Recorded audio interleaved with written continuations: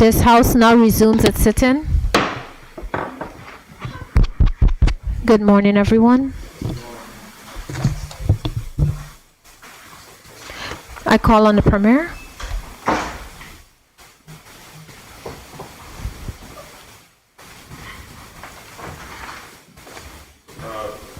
Thank you, Madam Speaker. Madam Speaker, I move a motion to amend the order paper to include a new item under public business, 8.1, and this would be a new Roman numeral 3. And this is for the first reading of the Public Assistance Amendment Bill 2024. Madam Speaker, I also seek your consent, along with the majority of members, to dispense with notice for the first reading of this bill. Thank you, Madam Speaker.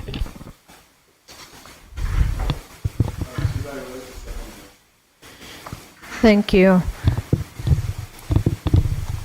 Based on the Premier's request in relation to dispensing notice, which is required under the standing orders, in particular, Standing Order 25, where 5 clear days are required before the first reading of any bill.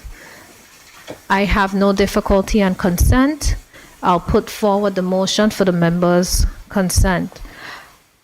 Honorable members, a motion has been moved and seconded for the amendment of the order paper to include a new bill entitled Public Assistance Amendment Bill 2024, as well as to dispense with the notice required under the standing orders. Those in favor?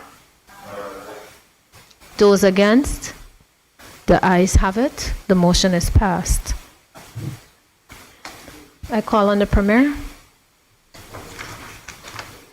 Madam Speaker, I thank the members for their consent and their agreement to add this bill. And let me just say, Madam Speaker, before I give the first reading, or ask for leave to give the first reading, the reason why we are adding this bill without having the proper notice period is because it is to satisfy the requirements of the Commission of Inquiry. Of course, we have some deadlines that we want to make, but we also want to give the public enough time as well to be able to see these bills before we come back and deal with them for a second reading, before we debate them and ultimately pass them.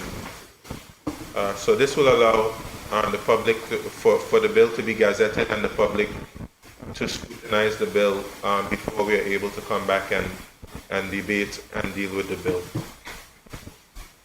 Madam Speaker, I move that leave be granted to introduce the following bill. It is in the name of the Minister for Health and Social Development, but I do it on his behalf. The bill is entitled Public Assistance Amendment Bill 2024. I so move, Madam Speaker. Thank you. Honorable members, it has been moved and seconded that leave to introduce the bill shortly entitled Public Assistance Amendment Bill 2024 be granted. Those in favor? Aye. Those against? The ayes have it. I now call upon the Premier. Thank you, Madam Speaker. I introduce the bill. As I said before, it is in the name of the Minister for Health and Social Development, but I do it on his behalf. It's shortly entitled Public Assistance Amendment Bill 2024.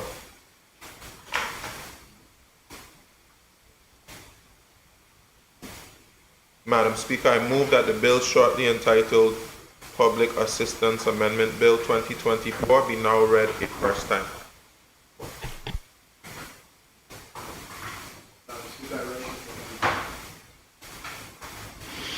Honorable members, it has been moved and seconded that the bill shortly entitled Public Assistance Amendment Bill 2024 be now read a first time. Those in favor?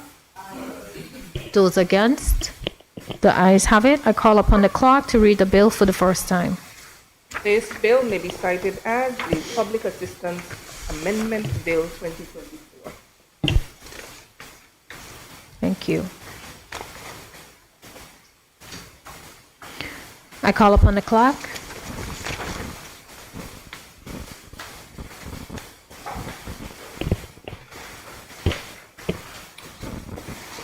Private members' business.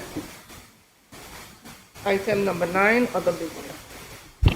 Any member wish to speak under any other business?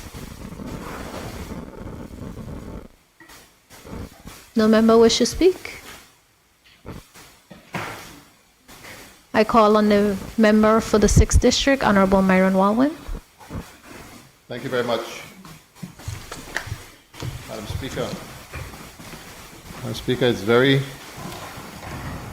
good, and I'm very happy that we have gotten the chance to be able to speak on the other business where we get to properly address our constituents and to also discuss troubling issues that affect the lives of our people.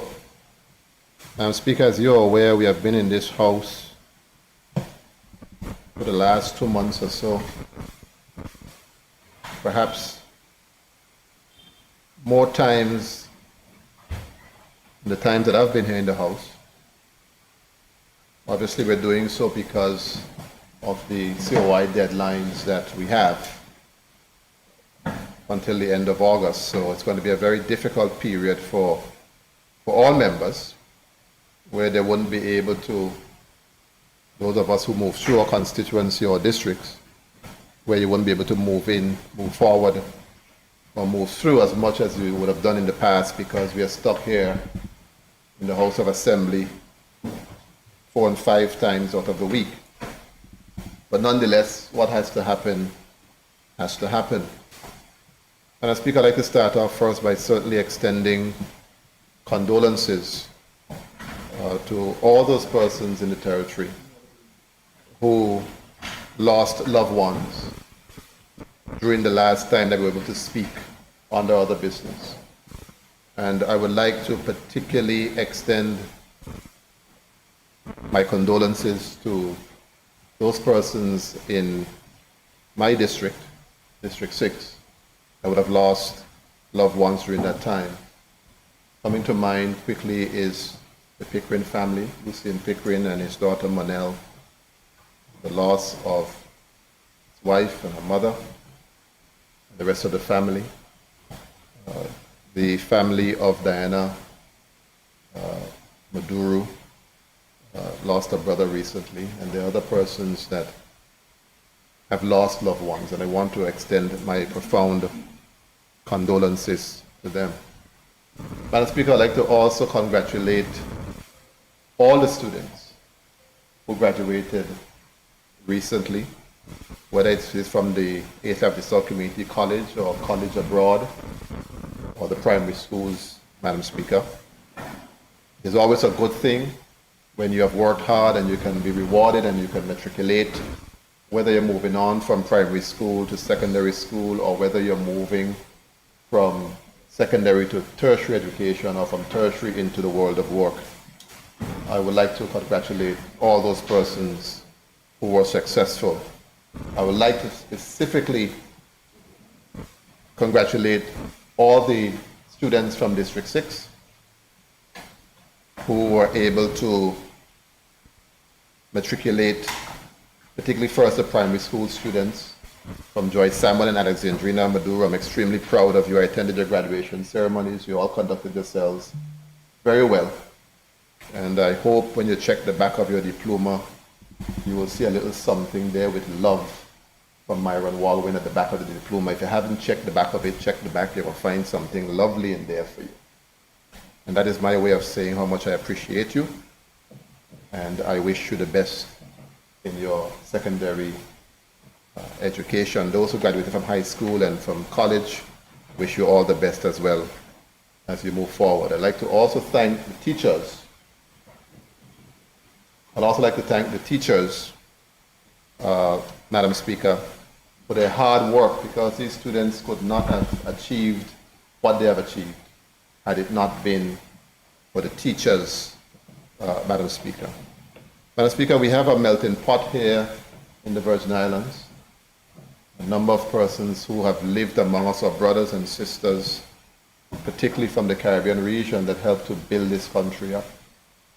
Some of those countries now are having difficulties with Hurricane Beryl.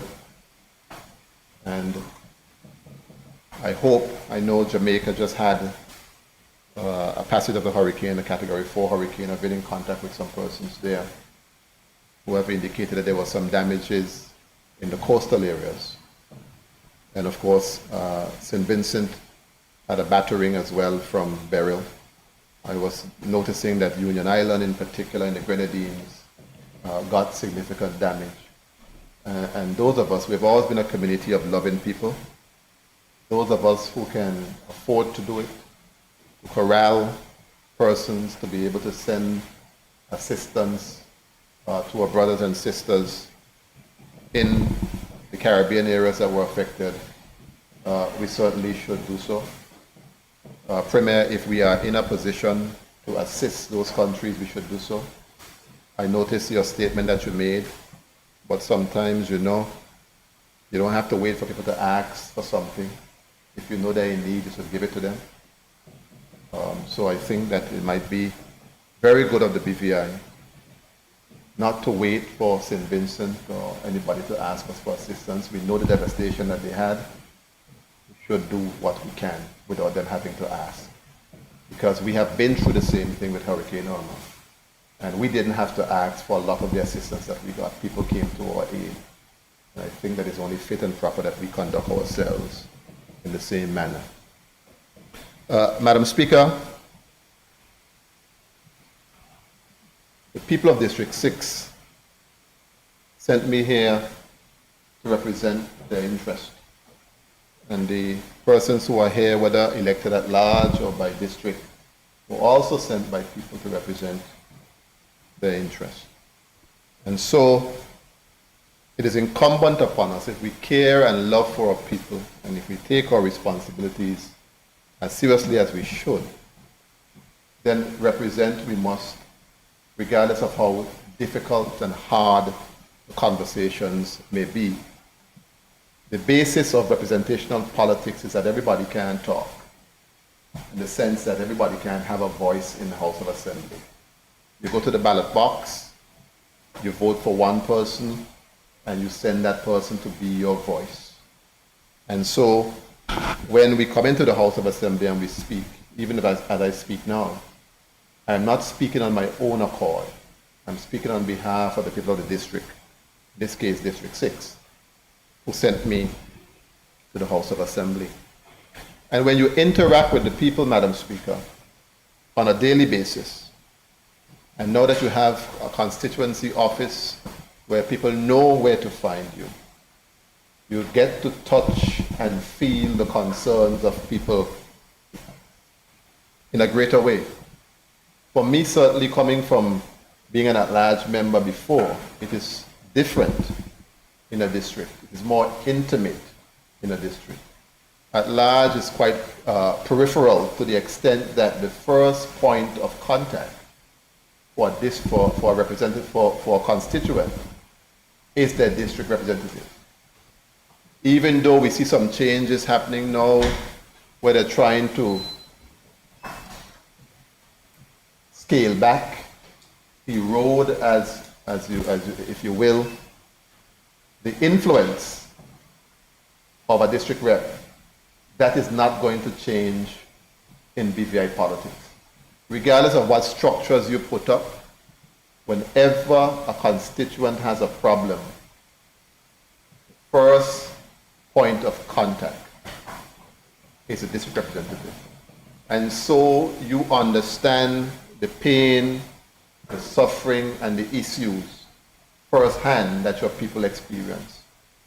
And in many respects, and I can say Catherine just now, if you love the people, some of the stories and issues that they face are so touching that sometimes to your own detriment, you dip your hand in your pocket to help people because of how difficult some of the situations may be. And so, Madam Speaker, when I speak, for instance, about the state of the economy,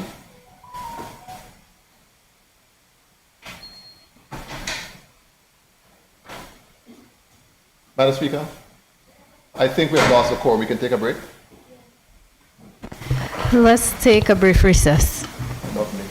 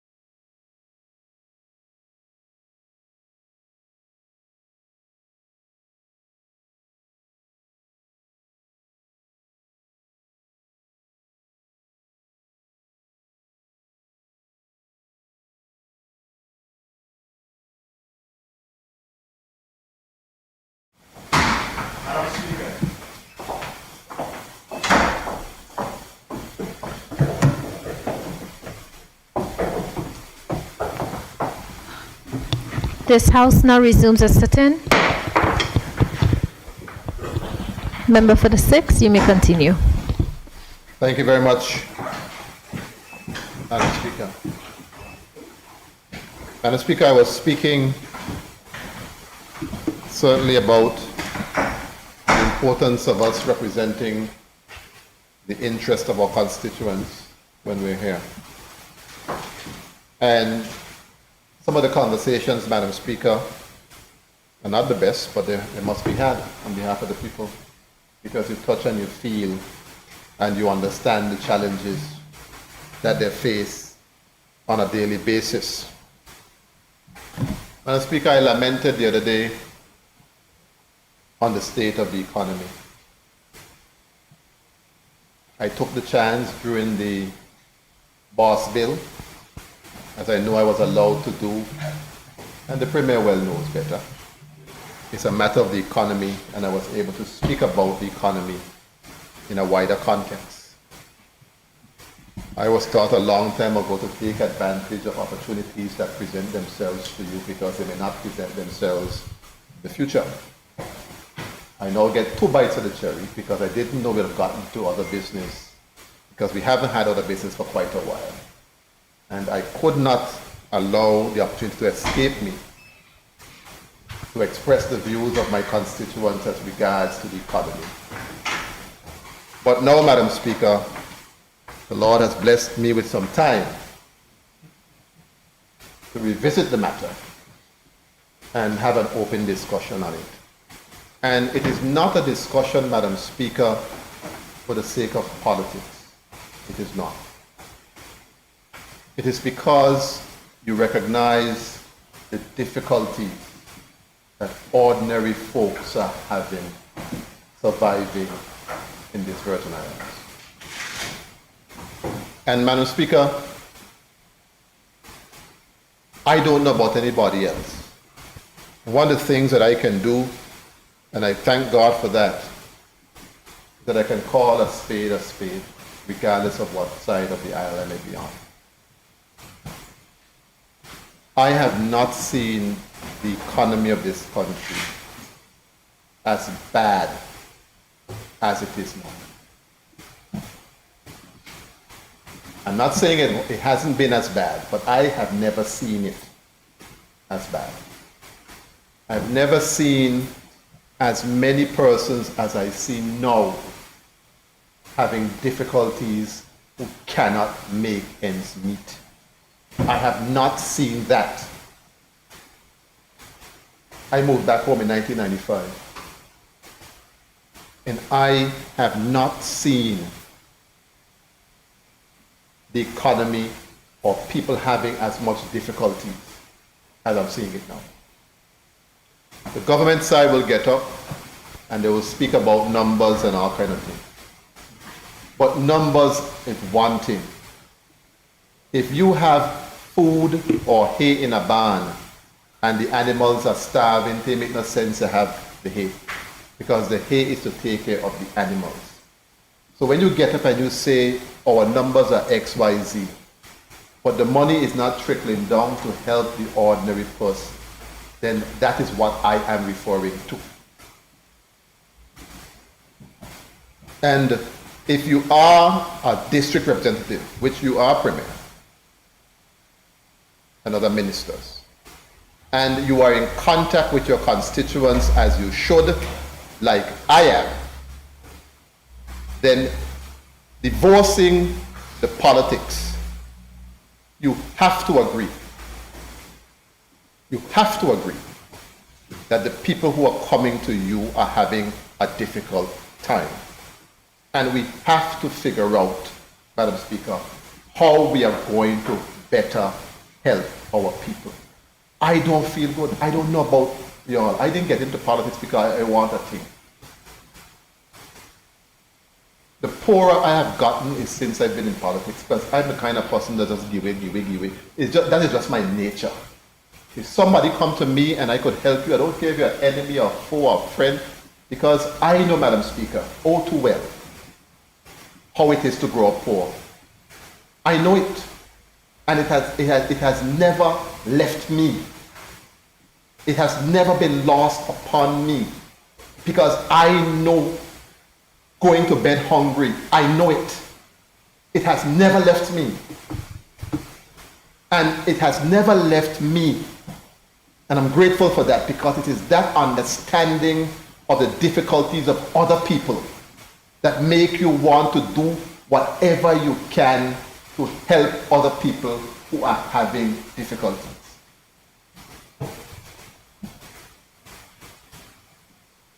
Madam Speaker, you have a tourism industry that really isn't going anywhere. The people at Craft Alive, for instance, are down there. When last I see a cruise ship come in there that gives them a little something so they could feel happy about? I think there might be one out there today. But those people are probably going home with $0 in their pockets today. $0 in their pocket today. I'm happy for the taxi drivers who are making something, because they took so much blows during COVID that I'm happy for them. But in terms of the money circulation in the economy coming from the cruise ship business, Madam Speaker, it is not happening. And we have to figure out whether we are getting the right quality ships. There was a ship that used to come here every other Monday. I think it came from Europe, England somewhere, and we were the first stop. When that ship come, you could put on your pot because you know you're going back with stuff to drop in the pot. That was the one ship. And I went and I investigated. It is because I think we're the first port of call for that ship. So it tells us that then we have to do some engineering, understand what it is we must do to be able to ensure that the BVI is one of the first stops that is made by the cruise ships. We have to create some kind of niche somewhere so that people can come and drop some money here on our people for the services that they provide. We can't just be going up to these sea trade and go up here and we're taking pictures with all kind of people and saying all kind of thing, and the reality on the ground is that nothing is improving for our people. Yes, the government getting their head tax, and I'm glad for that. But the ordinary people who are taking a chance on the economy, when I speak to them, Madam Speaker, they're having an extremely difficult time. And then you have the issue of the landside tourism. That really is dead. Really is dead. The hotels that get business per se get the business from the charter business companies in many respects, where the people can't sleep on the boat sometimes right away, they don't want to, they go in the hotel, they spend the first night there, and then they go on the charter company, the charter yacht, and they go on out for the rest of the time. In terms of people actually coming to the BVI to vacation, the numbers are significantly down. And when we get to our question and answer segments again, I'm going to be asking Premier, I'm going to ask you some tough questions. I'm going to put it to you, and I'm going to put it to you very strongly, that I have to ask these questions on behalf of the public. Because business is difficult here in the Virgin Islands. And so when I ask about this tourism plan, I ask him because I want to be disgusting. You have to have a plan. You must have a proper tourism plan for the country. And everybody must know what that plan is. So that if we're going to do well, then they need to start to do what they need to do to get their businesses in gear so they can accept this little business that might come. But after asking, I've been in this house now for a year and 3 months, 4 months since I've been back. And I've asked for a tourism plan, and up to now I can't see one. No efforts to produce one either. So if we don't have a plan for what to me is the most important industry in the country, then what else do we not have a plan for? We was just here the other day on the issue of financial services. And as simple as that bill was, it's still heavy. Because we still have this open registry thing hanging over our heads. Today is election in the UK. All the polls indicate that the Labour government will have a huge majority in the House, in their parliament. That is what the information says. What is their position in relation to the BVI? Because the push for open registry came from a person who is on the Labour side.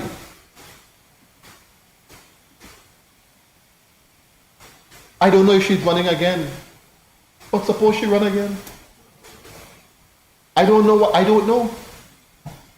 She may not run, but she may come back through the house, from the upper house, because we've seen how David Cameron came back through the chute and came back down.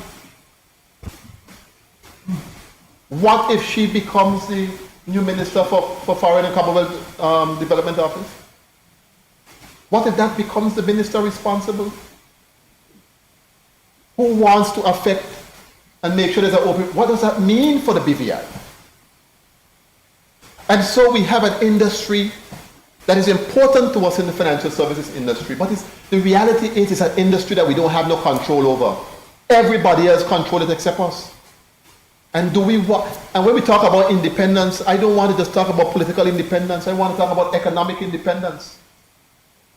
To the extent that, yes, it's going to hurt us, but we have these other things that we are working on to make sure that the quality of life that our people have grown accustomed to, that they can still enjoy.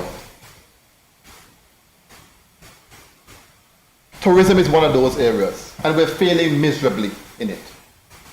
Agriculture, another opportunity there. We have done nothing. We have done nothing. I know the junior minister is trying his best. I know he's trying. But talk is cheap, but money buy land. People want results. Up to last night, Madam Speaker, in my travels, a farmer pulled me across the side and told me he can't get water. Everybody in here, what is so difficult to get some water at Paraquita Bay? What could be? And I'm not being facetious. I can't get it to understand. The water plant right there. Paraquita Bay right there. If you spit from the water plant, it ends up Paraquita Bay on somebody. Why you can't get water there? What is so difficult? With all the springs that it has up there and so on, what in God's name could be the problem so that you can't get some water to the I can't get it to understand. I just can't. It doesn't make any sense to me. And then how do we expect the farmers to produce when they can't get the basic ingredient water for their plants? People getting all kind of cancer, getting all kind of sickness from, and when you do the research, you see it goes back to the food that we eat. All this imported stuff with all of these chemicals in it, killing us off. We have a chance where our people are interested in farming. We can get some organically grown food, and we can't get some water to them to be able to do that. Make it make sense. It doesn't make any sense. It doesn't make any sense to me at all. And farming, Madam Speaker, agriculture in other countries, in the United States and other places, it's subsidized. It is subsidized. Why we can't subsidize farming in the country? Why we can't do that? Why we can't take off some of that money that we use for flying all over the place and give the farmers some money in a structured way to be able to produce food? Why we can't do stuff like that? We bite Christ? We can't get anything right? And so it's those kind of bold moves that I want to see us start to make. Every time I take up some book and read somewhere, I see some new hotel opening somewhere. All kind of people who are way behind of us in the tourism space, overtaking us.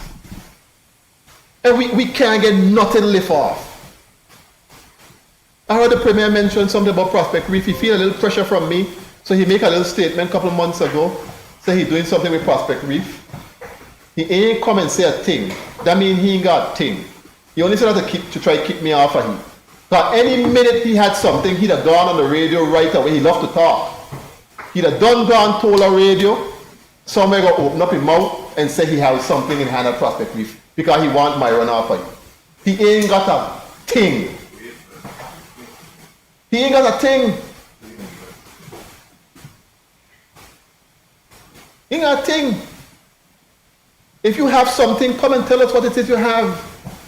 No, because I talked to them, now he's going to use the weekend and he's going to go digging to see what he could find. So by the time I come back with the question again, he say he has some little thing there. But he have not, as we speak now, he ain't got a thing. He done done sprawl, open him out long time and talk that to keep me off of him. He ain't say a word. Prospect Reef down there now, full of bush. And do you know Prospect Reef have a board? What is Prospect Reef doing with a board? A defunct place, full of bush, full of rat, has a board. And the board is being paid. Paid to do what? What is held down there for a board to do? That is the level of stupidness that we're doing in the country. What did happen? You drive down, Madam Speaker, when last you went across Prospect Reef? You peep across there. You could hardly see it. And it has a board with members being paid a stipend monthly. And then when you ask a question, well, how the board getting paid? You hear them say, well, the board will be looking into potential people who might be interested in renting or leasing the space. Something as important as that you can delegate to a board?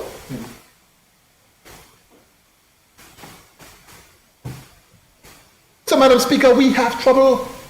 We have problems in this country. The rated program, Madam Speaker, for instance, the one little game it had in tongue to help people, they can't get a lip off the ground. You hear the shoo, shoo, shoo, shoo, shoo, shoo, everybody tight, lip tight, tight. Why the program can't start? The post-civil, some of them may want to say a thing, they don't want to tell you what's going on. But they may know I know people. So instead of me calling them, I tell people call them so I can get the melee. And when the Sofoot bus open, you hear that they have no money to pay for the rated program. The bush hauling you out your vehicle. The place looks so unkempt. They start the program. You have two teams. I don't know. I could talk about what happened in District 6. Two teams of 5 persons each to work for 15 days.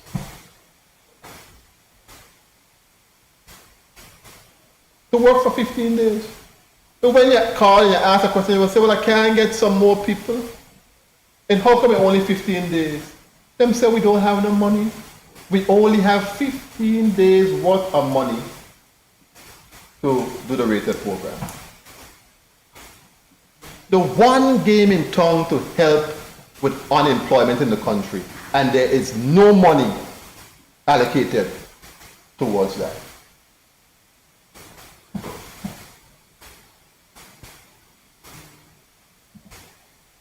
The rated program, as I understand it, was designed to assist people who are having difficulties, unemployed or underemployed. Unemployed or underemployed. In many respects, from what I saw, it was heavily subscribed to, which gives you an indication, Madam Speaker, of the level of unemployment in the country. Because we don't have any other barometer. We don't keep the statistics well here. So if you ask the labor minister or ask anybody what's the unemployment rate in the country, they can't tell you. But an indicator is the people who apply and sign up to the unemployment program. I have a list of persons in District 6, Madam Speaker. The list probably near 100 and change. And only 10 people. That they pick arbitrarily. Nobody asked me a question. Nobody asked me a question. You have 10 people, you pick. I am from the district. I know the people living in the district. I know who can work, and I know who can't work. I know who you should put on now, you have 15 days, and who you could put on a little later when you catch your hand. Because for them 15 days, you want the best set of people out there working, at least for the 15 days. But everything that they want to cut the district representative out of it. So they may pick up the phone and ask you a question. You could get some advice and say, okay, you only have 15 days. I know this one here, he'll work hard and he'll work fast. This one here, they'll come on time, blah, blah, blah, blah, blah. Let me help you put a team together so at least you get the best bang for your buck from the people for 15 days. You want to make the phone call, let me you and other people in. Cut notes out of everything. That can't work. But you got to find the money, Premier, to get the rated program going. Cut down some of that travel you have. Every time we come to the house, you see we have more people on the government side than what you have on the opposition side than what you have on the government side. Most times, when you ask a question, well, what happened to this one? Them gone China. Whereas what happened to this one? They've gone Hong Kong. Where this one is, I ain't seen her in a while. She gone Canada. When they asked, we have house today with the premier, he gone Mauritius. They've always gone somewhere.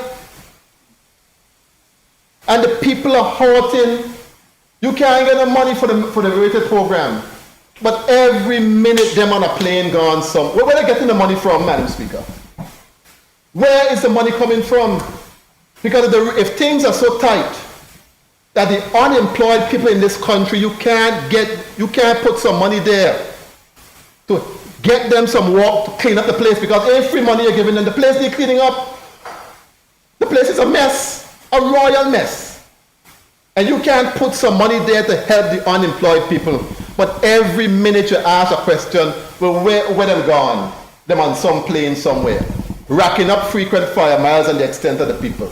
And then miles go in their own personal account, you know. So when the people don't put them out of office, them still got their miles to go all over the place, because them don't on a small trip. You don't hear them go and sing cry, or them go on Antigua for purpose. Anywhere them going is across the Atlantic, first class, and the people back, and the people hungry. Why Tatola is the nicest place to live. Because other places, I don't get fixed up long time. But the people here are loving people. But you got to get the rated program going. Hurricanes are coming again. What about the gut cleaning?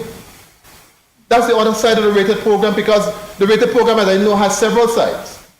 You have a side where people can be employed in the government service for a period of time.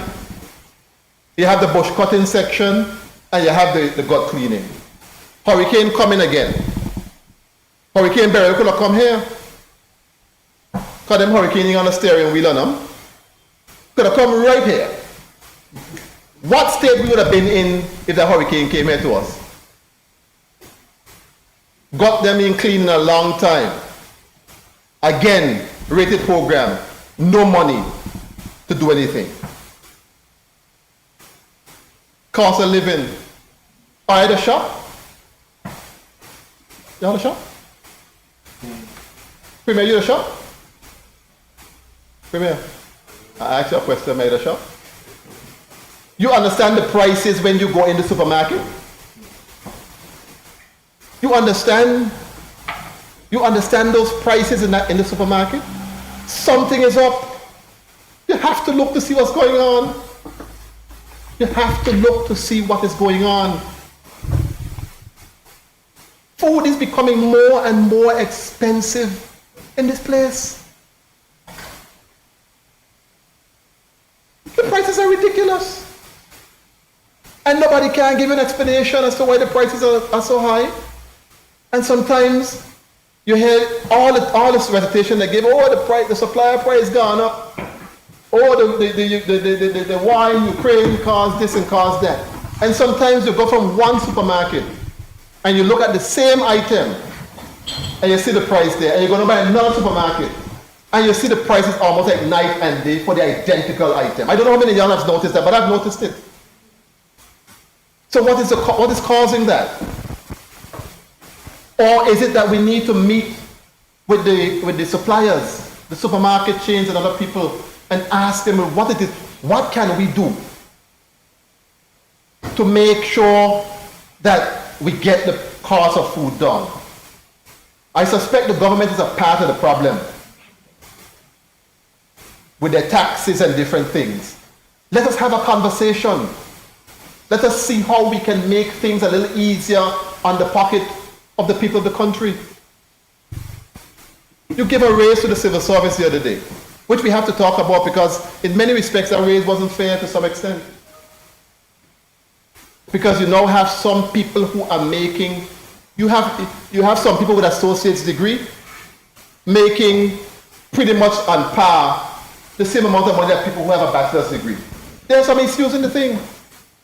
But nonetheless, I'm glad for those people who got a raise, because some people got some good raises and needed them.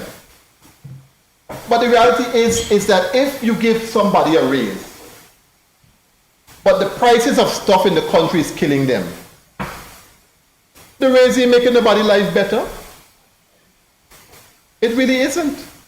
So you have to look at both sides of the equation to see how, yes, we can give an increase to people, but also at the same time, how we can control the expenses, the cost of living in the country, so that people have more disposable income in their pockets. They can bank the money, they could take care of their children, they could go on a little vacation, that kind of thing. You have to look at both sides of the equation, and I don't think we are paying enough attention, Madam Speaker, to those important things in the country.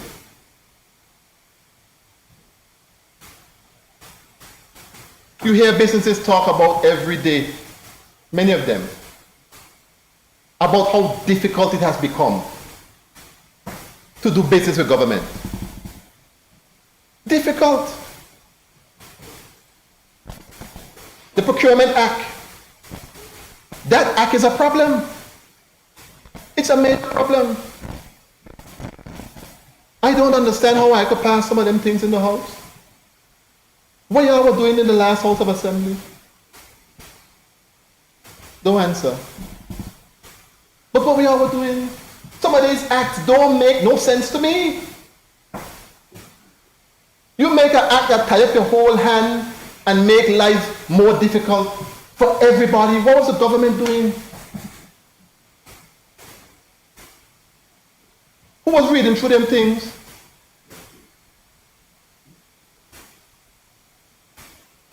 You are now asking a business, and to see how deceptive and nonsensical some of the things are.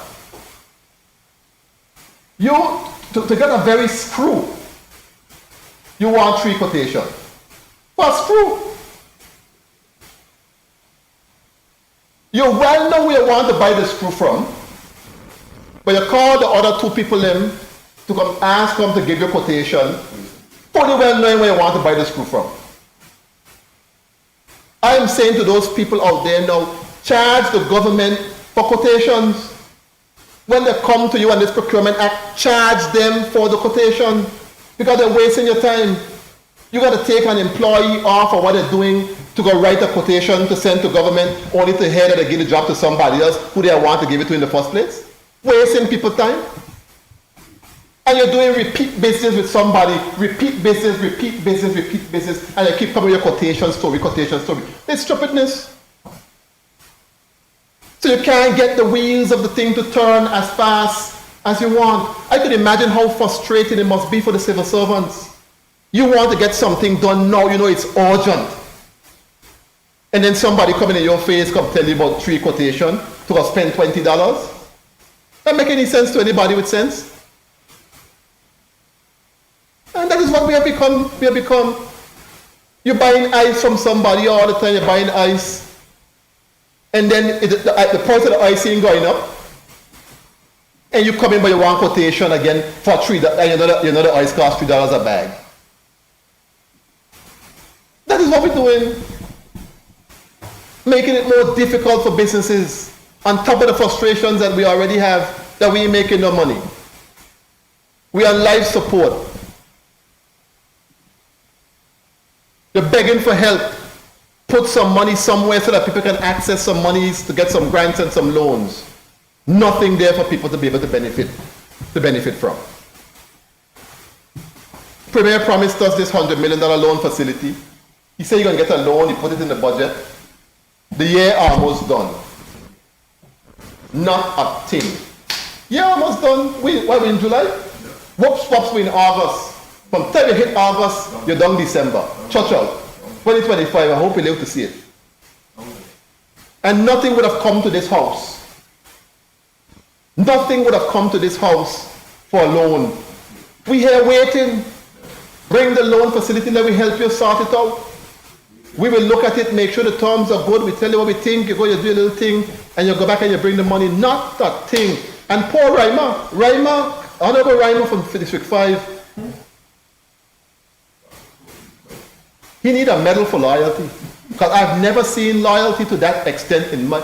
I alive a long time. And I never seen that loyalty to the point of stupidity. He getting pure blows on the road. Pure blows on the road for the roads, because I'm coming to you soon. But everything the premier do, he get up and he back the premier. But you back in the premier, but the premier ain't backing you.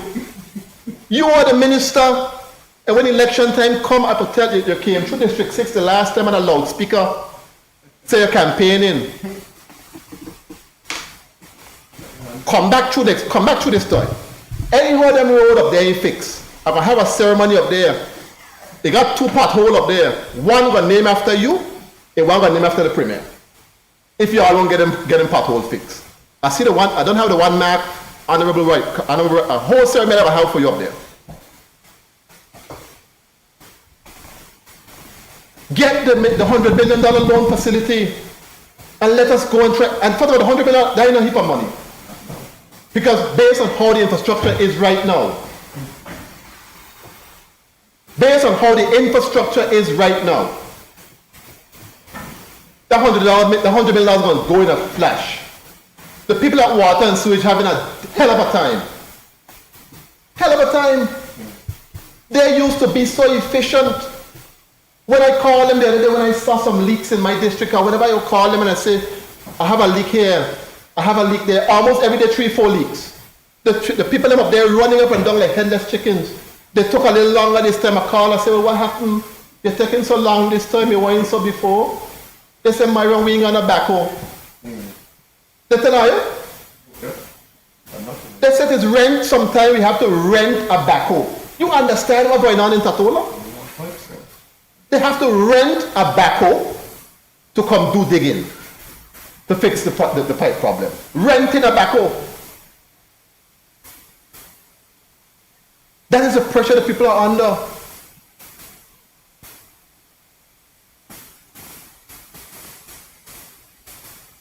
Every minute you hear the AFA plan breakdown. The AFA plan ain't do a day work yet. And they break down again. Now, I don't like to think bad about people, Madam Speaker. I'm a good-natured fellow. But I start to believe now that the government didn't want to fix the road because them driving government vehicles. Every last one of them got a government vehicle. Some got 2. So when they drive on the government vehicle and the vehicle mash up or something happen, all they got to do is go down by Parker. Go down by Parker. Front end fix. They don't buy gas. They don't buy tire. Everything on the backs of the people. They pay for nothing. And that's why they don't care to fix the roads. That's the only thing like they get. Because if you were driving your own vehicle on them roads, there's no way to have them roads in that condition. So because you don't have to pay for that. Just the other day at the graduation, I was thinking to myself, I wonder how much of these children who graduated from high school did CXC. I asked a question, they said not much. They stopped the CXC for the children that we were paying for. I made sure that happened. $40,000 paid for every student, private and public school, to take as many CXC subjects as they wanted. They stopped it because they say it's too expensive. But every man got a vehicle that cost $80,000. They ain't got to pay for wear and tear. They ain't got to pay for gas. Some of them got chauffeur opening the door for them like the name King Charles. At the expense of the people. And the people just saying, fix the roads for us. And you can't get the roads fixed. But they don't care. The vehicle dark out, got government GV on it, and they may pay for things, so they don't care about the people. Dog eat all supper out here. And that is one of the things that I never liked. I never liked it. I don't believe, Madam Speaker, I don't believe in it. And some of them get hot with me, but I don't care. I do not believe in people driving government vehicle like so. I don't believe in it. I don't believe in it. I was a minister for 8 years. I drove my own vehicle to work. Drive your own vehicle to work. Well, your problem is, who died and made you king? If you weren't working for government and you're working somewhere else, you'd walk where you're going. You wouldn't have been driving a government vehicle. So why we up and down driving a government, everybody got to get a government vehicle, a $80,000, $90,000 vehicle for? What nonsense we doing? And the ordinary man on the street saying to you, I can't get a job. A little man of Puzzle wants a little job to cut a little bush so he can feed the family. He can't get no job. But you driving a government vehicle on top of your big salary you're getting. What kind of thing is this? I can't support them kind of thing. I can't support them kind of thing. And because the economy of the country is so bad,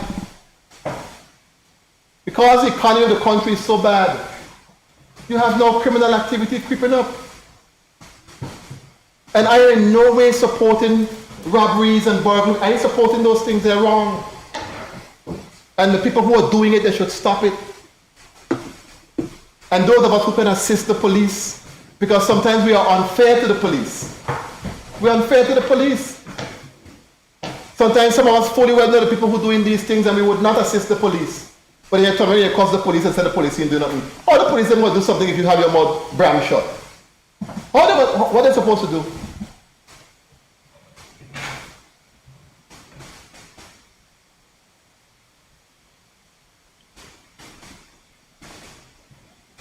But some of the criminal activity we see happening is a byproduct of a bad economy. And human beings were born to survive.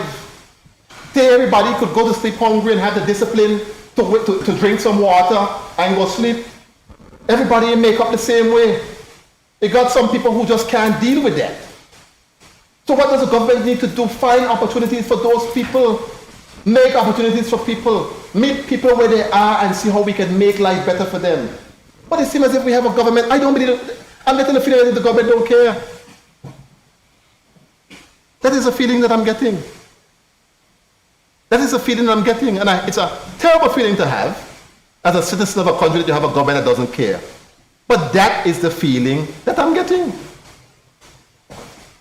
And they're going to get up and they're going to defend. Good old Reimer going to say he peace. Reimer going to say something. Don't mind he getting all them blows, he can't get a thing do. He don't have to defend. The premier going to get up, he going to defend anything, he going to tell you what you see. What you are seeing is not what actually you're seeing. You will tell Premier, my belly hungry. When he done give you some words there, he make you think your belly full. Yes. For the first 5 minutes, you say, yes, my belly full. After that is gas. He's that good. So I expect him to come back and do it and say what he wants to say. But the reality of the reality is what it is. And you could imagine, Madam Speaker, I'll talk for a long time because I have a lot of things to say. My chest heavy. My chest is heavy. Imagine you are having a difficult time. You can't pay your rent. You don't have no job.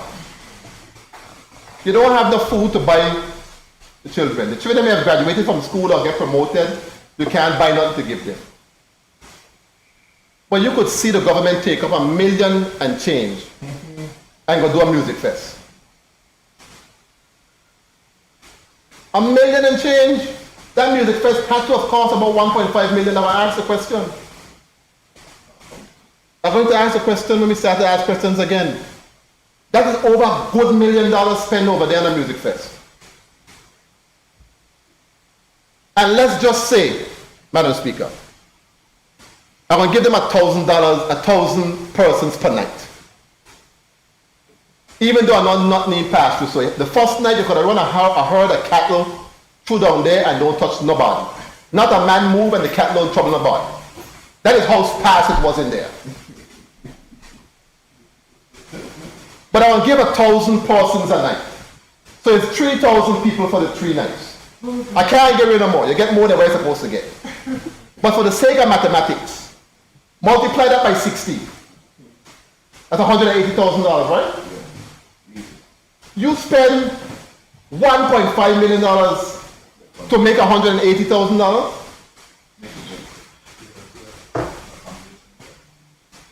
How does that make any sense? But they couldn't have a departure tax card, but they want nobody to arrive in order to depart. Nobody come here for that show. Nobody come for the show. And you were warning them, don't do this.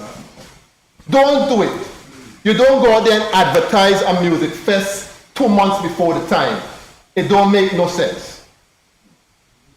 People plan to go to these things. So in case music fest, people, it just finished, people don't plan for next year already. That's the way these things work. There's nothing wrong with the concept of the music fest, but just you didn't plan it properly. You went to spend $1.5 million to make $180,000. And people hungry.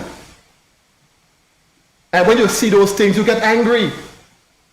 I would have gotten angry. I ain't on a job. I hope you don't look at a job. You won't put no money in the rated program to help me.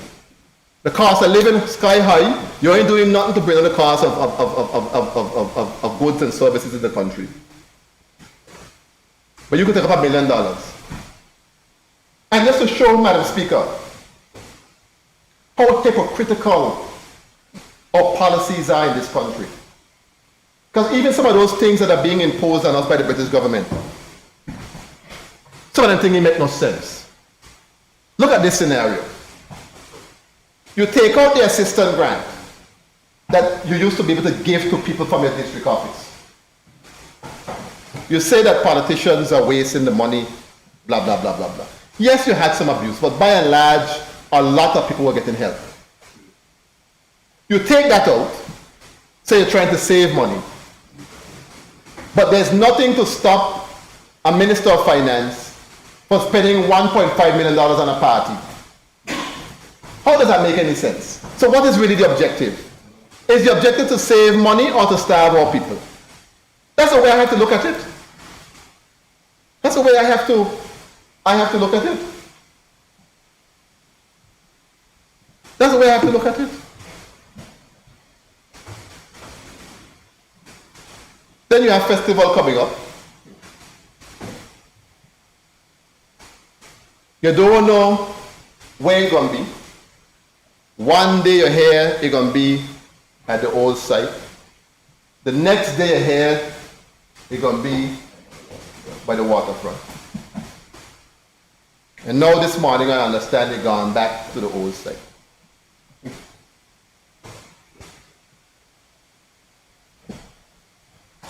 We have all kind of major issues in this country. We got to negotiate all manner of things on our behalf with the British government and other things. I made a statement the other day on the about the horse track. I said, if this government can't even negotiate with the Thomas family, how we could trust them to deal with those heavy matters internationally, particularly where we are with the British government. And I got to come back again now and say, they can't make up their mind on where to hold a festival. One day they're there, one day they're out, one day they're back. Well, what can we really trust this government to do? This is not difficult stuff. Deciding where to hold a festival is a very simple matter. The festival has been held there from time immemorial. What you want to change it for? For what purpose? I know you spend a lot of money to fix it up down there, so you feel a little shame that nobody ain't come to your music fest. You got to feel shame. If you have any feeling, you must feel shame. It is thing to feel shame for. Because it's stupidness. So you want to make it look now like you do something on the land. So you're trying to bullyrag everybody to come down there so you can feel good about yourself. In 2 tools, you had to go back now and you turn around your position and do something different. But only a wise man could change his mind, I guess. So I congratulate you for getting some wisdom this time around and realize that when you were trying to bullrag everybody to come down there, it was stupidness they were doing. So I congratulate you so very much on that. But Madam Speaker, the price of the boots are too expensive. I want to know if the government, I live here, but then again, no, they don't live here because they're always on a jet plane, so they can't. I don't take that question back. You're domiciled here. I would say that. That would be a truthful statement. From time to time, I want to know what Tatola do Somalia because every time you're looking for a yard and a plane gone somewhere, I don't know. But the festival booths, Madam Speaker, are so expensive. Why are we charging $2,000 for a festival booth? Why are we doing that? The boots were never that expensive. Why are we doing that to the boot owners? Things are hard with everybody. It's a 70th anniversary. It would have been a perfect opportunity to show some love. Show some love. Show some love. You need to put him a little $1,000, $2,000. There's no compassion for anybody. Only y'all must live and nobody else must live. $1,000, just $2,000. And I'm understanding now, Madam Speaker, that people now who are vendors outside of the festival village, are being charged the same amount of money outside, like what boot owners are being charged inside. That is happening under this government. No compassion. No compassion for people. Things are hard. Things are hard.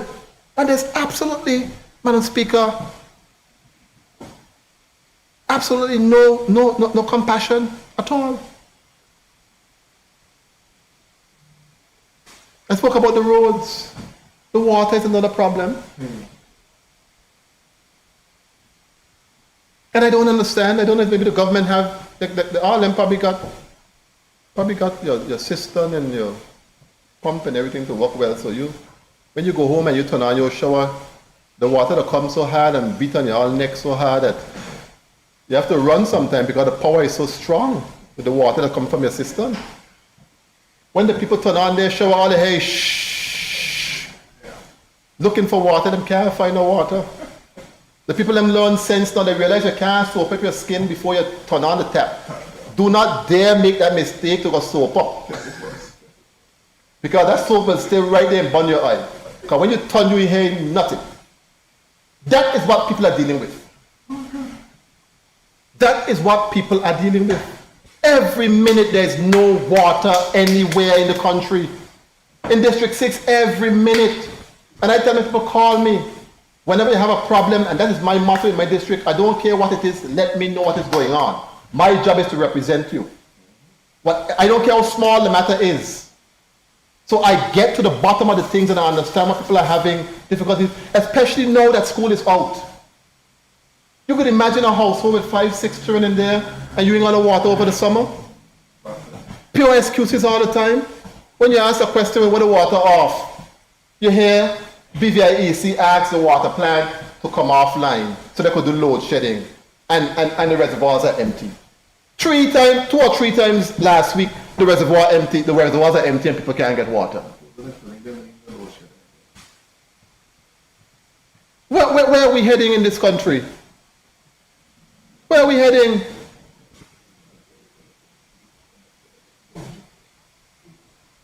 And then you see BVIEC closing down the clinics. How can you close down a clinic? Who is the Minister for Health or who is the Premier? You think I could have been the Premier in any country and any BVIEC will cut off any clinic? You want me to cut them off? No, you don't. That can't happen in a country. Not with healthcare. With a government that understands.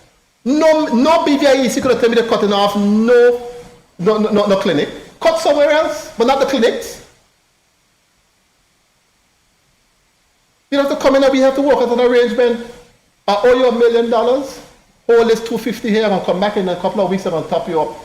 But you won't cut in no clinic? What happens if you have a catastrophe? And the people need some sort of life-saving assistance? To run to the clinic to hit nobody in there because they have no power?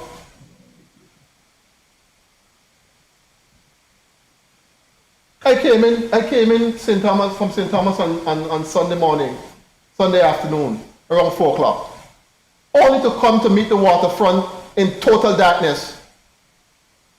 You understand what I'm telling you? The customs area and the immigration area, the whole building was in total darkness. You went in there, I asked a question, I said, well, why the power off? The people may get a heart attack because they're afraid of the government, they don't want to say nothing to me. But that again, my little thing them find out. The power off since 9 o'clock in the morning. You ask a question, well, what happened to the generator? What happened to the generator? The generator ain't working. How can you have a port of entry with people coming in, say you're a tourist destination, Madam Speaker, and you're meeting these kind of situations in the country? That is the state. That's the state of the territory of the Virgin Islands, Madam Speaker. I'm going to close off soon, because I know there are other members who want to talk. But Madam Speaker, you have to forgive me because you had me here shut up for a long time. I couldn't say nothing. I'll get a little chance now and I have to represent my people, so have a little patience with me on their behalf.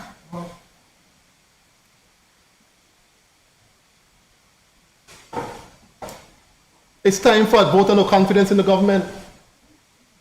It is time for it to come. Because the reality is that there is no confidence in this government. That is the truth. And the question will have to be put to each and every one of them at the appropriate time. Because anybody who loves this country cannot vote and say they have confidence in this government. Not even their own supporters. Some of them, you hear them, they want to have a little conversation with you, they pull you across the bush and whisper a little something in your ear and pretend like they may see you. Even them not happy. And if you're not a VIP supporter, you're no one. When the VIP right, when they're wrong, they're double right. So if you hear them start to talk, you know that they're really, really in trouble. Really in trouble. Look at the state of the country. Derelict vehicles all over the place. As you take up one come back, and there's no structure in place, Madam Speaker, to address the issues. None. None. You see a sign as you come down District 6 there around the corner by the Fisherman's Wharf, talking about dengue fever. Yeah, anybody see the sign? About dengue? They're telling you about dengue fever and mosquito and all kind of thing. Do you know that they don't have any sprayers? The fogging machine, they don't have any. So you're telling people about dengue and mosquito and you can't do a thing. Not even a mosquito, this government could get killed. That is the reality. So you're calling, with all the rain falling, I call the department, I want to arrange some fogging up in District 6 because I've noticed in Postle Estate area that some mosquitoes were coming around the area. You don't want your people to get sick. The people that mean got no fogging machine. That's why no fogging ain't happening. You want to talk about a less government and telling me about dengue and tell you making me get dengue because you can't fog the place and you put no big sign, paying people for put up a sign to tell me about dengue, mosquito. How am I run for the mosquito then? How am I let them outrun? You're supposed to have the fogging machine to go around and fog the place. And then, Madam Speaker, after all this rain come down, I say, okay, I see some areas in my district there, up by Marvin Foy area there, across there by Sunrise Bakery, and some other areas. I want to get the place hosed down a little bit because because you notice they've been picking up nothing. So after the rainfall, you can't get, it's hell to get a backhoe to come out with a truck to take up a couple little things. So when the sun come back out now, the place dry up and the thing get hard. Sometimes it get loose and the wind blowing and the dust is so high. I say, okay, let me call the fire station because I'm doing my work. They're probably sick of me now, but they get sick of me because when I got things to do, I'm going to do it. I call the fire station. You could help me, please? I have 3 areas up here that I want hosed down. They said you could put it in writing. I said yes. So I went now to my office, we typed up a nice letter, put my John Hancock on it, and sent it down. I ain't seen an action. I called him, ain't seen an action. You know why I didn't get an action, Madam Speaker? It got 1 fire truck working, and they hardly working. 1 fire truck, and it hardly working. So they can't take no chance to leave the half a fire truck, leave the fire station, to go nowhere, go do nothing else. That, all these things I've said to you, that is the state of the Virgin Islands right now. And if anybody could say they have any confidence in this government, something wrong with them. They need to be summarily dismissed. Summarily dismissed. Things have never been this bad. As bad as all the other things were. We have never had living at this standard in the BVI. Never. Never. And now they're going to get up and they're going to defend themselves. You're going to hear them, Madam Speaker, one by one, get up and try to say what I say ain't so. That's what they're going to do. They're going to tell the people that the things that they're hurting, that they're feeling, that ain't so. They ain't so. But it's very well so. It is very, very well so.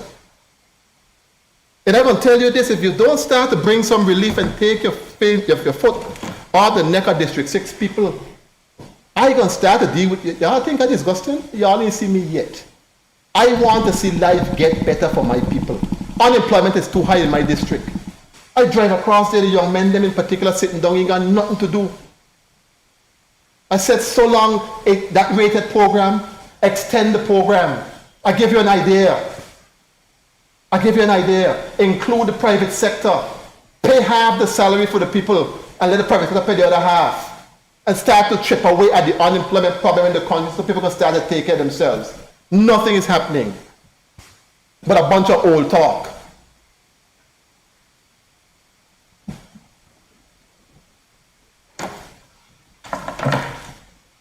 Madam Speaker, I know it took a long time, and I really thank you so very much for your indulgence and for not hushing me up and telling me about time. And I hope you will extend the same courtesies to all the members of the House, because we have not spoken for a while. And there are things that are burning, but Madam Speaker, I'll say this on the last note. I am playing the politics. I'm not speaking just because I can speak. I'm speaking because I'm speaking the truth. And that these are the issues that people continue to face in this country. The reality is that we're stuck with the government for the next however long, unless somebody conscience wake up over there when the vote of no confidence come. And I will be pricking their consciences. If they may exist, because there are some people who ain't on a conscience at all, and conscience dead, but I hope I could find somebody over there who conscience have little life in it, who could vote with the government and say, vote with the opposition and say, yes, we have to do better. Madam Speaker, I thank you so very much for the chance to say those few words, and I'll leave it up to the government now. I know they're eager to respond, but the truth is the truth, Madam Speaker. Thank you very much.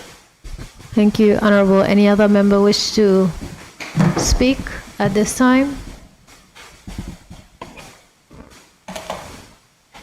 Are we to close off this session?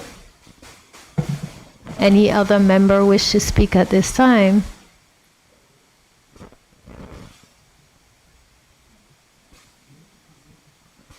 If I recognize the member for the 8th District, Honorable Marlon Penn.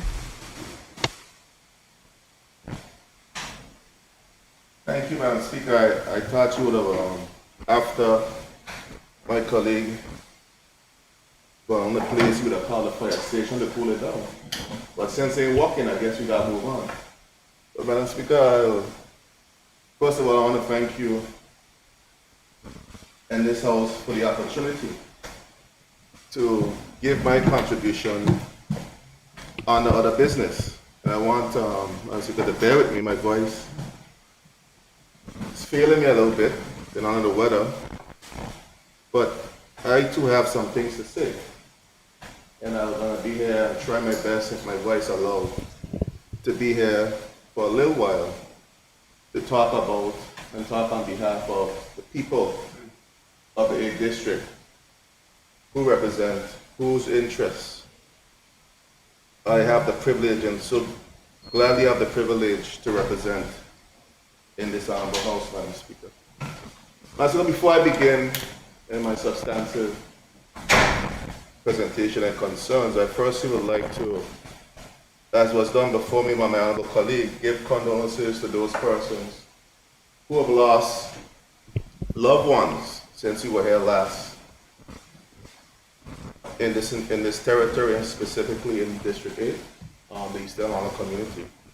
I know we've lost quite a few persons over the last several months, and I want to, at this time, extend my condolences to the family members and loved ones and the entire extended community of those individuals whom we've lost.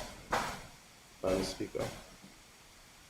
Madam Speaker, additionally, I would like to join in solidarity with the countries in the Caribbean who have been battered and bruised by Hurricane Beryl. We know all too well the impacts and effects that storms of that magnitude would have on a territory, especially on small territories.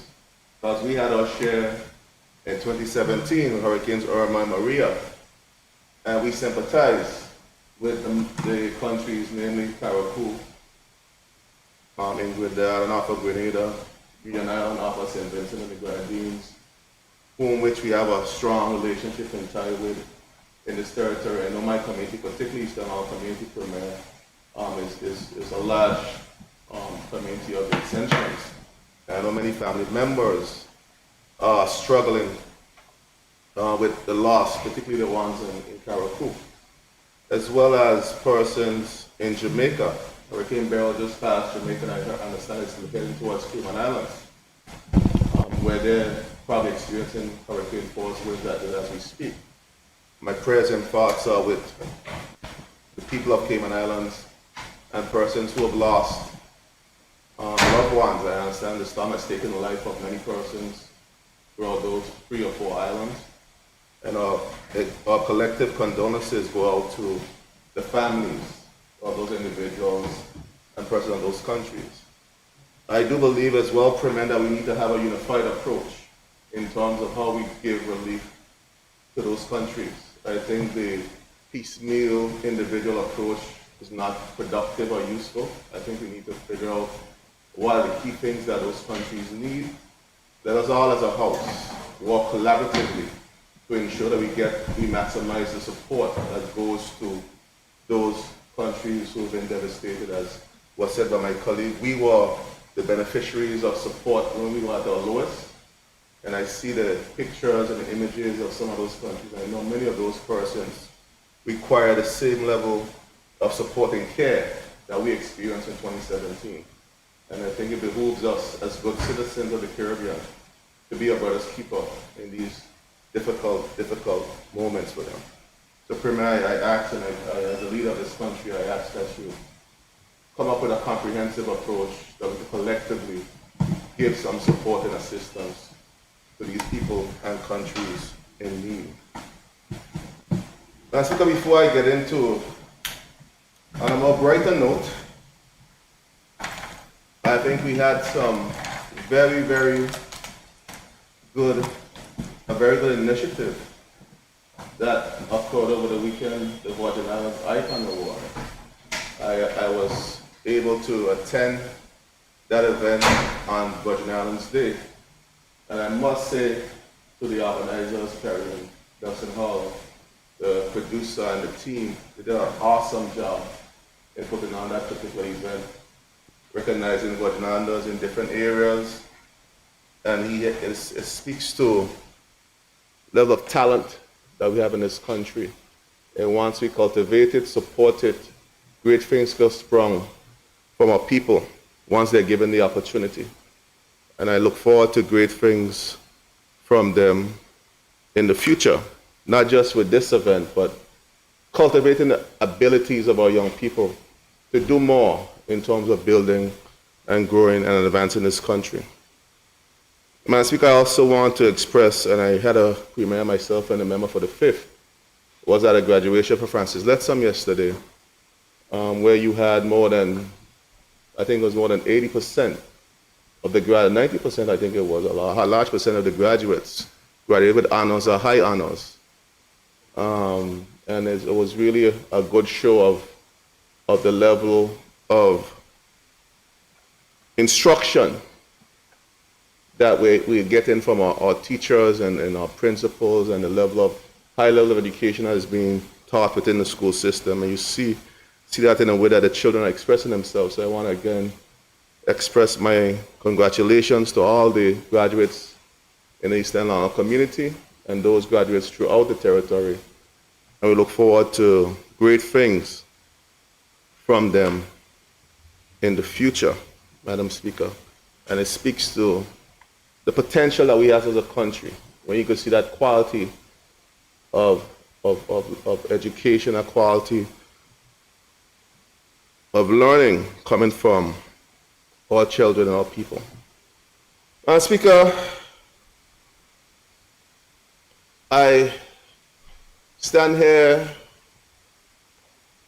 can count it as a privilege, always when I get the opportunity to speak, to stand and speak on behalf of the people of the 8th District who has given me the awesome opportunity to represent their interests in this House and throughout the community, Madam Speaker.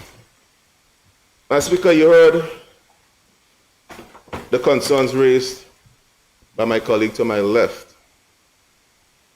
And the concerns are not unique to his district, they're not unique to him.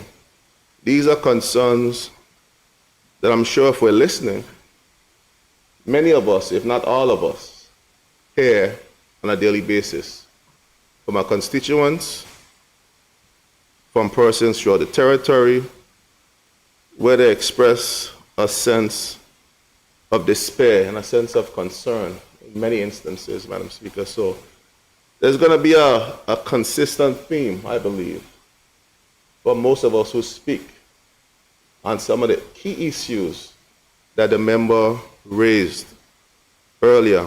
And then some more specific issues to individual districts that will be raised and really outline the challenges that we have. Madam Speaker. Madam Speaker, all is not well. All is not well in Denmark. We have some significant challenges, economically, infrastructure-wise, and as a country, when you hear us speak this way publicly, Madam Speaker, most of the time is because we've exhausted the diplomacy, we've exhausted the discussions about how can we get these things moving and to address and alleviate some of the concerns that our people have expressed that they're facing and feeling throughout the entire territory, Madam Speaker. Madam Speaker, I'm going to focus, they say all politics is local. I'm going to focus on District 8, specifically the issues that we're faced with District 8, Madam Speaker. Madam Speaker, another year, we were to have the community center delivered by November of last year. Another year that our people have to deal with the absence of that very vital facility for the people of the Eastern Long Island community. Another year where the graduates have to be like nomads around the territory, shuffling for a space to really celebrate the excellence and the excellent work they've done throughout the year.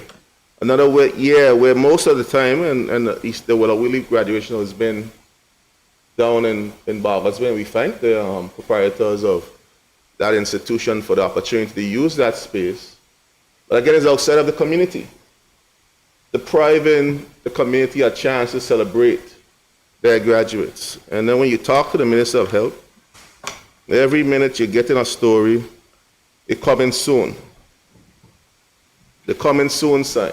It was supposed to hand it over the end of last month, the last time I asked a question in the House. We're now in July, still no closer to completion, and the people continue to be displaced from that very critical and important edifice to its community. When I was minister, I fought to get the money to get it done. The money wasn't there. All the talk they were talking, the money wasn't there to fix it. I got the money done. We got the contracts tendered and God, you even can't finish it. All I left for you to do is finish it. We are almost a year behind the schedule to get that completed. Madam Speaker, Premier, we share that facility, Premier. You have an ultimate responsibility as well as the Minister of Finance to ensure that your ministers are ensuring that they deliver on the things for this people of this territory that we're failing grossly in delivering these projects. That's what the idea was there for. We're failing miserably. And the minister is not here. I don't know what I could say what he is, but he seems to have the itinerary. You could share that one. You could share that one with me. I could probably telegraph something to him. But we need to do better, Madam Speaker. And these continuous delays is causing significant financial damage, not just to the government itself, but to the people. How many people call me on a daily basis when the community center is going to be, I want to do this, I want to do that, I have this function I want to put on, this social good I want to put on for the community, and they still can't get access to that facility. Madam Speaker, and I put the Minister of Health on notice that the community needs its community center completed, Madam Speaker. And we need to get some kind of indication, real indication, on when that center is going to be delivered to the people of Eastern Longlook. Not just the people of Eastern, the people of Eastern Longlook, and in fact the entire territory, because it was frequently used by the wider territory, Madam Speaker. Madam Speaker, I'm going to go by ministry, because I think I want to be very surgical in my approach. I think my colleague did a very good comprehensive job, and I'm going to touch on some of those areas that he touched on, but I think I want to be surgical in terms of the specific things that are plaguing the people that they come to me on a daily basis in my district office. He's right. If you have a functioning district office, you feel the pressure and the pain that the people feel on a daily basis because you have a personal connection with the people. You hear the things that are impacting them and the things that they are concerned of, Madam Speaker. I have office hours today, Madam Speaker, so I have to, depends on how far we're going, it looks like we have to postpone them tomorrow. But the people have needs, real needs that we have to continue to address, Madam Speaker. And while in the Ministry of Health, for the life of me, Madam Speaker, I cannot fathom how you have three ministers, Minister of Finance, who is responsible for the money, a Minister of Health, who is responsible for the clinics and the medical facilities in this territory, HSA, by extension, and the Minister for Communication and Works, who is responsible for Electricity Corporation, sit in the same cabinet, same government, same entities that are owned by the government, because the Beaver Electricity Corporation is not allowed unto itself, HSA isn't allowed unto itself, they're body corporates that are fully and solely owned by the government of the Virgin Islands. So people want to make you believe that these are some fairy tale entities that are out there by themselves and are not answerable to anybody. And these three ministers could sanction disabling 3 clinics. I forgot the 4th one, the Junior Minister for Tourism. I understand his clinic down in Capone's Bay shut down too. For agriculture in the 1st district, I understand that his clinic shut down. He stayed, and I hear he said, "Peep." That's a blind loyalty they talk about. I hear him say, I hear one word after him. Here's people along in Capone's Bay suffering because of no access to health care. And I hear it's so quiet you can't, not even a mouse. Not even a mouse you could hear over there from them. And hear this. The Minister of Finance is a representative for the 7th district, and his clinic is also cut. Going on 3 weeks, Madam Speaker. And the response is, he was a minister for 8 months. What he do about it? That's the response. While the people of our country suffering, of our community suffering. The East Electric Corporation could not have sanctioned, could not have cut those clinics if it wasn't sanctioned by the Minister of Works. So the Minister of Works sanctioned the cutting of clinics in the most heavily populated areas in this entire territory. You imagine that? I heard he get called from all kind of people start talking about who ain't paying, who ain't trying to pay, who ain't trying to do nothing. Well, the seniors, hear it, Madam Speaker, these are the people who are mainly impacted by clinics. Clinics mainly service seniors, children, and indigent. People who don't have the means or wherewithal to get to the central location, who might not be but immobile, unable to move, so it's closer for them to get to their clinics. And we have the unadulterated gall to do this to our seniors, children, and the indigent within our community. Madam Speaker, it's so bad. They were running generation power up at the one in Long. Look, I understand that the generator broke down and all. We're going on the third week now. The medication, they even have medication in the clinics now because they have to carry the medication back to town, traffic it back and forth, and then refrigerate it and then bring it back up, put it in an ice box or something, and hope that it stays good before the end of the day to give medication to our people. You imagine that? In this day and age with a $400 million plus budget? Imagine that. That is what we're doing to our people? The seniors, children, and indigent? Are we talking about where we gonna move festival up and down, talking about, and we even can't keep the power on in the clinics? Have we no shame? Have we no heart of consideration for the people in which we were given the privilege to represent their interests? Madam Speaker, whatever issues you have between the ministers and the HSA, the people should not be the ones who suffer because of your indecisiveness or indecision to make a decision. The people are the ones who are suffering from this little game that you guys are playing. Madam Speaker, the head of the Electricity Corporation, the Minister for Works, the Minister for Health, and the Premier's office is playing a game with the lives of the people of this country. It has to stop. The citizen came to me, they say, member, we're going to block the airport because we're sick and tired of us being mistreated in our district, in our community. We're sick and tired. The people of Eastern London pay taxes like everybody else. In fact, I did some research and find out that the clinics are up to date. Understand the bills at the clinics are paid. So why you cut the clinics if their bills are paid? Why you didn't cut the one of Wajangala that the Minister of Health responsible for? If they're behind in arrears. Why you cut the one in Rotong, where the member in the communication that works in the tourism member is responsible for? And I can't understand the one for the first district because they're so quiet. My cousin-in-law.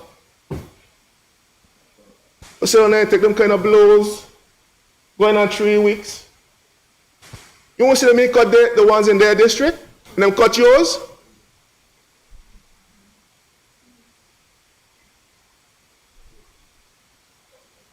Madam Speaker, we need to put the power back on in the clinics, Madam Speaker. Whatever issues they have internally as a government to deal with those issues internally. The people should not have to suffer because of this petty politics that we continue to play with the lives of our people, Madam Speaker. I'm sick and tired of it, Madam Speaker. It's wrong. It's wrong, Madam Speaker. Madam Speaker, I just want to put this in perspective because I'm not absolving the HSA for what they have to do in their obligation. Let's put this in perspective, Madam Speaker. And this has been discussed in Standing Finance. It has been discussed in this House, Madam Speaker. The HSA asked for a budget of $60-something million for the operations to run, Madam Speaker.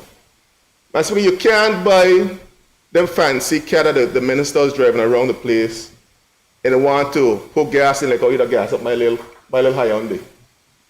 You want a big fancy car? It takes a lot of money to make it run, to maintain it. So the real cost, and this is not an inflated cost, to run the hospital is about $60 to $65 million. And that was brought before us in the standing finance budget. Last year we gave the hospital about $42 million, I believe, thereabouts, Madam Speaker. Madam Speaker, there's a thing called public goods services that a hospital covers for the government that should be subsidized by central government. That is services for seniors, services for children, and services for persons who are working with government. They access service to the hospital. They don't have to pay for those services, Madam Speaker. So on top of the $40 million that they get, $42 million, they have to subsidize another $20+ million to pay for those services, Madam Speaker. How are they going to pay for it?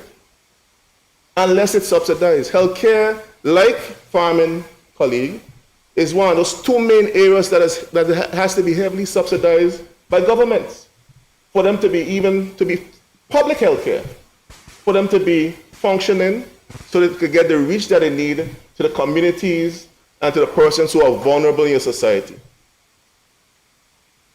So, you shot them $20 million out the gate, so they can't pay fully for their operations in order capital infrastructural improvement.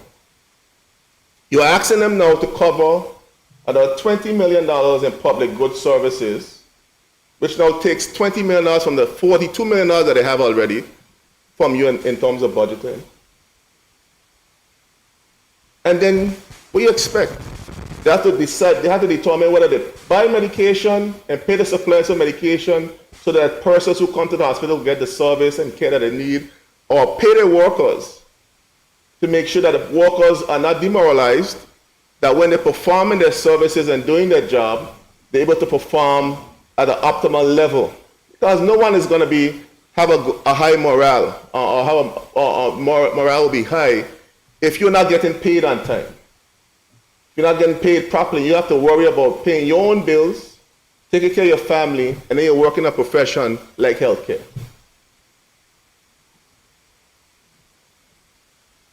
And then you go and you cut the facilities that these hardworking people and individuals and professionals perform the services. Let's be fair, let's be honest to the public about what is really going on. You're underfunding the facility. That's why the facility cannot cover its bills. So should they not pay for the medication and be discontinued from getting medication so that we could have medication to take care of the persons? Or should they not pay the staff like they were paying them when I came in as a minister for that period in 20-something, where we had to pressure the Ministry of Finance to ensure that we get a subvention on time so we could pay the workers in a timely manner? We got to do better than this, ministers. Premier is the minister representative for the 7th district, unless you forgot. You represent the people of the 7th district. Eastern London people deserve better than this. It is going on 3 weeks and it must stop. And whatever measures the people are willing to put in place to make sure that you get the message, I'll be right there with them. I'll lock me up with them too. Because it's wrong what you're doing. It's inhumane what you're doing as a government to the people in that community. And it has to stop, Madam Speaker. Madam Speaker, I'll leave the Ministry of Works for last, because I want to Bamako. Madam Speaker, the Premier's office. Madam Speaker, my colleague was accurate in his summation of what's happening in terms of the rated program. I'm just going to add a little bit more to what he said, Madam Speaker. Madam Speaker, we've been asking continuously since the budget passed. This program was discontinued in December of 2023. We're asking continuously to get this program on the road and get this program moving. 6 months, it is, Minister? Remember? 6 months later, and he's right, that's my assessment of it too, the only game in town.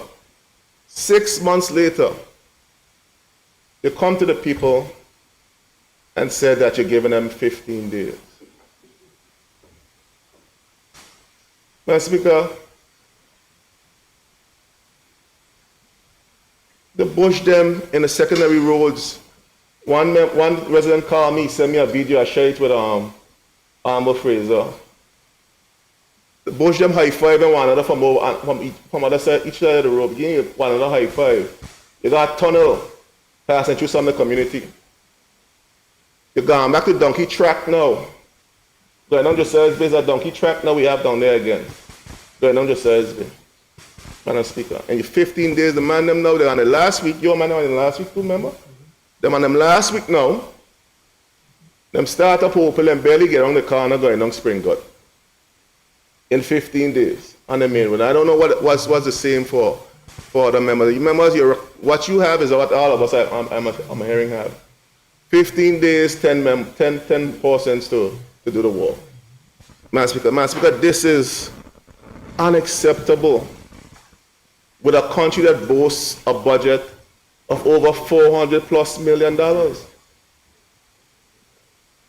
And the answer I got is that they have no money. So even the persons who were working along with some of the ministries and were giving good service and had an opportunity to be exposed to opportunities within the various ministries are now back home. Those persons now have a sense of despair too as well, because they were looking forward for a continuation or even an opportunity to get a full-time job within the service. Now they've lost hope in that opportunity. The decisions that we're making as a country and as a government is creating a sense of despair and hopelessness in our people. I don't know if the members of the government that come out of them Jeep and that come out in the community and talk to people like we talk to them. I don't think they go to the district offices and hear the concerns that people express on a daily basis in terms of how they're living, Madam Speaker. Madam Speaker, I have been fortunate and I've had the privilege to represent the people of the 8th District, and I continue to represent them because I work for them very hard for many years. And this is the first time, Madam Speaker, the member is absolutely correct. I've never seen the economy this bad. This is the first time I'm hearing some of the concerns that some of the people are saying to me. And some of the people are saying to me, Madam Speaker, Madam Speaker, I have people in the business sector that are coming to me and asking for support and some help and some direction that have never in the years that I've been in power said that. It speaks to the softness and the weakness of the economy. And it cannot be an issue of revenue because the revenues have been increasing. We don't have a money problem. We have a management problem. Is either we willful or we just incapable. Because the monies in terms of revenues have been consistent. And we've been able to do tremendous amount of work in this country over the years under other administrations with less money than we have now under this budget, Madam Speaker.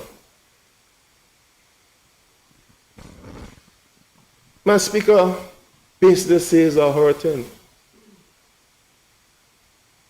Communities are struggling tremendously. And you cannot continue. And then some of these people have the audacity to come tell you, well, I need to cut out your own bush. The government got $400 million budget, you telling the people them to go cut their own bush on the government main road? And the government could take up $1 million+ could throw down in front of the complex and it won't fix. It won't fix the complex, you know. That the mold, soon look at one in Castling in one of the medieval times, where the mold take over the entire structure. at the pace that we're going right now with that complex. Even the Radam, you don't want to see the Radam, even the Radam don't want to go down there no more. You even can't see a rat around that place. You're so afraid to go down there. The mole killing the Radam and all. They're running from down there.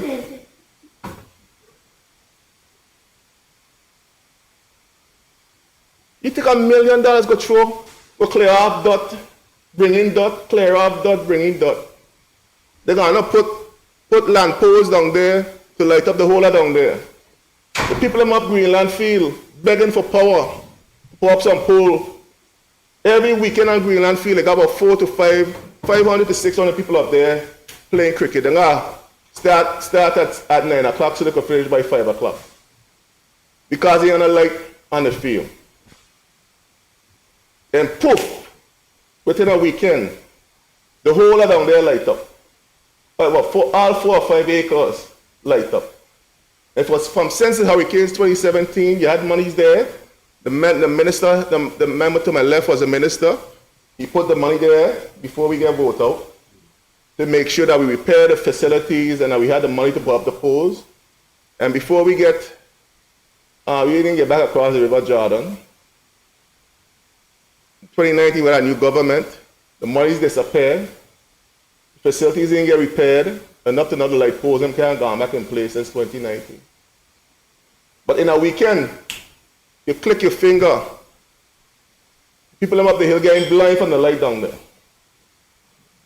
But you can't find monies to put into the Greenland Field where you have over 600 to 700 people on a weekend. This weekend I have over 1,000 because you have the finals of the cricket this weekend. Everybody in the dark gonna be up there. But we have to first start at 6 o'clock in the morning because we got to finish by 6 o'clock in the afternoon before dust setting. And we think we're doing good for this country, Madam Speaker. We don't have a money problem. We have a management problem. We're mismanaging the resources of this country. $1 million plus, and Madam Speaker, you'll have to bear with us this question and answer segment because that question about that money down there is going to come from about 10 a week. So we need to know where that money, how much money was spent there. The people need to know how the money was spent. And I understand even the board members don't know how much money was spent there. I understand even Virgin Island Festival just finished, they don't know how much money was spent on that. Madam Speaker. We have problems, Madam Speaker. This country has problems. We need better management of the public's resources, Madam Speaker. So, Madam Speaker, Premier, you need to get some money in the rated program. You can't be playing with people like this, 15 days. A big man and woman sit down for 6 months, begging and asking for pleading for an opportunity, and you give them 15 days, and you don't know where the next day going to come from. That's how we're dealing with our people now. That's how we are treating our people now, Madam Speaker. We have to do better. We have to do better. This is not good enough for us as a country moving forward, Madam Speaker.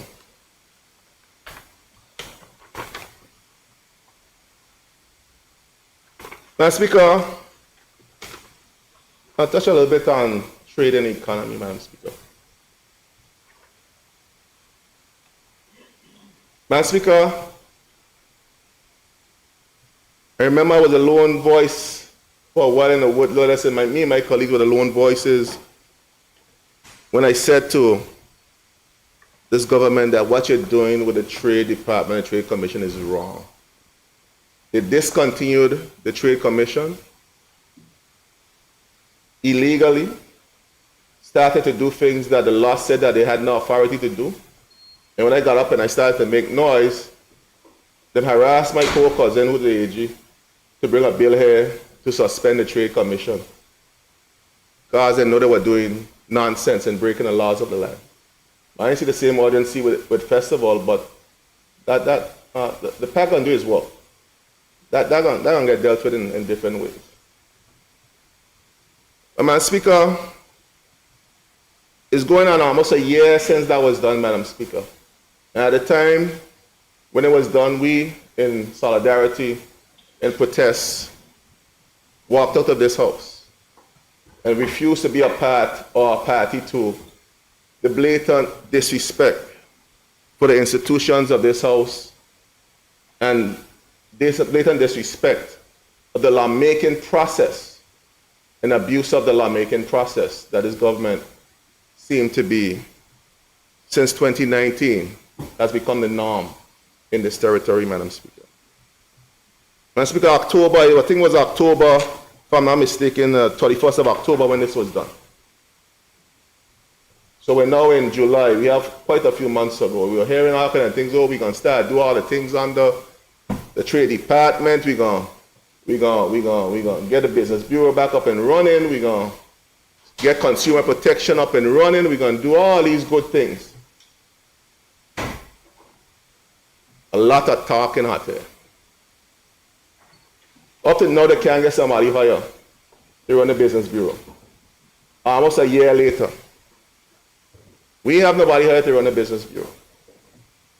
Businesses are feeling the pinch harder than they've ever felt in the history of this country, Madam Speaker. No relief.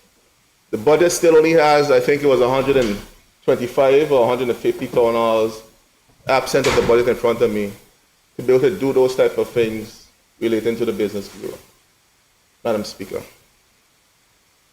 Nowhere with consumer protection or start the process at least looking at issues of a basket of goods that we continue to talk about to be able to bring some kind of relief. The member's right. The prices of groceries in this country is out of control. And you particularly see this on things that are duty-free. Things that should be duty-free in this country, the price continues to rise exponentially. And then we talk about farming and fishing, and the Premier's office and the Junior Minister is supposed to be the one responsible for this. And a lot of talk in that space, but as a member that said, all fraud and no marby. A lot of fraud. When you look down here, you drill down, what is really happening? Chicken, what is one of the subsidized products that comes into this country duty-free? And if I'm wrong, member, you could get up and correct me. As far as I know, chicken is a subsidized product that comes into this country. You have cold storage. So you have two companies performing poultry production in this country. The one company, I understand that was owned, and that's a disappointing thing to see, Madam Speaker. That a young individual who invested so much in that industry got frustrated to the point that he just gave up on that and moving forward that industry. That's one of the most sophisticated processing plants anywhere in the region. That's one of the most sophisticated and technologically advanced hatcheries anywhere in the region, the Caribbean region, and I dare say in some parts of mainland United States. Another one was opened up down in Josiah's Bay. And he decided that he couldn't continue within that industry because of the support, the lack of support for his organization. Farming is a heavily subsidized entity. You think you get food from the US because the private providers could afford to do what they do because they're heavily subsidized. That's why we could get it at the prices, even though they're high. If they weren't subsidized, they would even be more exponentially higher than what they are right now because of the subsidies that are coming from the federal government and other governments around the globe that are subsidizing farming operations around the globe. But we didn't give our people no support. So they have to still compete with the persons who are bringing in the cold storages at duty-free prices. When they bring their stuff in, they got to pay the duty on it. They got to pay the wharfage on it. They got to pay all these things on it. And they got to go back to beg the government for a reprieve. Beg the government to give them a refund. Sometimes the refund takes 3 to 4 to 6 months to get the refund. These are things that should be coming to the House that says, look, if you have an industry that's operating locally, and these are level of subsidies that this industry could be afforded to that industry, those are laws you should bring to the House quickly. Not lost to empower yourself and give you power over, dominion over the Trade Commission.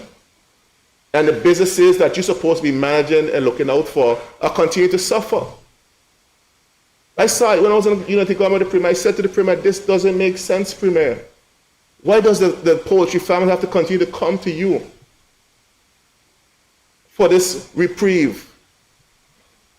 And then the supermarkets are bringing in the same product duty-free and they're producing it on the ground. We don't have a money problem. We have a management problem.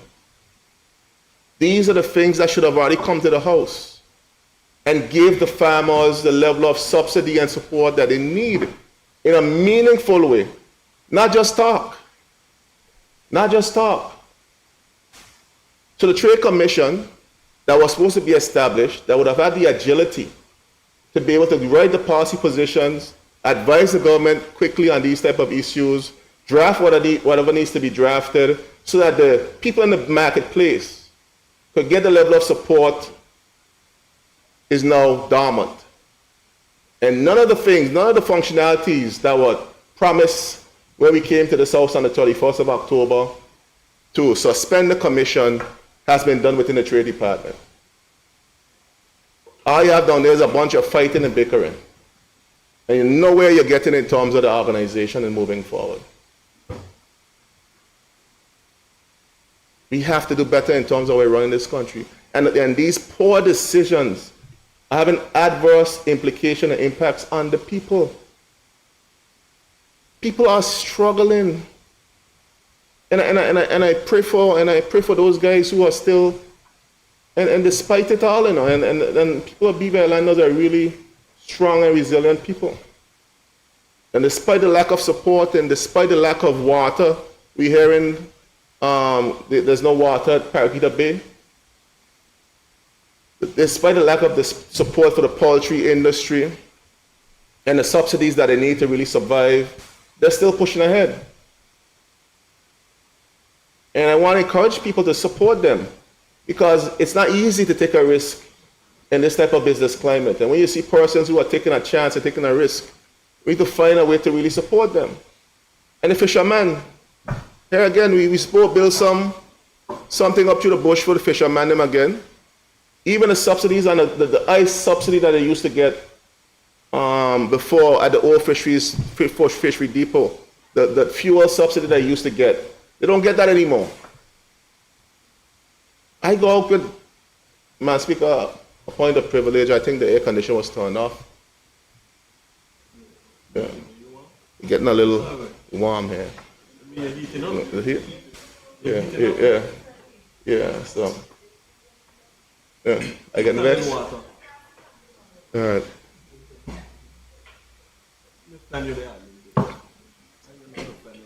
So, Madam Speaker, the fishermen need better support. I live in a district where the majority, a large percentage of the people who fish are from that district, Madam Speaker. And from time to time, I have a philosophy. Sometimes if you want to feel a man pain, you have to go out with them and really see what they have to go through. And one of the things that I like to do is I like to go out and I like to fish and with my guys and go there and just see what they experience on a daily basis, just to bring a catch to market and the challenge that they have to pay, they have to endure. Before they even leave the dock, Madam Speaker, they don't spend about $500. Not knowing how they can catch a fry. You know whether you can catch a fry or a whiteling. And you don't spend $500 before you leave the dock. You got to fuel up. You got to buy sinker. You got to buy a hook. You got to make sure you line them in your rigs and gear. If you got to get your fish net, make sure it's up and running. That's even before you leave the dock, Madam Speaker. You got to buy squid. The squid them as well, about $5, $6 a box of squid now. To bait. Because the soldier crab them, you're not running and hiding now. Them under so much pressure too, you even can't find them to go carry the bait.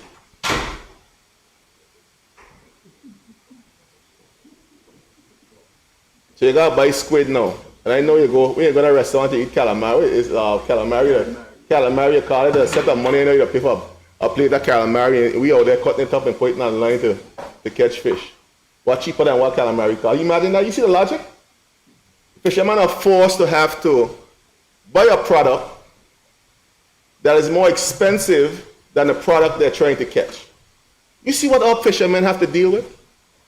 The calamari is more expensive than the fish that they're going to have to sell to market. Calamari almost $8 or $9 a pound. Or if not $10 a pound, a pound of fish now is $7 a pound, right?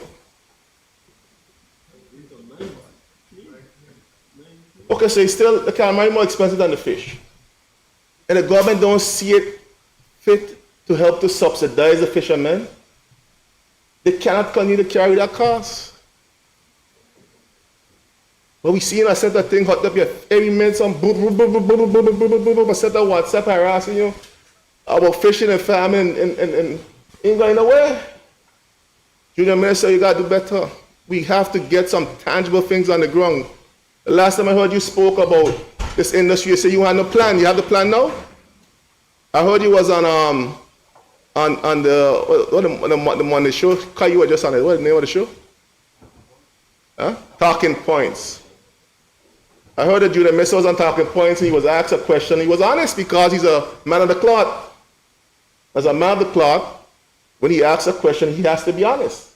And he will be honest. And I my cousin-in-law. Become a good people. He said he does not have a plan for fishing and farming. We're going on 2 years now, colleague. Are we any closer to the plan? And I'm sure you're going to get up and tell us that when you start to speak.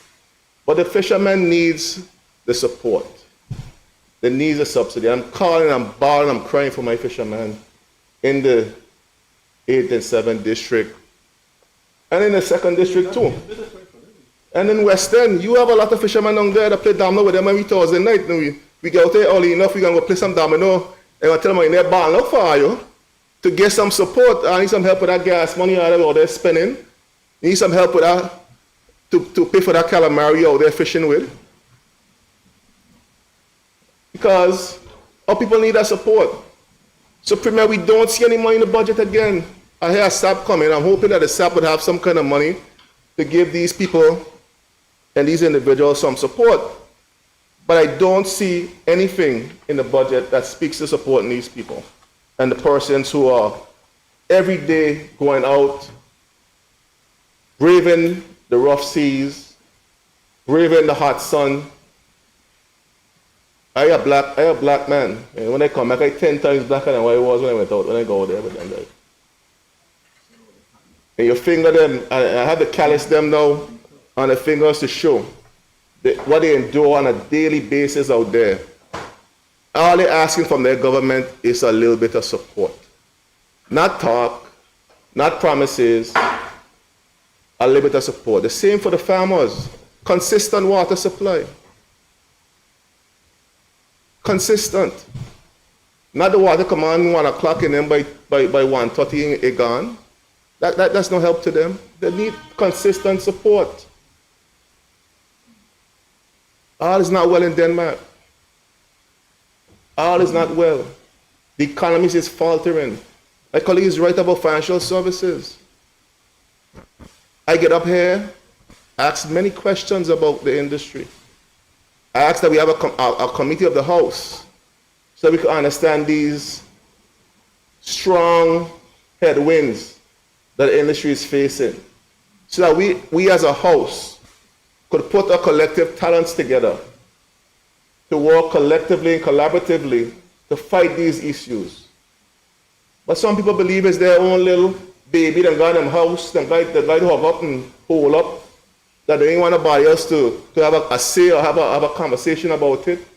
But Premier, use the Premier for a reason. You're the Premier Minister of Finance. All subjects are your subjects. The last time I said that I was called, what I was used about me, I wouldn't bring that back up here, but. Yes, that's the word, Premier. I'd forget it, but thanks for reminding me. But ultimately, the Premier is the minister responsible for all the subjects. So the ministers have to take direction from the premier, they'll lose their job the next day. Premier, you from good stock, I don't understand how you got people behaving a certain way, them turn off the power on people and you got to be sanctioning this because your district is the one that's mostly affected by it. I can't believe that you would bring harm to the people that you represent. You're that kind of person. I don't know you to be that kind of a person. You gotta make people respect you and your authority. We have to do better with that industry. We need to have a more open dialogue with that industry. This is the first time, remember, you're right, I've been in this house, me and I have been here around the same time. We've always had proper dialogue on an industry. Dr. Smith always engaged on an industry with the opposition to make sure that it understood what was happening. And I know that Ralph did the same, Honorable Ralph T. O'Neill did the same when he was the premier of the country, and Honorable Skelton could attest to that because he was here in opposition at the time. Premier, don't allow yourself to be that premier. That take away that level of bipartisanship that is necessary for such a critical component of our economy. There are a lot of major things coming on the pipeline. And at the end of today, one of the most major decisions is going to be made in the United Kingdom in terms of the leadership and the implications of that leadership. The issues with the EU, we're no longer a part of, but they impact us greatly.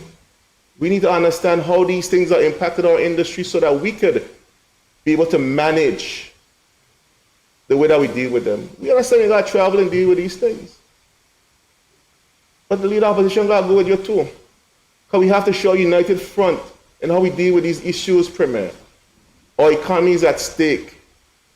We need to ensure that we all are on the same page with these major headwinds that are coming down on us as a territory, Madam Speaker. Madam Speaker, I'm going to soon wrap up and give somebody else a chance to speak, Madam Speaker. But before I go, I have to talk about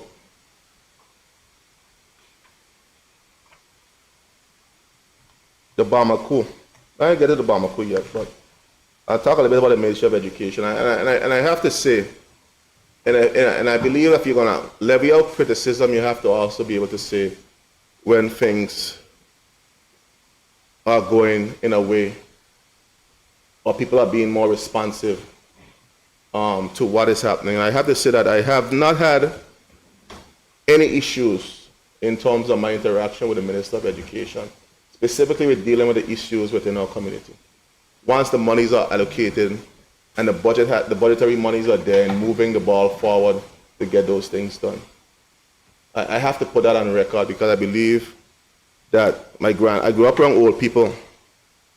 My grandfather, Old Bell, and my grandmother, Mary, raised me to always be truthful and say the things. And if you used to say, can't say, my grandma said, if you can't say nothing good, don't say nothing at all, but I got to talk these things though.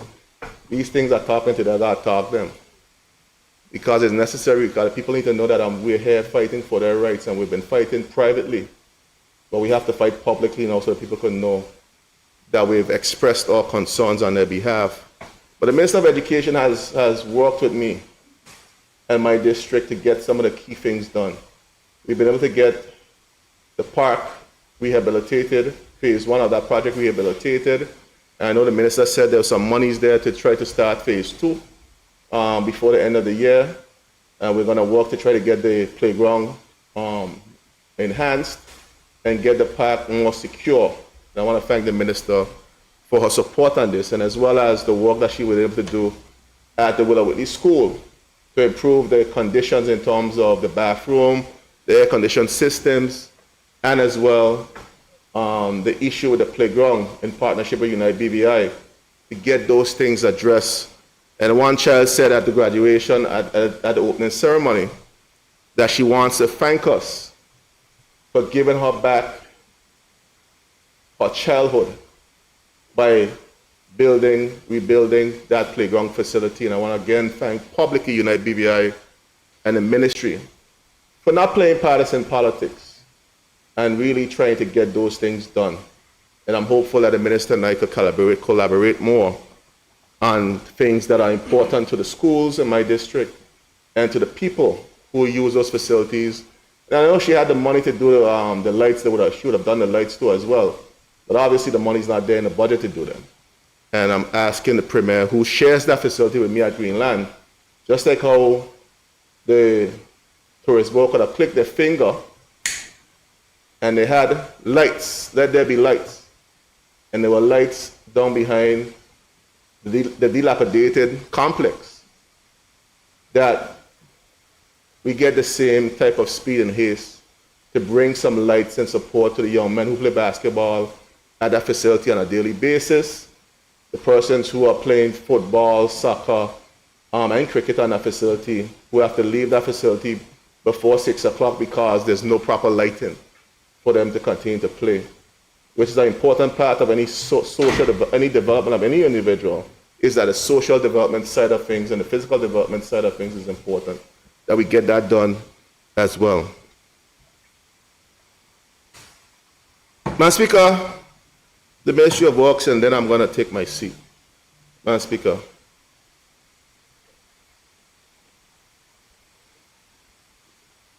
Madam Speaker, the roads of this territory are the worst I have ever seen them in a very long time, Madam Speaker. More specifically, Madam Speaker, the roads in District 8, District 7 are the worst roads in this whole entire territory. Madam Speaker, I don't know what is happening, Madam Speaker. Again, it's obviously not a money issue, because if it was money, our budgets are more than we've ever had before. Our revenues are higher than we've ever had before, Madam Speaker. And our roads never looked like this.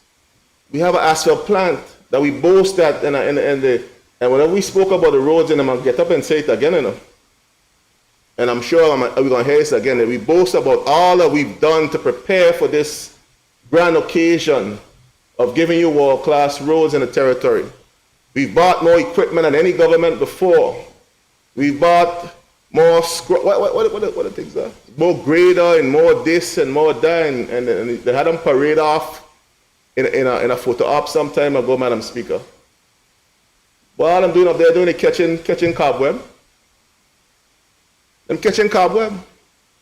So whenever you make noise about the roads, they look at them dig up a section of road somewhere, and they come and try to rush put on some asphalt to make it look at them doing something. Them start to do the one over in the middle of the graduation for the college. Then they got the one there where they scared left and a rush go put on asphalt, had the whole place in a mess. You drive there now, them still ain't come finish it. Cause you got one side paved and one side got a hump, you go down in a gully over there. Where's the plan? Where's the strategy to deal with the roads? Remember for the 6 asked a question about a schedule. And I look at the schedule the other day, and I had to take a smile. Up to now, the schedule, you can't, even a schedule that you set, your own schedule that you set, you can't complete, buddy. Your own schedule that you set, you can't complete. You have an asphalt plant now in the territory, and the roads are worse than they've ever been. You own an asphalt plant? The problem was that we were spending too much money to buy the asphalt. Okay, you buy your plant. You have a plant. And the roads are worse. As the young people that say, let's make it make sense for us now, please. So bad that the respondent to the high school graduation spent half of his speech on the road. That means the people are feeling this pain, Minister. We need a clear strategy in terms of getting these roads addressed. The piecemeal approach that we're taking cannot work. And I want to remind you that the people of the 8 and 7 district that pay taxes too, The people of the 7 and 8 district pay taxes, they are law-abiding citizens, and deserve quality roads just like everyone else in this country. Why are my people being suffered like this? Madam Speaker, it's not a square foot of road you drive in the 7th or 8th district where you don't fall on a pothole. Not 1 square foot. Less than every 3 or 4 feet you have in a pothole, brag them somewhere. We can do better than this, colleague. It's not personal. These things are these are pains that people are feeling every day. And we have to come in here and express the pain of our people. It can't be money. You have more money than you ever had before. It has to be an order that you, like my colleague said, that I don't care. Or you just can't manage the process. If you can't manage it, you have to put people who can manage it. You have to put people who can manage the people's affairs. That stretch of road right there across from the crabs. They come up there, they may consult with a soul. They put a swale in the middle of the road and run the water right flush up on the sidewalk. So instead of water, run the water, if you want to run the water, at least run it underneath the road. Now the students have to walk in that water now on a regular basis. Can you imagine that?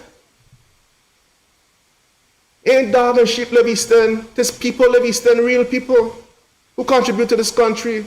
Why you continue to treat my people like dogs and sheep? Sheep, yeah, sheeps, yeah, that's exactly, I know I'm saying sheeps. I know I'm saying sheeps. Yeah, continue to treat us like sheeps. But that's how they think of us. That's how they think of us. I know exactly what I'm saying.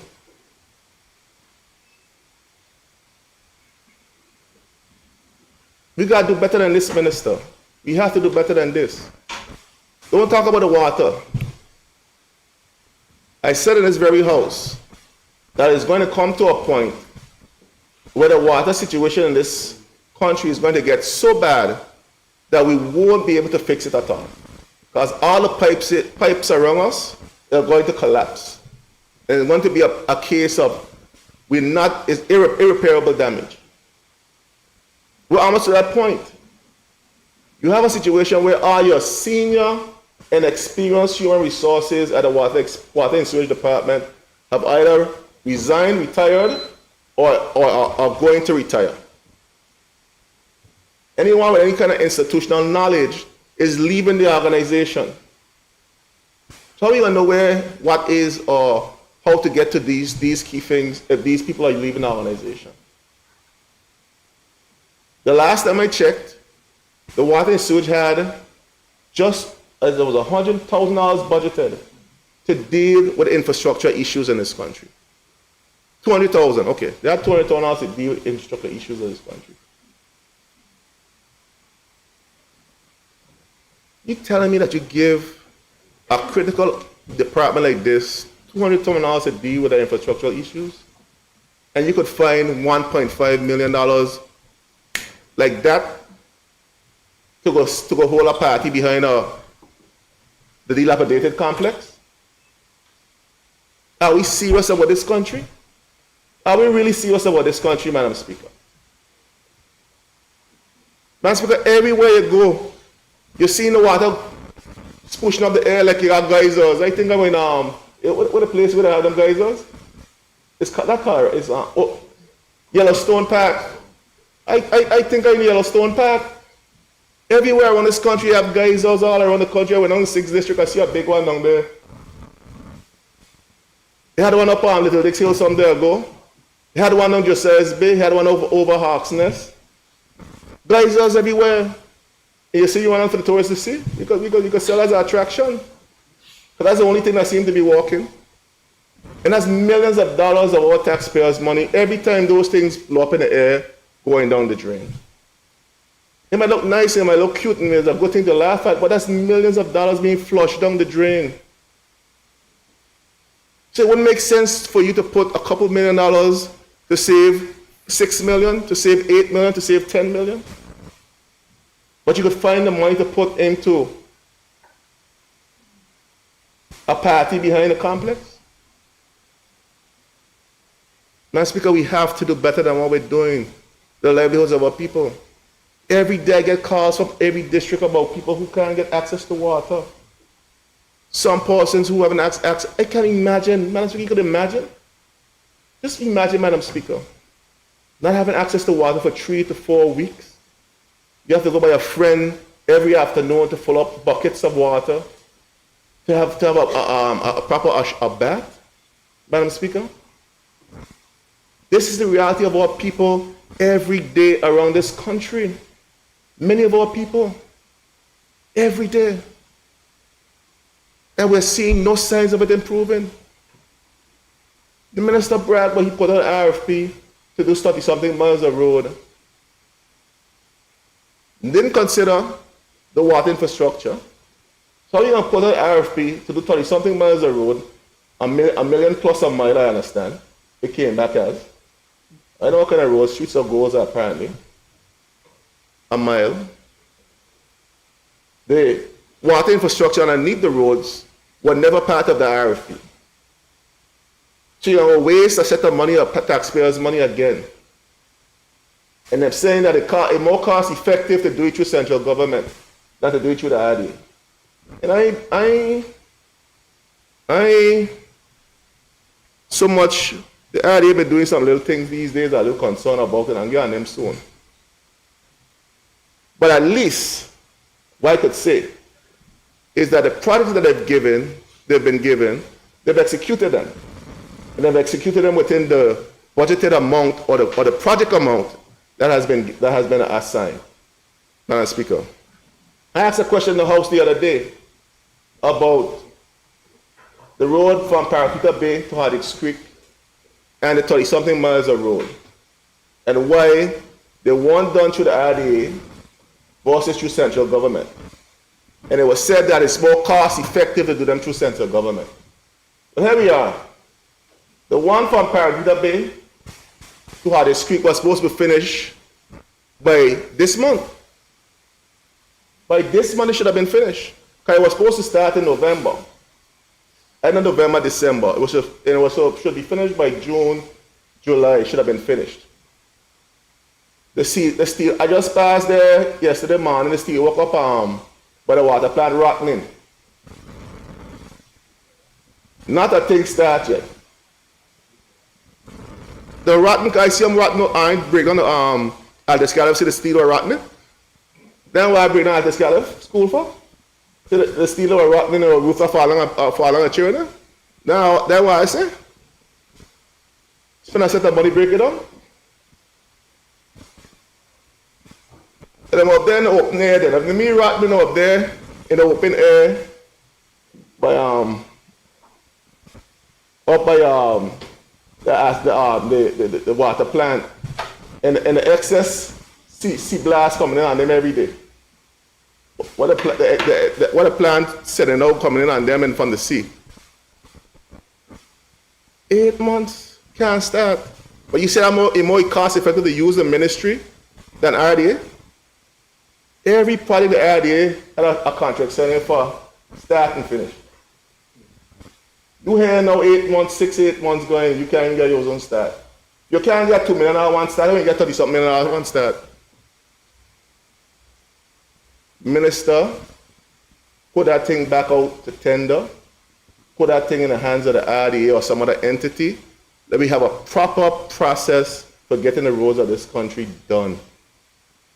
A proper process. And you got a company here, the company from somewhere, St. Kitts or somewhere, here the company coming from. Put that thing back out to tender. One company bid, I understand. Put that thing back out to tender so the people of this country could get a proper valuation to get the roads done in a cost-effective way, in a more professional way, and get those drawings redesigned. I hear the one practice we can't start because the drawings are in a mess. If they ever build that road, they'll drown everybody down the low side. They say everybody down the low side and get drowned.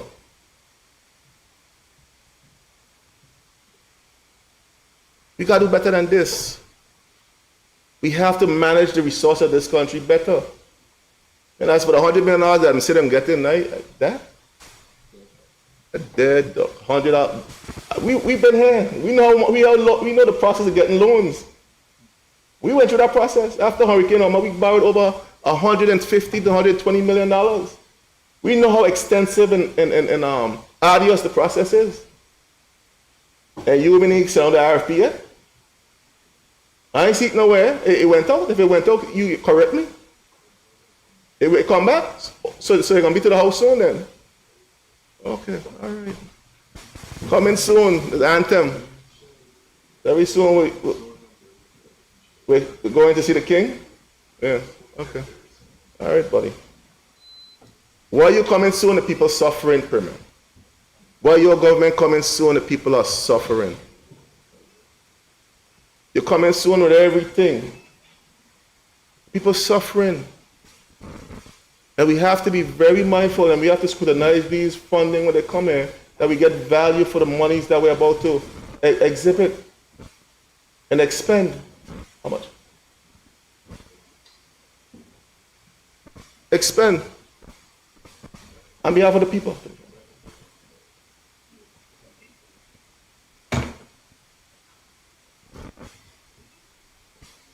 Madam Speaker, the sewage. There's a recitation again. We keep hearing that we tendering this and we tendering that, and it's soon coming back from tender, and this coming back and this coming in. Up to now, we can't get the main apparatus from Paramtong down to the Long Swamp. How long? How long, Minister? How much longer the people should suffer? I see you start the transfer station, and I'm happy for that. There is no consolation to the people that have to deal with this issue of sewage every day. Sewage is an expensive proposition in this country right now. And everywhere persons are struggling. And you can't really, and the reality is that people can't afford to deal with their situations, many of them.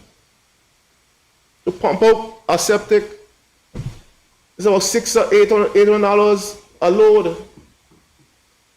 How many people could afford to do that right now? It might be more expensive than that. I probably got a friends and family discount. How many? And some people have to take 2 loads, and they might have to do that every 6 months or every year. That's expensive for people. So it's easy to criticize the people and say, "Oh, they're this and that," but it's a systemic problem that we have across the entire territory. It is expensive to build homes in this country. And sometimes people get very shoddy work from some of the contractors and workmanship. And the septic tanks that are built are not adequate. And they find themselves in trouble. Many persons barely struggling to just pay their mortgage. When the end of the month comes, if they don't have that additional rent income, they have trouble to pay their mortgage. And now to pay this additional expense is very difficult. They prefer to pay a municipal fee to pay for the sewage, versus having to pay to be pumping it out on a regular basis like that. These are important projects, Minister. We have to. Yeah, it's been there a while. Yeah, you're there now. You know, when you bring up the issue of Sudan, I could talk about the pay pack and some money down. I got the pay pack. Which I've been having, they had over, how much years now they got that money back, you know? The money been back in the treasury. I think the pay pack owed them about $1.5 million, if I'm not mistaken. I'm sure the minister will get up and correct that. Or $2 million, I'll have to message the clerk will have that information. Clerk, you could do a quick research on how much, I know I asked a question in the House, how much the pay pack still owes from the monies that went over. Majority of the money came back, but the project is not moving. You still have the laterals that have to be done. At least you could do the laterals while you wait on the main infrastructure to get done, Minister.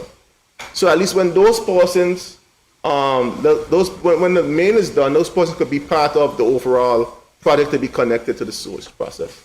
All in Greenland, those things have already been in place. We don't have a money problem. We have a management problem. And I don't want to believe that the ministers just don't care, but I start to get a little cynical to member, because I don't find them to be people who don't got good knowledge. They went to some of the finest schools and institutions around the world. So it can't be that the other got to be willful or something, because it can't be the fact for lack of education because they went to good schools. They got to be willfulness.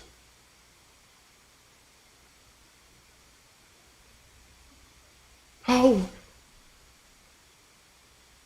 It can't be to spite Obel and Mary grandchild. Can't be to spite me. You don't spite the good people of the 8th and 7th district because you're trying to spite me. I can't believe. I know, man. I ain't that cynical. I don't think that's what you're trying to do. That's why the roads ain't getting fixed.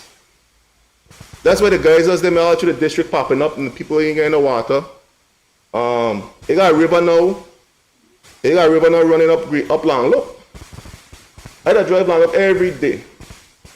In the morning before I go, I have a little standing meeting every morning up on Long Bay Beach. So I get up my bed 6 o'clock to go meet the Sanhedrin. I have to go before the Sanhedrin and answer for my sins on the beach while I get a sea soap. So I don't get a break. And every time I got past through Long Look to come go on Long Bay Beach, there's a river running in Long Look. From up by up there where it house is, coming straight down to where the laundry is. A river. Ain't a river, Jordan. I know what kind of water that one have in it. And it's like, Premier, that's your district, Premier. That's our district. God, them my people too, them my cousin too. Them my people too.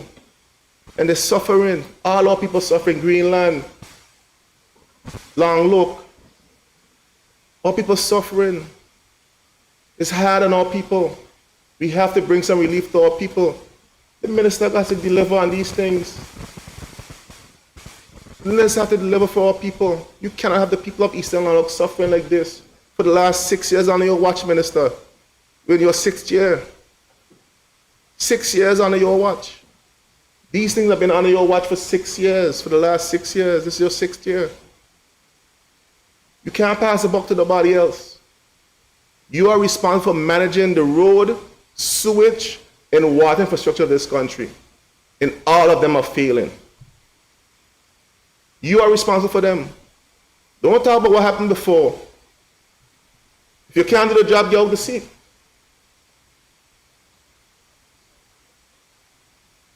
You're responsible. The buck stops with you. It's not personal.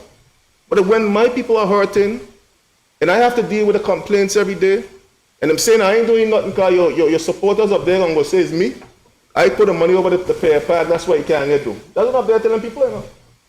No shame whatsoever. I'm up there telling people that because I put the money pay pack, that's why the sewage can't get fixed. That's why the roads and can't get patched. That's what I'm up there telling people, you know. Good thing the people of 8th District, Eastern, have got good sense. I ain't got nothing to worry about them, because I know they got good common sense. They're a lot brighter than how I want to put them sometime.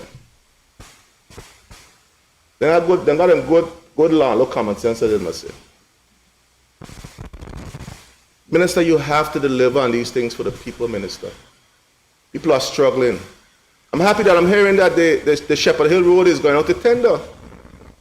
I've been coming to this house. Every single house sitting, I've been asking about the Shepherd Hill Road. I'm hearing now, Minister, and I hope that is so, and I'm happy, Minister, and I'm going to, as we discuss, get those things to you. I'm happy that it's being done. And I tell Mary and Obey raised me the right way. When things happening, you can't just talk about all the rest. You got to talk about what's happening too. And if those things are happening, Minister, I am happy. And we need to move forward with getting those roads done because it's been a safety hazard to the people in those communities. Shepherd Hill has pretty much been cut off from the rest of BVI, I would say. Patola, I would say. Because the back road now needs to be graded, and I've been talking to the director about the back road. The lower road, people are scared to drive on it, and we can't drive on the top road. So I'm happy to hear that those roads are being tendered, and hopefully they could be started before the end of the year. Going out with your team, again, the civil mitigation, I'm happy and I'm glad that you listened, particularly on the civil mitigation policy, Minister. There's something that we brought up in standing finance, and something that we discussed that we need to be able to do more with civil mitigation. And I'm hopeful that this policy that has been approved can be done in this regard to assist the people more in the constituencies. You can't assist them with the money that they're doing, Minister. Premier Minister of Finance, who's also a district representative. That $200,000 could only go so far in terms of helping the people. That's one piece of road. I only could do so much. But I'm hopeful that we could get that done and be able to move that process forward. But Minister, we have to get chop on the road, sewage, and water issues of this country. The infrastructure is failing on your watch, Minister. You've been there 6 years. It is failing on your watch. We see the roads collapsing before our very eyes. We see the water infrastructure collapsing before our very eyes. And we see new rivers forming every day in our communities from the sewage. It's not an easy task for persons. This process takes a lot of money out of people. I just had to fix mine. I know it is. It's costly. Not a joke. Before they put my name on the street. It's costly, Minister. And we have to find a way to get these things moving. Again, this country doesn't have a money problem. We have a management problem. We have to arrest this situation and manage these initiatives in a way that could bring some relief to the people of this country. Madam Speaker. Madam Speaker, I know you want to break shortly. I have a few more that I want to say. I don't know if you want to break and then come back, or you want me to I only need about 5 more minutes. Yeah, okay.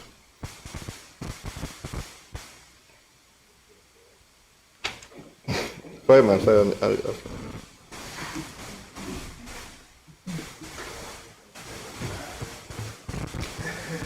Madam Speaker, I'll hold back on this one. I might go 25 like the leader opposition says. I'll hold back on that one. I'll leave that for another day. Madam Speaker, I want the government to understand that we have a responsibility to represent the interests of the people in our constituents. Not only that, but we have a responsibility to represent the interests of the people around this entire territory. Once you get elected, your oath is to this House, and this oath is to the well-being of the people of this territory, Madam Speaker. Madam Speaker, I was on a radio show the other day, and I heard some very disturbing commentary concerning labor issues in this country. Madam Speaker, that a particular yard company is getting rid of belongers and Caribbean nationals who on work permit, who's been here for a very long time, and bringing in a set of expats from South Asia. South America they're from? South America and South Asia. And this is being allowed to happen under the Department of Labor's watch and the Minister of Labor's watch, Madam Speaker. To the point where the owner feels so emboldened that he told one of the workers that I hear you on the radio complaining me, but guess what? I ain't paying you today. You can't do me nothing. I ain't paying you today. I'll pay you after the holiday. How people feel so emboldened to come into our country and abuse our people like this with no recourse from a labor department to our people. Madam Speaker, I know this is not the only entity that this type of behavior is being able to happen and continue. Madam Speaker, we need to address these issues and nip them in the bud. The last time it happened, I know you had a big revolt somewhere with one of these same yacht companies when this kind of behavior was happening. Madam Speaker, it has to stop, Madam Speaker. We welcome businesses into our territory. It's important to have businesses in our territory. But we are a country that is run by rules and by laws. You can't feel that you are above any law or any rules in this territory where you can abuse the workforce of this territory. And until this is fixed, and be on top of you back every day in this house until they address this issue. And those belongers who have been abused and disenfranchised are reinstated into their jobs. Labor need to get up out of them behind and do them job. Go by this company, see what's happening to these people, and address the issues that are happening there with our people. The one should be allowed to get away with this type of behavior, as being alleged. How are these people getting the work permits? How? You hear the same cry coming from the captains. Many of these companies they're being pushed out of these jobs, opportunities. People are coming in as cook and all kind of different things than the captains of boats. How is this allowed to be happening in our country? We brag about this, the residual rate of the captain program at the college. But you still hear about these concerns. Is that really true? Many people come to you on a regular basis about what they're facing and faced with on the workforce. Premier, again, I plead to you and your ministers, we have to get this under control, Premier. Send a team from labor up to this organization, investigate what is happening with our staff, with our people, and our people are being mistreated. We need to address this issue and nip it in the bud. No manager should allow to come here in our country and treat our people like this. Nobody.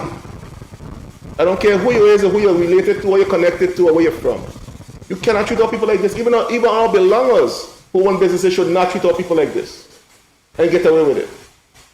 They should not be allowed to. It is wrong. And I'm sending a call to the Labor Department today. Go up Hodges Creek and deal with that situation. Nip that thing in the butt before it gets out of control.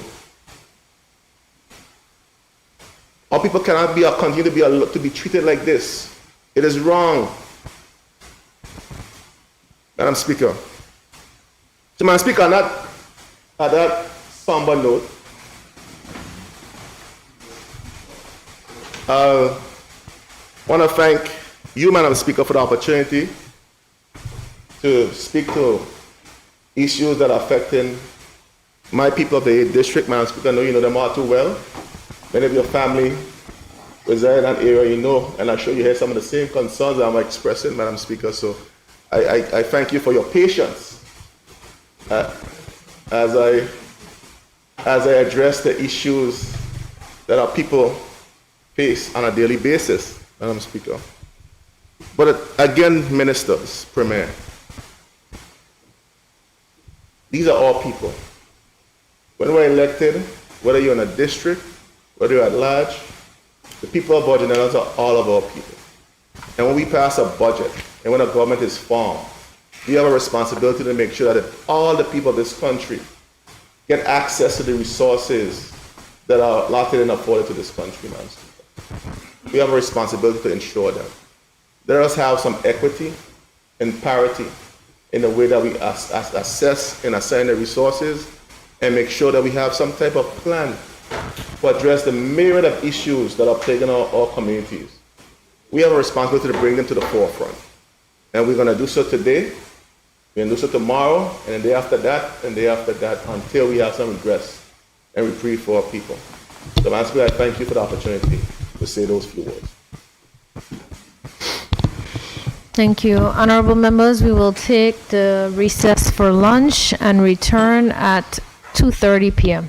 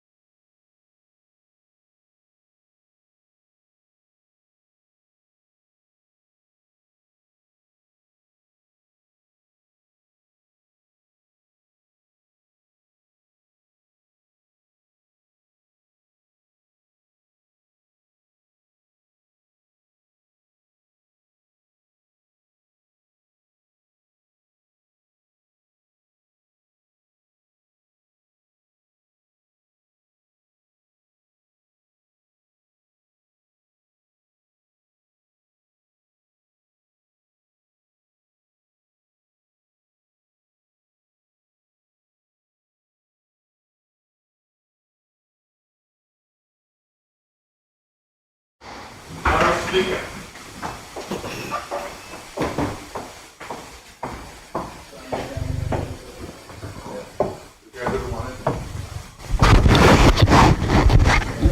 House now resumes its sitting.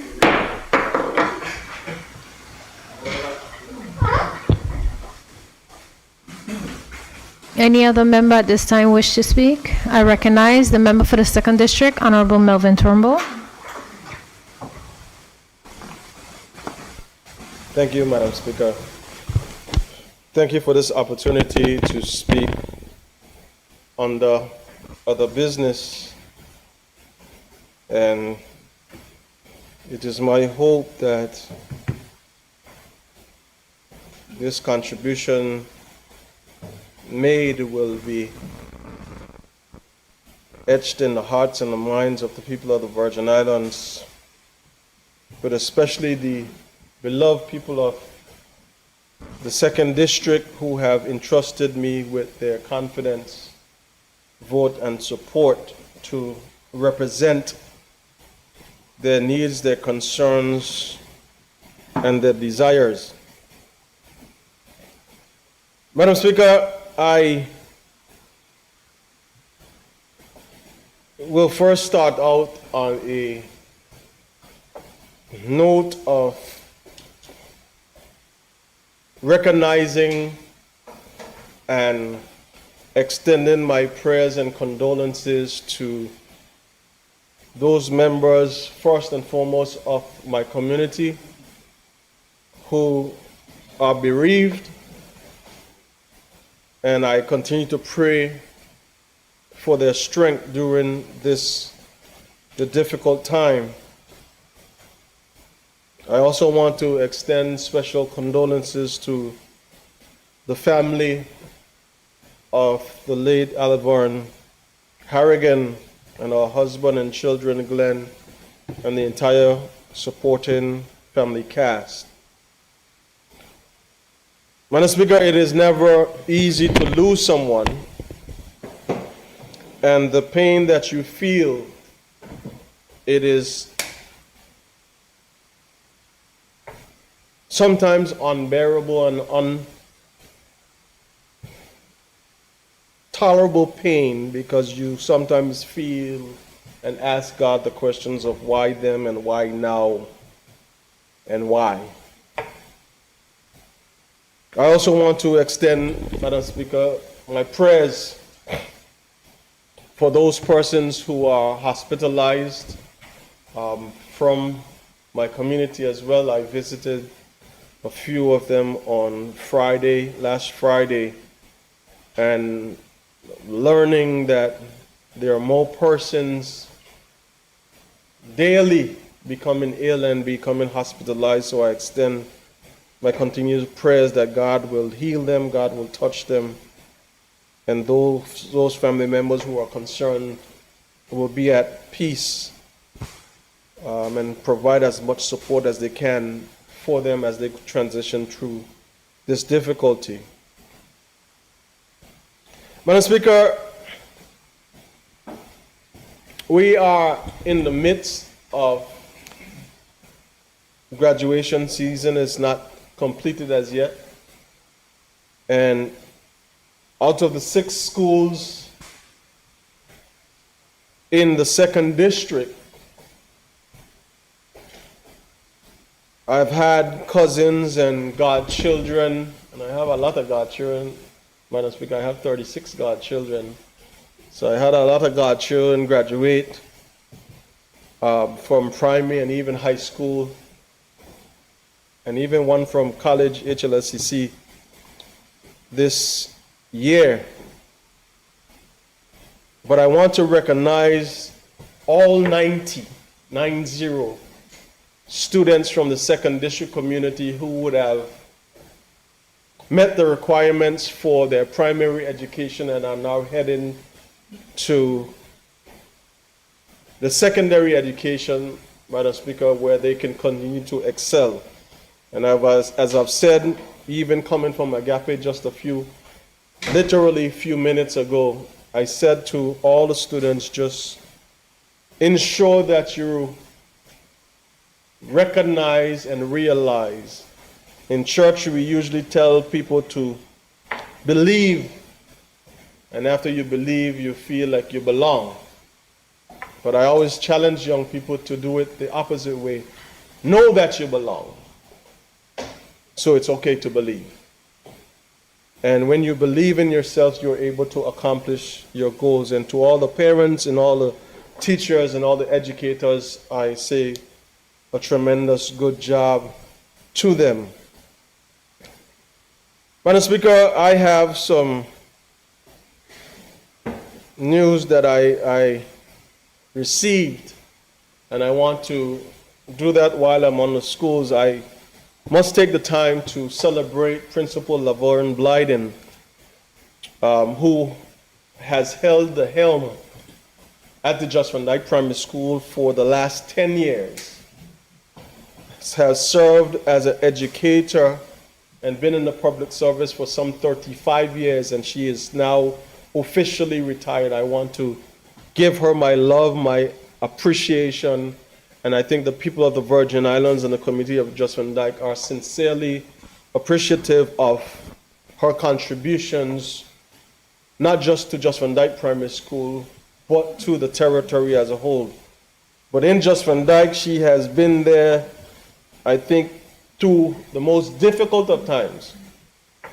The hurricanes and floods of 2017, through COVID, through the storms of April 2022, through the pandemic, through school being shut down, through the school having to be shut down because of flooding and mold, through moving from an uninhabitable building to tents that eventually became leaking, to now in their facility newly built and constructed Just Van Dyke Primary School. So I want to give her her flowers while she is alive and tell her that she is truly loved and appreciated.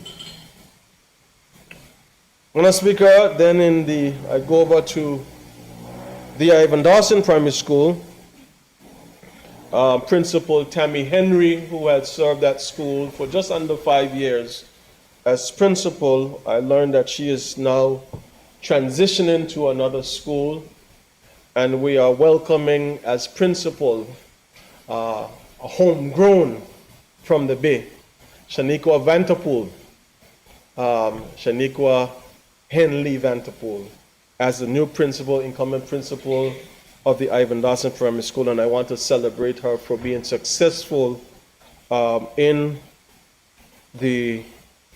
meeting the requirements necessary to achieve that role of principal. I am elated, Madam Speaker. I am proud and happy as happy can be for the hard work and dedication that she has put in to now achieve this role as principal. I also want to welcome Ms. Brittany Gaskell, who will be the new incumbent principal at the Just Van Dyke Primary School. And I know that the community there, once she reaches out to them and gets to know that community, that she will do indeed a good job. I thank the Minister of Education for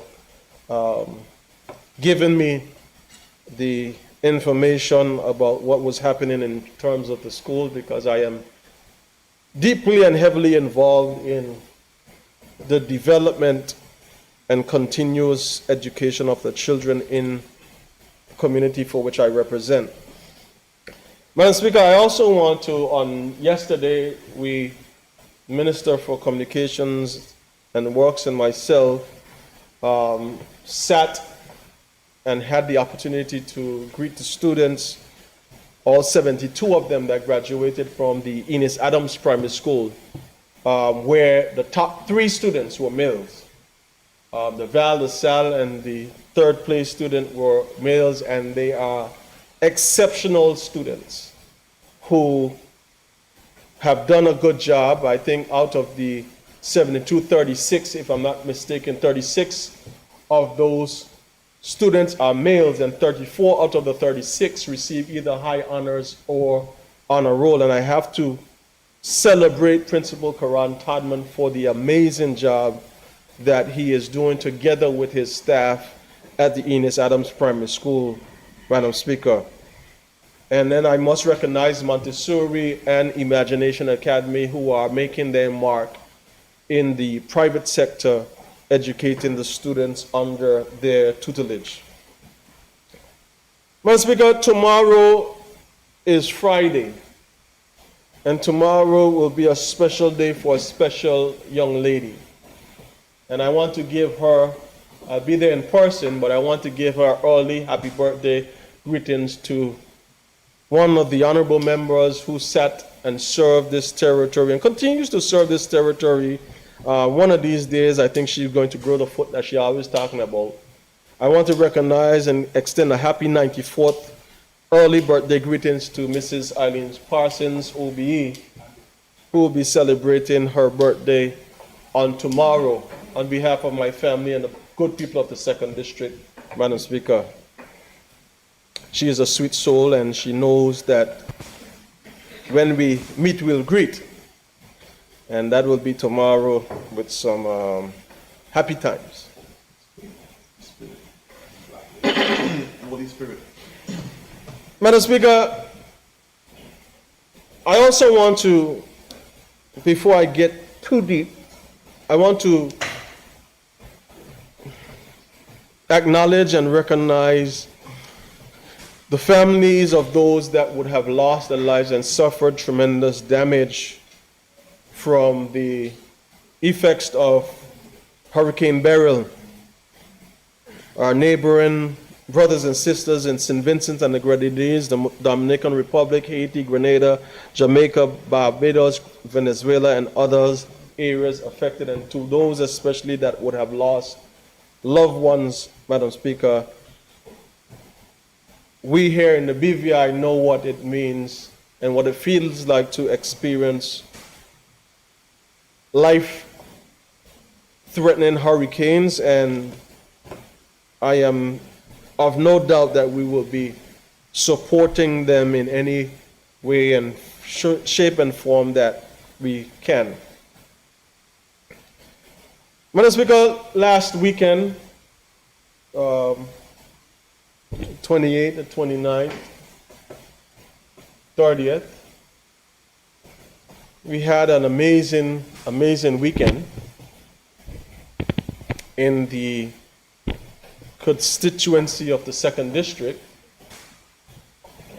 Amazing weekend where we had a group of community-minded persons, young persons, and sponsors that got together to put on the One Virgin Islands Music Festival in King Garden Bay. And Madam Speaker, I was full with pride. I was happy until where we were able to display as a community, as a body of persons who come together to ensure that we put on a first-class type of event. It's been over 10 years since the Music Fest had been returned to King Garden Bay, and I believe, Madam Speaker, the evidence and the proof is in the pudding that it was indeed a tremendous success.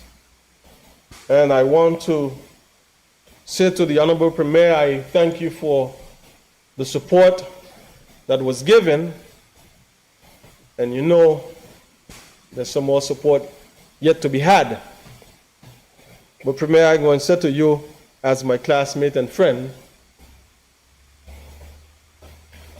if you had done what you know you should have done, we wouldn't have had the debacle with 2, because you agreed to do 1. Don't let people lead you down the wrong road, Premier. Stick with me. The people of the 2nd District, stick with me, Premier. I ain't gonna lead you astray. We had a good time on Friday night. I couldn't help but to, just point out to you the evidence, and I understood the Minister for Communication and Works were there, the son with his toes in the sand enjoying himself, because there's no sun out there by the parking lot down there. But I am grateful to the community. I am grateful to all the sponsors for this great weekend. Then we moved into Sunday, Madam Speaker, with the 1VI poker run. Again, amazing what we can do when we come together. And Madam Speaker, if I continue to repeat a theme in this honorable house, especially after the hurricanes, is that we are stronger together. That was a tremendous success as well to the winners of the poker run. And more so, Madam Speaker, while I am a boat enthusiast and I like to see the boats going fast in the water, what I am most proud of with the 1VI organization and what they do is the giving back to the communities. They give back to the schools, not only in the 2nd District, they give back to the schools, they give back to the Eslin Henley Richer Center, they give back to the hospitals and clinics, they give to the seniors. So I am looking forward to when those presentations will be made. But I also want to recognize every single individual that played a part to make not just the music festival, but the poker run a tremendous success. There were no incidents or accidents, and I am grateful to all that played a tremendous part. And then, Madam Speaker, Monday, we had the first VI Icon Awards, Madam Speaker, which is one like I've never experienced, and I think the bar has been set, so I must recognize Mr. Kareem Nelson Hull and his entire committee for a tremendous and outstanding job that they did on Monday, and all the persons that were nominated, including those that won the Icon Awards. You are tremendously celebrated, and again, Madam Speaker, we have all that we need within ourselves once we believe. Once we believe.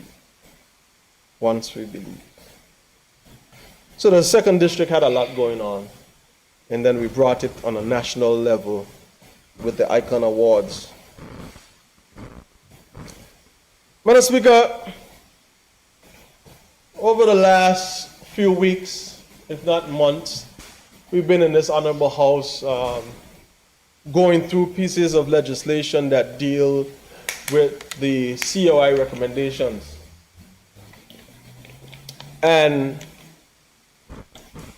we have been ensuring that we are doing our part to ensure that we meet the obligations set forward by the COI.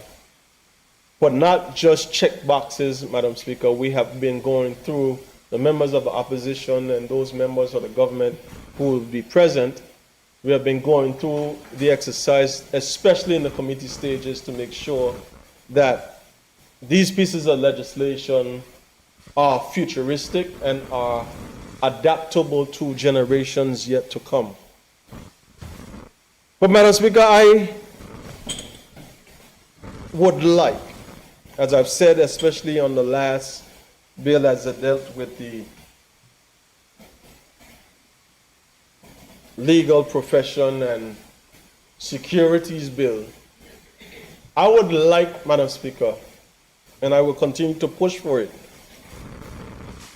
that we move towards a place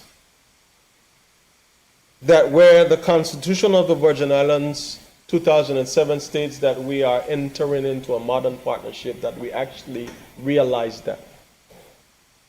That the government and the House of Assembly of the Virgin Islands works together with the Governors Group and the United Kingdom Group to further and advance the people and the development of this territory. Madam Speaker, what we continue to see is this divide and conquer or divide and capture approach. Madam Speaker, the narrative that continues to come forward is always on a negative light, and we are, as members of the House Assembly elected, supposed to fix it. And I am beckoning the powers that be from the United Kingdom, the Governors Group, and elsewhere to not just ask us to fix this, but give us the resources, financial and human resources, to do the things that we need to do. Because though we're not perfect, Madam Speaker, and though we have a lot of room for improvement, the people of the BVI have accomplished a tremendous amount of work and development over the last 70 plus years.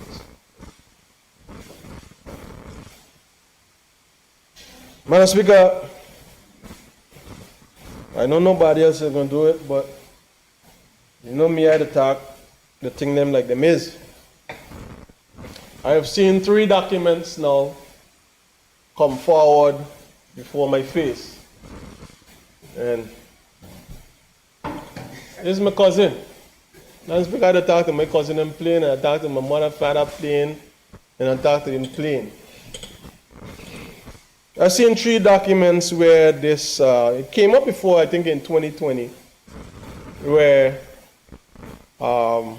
circulars are going out, having the deputy governor being addressed as honorable deputy governor. I don't know where it come from, again, Madam Speaker. I thought it was dealt with before. Because I believe the honorable title is reserved for those members for this august body in the House of Assembly and or members of the judiciary. Madam Speaker, I love my cousin, Deputy Governor Archer, very, very much so. He knows we come from the same grandparents. But this honorable title, he belongs to you, so stop it. I beg you, stop it. Please stop it, and stop having the public officers regurgitating this thing, because it's wrong. The governor is known to us as His Excellency the Governor. So if you want to be referred to as His Excellency Deputy Governor, I have no problem with that.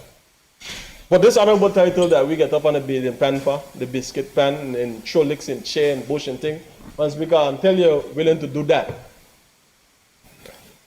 my good cousin, Lee Dallo. Amen. Madam Speaker, this is going to be a rocky road. A member for the 6th and a member for the 8th spoke before me. And what is critical, Madam Speaker, that I believe, 6 minus 8 weeks. why you're good at maths, 8 minus 6 leave 2. And when you add them together, what you get? A lot of power. Madam Speaker, it is not meant to be confrontational, and I am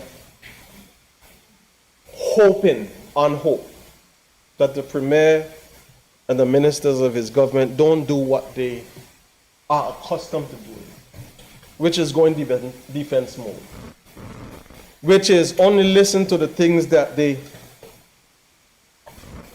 would think as defensive and only harp on those things. But they will listen to the members of the opposition and listen to what is said by us on behalf of the people that we represent as critical elements that they must address. Not get caught up in politics and throwing and tit for tat, which they do very well. They do a good job at it. The Premier is the master of it. He's good. He's my classmate. He's very smart. We spent time in a father and daughter show there, showing some fanciness on me, but I end up still winning, my daughter and I. So I want to ensure Premier because I realize, Madam Speaker, that they're waiting for us to speak so that they respond. So I hope when they respond, they're responding with action to say, I've heard the member for the 6th and the member for the 8th and the member for the 2nd, and these are the things that we plan to do. And even if you ain't had them planned, Madam Speaker, put them in your plan. You could say that, yeah, we were planning to do this, but just do it. But for God in heaven's sake, Madam Speaker, don't get up and say how long you were here and what this and what that, because The reality is, nothing moving, nothing ain't going nowhere. 6 years on. So, Premier, I know you don't write down notes, but just adjust it a little bit. Just do some edits there and hear what is being put before you. Madam Speaker,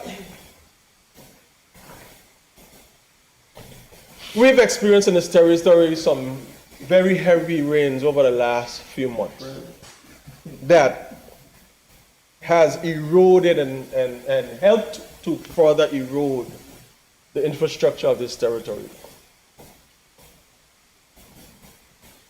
Madam Speaker, my district being the largest district outside of the 9th district of Vojangada and Igado, where the hills and mountains are, has suffered some tremendous damage. Where people's house has been undermined, retaining walls have fell down, roads and potholes get even deeper, deep and wide, but more deeper than wide. And there's fountains flowing through them, Madam Speaker. Fountains flowing deep and wide. You got people saying, "No, in my pothole, them laying down and taking picture and posting," and then just like the one someplace out there, somebody that didn't look like us again, take a picture in it, and then immediately, with haste, we were addressing it. But I've been here now 9 years. And for the last 4 years, I've been talking about Bruce Bay. And I've been talking about Mayaba and Lock Hill and Jos Van Dyke, Madam Speaker. And the rain come and just amplifying the problems.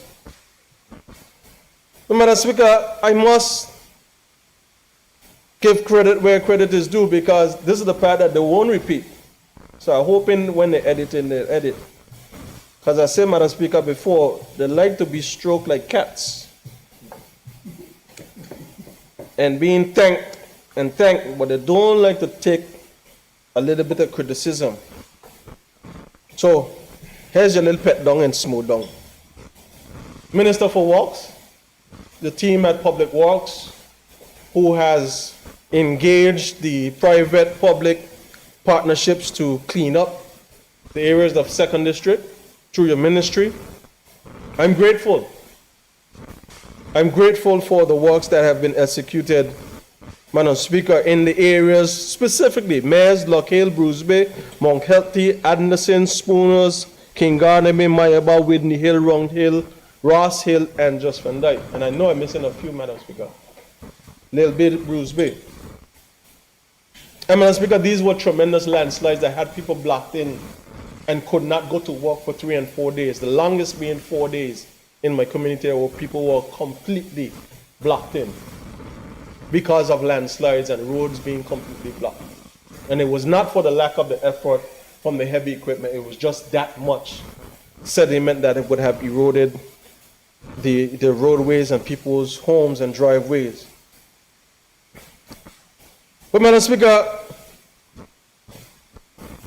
there's a fundamental problem. And the problem for me, as I keep saying, is this government must sit down and have a discussion to decide what the priorities are. Prioritize the priorities. Madam Speaker, my cousin again, good cousin in Honorable House, he's my senior cousin, Minister of Communication and Work. I had to tell you why I have to tell you private and tell you public. Last time I stand up in his house, Madam Speaker, he was away. I got a little message there from him. Man, where you're going on so bad and me, this and that. He said, you know I want to get a thing them do, but I ain't getting no help. I said, Minister, speak to my colleague, my classmate. You sat with him as Deputy Premier. Tell him you want the money to fix the road. Because here's the problem, the roads and the infrastructure only getting worse. in the community of Spooner, Madam Speaker, since I've been here in this honorable house, and especially over the last 4 or 5 years, we've been grading the roads in Spooners, grading and grading and grading and grading, and every time the rain falls, they just wash it away. Start somewhere. If we prioritize, Madam Speaker, I don't expect, Minister, given all that you have to do for the territory, that the roads in Spooners will be fixed in 1 year. That will be unreasonable, Madam Speaker, and I'm not an unreasonable person. But if you start somewhere, and this year you say you're going to put $150,000 or $200,000 to do the bad areas in Spooner, every year that you've been elected, we will get the areas of Spooners. But, Madam Speaker, we are spending a lot of money. Yes, people get happy for the time being, but every time the rain falls, my phone, people start getting nervous if it drizzle. Remember what we're going to do? I ain't how I get out tomorrow. People have to park up them, they can't up the hill, but Madam Speaker, the government is responsible for the infrastructure in Spooners. And the government is responsible for public roads that are failing. And public roads, Madam Speaker, that don't have drainage, that are running off the roadsides into people's properties and destroying them and undermining them, Madam Speaker.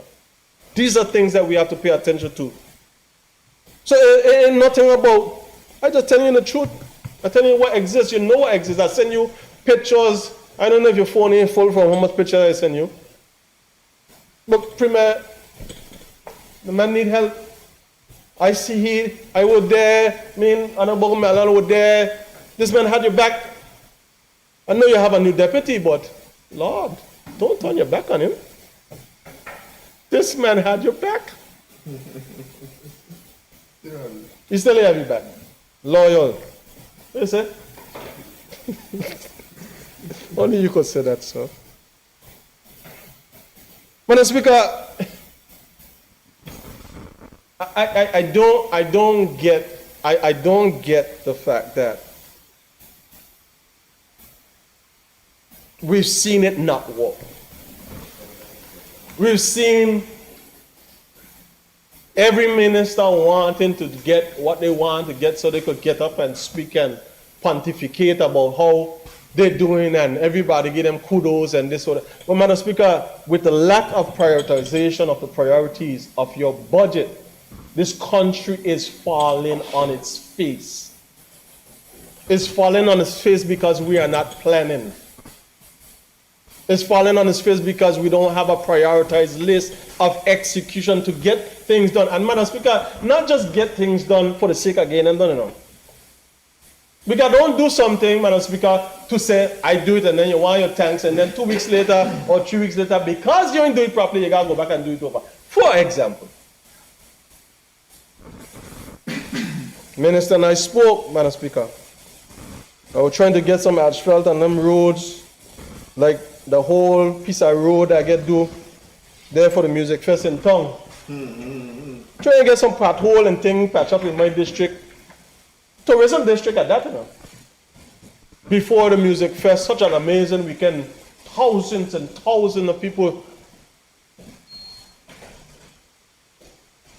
trying to get some asphalt, Madam Speaker, asphalt plant up, then it down. Then it up, then it down. Then it up, then it down. Get three yard truck to come. Then by the waiting for morning, you take them by after them walk. Waiting for morning, then to here, 12 o'clock. Plant down again. But Madam Speaker, it got to be something wrong with this plant.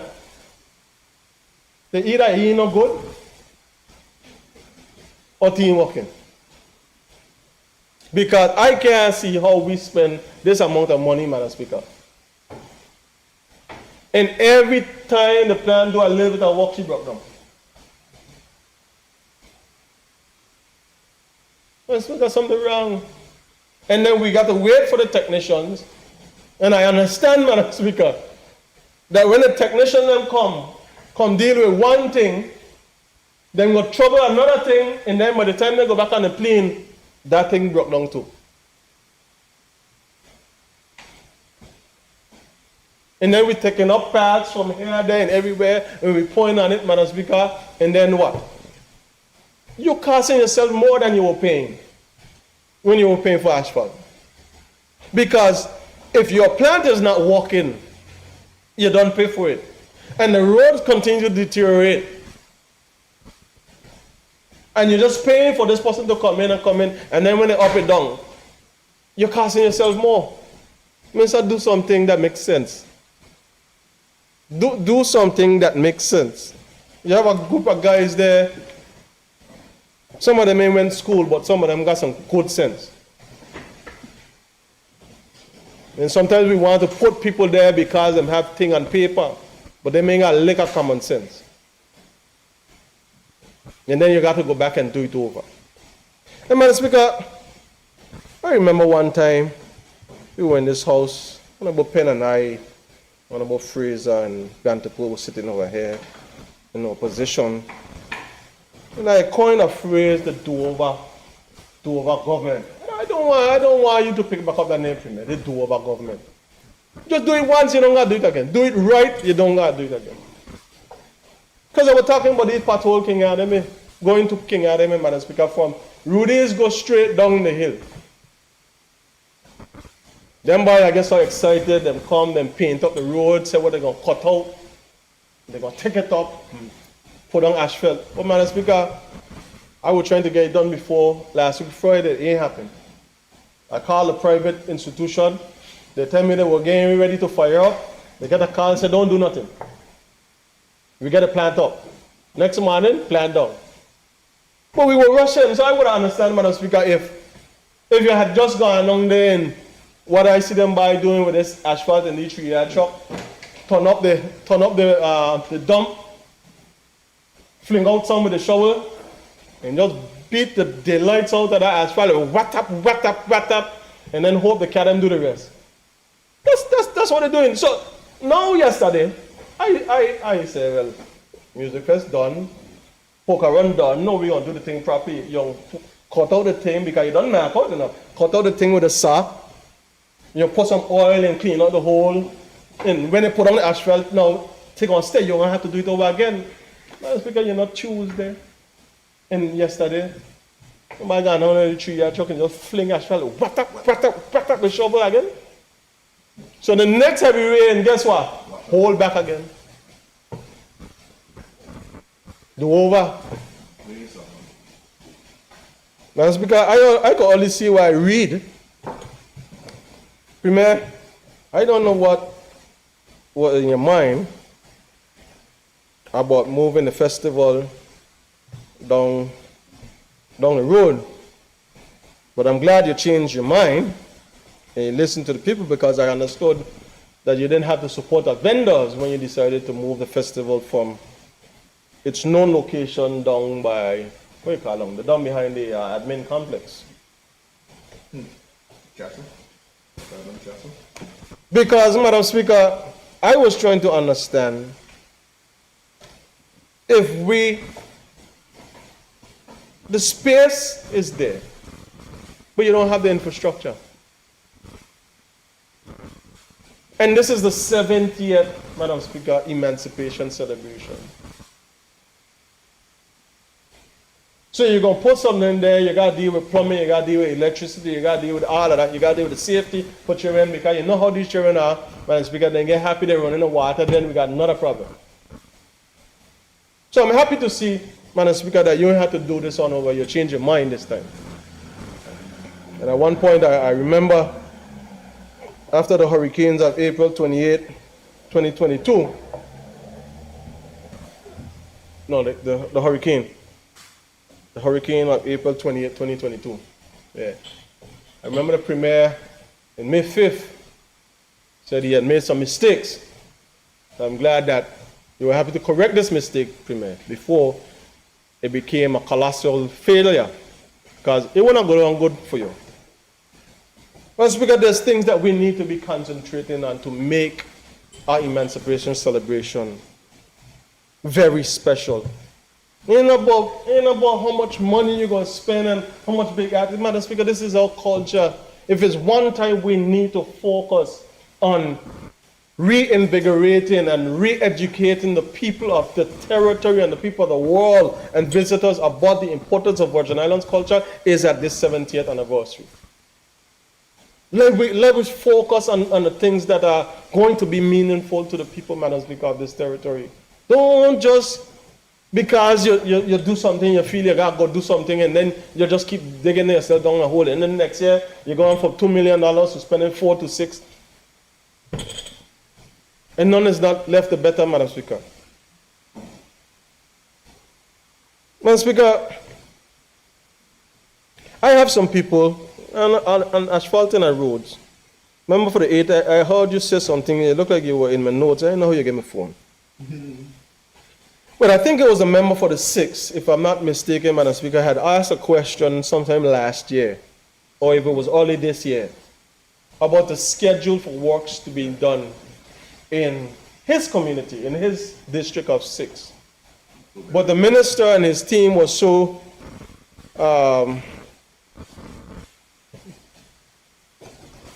they were so inspired by the member's question that they decided to not provide a schedule just for District 6. They provided from 1 to 9. And I happen to have that piece of document, Madam Speaker. And the member for the 6th at the time gave me a little follow-up there on his question. And I asked about District 2. And the minister, my good cousin there, he looked over to me and he said, look at it, it's a match, 2024, match 2024. As we can match come, match gone. We're looking for match again. And the areas that I've been asking this minister about, my good cousin,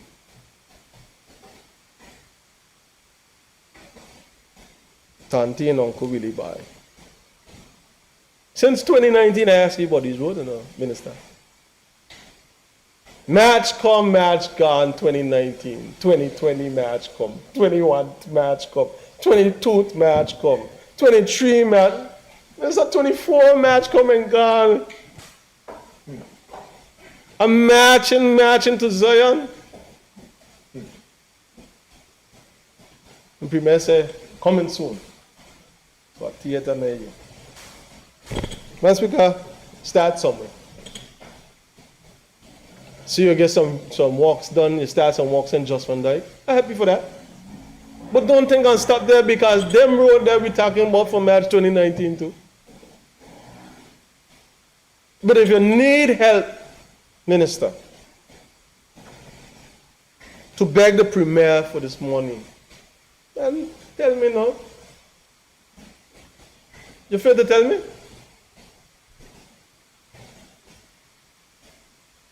Then, Madam Speaker, we look at global warming. I still on infrastructure. There's more rains and more flooding happening now in this territory that we've ever seen. And here's the challenge, Madam Speaker. While we're receiving more, our infrastructure is still set up to receive what we had and were receiving 10, 15, 20 years ago. The culverts, the guts, the drainages are still the same size, but you're getting more water. So it's going to flood more and it's going to affect other areas. Madam Speaker, there needs to be a development and structural plan for this territory and how we address these things. Because if we've been getting, Madam Speaker, rains for maybe an hour and 20 minutes at max. If we get 2.5, 3 hours of rain, we ain't gonna know where the BVI is. So it needs to be looked at, Madam Speaker, on a holistic basis. It can't just be we're doing to get by, to get over the next thing, because the climate is getting warmer. When it rains, it's going to rain more. When it's hot, this is probably the hottest summer that we've ever experienced, and we ain't even deep in the summer yet, Madam Speaker. So we need to pay attention to those type of things, Madam Speaker. Madam Speaker, I have, and there's some good people in the 2nd District. All of them are good. I have a special group of people, Madam Speaker, that have been asking for the roads to be fixed in Lock Hill and receive water. Madam Speaker, I've said it in this house, even the fourth house, about them being given quotes of $19,000 and $14,000 to put in water pipes so that they could get water to their homes, the 80+ persons that live in that community. And Madam Speaker, what's disheartening is they have gotten so frustrated now because you talk about the geyser, man, when that one Lock Hill bus, if it had road up there, that would have been a second district attraction for tourists. Because when that one Lock Hill bus, she high up in the ceiling there, limiting Sage Mountain. And the people of that community had to see it running down the hill. They ain't getting it to the house, but they're running down the hill. And Madam Speaker, these people in this community have decided, and I've been trying my best, and I know they're becoming frustrated with, but they have decided, Madam Speaker, that they're willing to pay for a contractor, for the concrete, and for the labor to do over 400 feet of government road and install government infrastructure for pipes so that their community get water. And I try to hold them up because the government has a responsibility. I've been trying to hold them up, Madam Speaker, because I don't believe it's the right thing. Yes, some of them might have the means to do it, but Madam Speaker, we have to be held accountable. And I said it, Madam Speaker, I said the same way. You're spending $25 million for water. You ain't collecting 5. Minister, you hear me say this, start somewhere. Just start somewhere. I don't care which district is. Start somewhere so that next year that number could be down to $20 million. And the next year it could be down to 15. And the next year it could be down to 5. But if you don't start somewhere and keep saying how long the problem exists and who you were there and how long you were there, where the money went, and Madam Speaker, we here now. If you start somewhere, you'll fix something. Because the people ain't becoming no better. Madam Speaker, in Just Van Dyke, the water has been off in Just Van Dyke since Friday. And I'm talking about Friday last week.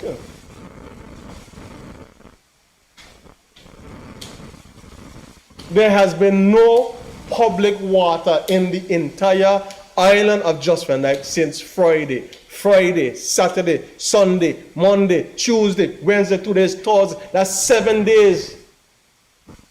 A tourism district, an area where people have children, Madam Speaker.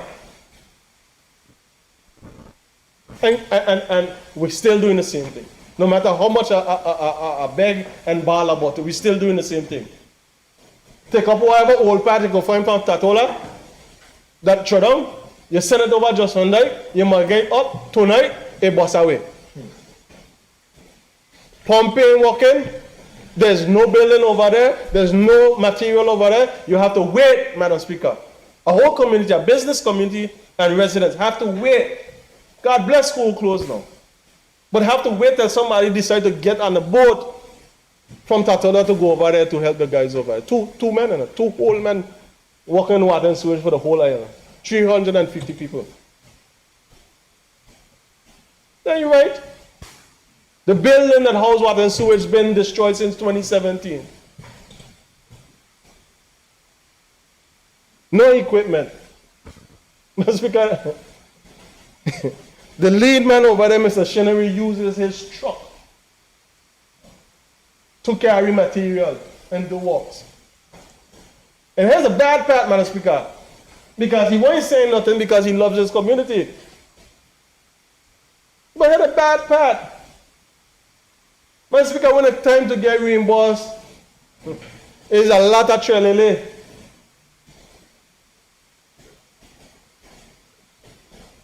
I am an employee of the government of the Virgin Islands who's supposed to provide me with the basic necessities to execute my job. I don't have a building.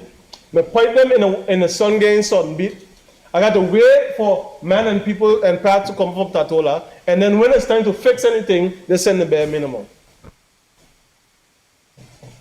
And you tell me you love my people? And you care about my people? That's because you know how hard it is that people can't bathe. People can't bathe them skin for 7 days. Businesses, man, that's because if you go online and my cousins, oh Jesus.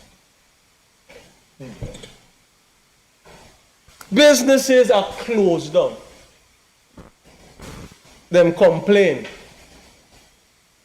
They didn't want it in my chat. Another chat was created that having the government ministers and members in it. In my Jesus feast. Did nothing?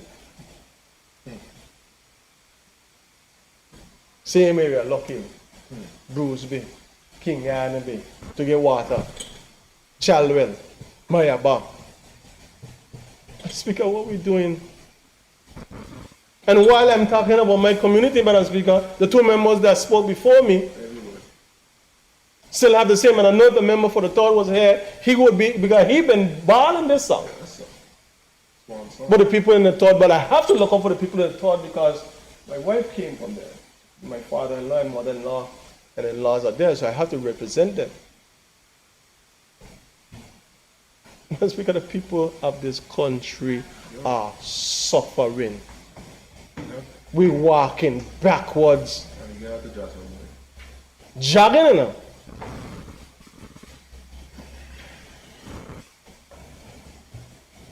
Sewage, Madam Speaker. Minister, we've had a few meetings. I'm still on you. Look at me, man. Look at me. Mr. Sonny King, look at me. We had a few meetings regarding the sewage infrastructure in King Yardy. When the former minister, Van Tupole, they had a meeting in the Methodist Church, January 2017, or 2018, sorry, about this sewage system.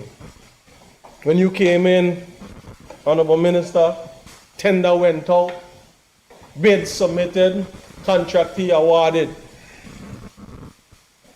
2019 or 2020 that was. Minister said, look at me, help me please now. I don't want to give the wrong information. 2020, contract went out for a two-phase sewage infrastructure in King Yardy. Now, the member for the 8 now, he got more patience than Job. I don't got that much patience, Jack. Because I went in the house yet, I hear you bawling about sewage in your community. But what I don't understand is you and the premier, the Minister of Finance, who got the money, who could tell a man, move a thing and it shall be moved. And you ain't gonna do? We fix and install, because the minister was there with me. We share this picture every now and again because we always say how proud our grandparents would be. They look to our recent up here, up in his gut in the bottom, opening a sewage treatment facility. We open the treatment facility. But think and nothing going to the sewage to treat. Yeah, why am I showing it? The thing in the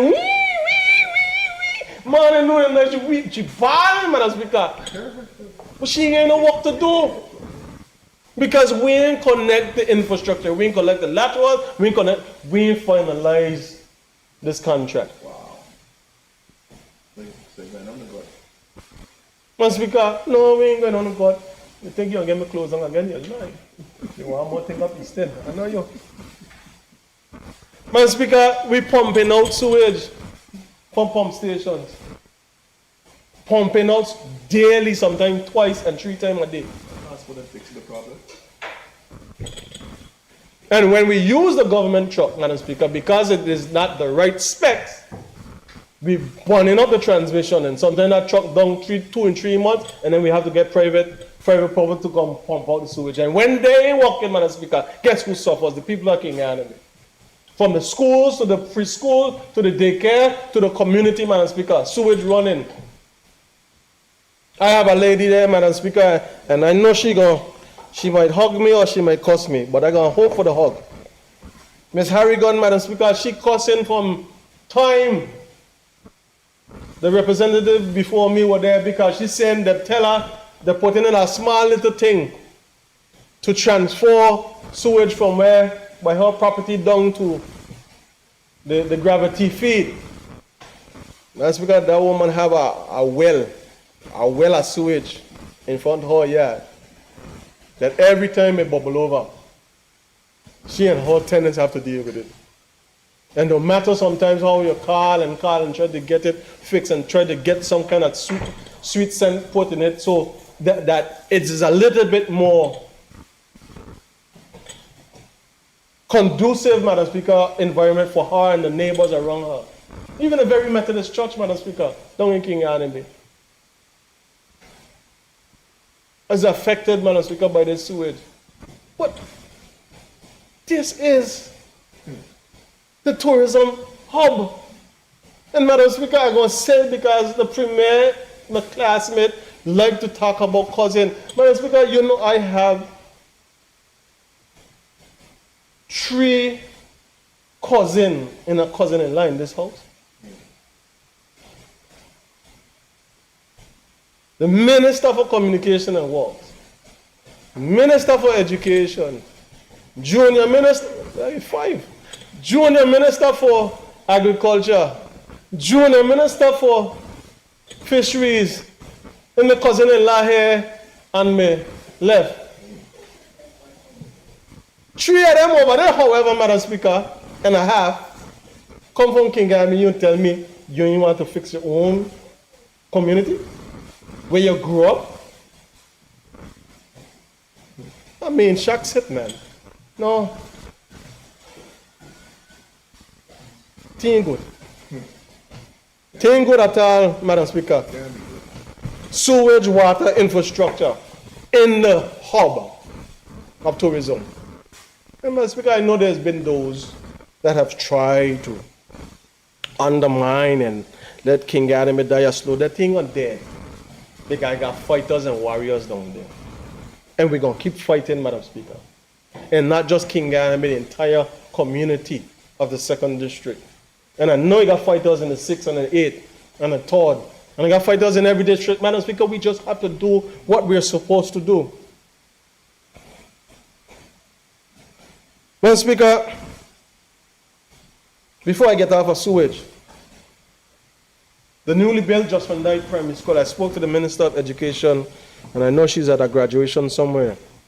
I think I just heard on the radio when I was going up to Agape. The newly built Just Van Dyke Primary School, there's some affluent waters that are running on the side of that school building. $4.3 million spent. And there's waters running off the side of it, running into the roadways that needs to be addressed immediately. I spoke to the minister. She said she was going to get through the RDA and the contractor who was awarded to get it addressed before the next school year. Hopefully we could get that addressed so that we could do some of the works that we need to do to beautify that area, Madam Speaker. You can't have $4.3 million sitting there and sewage running in front of it. It ain't look good. Madam Speaker, when we were here last, I did some research. And I think I find part of the problem. Member for the 6th and member for the 8th gave their synopsis of what they think might be the problem. I ain't gonna blame the people over there yet. Madam Speaker, a procurement act was passed in this House back in 2020 or 2021.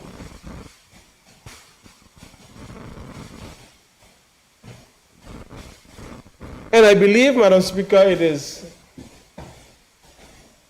either 3 to 6 months after a law would have been passed and assented to, that it can be brought back for amendments. Madam Speaker, I sat in the cupboard, in the cabinet, May 5th, 2022, to April 23rd, 2023.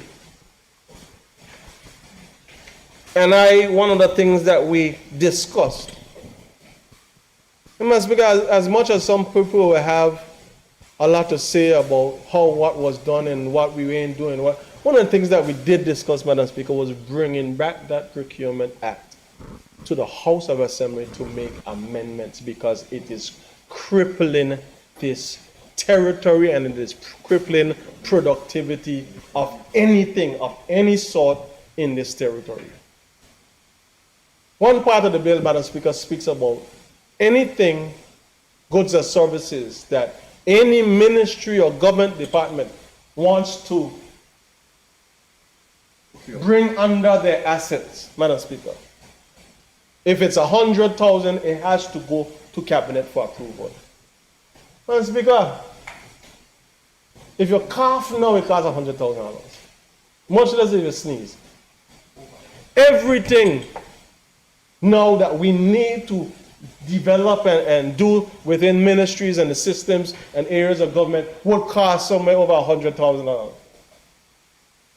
So we got to go to cabinet. Got to go to cabinet. And when you go to cabinet, Madam Speaker, depend on who. I haven't been there in the cupboard with Governor Bruce.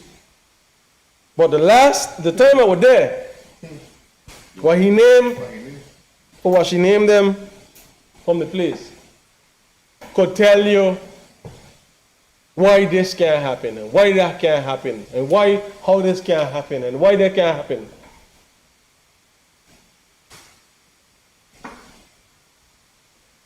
Madam Speaker, Madam Deputy Clerk, you're saying something? Oh, I thought you were saying something. Madam Speaker, you mean to tell me that we can't bring back this bill?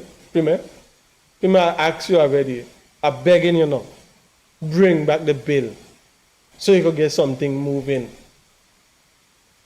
Premier, I ain't going to take much more licks.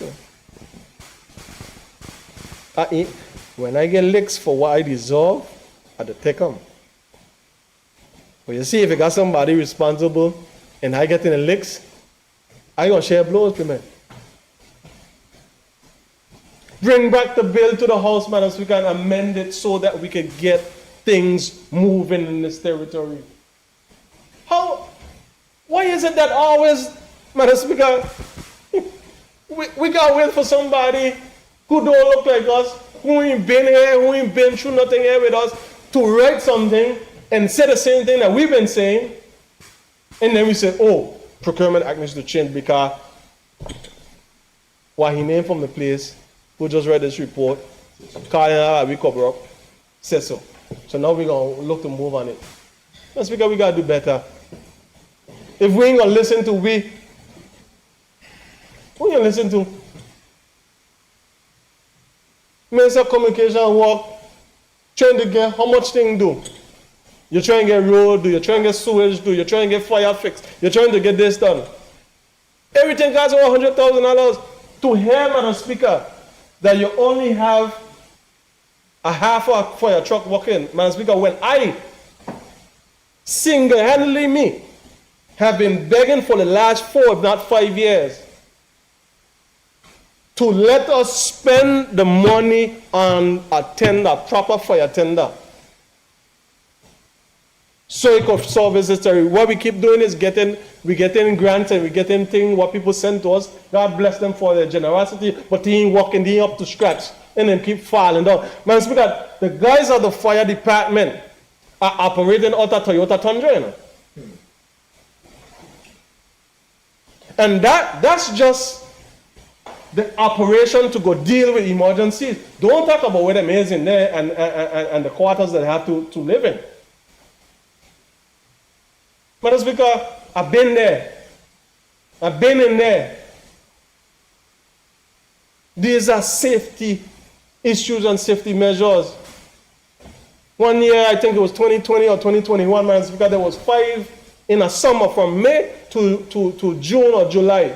There were 5 fires in my district, in the 2nd district. The minister and I were there together, watching pump failing, watching the mask them that the man them had on fogging up, they can't see a thing, them got to take it off and they hail smoke. And we, Madam Speaker, the minister right there, if you think I'm lying, we, Madam Speaker, gone in a man's house, the lift system cover to put the pump in because the trucking on the water. This is 2021 I'm talking about. And now 2024, you got one truck, and you expect these men and women to work, and you expect the fire chief to be any better, because he too been balling.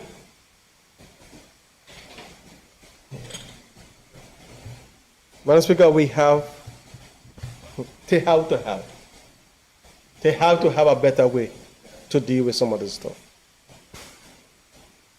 Madam Speaker, Premier, bring back this act. I know that, what you said it was, Madam Speaker, a policy. You pass a policy, Minister, through Cabinet that would allow district reps to be able to use their civil mitigation vote to do a little bit more for the people in the constituencies. That's a good step, Madam Speaker. But the step will be even more improved if you as Minister and the Premier as Minister and Minister for Finance and Labor and Education and Health are able, financial services, are able now to be able to procure goods that cost in excess of $100,000 so that we are building back and developing this country, Madam Speaker. But being hijacked and every week you go down in Cabinet, you can't get this do because you're hearing this and that, and you got to find a way in and a way through single source procurement. Madam Speaker, that's what we come to. We have to do better. Madam Speaker, I'm going to touch a little bit on the rated program. Rated program start back. I call my people them. Nobody called me. Put them to work. And thank God, Madam Speaker, when my people get a call, they call me. Madam Speaker, I said again, I reiterate, the 2nd district is the largest district outside of Virgin Gorda and Antigua. It is the largest district. I meet the 5th, the 3rd, the 1st, and the 4th. Madam Speaker, I heard a member say he had 2 teams working there, only give me 1. I said I got the largest district. I got 2 teams working in another district, but my district, which is the biggest, I got 1 team working. 5. You ever hear much truth in this, Premier? And you said to me, you see now, you said to me, boy, your district big. You need a lot of team down there. Premier, give me the money. Because by the time them by done cut one part, the other part don't grow. And here's the thing. This is only Tatola talking about for now. We ain't reach over just like it. Not a thing going on over there. You understand what I say, Premier? None there. So 2 teams working in another district, and I got 1. And none just for me. Jack, I tell you. This ain't good. Madam Speaker, the program and the Premier and his members, if they are honest, would bear me out that when this program was introduced, I was skeptical about it, but then I became a supporter of it because it was putting both young men and young women to work, and they had a ability to transfer. Madam Speaker, 15 days done this week. You know what coming? More rain. You know what happened? More bush growing up, dragging the people them out of the camp. These ship where we have coming in on Tuesdays and Wednesdays and sometimes Thursdays, when you hear the tourists them banging, woohoo! You hear them say, ay! Catch and keep on them soul again, Madam Speaker. Catch and keep in stinging nickel. Madam Speaker, we got to be serious. We got to be serious. Madam Speaker, the ports facility in my community, it is one that needs immediate attention. I've asked questions, I receive responses. When I ask the Premier, he tell me it's for the Minister of Works. When I ask the Minister of Works, he tell me a plan coming. Madam Speaker, in Just Van Dyke specifically, the ports facility is falling apart. The dock is falling apart. And it needs to be addressed forthwith. There is tremendous congestion at that particular port, where you have the mixture of local and international passengers at that same port. Madam Speaker, when you have the local ferry, the Just Van Dyke ferry, and the other ferries that are there, together with those same ferries that are chartering cruise ship passengers, then you have the day trippers that are coming in, and then you have the USVI ferry, Madam Speaker, that are coming in, and sometimes they meet at the same time. You have persons that would have spent in excess of $600 to $1,000 having to wait out in the harbor for 3 hours waiting to get clear. Madam Speaker, that's not a welcoming environment for tourism.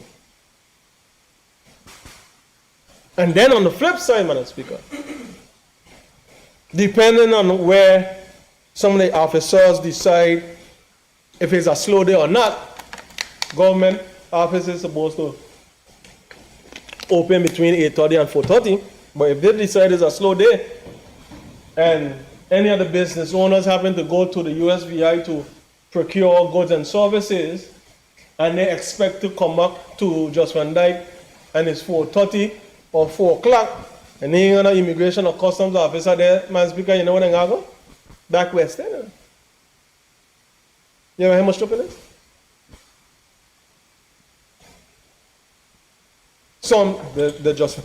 Let me explain so you understand. Just Van Dyke Ferry, New Horizon Ferry Services, operates from the island of Just Van Dyke at 7 a.m., at 9 a.m., at 12 p.m., at 2 p.m., and at 5 p.m. It departs West End at 8 p.m., 8 a.m., 10 a.m., 12 noon, 4, and 6. So, Madam Speaker, if you come in from St. Thomas and the officers of Customs and Immigration decide, you got some good one who will stay, but you got someone who decide when it's time to cut off work. They decide it's a slow day, and at 2 o'clock or 12 o'clock ferry going, and them hop on that. Dog name your supper, you know. Because you could be coming up from St. Thomas, broken your neck to try to come clear. You don't burn the fuel you had, including the money you had to pay to come up. To hear Customs and Immigration closed, you have to go West End. That's because that ain't right. Just Van Dyke is an official port of entry. That ain't right. And then here we have this weekend, or if it's not next weekend, Madam Speaker, 2 weeks from now, Christmas in July, Madam Speaker, I would have hoped, and I hope, Madam Speaker, that we have something set up to deal with the number of guests that we're going to have coming for Christmas, July, up in Virgin Gorda. Because they come into Just Van Dyke because it's listed as a port of entry. And I hope we ain't going to tell those people that come into Just Van Dyke that they have to go back West End or go town to go back up Virgin Gorda. Madam Speaker, we have to account for the numbers. It continues to grow each year. And these people, the Puerto Rican partners, are bringing revenue dollars to the territory. Madam Speaker, restrooms in my facility. Oh, the dinghy docking guy. Premier, that falls under your ministry. of natural resources, they need fixing. There's a plan from 2017, I think it was, that was designed by Mr. Block. At that time, it was listed at $130,000. We need to fix the dinghy dock. The ports dock, both on the port where the official ports is, and the customs dock where the police headquarters is and Albert E. Sheddery Center is. But it's because the cleats on both of those docks are not able for boats to tie up on. The planks on the thing, depending on where you walk, Madam Speaker, you got to be careful because you don't fall through. And there have been reports after reports, even this year, of people falling through and damaging themselves. I'm grateful, Madam Speaker, to the public and the private people that have been taking their own money to try to cut out pieces of board to put on, Madam Speaker. But Lord have mercy, tourism, we don't see it as important enough to just fix it, so you don't have to fix it again. Madam Speaker, community centers, I was on restrooms. Premier, please, God, tell me what is going on with the Bruce Bay bathroom. Why ain't open yet, Premier? Premier, I asked you a question in this house last year. It was November last year I asked this question about Bruce Bay bathroom. Premier, right now, you almost can't see the bathroom. You're thinking a joke? I'm going to send you a picture of WhatsApp. I ain't going to post it, I'm going to let you post it. Premier, you almost can't see the bathroom where you accuse me of spending a heap of money on, you know. Yeah, man, you're in campaign mode. You were deep in it. Asking you for more money as Minister of Finance. How could I tell you that? Yeah, man, you went on bad at me. Well, Premier, to your bathroom now, and it's still ain't open. Election come and election gone, and you are the minister of all ministers and ministries. But this specific one bathroom is under you. And you will tell me, Madam Speaker, when I was there, they tell me they were waiting on electricity to connect, they were waiting on the sewage to connect, and they were waiting on water to connect, and they only had, and your answer, Premier, to me, you said, we're only waiting on certain things that cost about $20,000 to $30,000, Premier. You mean you ain't got that? The bathroom, Premier, you ain't got to just do that bathroom, no, you know. You got some wild salmon and guinea grass down there. Let me tell you something.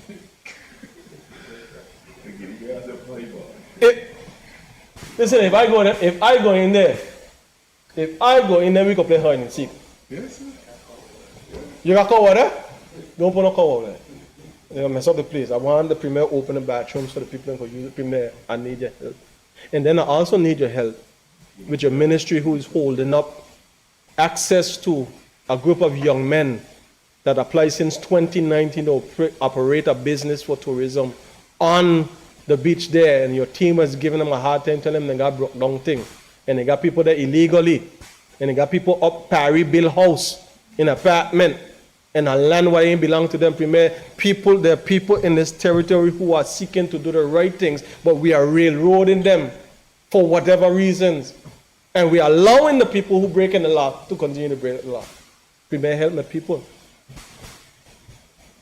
But before you do anything with that bathroom, I want you to work on them getting grass and what time is a problem. King Anime restroom. I asked about King Anime restroom, Just Van Dyke restroom, and Bruce Bay. Premier, we were over there with Honorable Cal for Agriculture Week. I said, when you get a chance, go in the bathroom, because your ministry reported to me when I asked you that everything for the bathroom in Just Van Dyke is up and running. I didn't know if you went in, you know, because you said you were going in. You went in? How you feel? Shame and tell. Because they're telling you a lie, Premier. They ain't telling you the truth.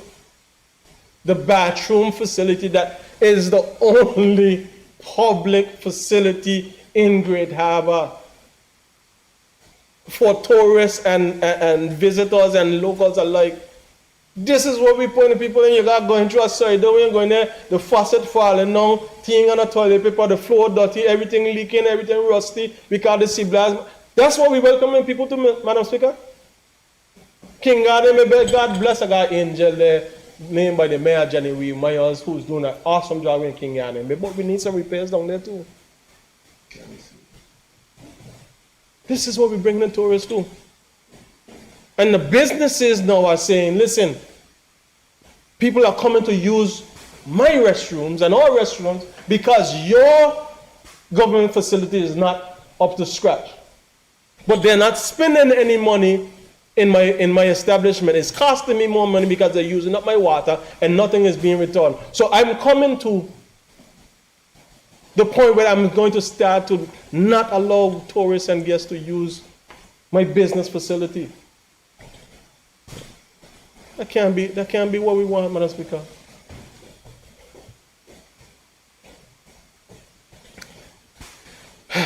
Madam Speaker, the member for the 8th touched on the health care services, but I have, supposed to have, a community center in King Garden Bay, which was supposed to, it went out to tender. Mr. Smith and No Limit Construction, I think that's the name of his business, had won that bid. And based on the communications with him and the Ministry for Health, his work should have been completed by April, based on what went out for tender he bid for and he submitted. Mr. Smith has completed everything that was required, Madam Speaker. But now I understand the ministry is asking him to do additional works, and additional works, and additional works, and we're down to sometime in July, if not August, that we will get back that community center. But the problem I advise Mr. Smith on, Madam Speaker, because I don't want any of the people that I represent to be abused. Because if you continue to have all these variations and it goes outside the remit of the contract, the government is going to have a difficulty paying you.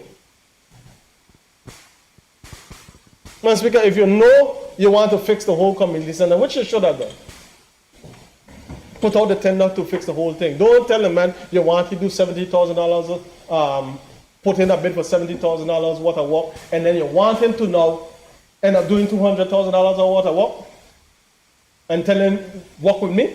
Work with who? The man got children and family, Madam Speaker, and you have employees that you have to pay. We got to do better. That community center was supposed to be open April.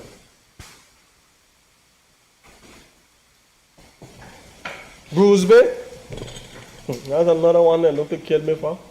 Bruce Bay Community Center, campaign football, all who say what, God rest his soul. Man used to tell me, the drawing is approved.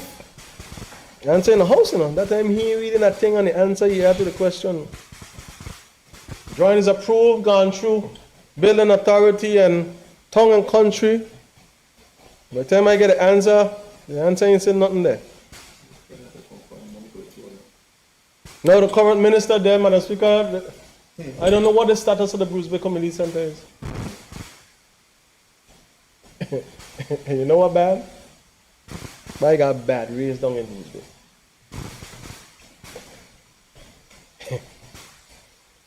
I saw Adeja and Beyonce running 100 meter. Stick away. But let me tell you, they got that stick away down Bruce Bay, with which bush could grow the highest. Them in the Bruce Bay bathroom or them by the community center. And she tight. Tight waist, Both of them. Man Speaker, the people of Bruce Bay, the people of King Garden Bay, the seniors, Madam Speaker, where those community service centers serviced, as well as the clinics that were housed in them, Madam Speaker. You know where the people going?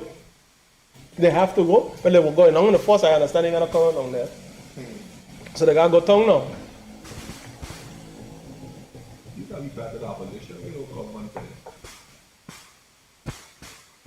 Madam Speaker, you sending seniors who's supposed to be able to access healthcare facilities in their communities that get comfortable going now while we are under construction to Western, they got to go town now.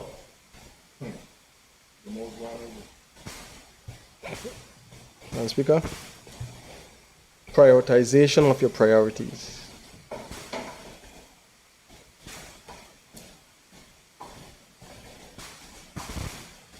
Madam Speaker, I touched on education, but I want to once again celebrate and congratulate the Minister of Education for all the graduates, as well as we've had some partnerships executed in the district with Unite BVI. They opened a playground facility in the Enos Adams Primary School.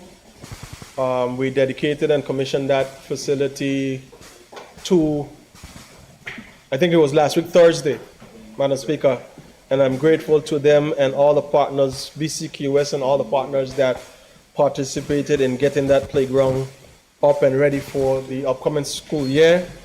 I look forward to the Minister of Education and her committed pledge to erect at least a half-court facility at the Enos Adams Primary School and refurbish the playground both at the Just Van Dyke Primary School, and I know there's something that they're working on with Agape Total Life as well.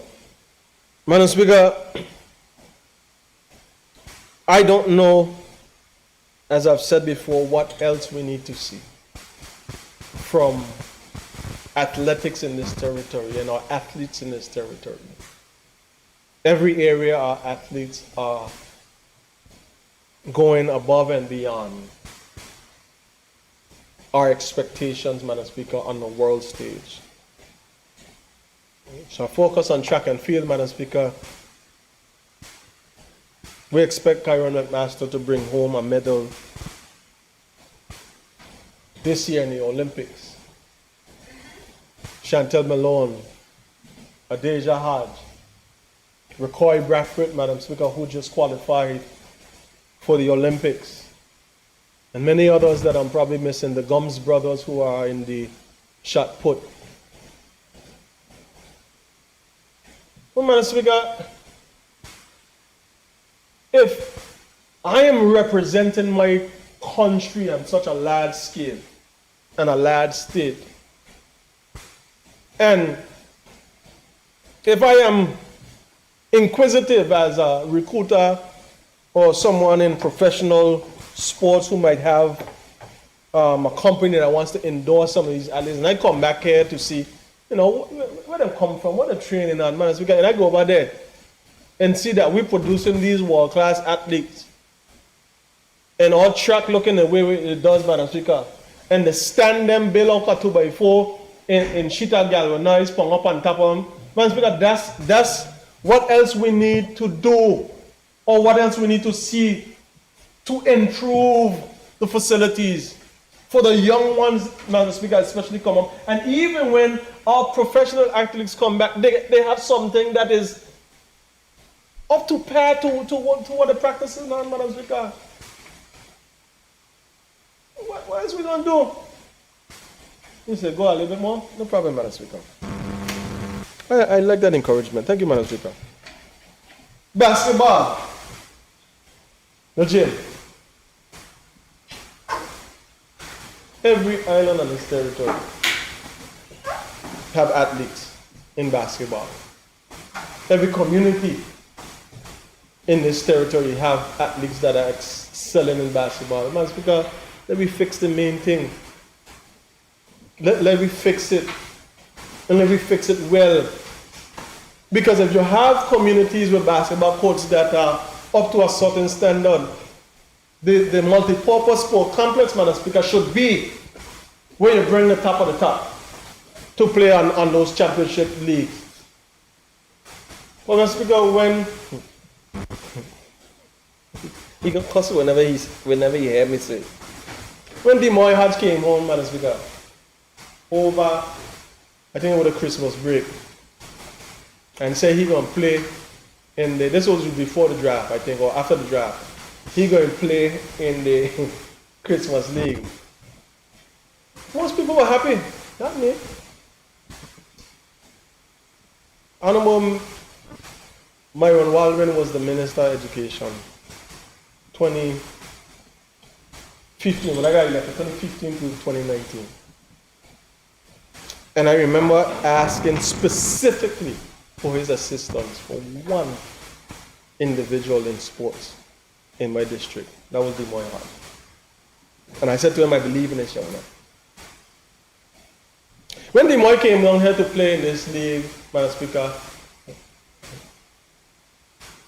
I watching this coach and I watching this man who now just get drafted to this 2-year contract on the World Stage on the NBA now.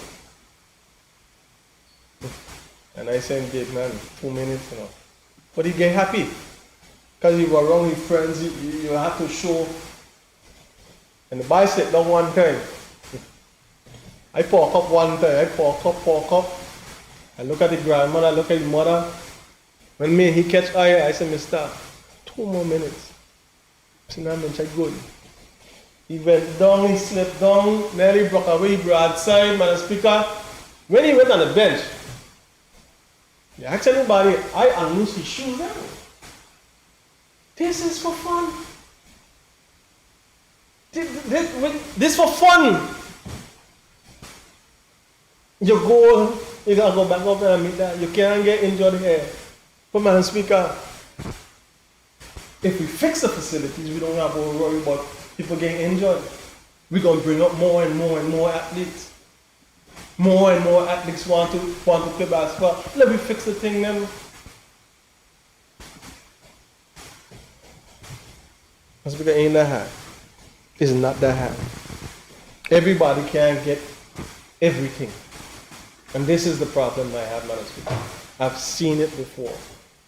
Budget is passed, this minister want this minister want that, and the Premier and Minister of Finance trying to make everybody happy. But Premier, if you lead and you make a decision of what your priorities are, everybody should fall in line. But right now what you have, Premier, is you trying to satisfy everybody and not me happening. Madam Speaker, I'm wrapping up. I got more to say now, but I'll wrap up. Madam Speaker, what I spoke about with the environment, I'm tying the environment and lands together and I'll wrap up, Madam Speaker. We have to establish, Premier, climate change. I listened to, I think it was a 5.5 minute or 5 minutes and 50 seconds presentation by the, what is he called now? Your ambassador Whitney Benito. Last night I listened to the entire presentation on climate change and how small island developing states are being affected by the effects of climate change and global warming. And Madam Speaker, he made some very salient points that we have to pay attention to. Premier, I spoke to you about a month and a half ago. There's a pond in my community down in King Garden in Ross Point specifically, right behind the Garden Point, or what some would call Cannon Point, that is up for sale for $120,000. Premier, the government must acquire that pond. And when we acquire that pond, we must re-establish the other side of the pond, that those pictures that we saw running down steep hill by the residents of Teacher Lyra Hodge, forcefully, if the pond is recreated, the waters would go in there and filter through and run off the other side, and we won't have so much erosion and sediment going into the water. But the pond is for sale.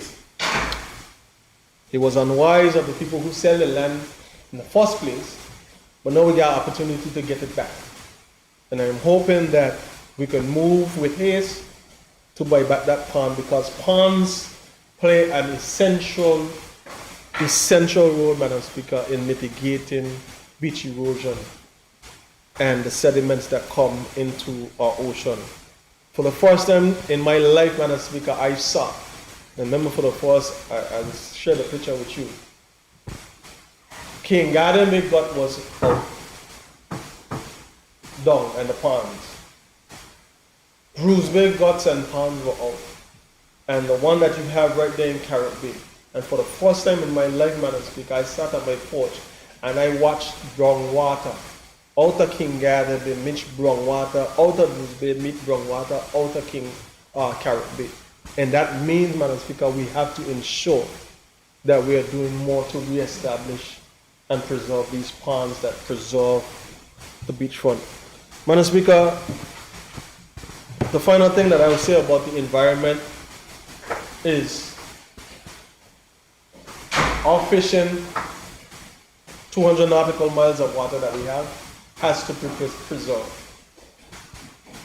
Madam Speaker, there are persons in the industry that you are responsible for, Honorable Dawson, under the Premier's ultimate remit, that are in our waters fishing daily and selling fish back to us. And they're fishing illegally. Madam Speaker, we need to have patrols. The United Kingdom, as I said in this bill, the last governor that was there tell me, that's his responsibility. Well, put some money together and buy a couple boats and ship and thing, and create a team that goes out there and patrols our waters. Not just for illegal fishing, but illegal entry into the territory. Because, Madam Speaker, while I love our neighbors and brothers and sisters from the USBI, you're going to fish down there, you're going to fish and back down there. They got to come up here. I know you from Savannah also.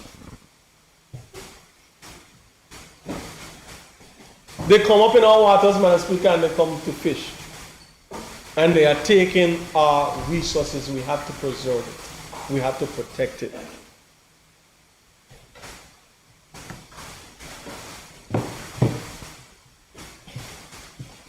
And Madam Speaker, while we approach the celebration of our 70th emancipation celebrations for the festival, it is important that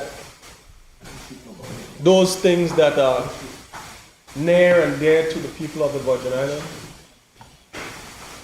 the water, education, the infrastructure, the basic necessities, Madam Speaker, to be able to afford meals, Madam Speaker.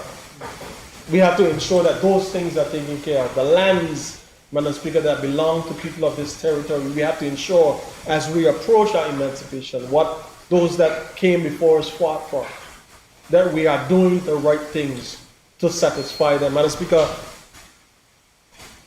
I learned a long time ago in finance and accounting, if you ever want to see if and how your business is losing money, send some people on vacation and do an audit. Sometimes we got people play sitting, Madam Speaker, to protect interests that are not in the best interest of this country, or trying to cover up certain things, Madam Speaker. There will be more to come. There will be more to come regarding lands and some of the things that were done regarding lands, Madam Speaker. And Madam Speaker, while I take my seat, my seniors are of most importance to me. And we have to find a way. Minister Hill just walked in and Premier. The benefits that our seniors are receiving are still the same, Madam Speaker, from the time some of them retired 15 and 20 years ago. But the cost of living continues to increase.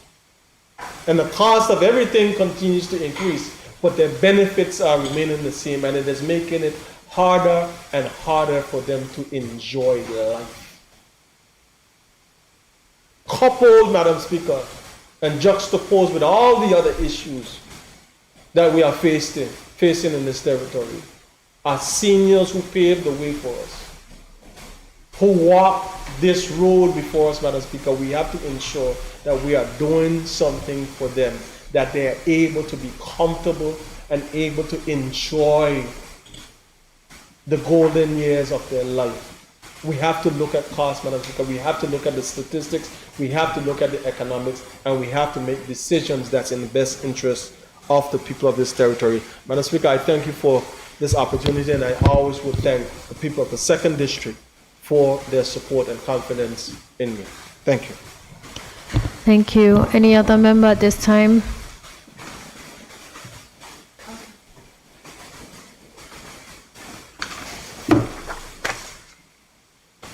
I recognize the Junior Minister for Culture and Tourism, Honorable Luce Hodge-Smith. Thank you, Madam Speaker. I will be very brief, but I do want to make a contribution under this any other business to say a few words.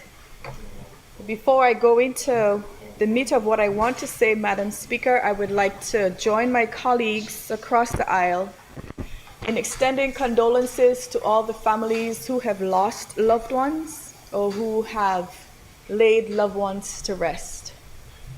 I'm going to be a little selfish this afternoon and recognize the passing of my friend, Miss Aliverne Harrigan.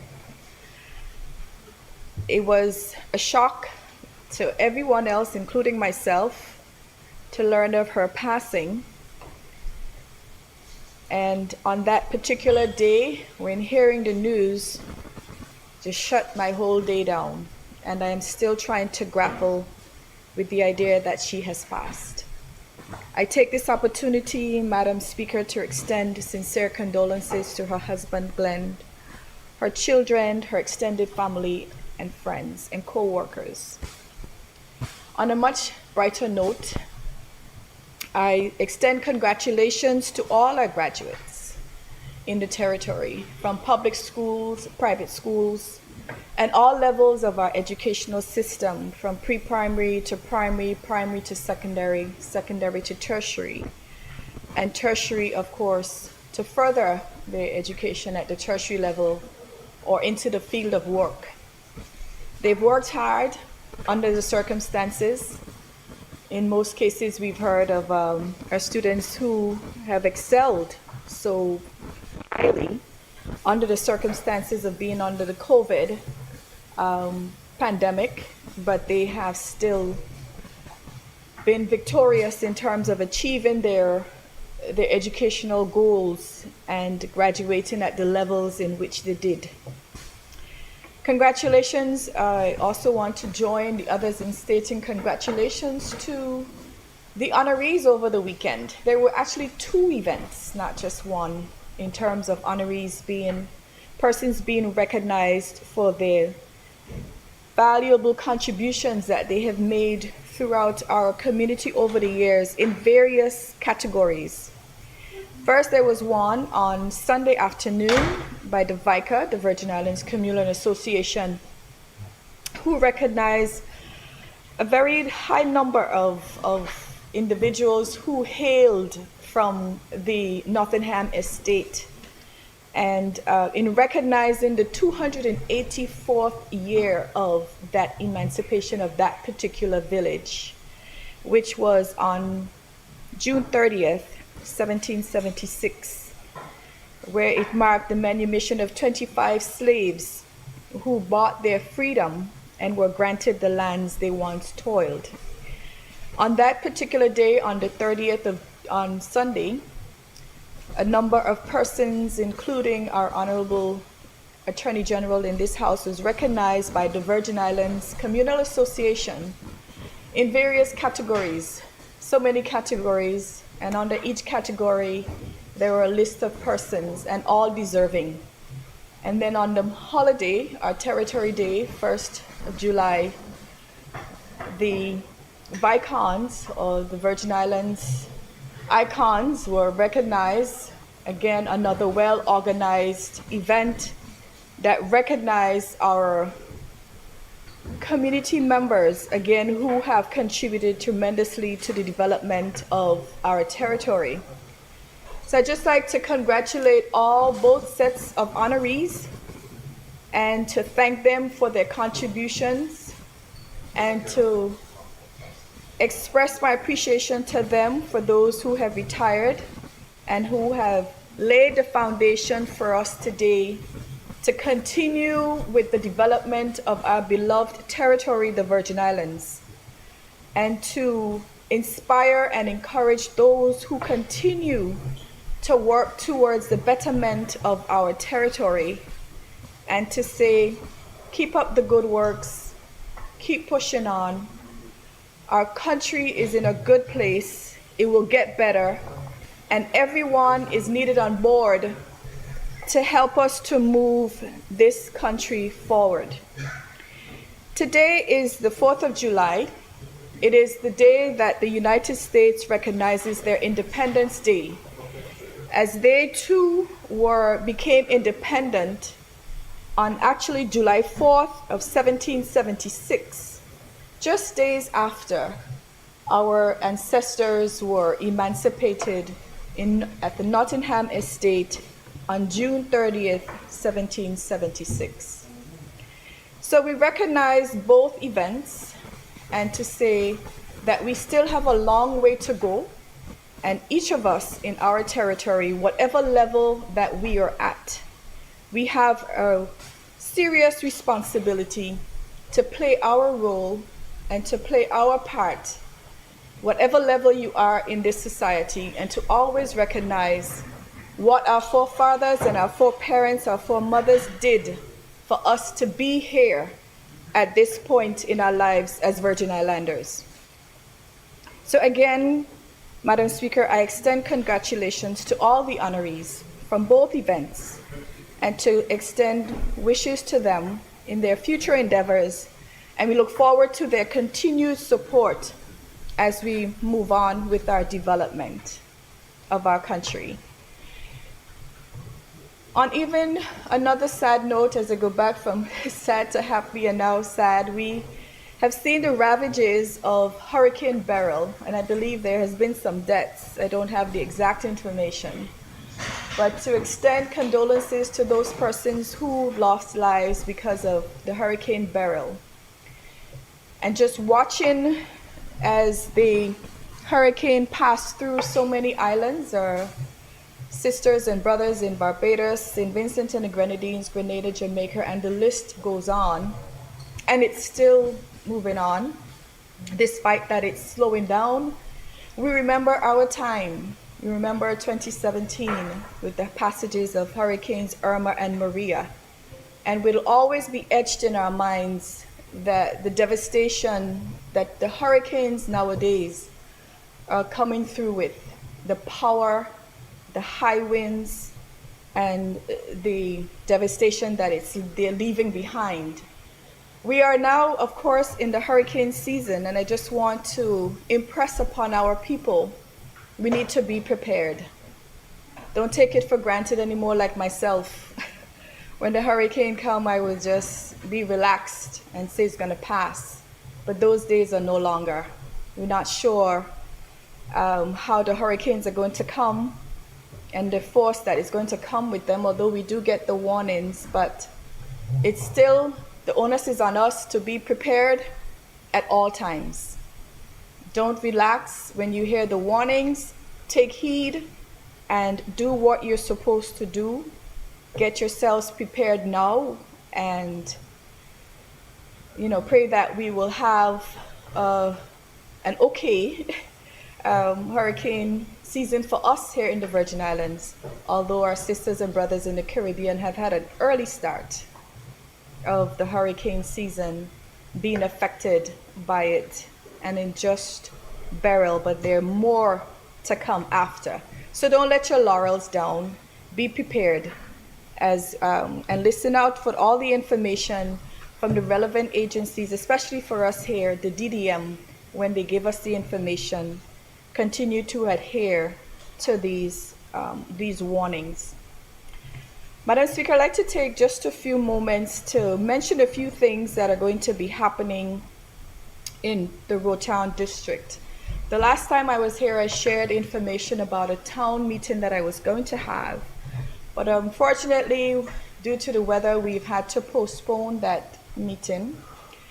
And again, I've rescheduled it for next week, Wednesday, making preparations, and I'm hoping that I will be able to have this meeting because I really want to share some information with my constituents.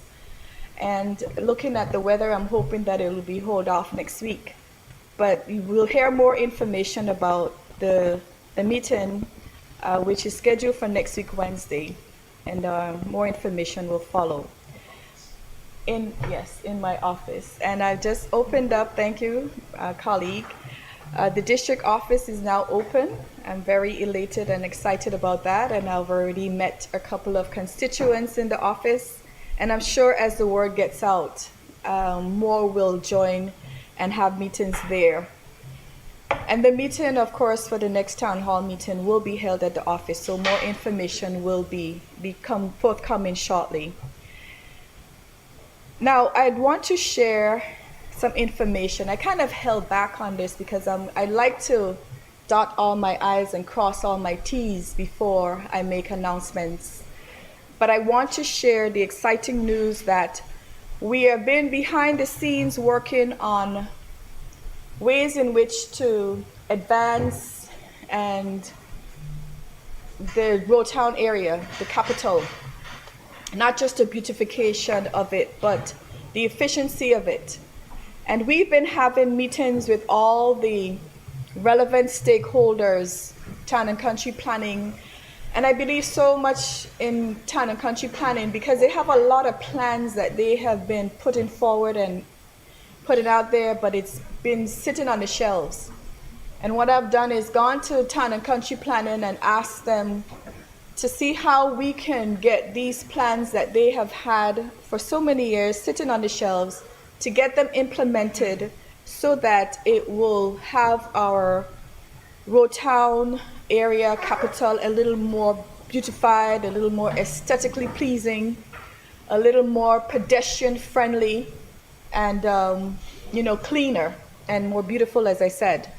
So we have been working with the Town and Country Planning Department to go through the plans that they have, and we've come across this idea of establishing a public-private partnership to get the Rotown area up and running in terms of the projects that we have identified to make a difference, to have Rotown look a little more decent and a little more beautiful.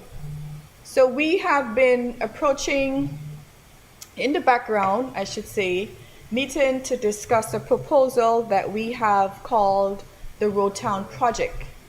And this project, of course, is going to include the public stakeholders, like I mentioned before, the town and country planning, the Ministry of Communications and Works, and hopefully the Ministry of Natural Resources. And under the Ministry of Communications and Works, of course, we have the Public Works Department, we have the City Manager of the Wickham-Ski Development Office, we have under the Ministry of Social Development, of course, we have the Solid Waste Department, and recognizing that we all have to play a part. We all have to come together, and we all have to put our efforts together to really turn things around, make the changes that we need to make to help our town look a little bit more decent and friendly. Now, this includes, from the works to be done, includes projects from the roundabout in the 3rd district to the roundabout in the 6th district. So it encompasses the 3rd, 4th, 5th, and 6th districts.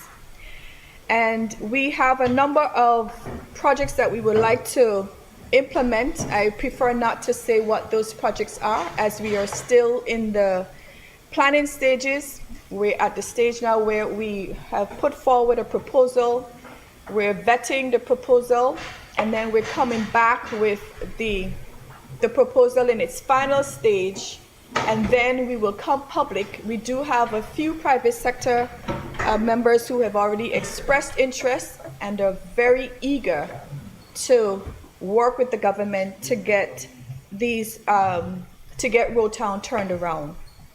So we're looking forward to that. The public will hear more about it. We will be sharing the different types of projects that we will be implementing and working and sharing more about what the project consists of once we have everything in order, finalizing our proposal and making contact with the private sector so that we can have an official launch of this particular project, which is the public-private project, or the Road Town project, public-private partnership. So we're looking forward to that. Our constituents in the 4th District will be very pleased. We will be looking forward to the businesses' contribution and them coming forward to be a part of this very important project. And also the government, of course, out of the loan funds is already identified some funds in the loan funding that we will be receiving to contribute to the projects that we are looking forward to implementing. With that said, Madam Speaker, there's a couple more things I wanted to make comments on, comments that were made this morning in the debate from my colleagues on the other side. And just to say about the government vehicles. Government vehicles have been distributed and assigned to government members of the past.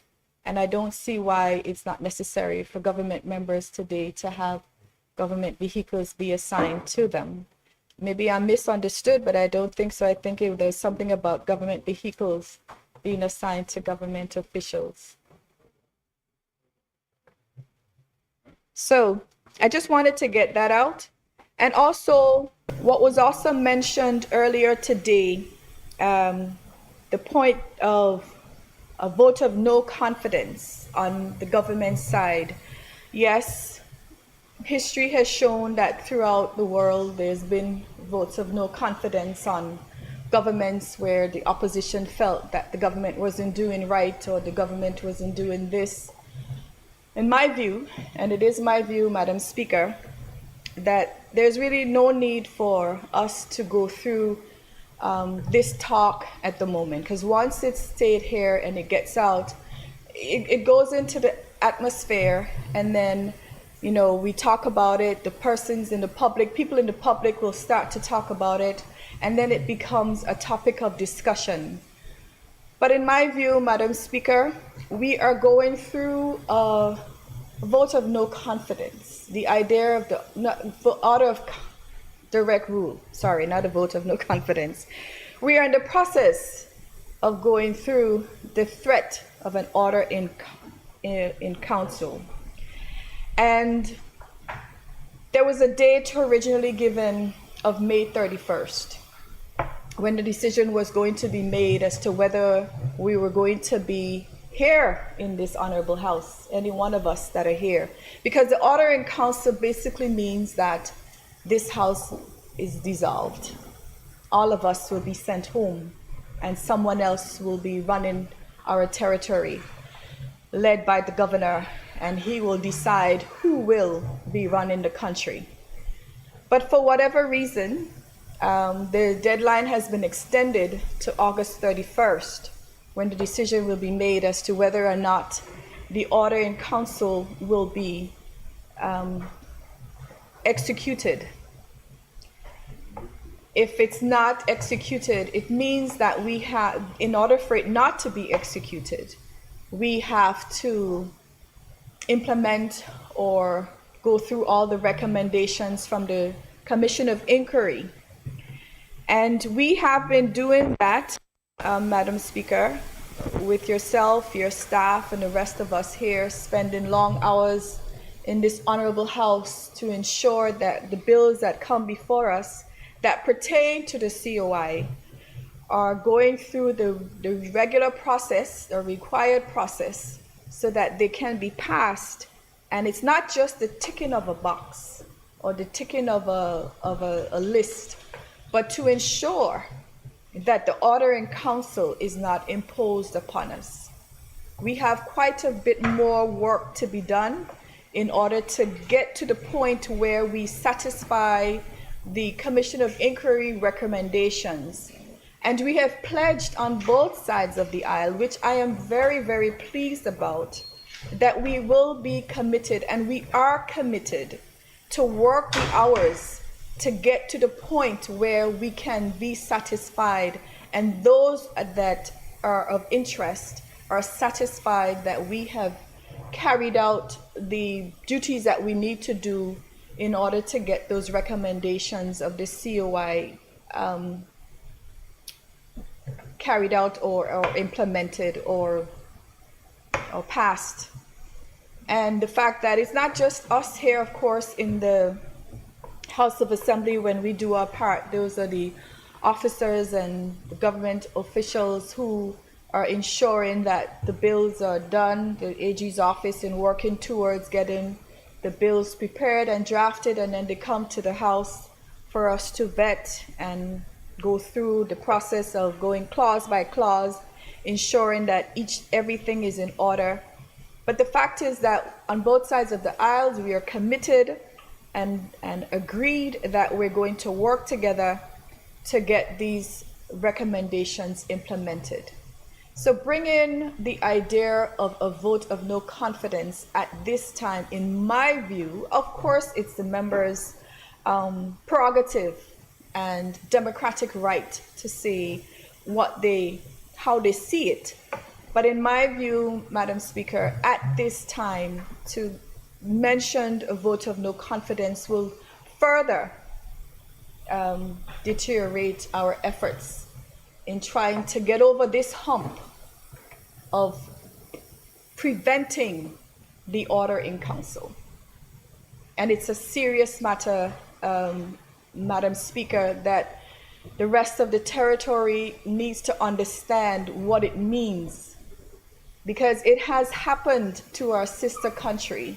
They went through it, the order in council, where they lost their constitutional rights and their country was taken over. It's not a good feeling, you know, to celebrate our people who just this weekend, a good amount of our people were honored and recognized for the contribution that they have made to this territory. And to have an order in council lifted is like it's all gone to waste. Why did our people go through what they went through slavery?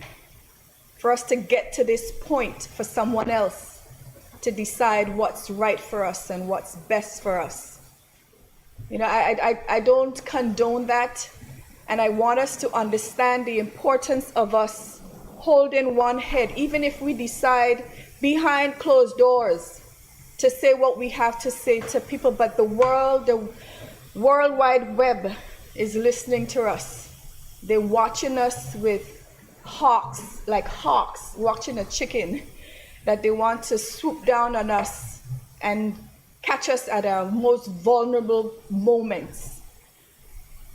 We deserve better. We deserve this country because we brought it to where it is on the backs of our forefathers and foremothers who worked tirelessly, who worked as slaves actually, to bring us to where we are today. We were left to be, I know they say that's not what was said, but the report said we were left to be considered as a bird sanctuary.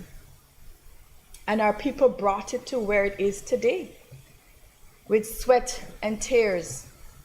So the onus is on us right now, the rest of us and the generations to come, to maintain the identity of our Virgin Islands, to maintain the standard in which we have come from to where we are today.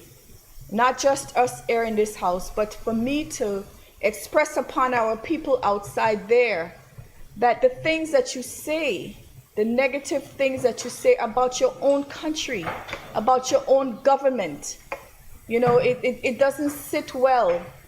Where in the world does the people of the country say such negative things about its own country? We have to stop that. Yes, you have the democratic right to say things, but when it gets out there, it gives people the impression that we don't know what we're doing. We don't have the capability to run a country, or we're not doing things, as if we're like, As they say in the report, we're the most corrupt country in the world, which is not true. But they get the impression that we are so corrupt that we can't take care of our own affairs. And I just want to impress upon us that we have to change our mindsets.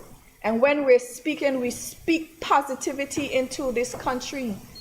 And if we have to deal with the negative aspects of it, let's do it behind closed doors. We have a long way to go. We recognize that we have a lot of matters that we need to deal with. We have a lot of issues that we have to deal with. And it's not so long ago that COVID was here that shut down our country. And it didn't just shut down our country, it shut down the world. So we now have to pick up the pieces. We lost the business. There were no flights coming in. Our tourism season went down the drain like the rest of the world. So we're now picking up the pieces and we're moving forward. But we have to be together as a country. Have to believe in ourselves that we're going to get through this. Yes, there are some things, as I said, that we have to address. Yes, there are some people who are not doing well, but we have to help them. We have to be neighborly and help them until we get over what we're trying to get over in terms of saving this country out of the hands of those who think that they deserve it more than we do. Madam Speaker, with those words said, I thank you.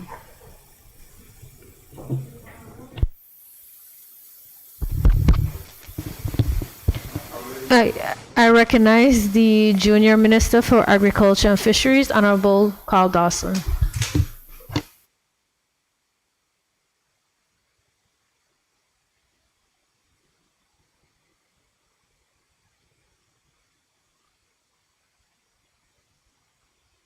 Madam Speaker, for an opportunity under the item Any Other Business to make a brief contribution to today's proceedings.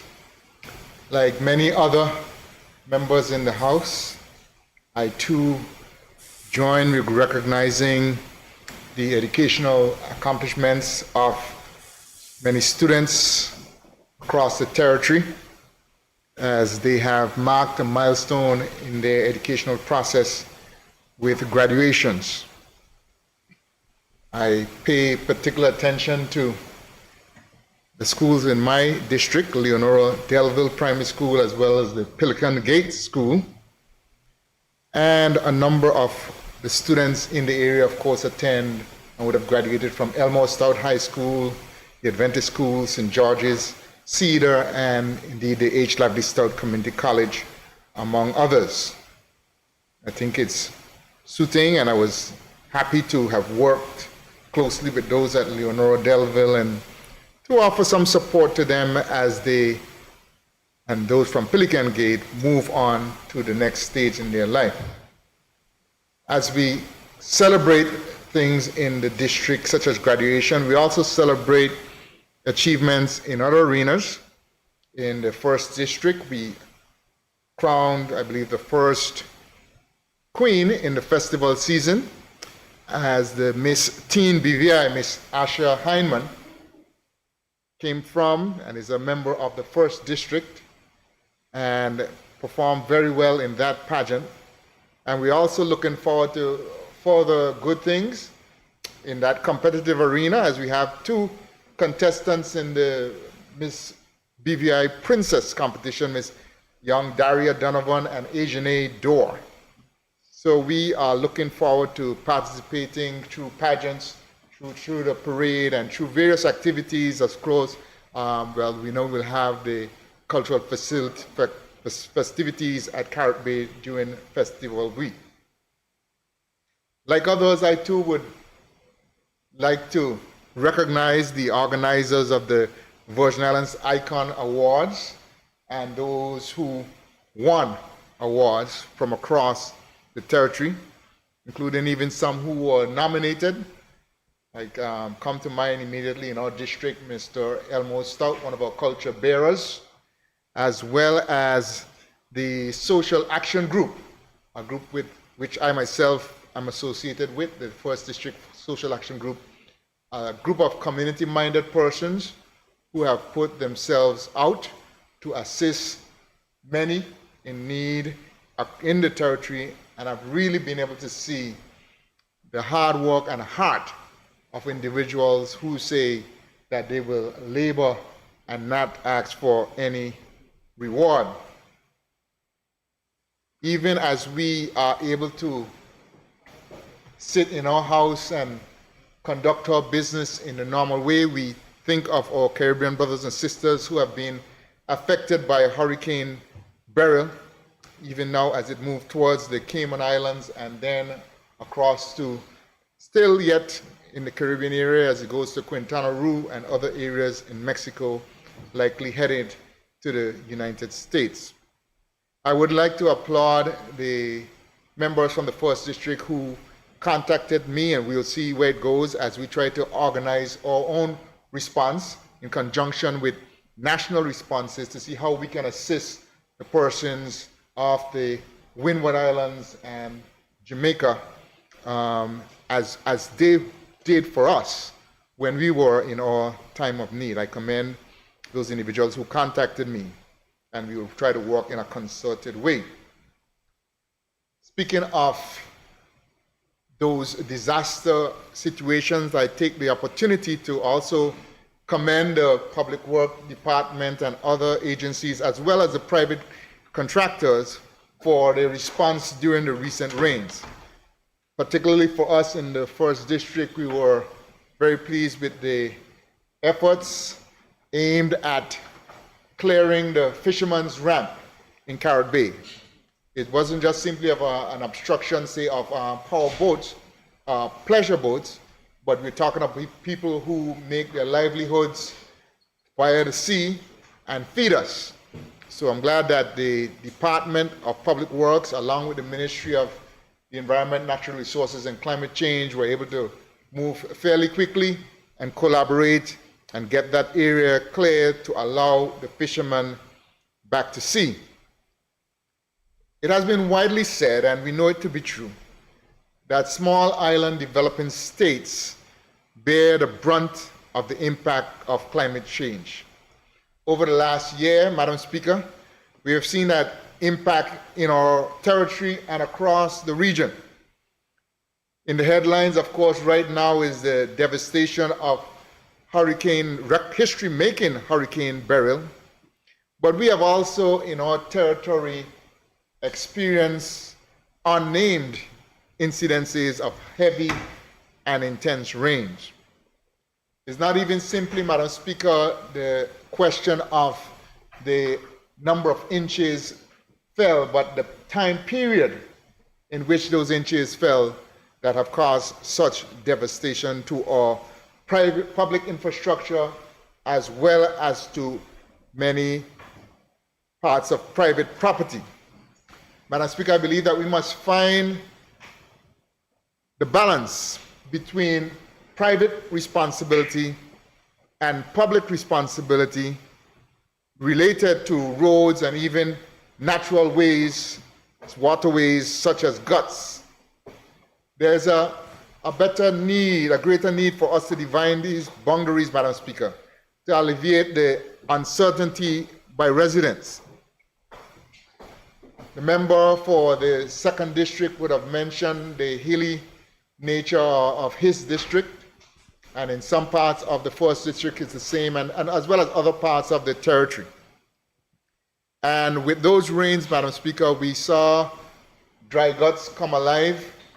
We saw some guts facing obstacles and new pathways were formed because the water had to get to the sea, Madam Speaker, and we would find that in some instances it was no respecter of private property, it was no respecter of houses, it was no respecter of people's land, and the water made its way to the sea. Madam Speaker, we as a territory, as a government, must make decisions relative to responsibility in these areas. In some instances, Madam Speaker, we've had large parcels of land that some of them have been subdivided many years ago. And according to some of the rules under which we operate, those lands are still deemed to be private. But having been subdivided so long ago and having so many different owners in those areas, that it is a fact that we may have to take on as a government, that these would be collective responsibilities that we must undertake. But it's something that must be addressed, Madam Speaker, because the storms are coming more and more intense, they're more disruptive, and the question of what is allowed as planning approval is going to become more and more important.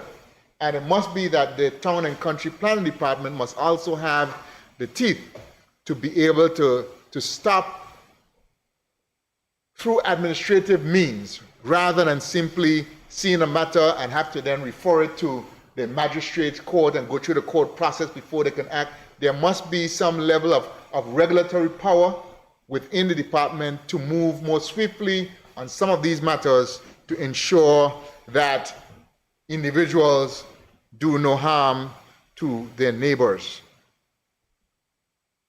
In the first district, Madam Speaker, I'm pleased to see that the Carrot Bay Sea Defense Project is moving ahead, having recently passed in Cabinet, and we expect to see action on the ground very shortly. As has been said before, the issue of private climate change is resulting in more and more threats, more and more risks to us, more and more risks to lives and property. And so I'm very pleased to see that this project is about to take off and move ahead in terms of protection for roadways as well as homes in the Carrot Bay area. The project related to the 14 Gut Bridge is also still being addressed, and we look forward to that moving swiftly through the procurement process.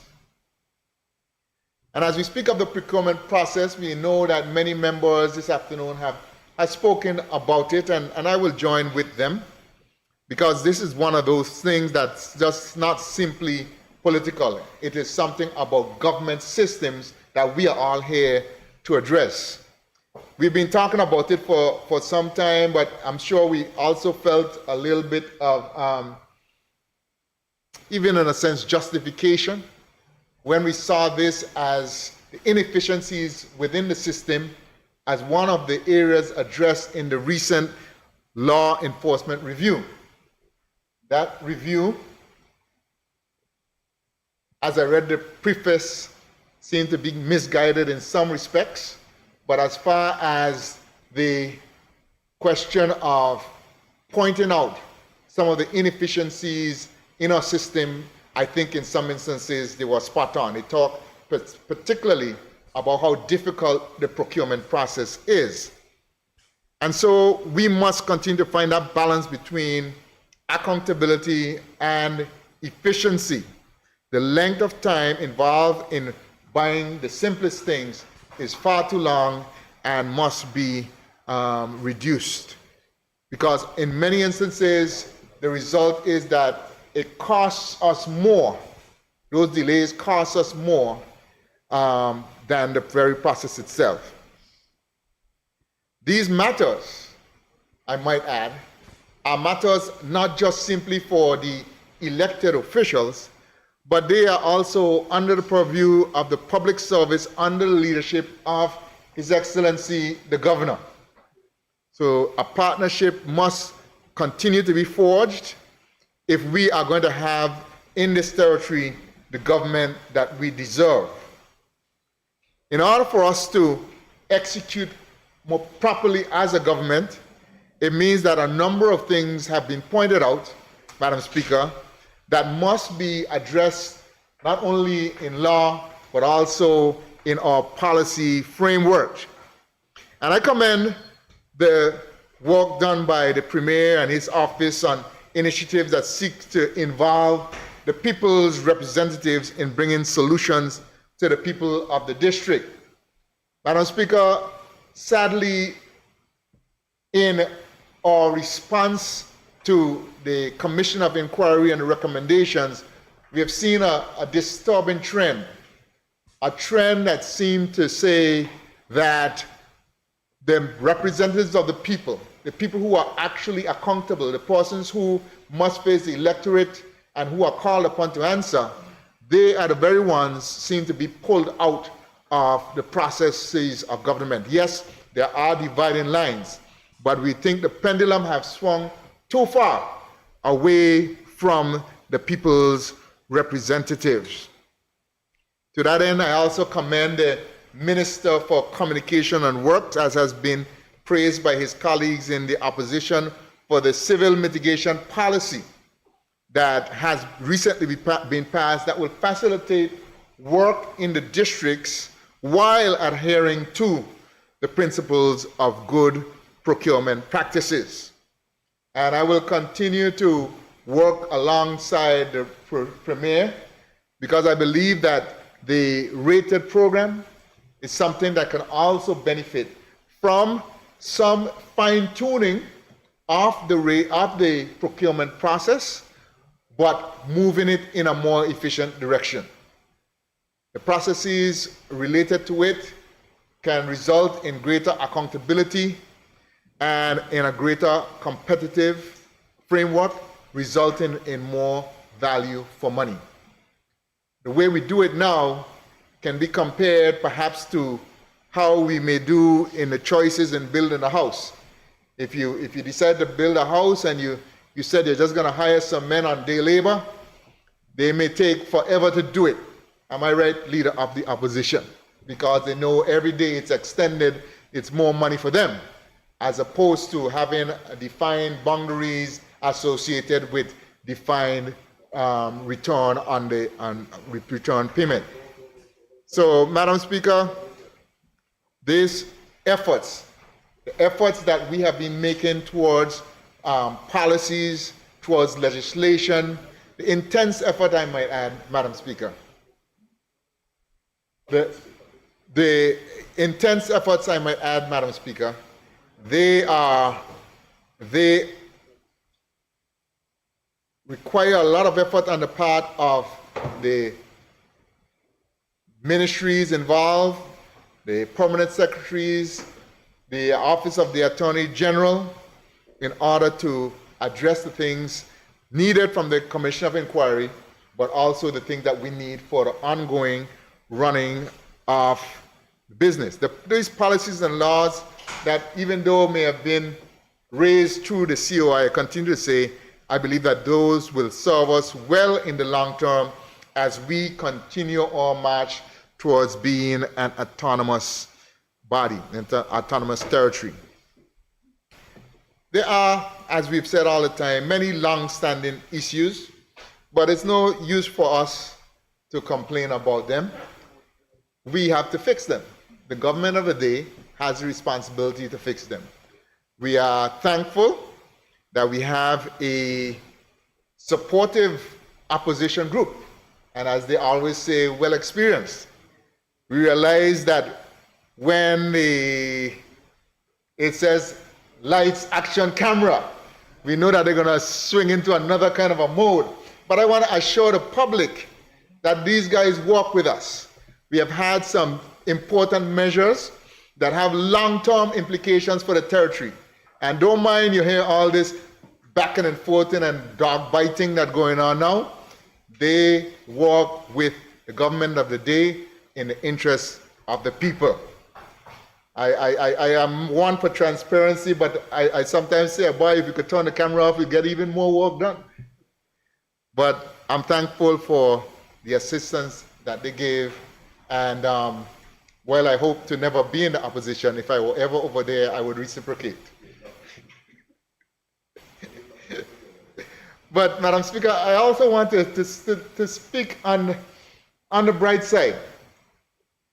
And definitely there are bright sides.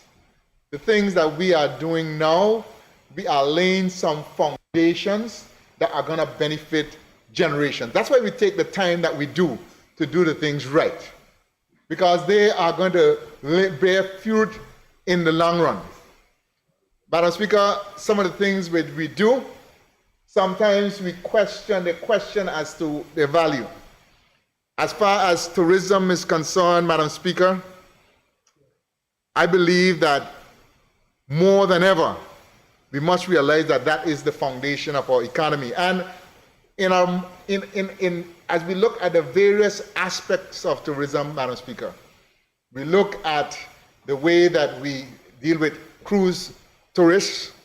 We have a number of overnight guests. And Madam Speaker, I can tell you, being somebody from the 1st District, we have a huge inventory of villas in the 1st District. And I can tell you that the villas are doing well, the car rental businesses are doing well. Madam Speaker, the greater benefit that we can derive from this sector has to do with us improving the tourist experience. By improving the tourist experience, it means then that people will leave here more satisfied. But from an economic point of view, Madam Speaker, it means then that we are providing more services. We are providing, for instance, more tour experiences, including farm tours, such as some planned in our district. Some other private individuals have had experiences or are starting experiences privately with culinary experiences for guests. And of course, we also throw in our little cultural Thursdays as well. And there are further plans for developing activities. And those activities, each one of those activities has an economic portion to them, Madam Speaker, to allow someone to earn something further from this tremendous industry, which, because of the space that God has blessed us to be in, will not go away easily. Madam Speaker, we also have to reclaim, or some would even say claim, other aspects of our tourism sector. And I speak here of sport fishing, Madam Speaker. Sport fishing in the Virgin Islands, the sport fishing in the BVI waters, and the North Drop out there has been a tremendous thing for the territory for many, many years. The unfortunate thing, Madam Speaker, is that it has not always been to our benefit, but it sometimes has been to the benefit of our neighbors. So while there has been a branding related to the fishing waters of the Virgin Islands, it was in fact the British Virgin Islands, but it was boats from the other side of the channel who are most benefiting. So in August this year, Madam Speaker, a fishing tournament, an inaugural fishing tournament is planned based in Virgin Gorda, where we will begin the process of reclaiming and branding ourselves as a lead sport fishing market, bringing boats not only from throughout the Caribbean, but anglers from around the world. It'll be led by private sector individuals, just as was the case in this last weekend, where we had the One VI Festival. But we'll also be supported closely by the Tourist Board, the Department of Agriculture and Fisheries, and related ministries. And Madam Speaker, we hope for great success in this first year, but we also realize that we are building something for the future. We are building something, so what we expect to see here in year 1, we expect to see greater things in year 5 and greater collaborations with our partners in places like Puerto Rico, the Dominican Republic, and further down the Caribbean island chain.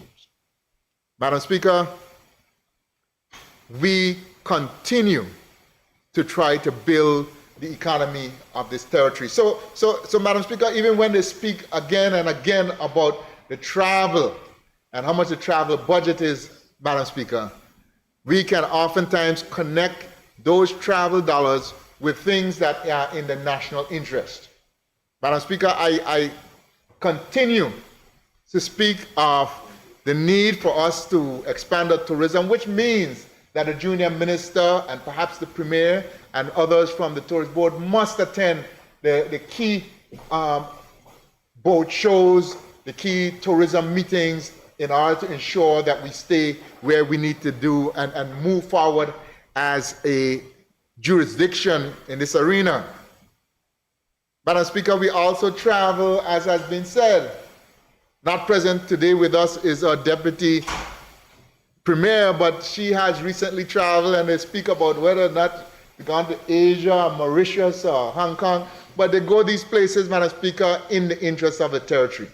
So I would not like the public to feel that these are not key investments that will bear return in an increasingly fragile environment. The member for the 8th worked closely in that sector, so he knows the threats that we face, and he knows that the answer is not to lie down and bury your heads in the sand, but to get out there where the action is and make our presence known in order to stay in the game as long as we can. And another reason for travel, Madam Speaker, that is oftentimes brings up when the lights are on. We speak about, well, they're going to the UN meeting and they up and down to CARICOM. But I will continually repeat, Madam Speaker, that as I examine the historical and current relationship with our colonial masters, although they would not like to hear us use that term, as I continue to examine that relationship, the end of it is in our independence. The end of it is not for us to continue in this way over and over and over again. My greatest concern, though, Madam Speaker, is that when we make that move, it is not reactionary. That it is that we plan it, that we prepare for it, and we move into it. It may not be that everything is perfect for us to get there, but we must determine that that is where we must go. And to that end, Madam Speaker, it means that there must be direct contact with the United Kingdom. Because when we go, we do not want to leave as in an acrimonious relationship. We don't want to leave fighting, because we want to leave with them as allies of ours, as a young potential, a nation with great potential. We want them to be our allies whenever that time comes. And our relationship with our Caribbean brothers and sisters, CARICOM and OECS, they're going to be even more important. The United Nations will be even more important. So when we hear that these trips must be made, we want to make personal contact. We want to press the flesh. We want to know that among the leaders in the Caribbean, that our Premier knows is on speed dial with Honorable Mia Motley. We want to know that she's on speed dial with other leaders across the region and across the world. So these are necessary investments, Madam Speaker. So I wanted to just bring into focus a bit, Madam Speaker, and put into context certain things that the public may have been hearing over the day. And I would encourage persons to continue to stay informed,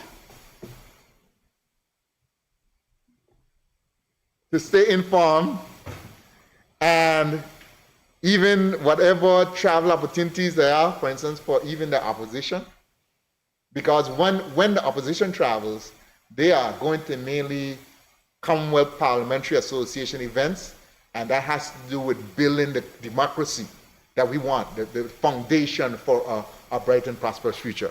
So I thank you, Madam Speaker, for this opportunity, and I look forward to the words from the speakers yet to come. Thank you. Thank you. I now recognize the Leader of the Opposition, Honorable Ronnie Skelton.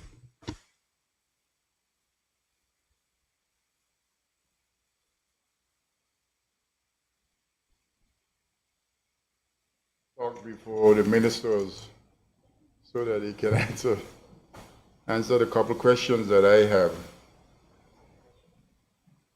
Madam Speaker, or the concerns. Madam Speaker, I want to thank you for the opportunity to say a few words. According to those guys, I will not be long, but I'll be as long as I have to. Madam Speaker, I want to join with my colleagues in congratulating all the graduates in all the schools in my district from Antigua Adjustment X. Both college, high school, primary schools, and to say that we are proud that you have completed one of your educational journeys. Madam Speaker, you hear me here many times. Education in this country, I don't take for granted. I don't take it for granted because I know where we came from. I know we came from a place just yesterday, and just during my lifetime, that we only had 7 standard education for all the others, for everybody except 25 or 30 kids. And if you didn't have the opportunity to travel overseas, you would have stuck with a 7 standard education. And there are quite some number of our people who are living with a 7 standard education. And they have done great things in this country, so we should be also proud of them. You know, they are the ones who keep the economy or had the economy going. So I am proud of those people because they were carpenters and masons, boat builders. They were those people who really were the wind under the sail of this economy. So we must sometimes recognize them. You know, we had the Icon Award thing. You know, there are some of those people should be recognized for their contributions that they have made in this society. Because without them, none of us in here who went to college would have probably had the resources to go to college. So I always try to put things in context. You know, today, the primary school kids probably think that they can't see a BVI without an education system. But it was just here the other day, Madam Speaker. Madam Speaker, so I also want to congratulate, you know, I went to the BI Icon Award. I didn't get the opportunity to go to Long Loop to that ceremony. But I went to the BI Icon Award. I almost didn't get there, but when I thought I had a ticket, I realized it wasn't a ticket, and it was last minute. But I went, and I must say it was something that I witnessed that I was proud of the organizers and the whole show. I am one of those people I believe that if a child comes home and says, Daddy, Daddy, I get 95 out of 100, I am not one of those those fathers or parents who say, come, let me see what you get wrong. Let me the 5 things you get wrong. And that's, Madam Speaker, that's the mentality of, you're trying to make a perfect child, a perfect something, but you never celebrate the 95%. And after you finish celebrating, then you can move. No, not at the same moment, you know, but then you can move to the 5% and see if you could get them to 98% or 99% or 100%. So the show, the VI Icon Award, I think everyone that I saw there and talked to, they enjoyed the show, they were proud, and they were happy that I thought it was a government initiative for us, but in a sense it's a private initiative, or, well, not private, but in the sense of money making, but in order to recognize the people in the society in all the various spheres of the society, and give them that level of hope that somebody's looking, somebody cares, and somebody is willing to put their whole life on the line to recognize them. And I congratulate the organizers of the show, Karim Hall, well, he was the one who featured, but he has a support cast that he should be proud of. Madam Speaker, I also want to, my good friend of, she will say from 1975, Ms. Eileen Parsons, who is making 94 tomorrow.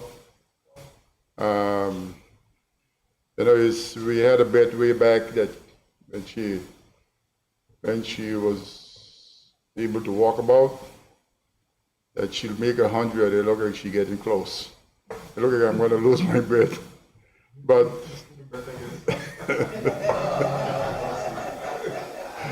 now these are the high jokes that we pull on each other. So she says she's going to collect that $5,000 whenever the minister helps.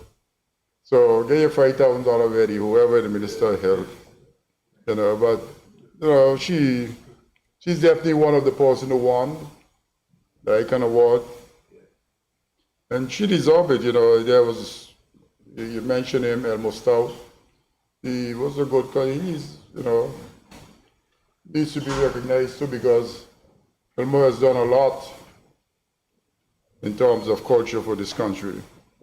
Again, you can't recognize everybody at the same time, but I think his time will come.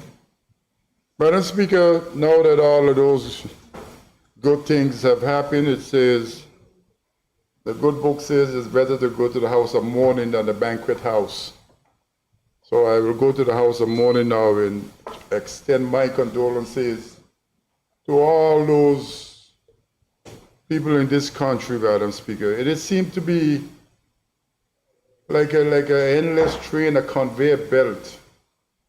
Every week or every day, some one of our people are passing. And the problem with that, I know most of these people, if not 100% of them. And, for man to get to the adjustment exits, just continue to, before you can mourn one, there is another one. So we have a society who's going to probably need some psychiatric supports, that they're not mourning anything, so they're not getting things out of the system, because things are happening so fast that eventually it's going to boil over. So I extend my condolences on behalf of my wife and my family to all those who have lost loved ones, and wish them well, and that Jehovah continues to give them the strength and the support they need in order to continue in this journey of life. Madam Speaker, Hurricane Beryl really is, I don't know what else some of us are going to see in this lifetime.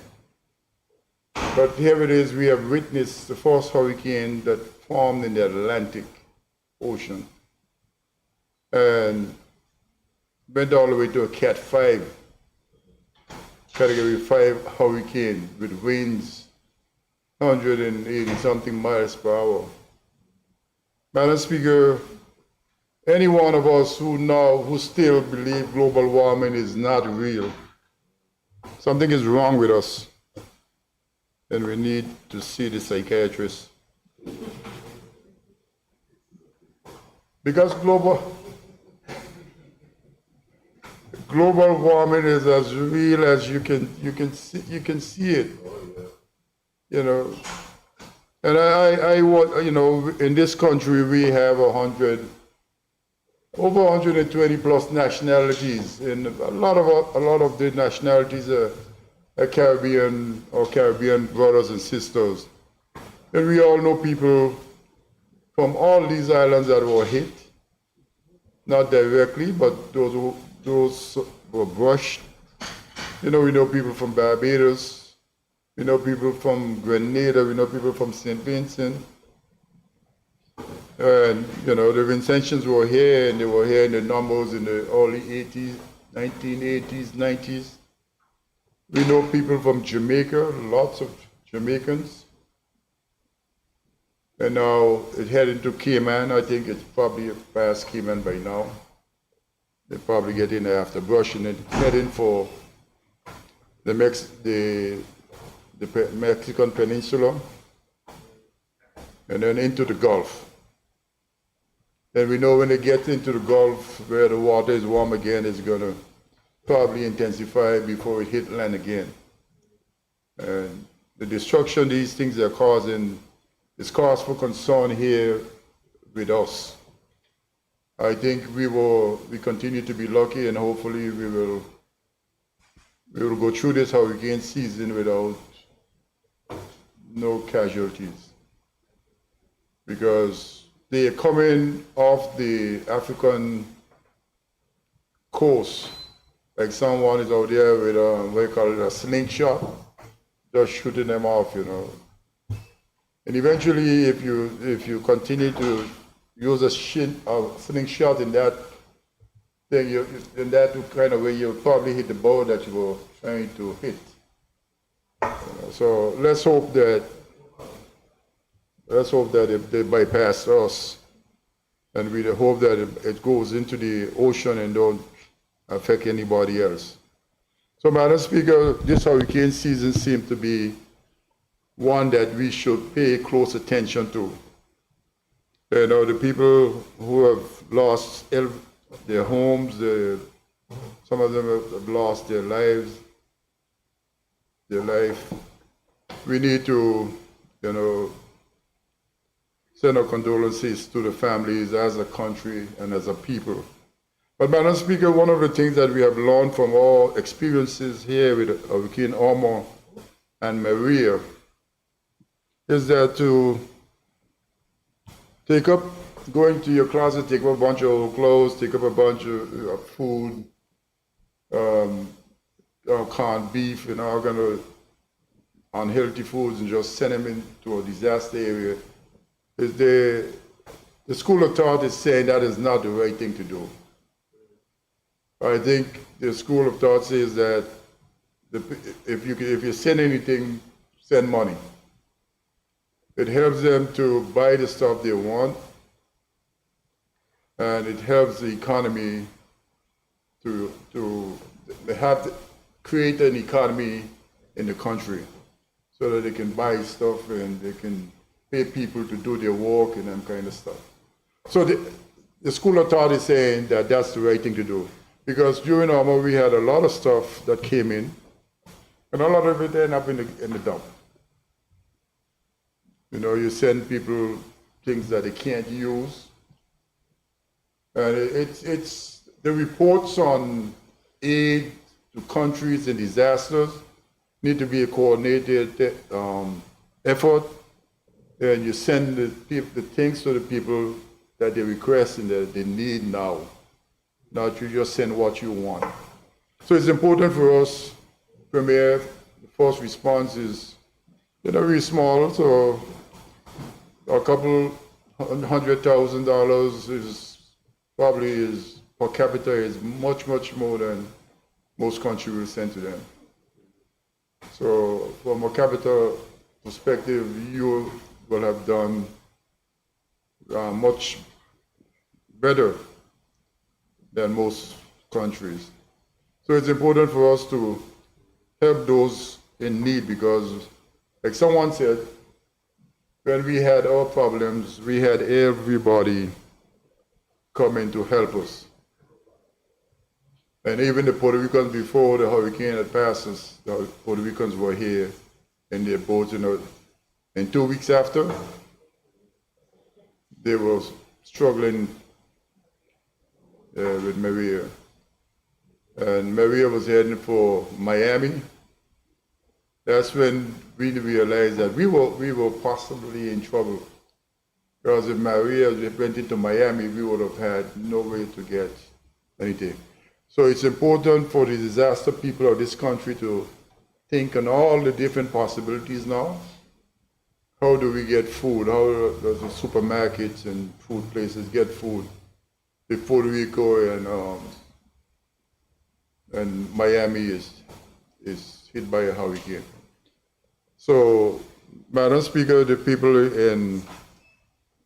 down in Grenada, the islands of Grenada, you know, when I look at the pictures, I remember BVI those days. When I came out of my house in Armor, I said to the people, Janice and all of us who were there, this is back to 1972. You know, we didn't have much light. It was nothing. So, but when you look at the country today, we have come a long way. We have come a long way today. And it is sad that we are here dealing with things that we should not have gotten ourselves in. But on the other hand, that is, your child did something that is wrong. That's no reason to kill the child, no? There is reason to point out where the child has done wrong and help the child to get back on the road to a productive supporting lifestyle. So we are here, Madam Speaker, and again, because we were not able to have a discourse with under other business. People, the government side, look at it as what my friend from the 1st District call it? Action camera. This is the only thing the opposition has at its disposal, that they can talk. The past colleagues from this house, Mr. O'Neill, used to say the opposition will have their say, but the government will have their way. We understand that, but our job is to talk and to point out the difficulties the people are having that you don't know they are having. And I think my colleagues from the 6th, 8th, and the 2nd find out a lot of issues that needs this government attention.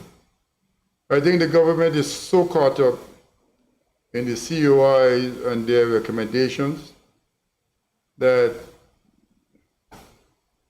they ain't understanding what's happening out there. My colleague, I talk to a lot to my colleagues. I'm not trying to get them to come over by me. I'm not trying that at all. So you don't have to worry about that for me. Because my colleague from the 6th said he's loyal to a fault. So he has your back. Not to worry, but he spoke about some of the things that are happening in the country. That we have a whole government system that is not working. Because he told me that he had to get a shovel and go in a culvert to clean a culvert. And probably, you commend him for his initiative. But that can't be what we're trying to build. You ask him, well, where was the public work and all the other people? He says, they didn't quite understand what to do. So, Madam Speaker, based on global warming and all of these things that are happening, we got to build systems, And my colleagues and all of us complain that what is Public Works doing? What is Public Works doing? They don't want to sell it because there are too many people in Public Works who probably are friends, and we don't want to say bad things about Public Works, But we just need to encourage Public Works to do the things that keep the country in a safer way, because public work was responsible for roads, bridges, and public buildings. It needs to get back to public works. Now I know what public works are going to tell me. I could tell you, they don't have any money to do anything, because over the years, what ministers of communication and works have done is take all of the maintenance monies and put it in the ministry. So the engineers and stuff in public works really they don't have any initiative to do what needs to be done. And we are taking the resources of the country, Madam Speaker, and doing capital works and leaving maintenance totally undone. We need to change our model. We cannot continue to have to pay $176 million a year for a system, a civil service system that is totally ineffective and inefficient. You can say what you want, and every one of those departments you're going to them now, there's a reason why it's happening. When the Madam Speaker, when the minister was here, we had I had a one-on-one with, not one-on-one, but a meeting with the minister, the governor, and they asked me the question, how is the Procurement Act working for the people, for the country? I says totally ineffective, and it's causing a lot of harm, more harm than good. Yes, we have problems, and if you read the news today, you see they arrested another one of our illustrious sons. But that means that we must throw away the baby with the bathwater.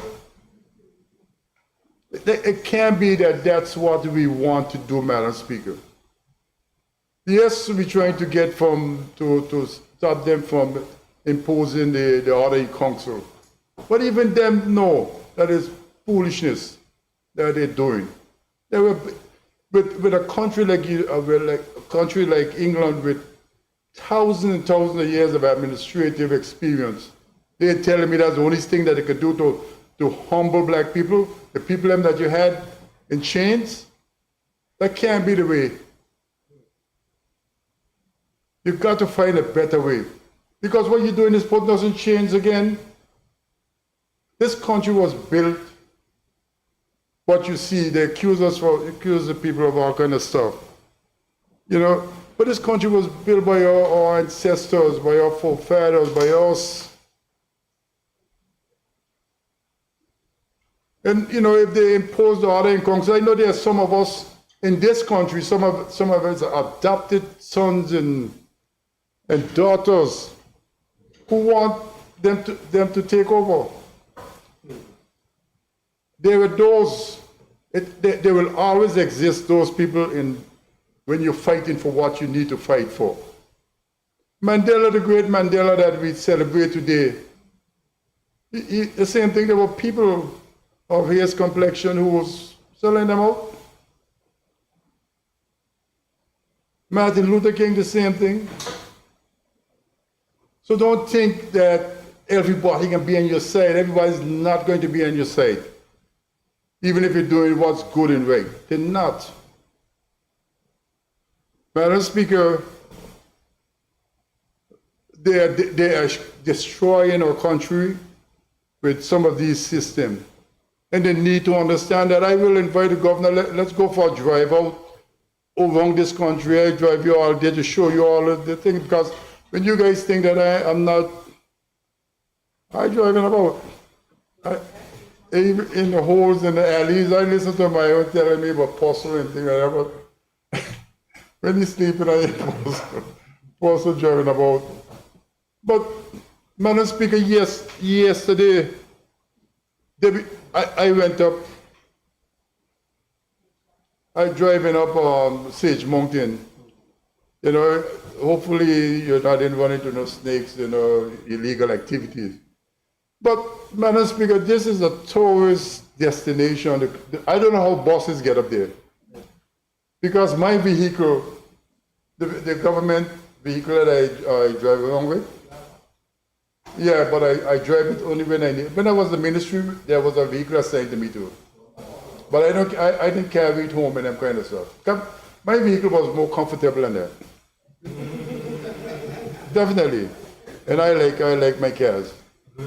So, but the roads are no good, so my car can't go the places I want to go. I can't go in Spooner with my car. I can't go up Sage Mountain with my car, Madam Speaker. So I gotta go. Right now I can't go seek over.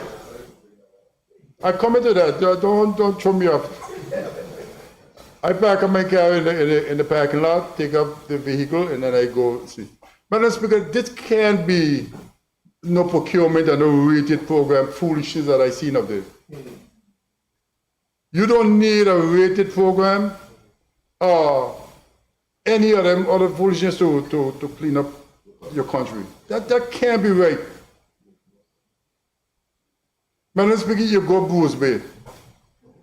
And luckily, my colleague from the authority is in here with me too, to help me point out some of these stuff. You go down Bruce Bay, Madam Speaker. Yes, the hurricane came in 2017. Yes, we get fired in 2019. Madam Speaker, a community center, a public structure. I never see taller, what do you call it? Wall-Taman in my life. Wall-Taman almost to the top of the building. You know the building had a high roof, right? I think some of us need to go to jail. Yeah.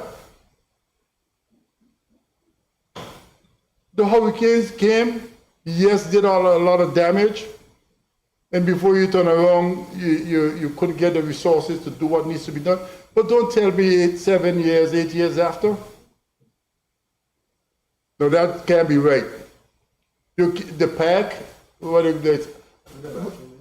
where, Madam Speaker, I listened to some of my friends who are taxi drivers telling me that they go Bruce Bay. But I don't know where the people go. I pack up, get out of the vehicle, try to figure out where do they go by Nichols. You guys need to go down there. I don't know who's responsible for this. This is crazy. This can't be right. You guys will get up here every minute of the day telling me that, hey, who fault it is. And I'm not interested in faults.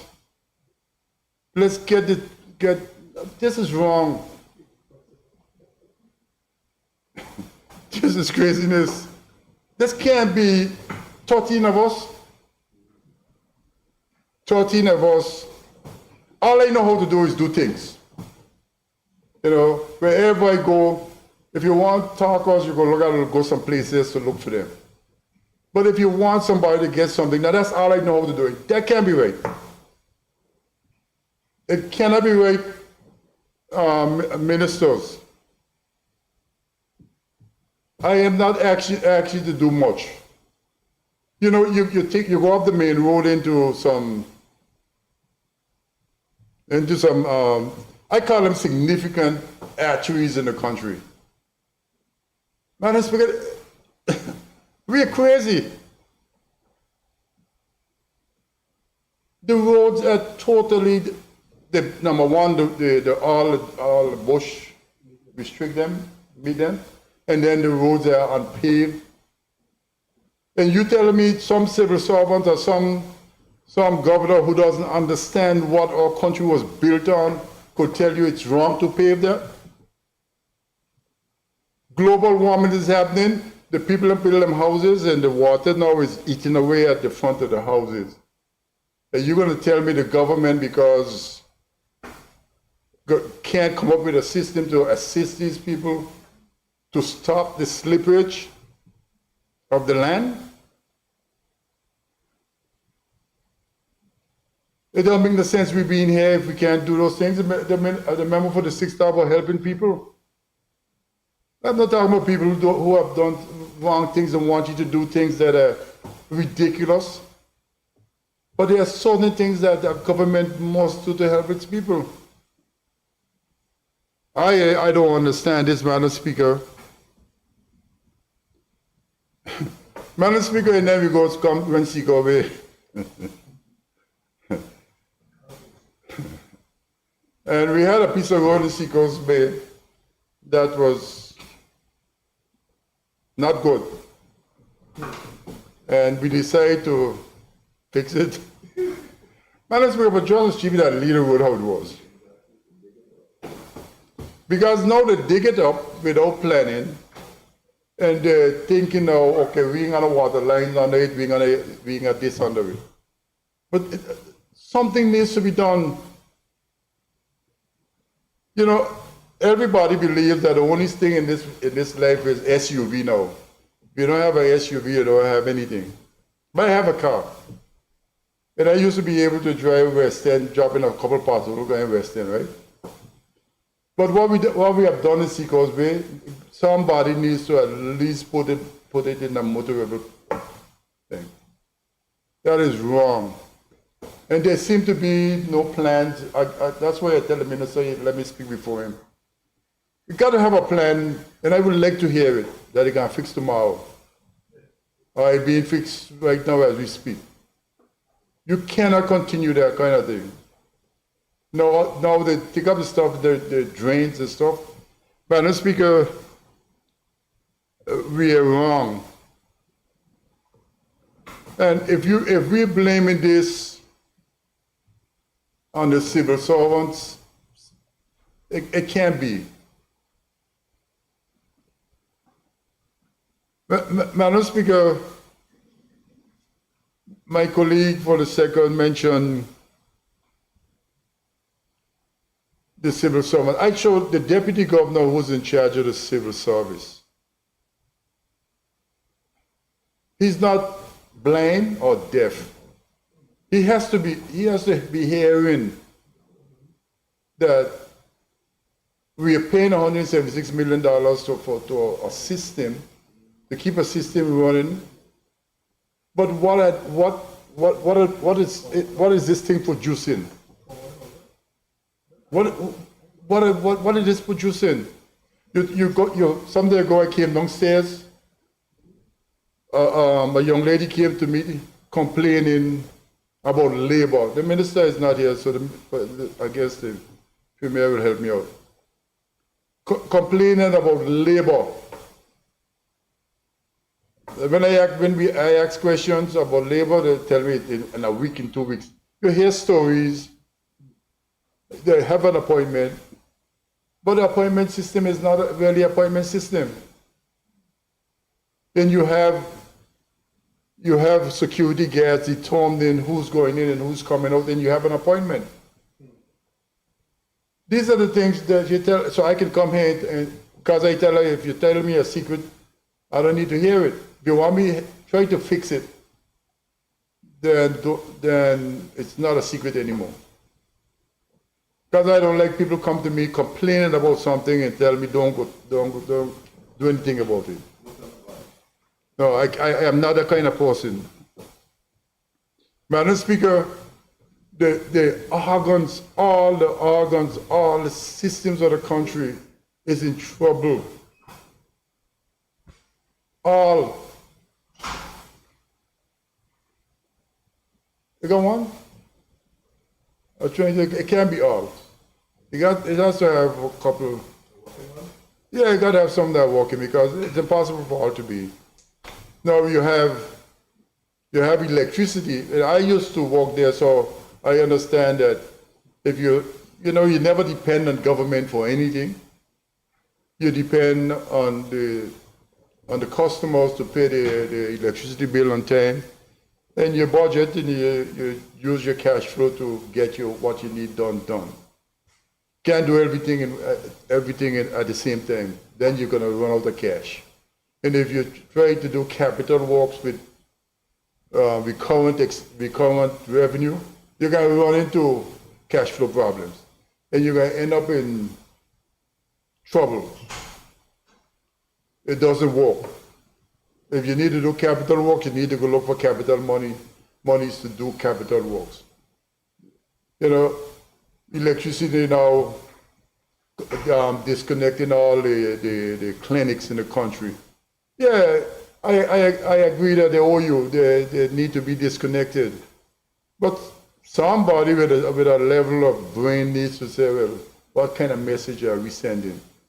Are you talking to the Premier Minister of Finance? Are you talking to the ministers to understand that these things need to be paid? And Madam Speaker, you know, the reason I will be gung-ho on things like education and healthcare, because I don't think we understand where we came from. We don't understand where we came from.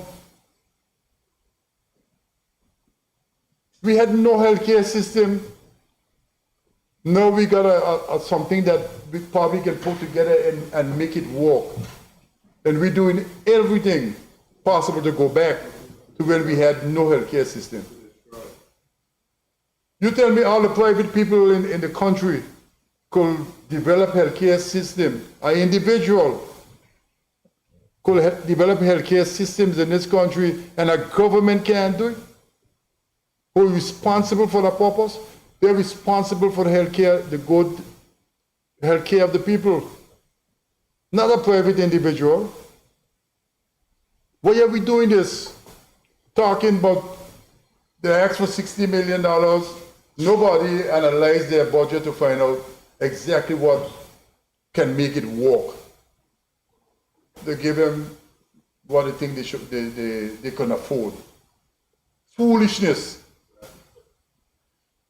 Madam Speaker, I can talk about this till the cows come home, but I won't. Madam Speaker, we had a system, a healthcare system. It was not just a hospital. It was a system that take care of you from the cradle to the grave. And inside a model was to build a healthcare system with some disciplines at the hospital for medical tourism. We were dependent on medical tourism to help pay the cost for this hospital or this healthcare system. But we gone back. We disconnected all the points. We disconnected everything. It can't work if with all the disconnection. Madam Speaker, we need to take care of our priorities first. In education, in my mind, in healthcare, without good health, education can't happen. Because when I was growing up, when I had the mumps or the measles or whatever disease, I couldn't go to school, so I couldn't be educated.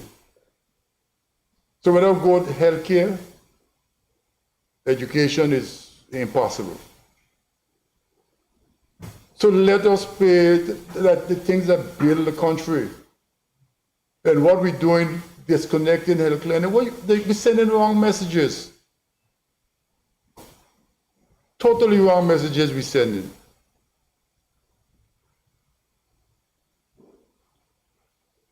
Madam Speaker, I hope the Deputy Governor and the Governor is listening to us today. We have to get the systems working to deliver the services to the population of this country. They're not working. The systems are not working. And when you have a system that magnitude not working, that means all kind of stuff going to go wrong in this country. Yeah, we here fixing and we here trying to block every possible, but we're making it more and more difficult to do business in this country. My colleague talked about the economy of this country, which I come to in a minute. The economy of this country is faltering. Madam Speaker,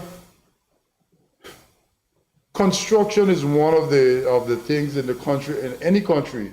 You get construction moving, the country gonna make progress, and then you get other things moving. Because the construction worker gonna pay rent, they gonna pay, not all of them, but the majority of them, buy food, they're gonna get clothes, buy clothes, they're gonna do all of these stuff, so the economy is going to move. And the government is the one who needs to do it. Great America, England, when they want to get the economy moving, they inject money into the economy. They don't give it to their friends and family. That it doesn't work. Like the COVID, it doesn't work. That doesn't work. People don't put the money in the pocket and don't buy what it's supposed to buy. But if you create public sector projects, major projects, that's what works. The spin-off of it is huge. Fix the roads. What were they in America someday when they went into power? What is tap? I don't remember quite. Huh? Where they give every state. Well, they got money. They print money, not got billions of dollars, and you go there now. You see roads and highways and spaghetti junctions, all kind of stuff. Airports and everything. But we're here sitting, the Premier is spending all his time in COI meeting. Then you need to delegate some of your responsibilities, if you're into it already, to get some of this stuff done. The airport extension is something that should have happened during our administration, but we couldn't do everything because then you will have nothing for you to do. We couldn't do everything. But here it is, you are here now, and you have the purse strings. Let's get some of this stuff moving. You know, my colleague from thought I was talking about borrowing 100, but I understand what he's saying. He's talking big bucks, but you need to borrow large sums of money that you could afford to pay back. And you need to do it yesterday, day before. We can be in a lot of trouble. Eventually, you're going to have all of the whole public on your doorsteps. Madam Speaker, we talk about the economy. People going to the supermarket to buy food and stuff. I can't think about my family gone away and got to go buy some, go to the supermarket. I can know all the prices. But, Madam Speaker, we raise civil servants pay, and the member for the 6 is quite right. I hear the complaints. You know, I hear them from close family members.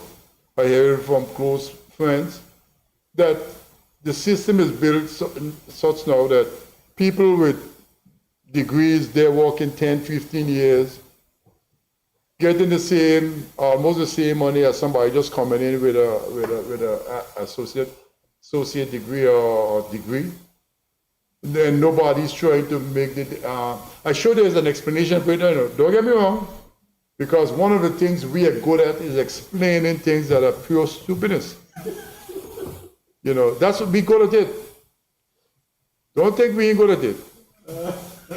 And if you don't have the guts to say this don't make no sense, let's don't go down that road.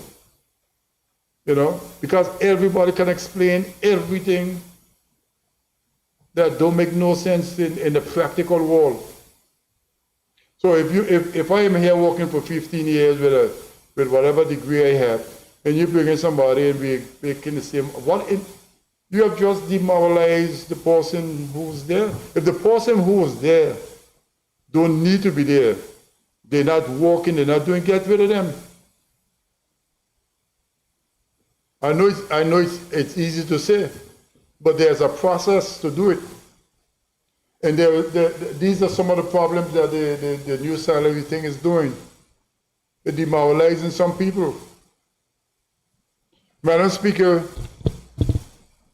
so we raise salaries and the people in the private sector start complaining because they were all being paid more than the government. So they go over there and raise their salary too. And then the supermarkets got to raise their salary. Hopefully you will have a minimum wage increase. And if you ever do a minimum wage increase, then the bottom is the only set of people who's going to come up. So it's like the ocean. It's like the ocean. No, you're not moving up the ocean. If the tide rise, the boat come up here. The other boat have gone up higher. It's just a domino effect. And who you think pays for all of this increase? It's the same people who salaries you're raising and stuff.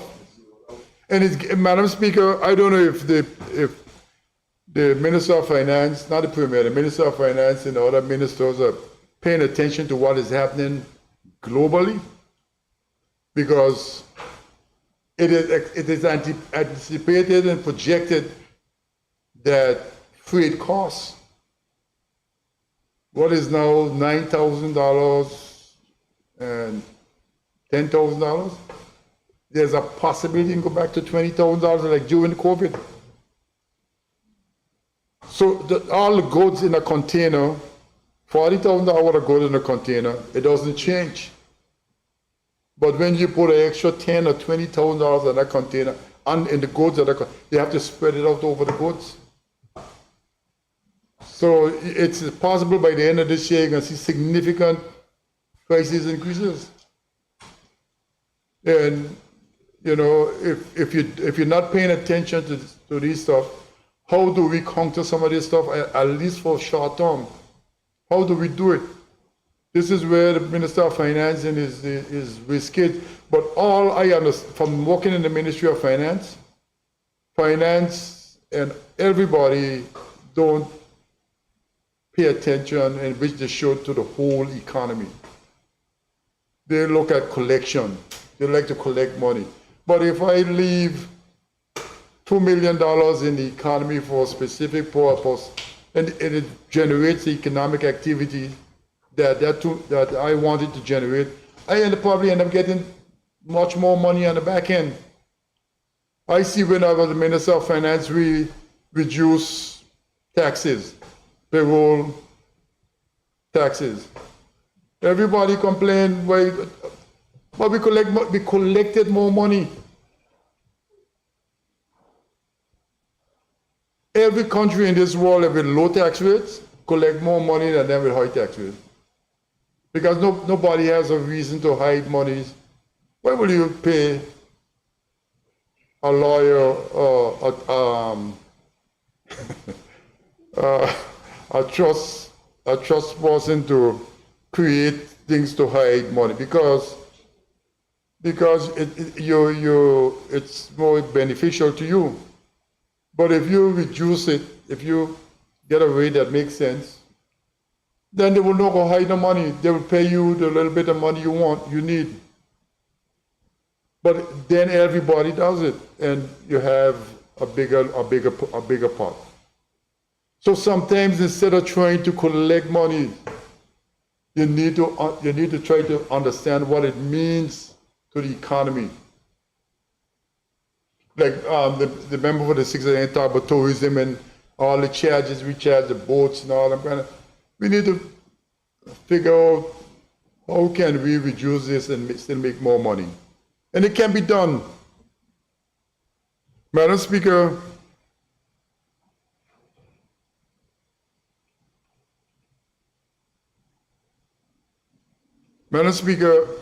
you know, I talk about a rated program. I'm talking about it. My colleagues see it as the only game in town, which it is. There's no other game. But we take a game, the only game in town, and there were people, much older people who can walk and talk and swing a machete. All of a sudden, a machete. A machete is a very difficult thing to use now. So somebody 75 and stuff can't swing a machete anymore. So they are restricted from the only game in town. And I talked to the Premier about it a couple of times. It was 50 years, he carried a 55. And then leave out a whole bunch of, just like how we left out the people out of the education system, you leaving out people out. If the people are not able, leave them. But if I see some strong fishermen and stuff out there, so who can need a little walk to feed their family, they ain't asking for much. They're willing to walk. There should be no restriction. If the person come and they're medically not fit to, don't give them no, tell them no, you can't do that. But if people are able and competent to do the work, they should not be restricted because it's the only game in town. There's nothing else. And if there's something else, somebody needs to tell me. So remember for the 6th, the people, those people who are over age, 75 I think, who can walk, they're still complaining. There's nothing else. They can go to public works looking for a little painting job. There's nothing for these people. And these people need a couple of dollars to feed their family and feed themselves. We are destroying our own people in the process.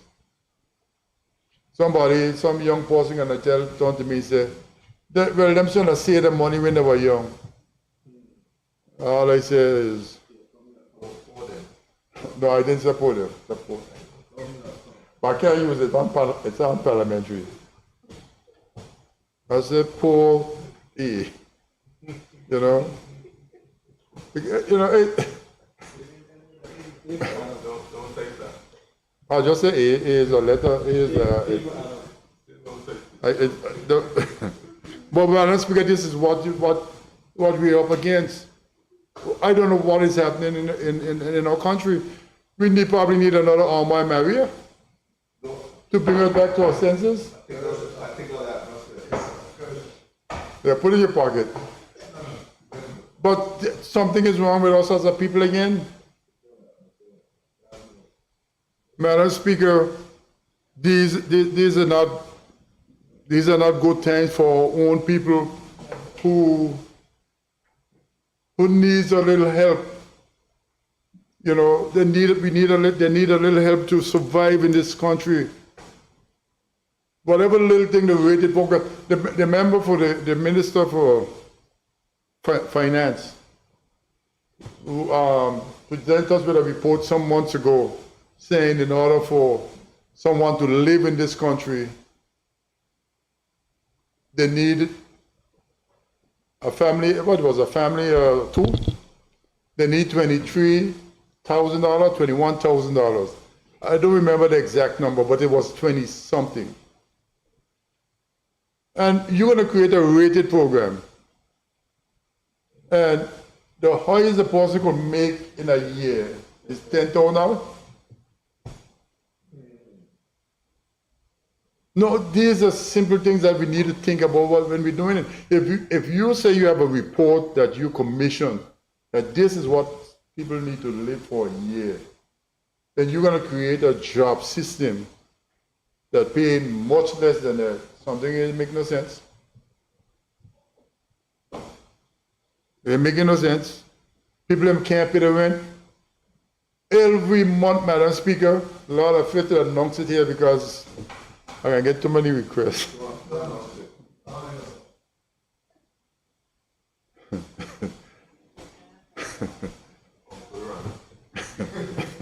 Madam Speaker, I could talk about, I listen.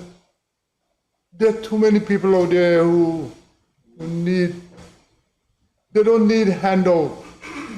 Some of them people are just looking a job. They're looking an opportunity.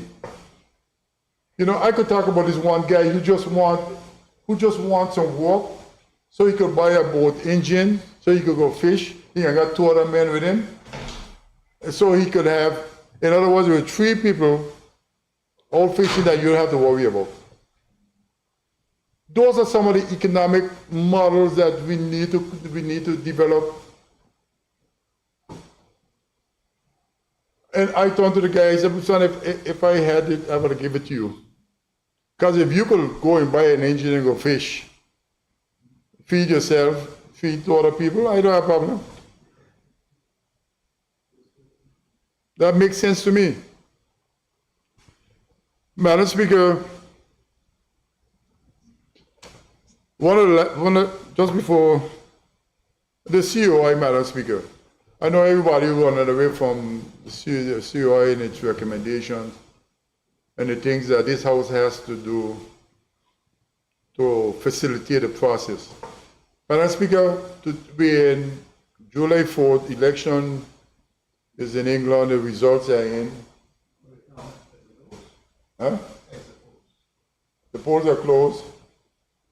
And here we are, COI, we don't know where we're going and where we're coming.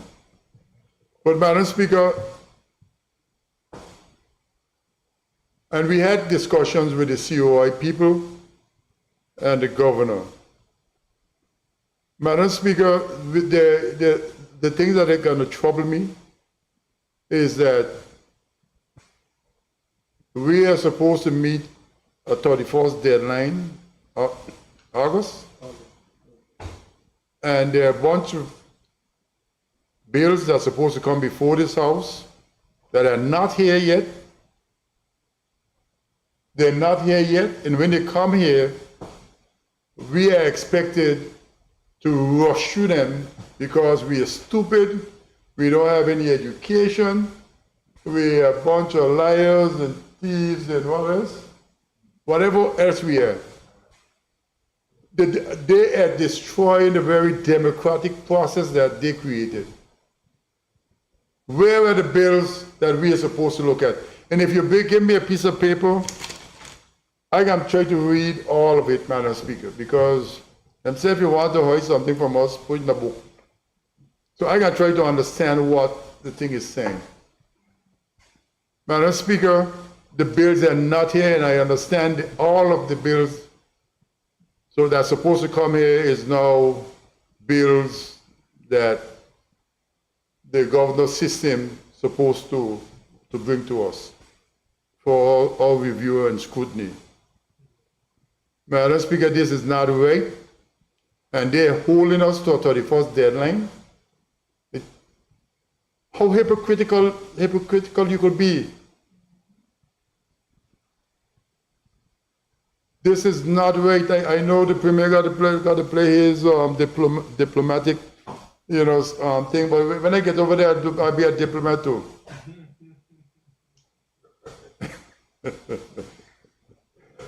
But here we are, waiting for these documents. The documents are not here. But when they get here, they expect to rush them through and like we're not supposed to look after them. This is our country. We build this stuff from the ground up.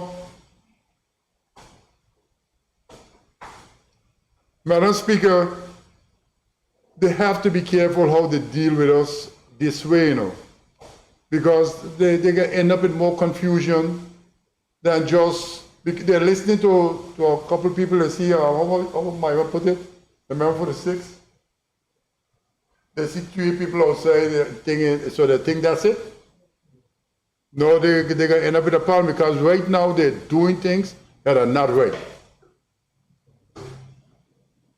And I am not a person who go matching for foolishness. But this is one I probably will have to join in, because this is, I know this is not right. This cannot be right. You can't wait till the last minute and send me 5, 6 bills that I have to go through and read them to understand what am I doing to my country and my people. You can't just do that. You cannot do that. And the bills need to come in. We just got a bill yesterday, the public assistance amendment bill. Yeah, I'm gonna go through it, and if the meeting is next Thursday, I will go through the bill. I will, if there are good things, I don't have a problem. But if there are things that are not good for my people, I am not doing that. I am not selling the people of this Virgin Islands back into slavery. Because, you know, we have learned historically that they come with the Bible.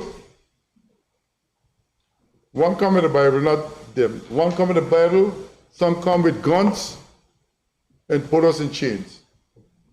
We can't do this again. We're not built for it again. You know, so Madam Speaker, this is your house, Madam Speaker, and the COI recommendations, bills, is causing me some anxiety. We need to get those bills, and they're gonna have some far-reaching implications for this country and our people. We just went through the immigration and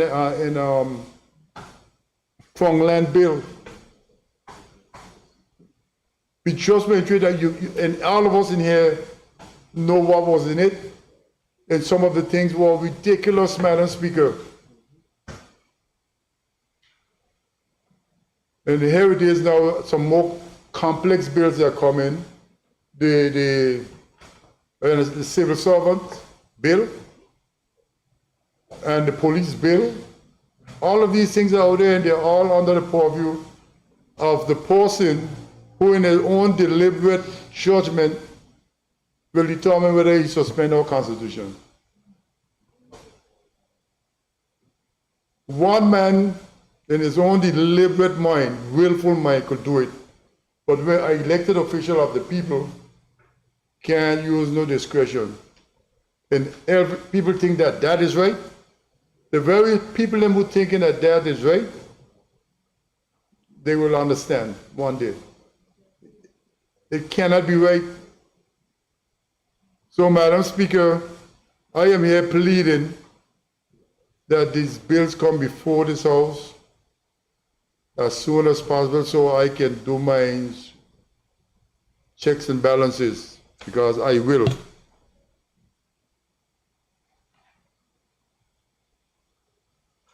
Madam Speaker, I think I have a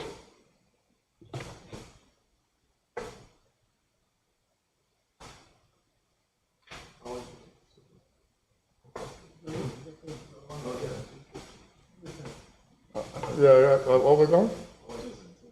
Yeah, that's my cue. Madam Speaker, the Procurement Act. My colleague called for you to come back here so we could do amendment to it. Madam Speaker, in the back room, which you shouldn't talk, the things in the back room, you should bring them to the front room. Yeah, okay, so let me don't do that one. Let me talk about my food then. Madam Speaker, this is the House, Parliament, the highest lawmaking body in the land. And we eat this, something gotta be wrong. We even can't buy food. We can't buy things to drink and eat while we're here for hours. We got to go and ask Mary for a quote, ask Betty for a quote, and we paying people to prepare food.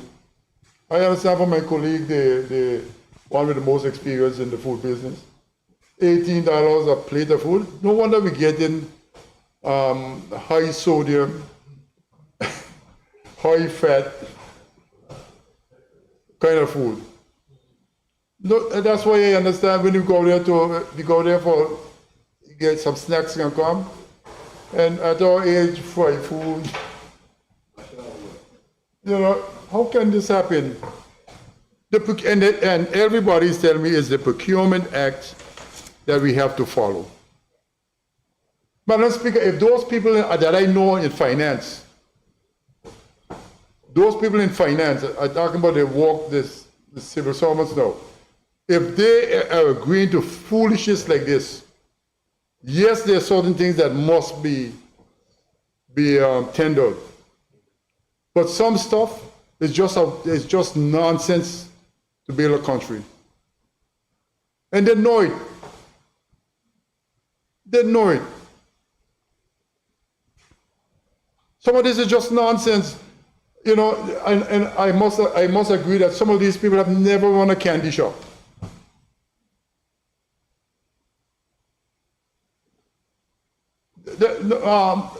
Minister of Finance, you need to get people who could make a country. If you do wrong things, you go to jail. I don't have a problem with that. Absolutely none. You don't do wrong things? Man, let's get the things for the people in the country. Somebody accuse you of doing something, not following a procedure, or following something. And circumstances at the point in time dictate that it was one of those one-off something. And somebody can write you up and you're going to get frightened because somebody will write you up. That same person sitting in that seat might have made a worse decision than you. Some of what he's doing don't make no sense. It's not practical. It cannot build no country, cannot do nothing for nobody. Madam Speaker, if the Procurement Act of this country has changed to require every foolishness to be done by tendering the stupidness, then whoever agreeing to it is stupid, and whoever writing is an idiot. Honorable, please. No, because these things are annoying. We have come so far building the country to go backward, and the country is going full speed backward, and we realize it, you know. This country is going backward as fast as, and none of you guys realize it. I realize it. I want to know if you realize it and say, yeah, I do. The country is going backward. We created a 2007 Constitution, giving powers, giving elected officials who sit in cabinet more authority and more stuff and things like that. And some of the foolishness I hear, I don't understand it.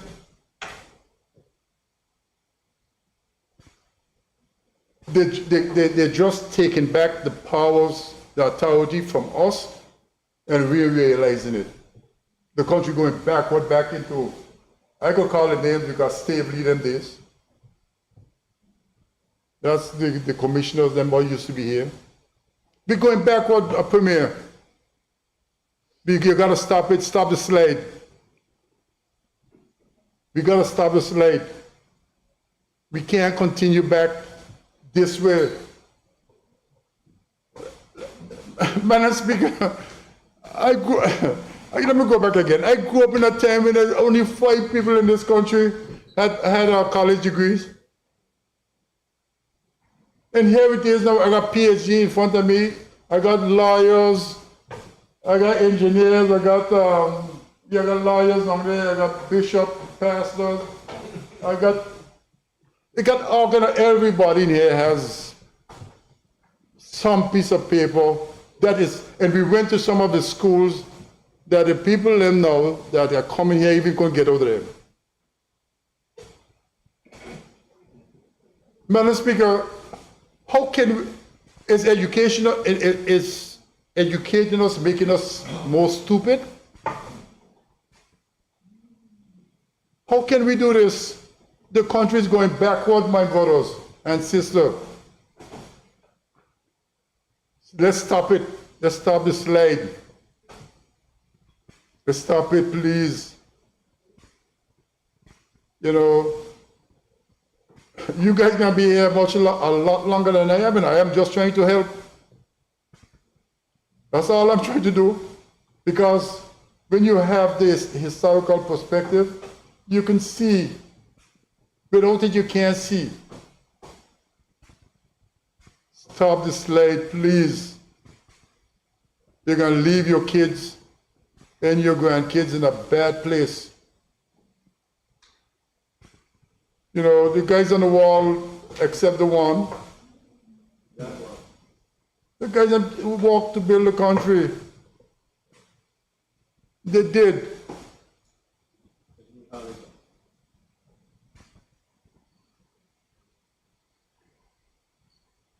The one put us in a bad place. That's why we're here. Some of why we're here. You know, please, Madam Speaker, I beg you, please stop the country from going backward. Because if they're dependent on us now, you know, the holidays are coming up. So the Minister of Communication and Works, he's going to start partying from the 25th until Minister August, Wednesday?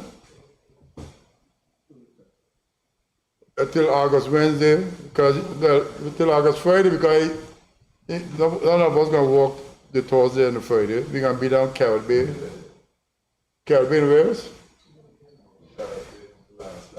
And then East End. So that whole 2 weeks, we're going to have to be in here sitting down doing bills. August Monday, we're going to have to... August Monday, Madam Speaker, we're going to be in this house. It sounds like a joke, you know, but it might be real. This is crazy. This is not right. And you can't blame England, the British for it, because it's us who set the date. Huh? No, it's also set the date. So therefore, you know, we do have some blame. I never said we have blame, but they have the most experience. They know of the jet. It probably couldn't walk, and they probably when they left you and went in the back room, they probably said, "Let's leave them. Let's give them that day because they can't make it." You know, they had more experience in these stuff than you have. So therefore, you know, you did something out of goodness of your heart, and they were still conniving. So we're here. So, Madam Speaker, the COI recommendation bills that are supposed to come before this House need to come. I don't know what size they are, if they're very huge bills. And if they're huge bills, they need more time. Because I learned from being here that words could mean different things to different people. And we need to get the words to mean what it should to all people in our country.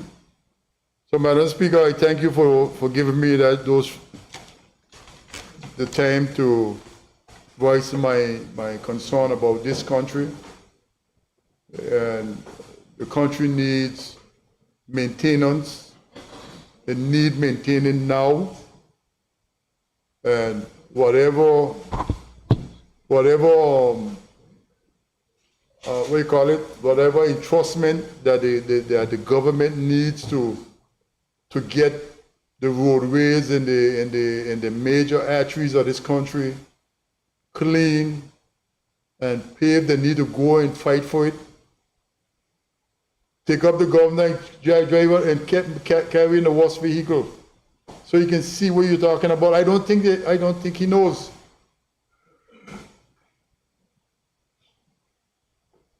I don't think he knows. So I thank you, Madam Speaker, for this, and I hope the government can do what is good and right for our people. Thanks. Thank you. Honorable members, let's take a brief recess, please. 10 minutes? We'll take a recess. 150?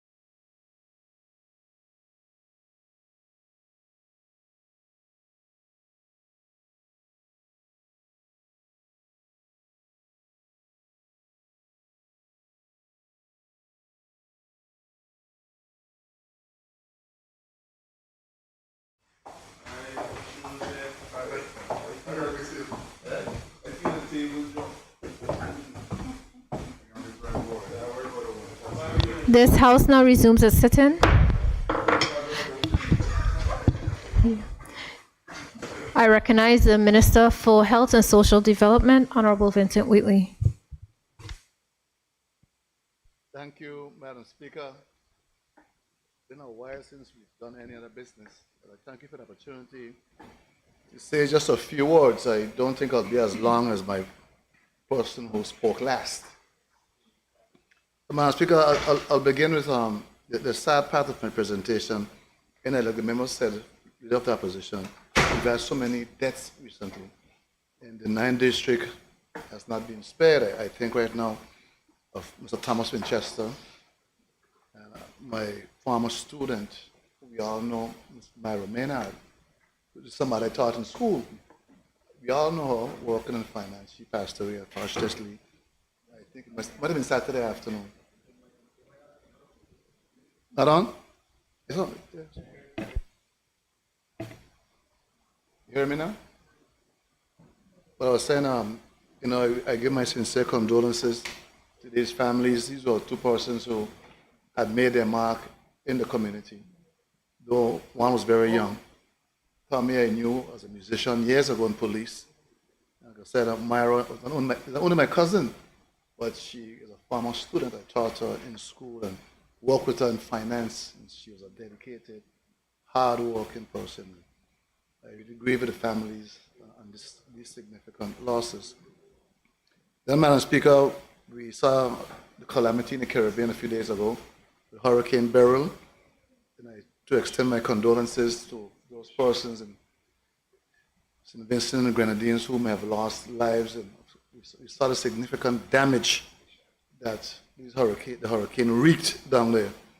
Madam Speaker, it took me back to, I think it was 2004 with Hurricane Ivan that struck Grenada, and I recall very vividly the efforts from the BVI in providing relief to Grenada in 2004. I was part of that effort, so I recall it. Oh, yes. And sorry, I don't know how I overlooked that one death, Madam Speaker. Everett O'Neill, and tomorrow we're having his memorial. All their souls rest in peace. They happened so fast I even had to keep track. But thank you, Minister, for reminding me of that. But I was talking about those persons who in St. Vincent and maybe Grenadines, who may be in need of our help like we did back in 2004. And recall, we went through all challenges in 2017, how quick they were to provide aid to us. So this idea of helping each other in times of need is not new to us in the Caribbean. As Minister for Health and Chairman of the OECS Ministers of Health, I did convey my concern in regards to those persons who have been challenged by counterparts in the OECS. They know the Premier is planning relief, which is a natural thing for us to do. We do look after our brothers and sisters in their times of need. Then, Madam Speaker, on a happier side, lots of birthdays also in my district, and I want to thank all those persons who've signed up for my Golden Gems Calvin Malone Memorial birthday thing. And I think I have 4 centenarians now in my district. The last one being George Blythe. He wasn't born in Virgin Order, but he spent a significant time in Virgin Order. So that's 4 centenarians living in the night at this point in time. So it's a happy place to be, keeps you living longer. Out of the 4, I think the second one is making 102 in a few weeks' time. One's making 103, so I have one at 102, one going 102, one's 100, and one going to 104. So, Madam Speaker, I normally send baskets for them. I had a birthday just yesterday, one of my seniors in Negada, Julian Bantapool. I had a few more in North Song, Shiverton in the Valley, Mappa Sprouse, so I wish all of them happy birthday. And I do hope you enjoy your little basket that came on behalf of the district. And Madam Speaker, I was late today because we're in the throes of graduation season. And of course, I had to attend as many graduations, particularly in my district as possible this morning. Went to Robinson O'Neill and this afternoon primary, and this afternoon Brigado Flax, because these 2 schools have done phenomenally well. not only academically, but also in other things that they did. These students from all over the 9th district participated in the Spanish Bowl, spelling bee, debates, whatever there was, the students were involved, and they did amazingly well. And not only within the school, also in the national exams. We had from Brigada Flax Primary, the #1 student in the exams, Brigada Flax Secondary, the #1 student, and from the college tertiary, the #1 student. So we produced 3 #1s, primary, secondary, tertiary, and at this, we got the second place with Miss Stevens. So I had to go and celebrate with these parents and the teachers on the significant achievements academically and otherwise in the district. And I wish all the students well. Madam Speaker, in between my busy morning this morning, I had a chance to listen to bits and pieces of contributions made in this House. And I've always said, the opposition, they have a job to do. And part of their job, I don't think sometimes the public understands that there's a particular role an opposition has to play. And that is to point out what the government ain't doing right, and are doing bad. And in listening to what they're saying, they're doing their jobs. But what job now is to point out it's not all doom and gloom. There are things that are happening, but we must tell that story. But Madam Speaker, in the enthusiasm to point out what is not right, I think we have to be very careful with what we are putting into the atmosphere. Because persons are listening around the world. And when wars like no confidence is said in this House, we don't ever want to have a situation where people feel we're unstable or things are not right. So we have to be very careful that we carefully coin how we bring those particular kinds of wars around. We have to be very, very conscious of the effects of these things. And other persons. Madam Speaker, just a point of information, just for my edification, because this is the second member I've heard speak about a vote of no confidence, to suggest that it is something sinister, or it is not part of the parliamentary process. If people are not pleased with the way in which a government is being operated, the appropriate device is to bring a vote of no confidence. Why are we giving the impression as if to suggest a vote of no confidence is to suggest that the country is going to be turned upside down? The public is not pleased with your performance. And so the opposition members have to do what they have to do based on what the people are saying. Why are we making a vote of no confidence like a bad word? Well, I don't understand it. Madam Speaker, I don't know why the members are a little sensitive about that. I'm not saying All I am saying is that we must be very careful when we're using those words that understand the perspective from the opposition, what they're saying. It is their right to point out these things. It's not a reality. They're saying, this is what I would do had I been in a position. That's the only point I'm making.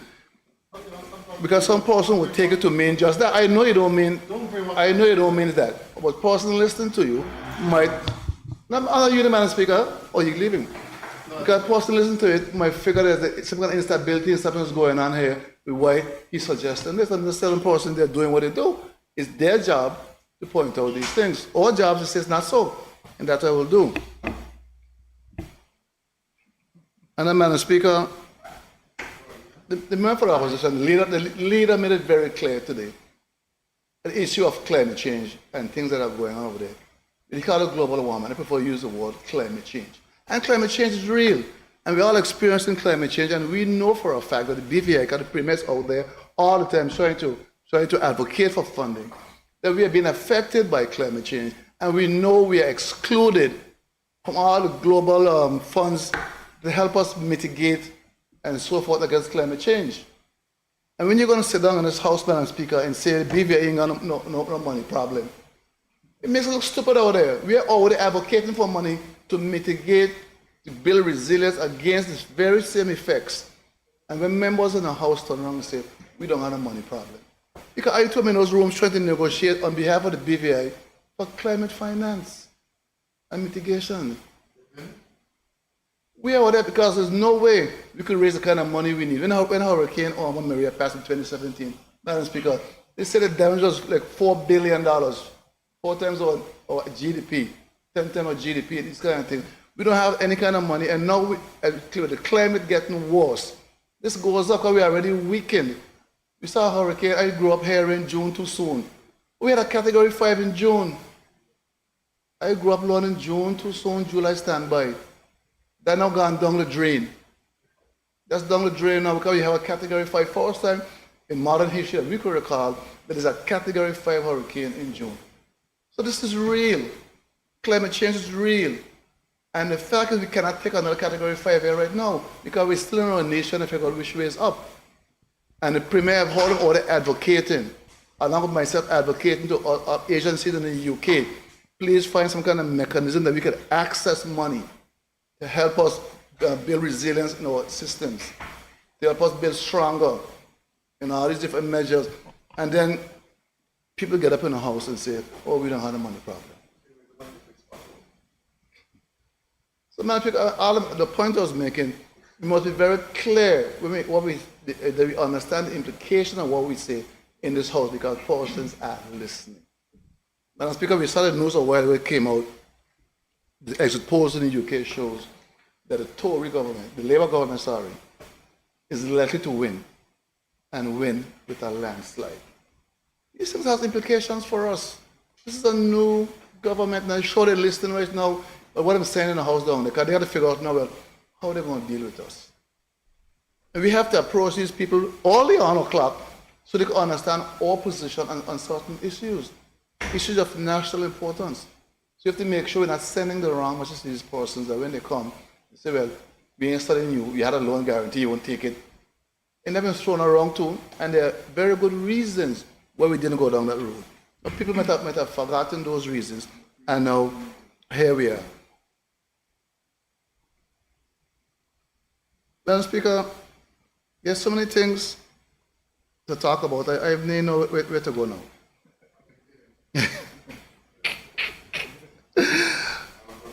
Madam Speaker, when I tuned in earlier, I heard a member, he was speaking about certain subjects under my ministry, the ministry that I was given responsibility over. And Madam Speaker, I don't shy, I don't complain or shy away from work. Number one, I'm not a good complainer. So I just avoid it altogether. Plus, God hates complainers, so I didn't want to be hated by God. So when I'm given a task to do, I put my hands to the wheel, I don't look back. I try my best to do what I could do. And I try not to point fingers or blame anybody. The same member was saying how hot in here is, and I'm feeling the heat right now. So whoever turn the heat up, please turn it back down. The guy is starting to feel hot. So we're playing on the thermostat, please turn it back. Same member was speaking when he brought up that issue. But Madam Speaker, I inherited a ministry that has been under a lot of stress for many, many years. The member for the leader for said it earlier. There are some things that have been damaged since 2017, and people need to go to jail, or you know what he's talking about. Those are his words, and he's correct. There are things that are being fixed now that were damaged since 2017. I don't complain about them. This is what I meant. This is the hand I'm dealt with. I'm going to play the hand I'm dealt with. There's no point for me to come in here pointing no fingers and blaming anybody. People will like me to do it. I tell them, no, that's not the way I operate. I meet a problem. The way I met a problem, I'm going to take that problem from where I met it and move it along. There'll be somebody after me to take the ball where I left it off from and take it to the next level. Madam Speaker,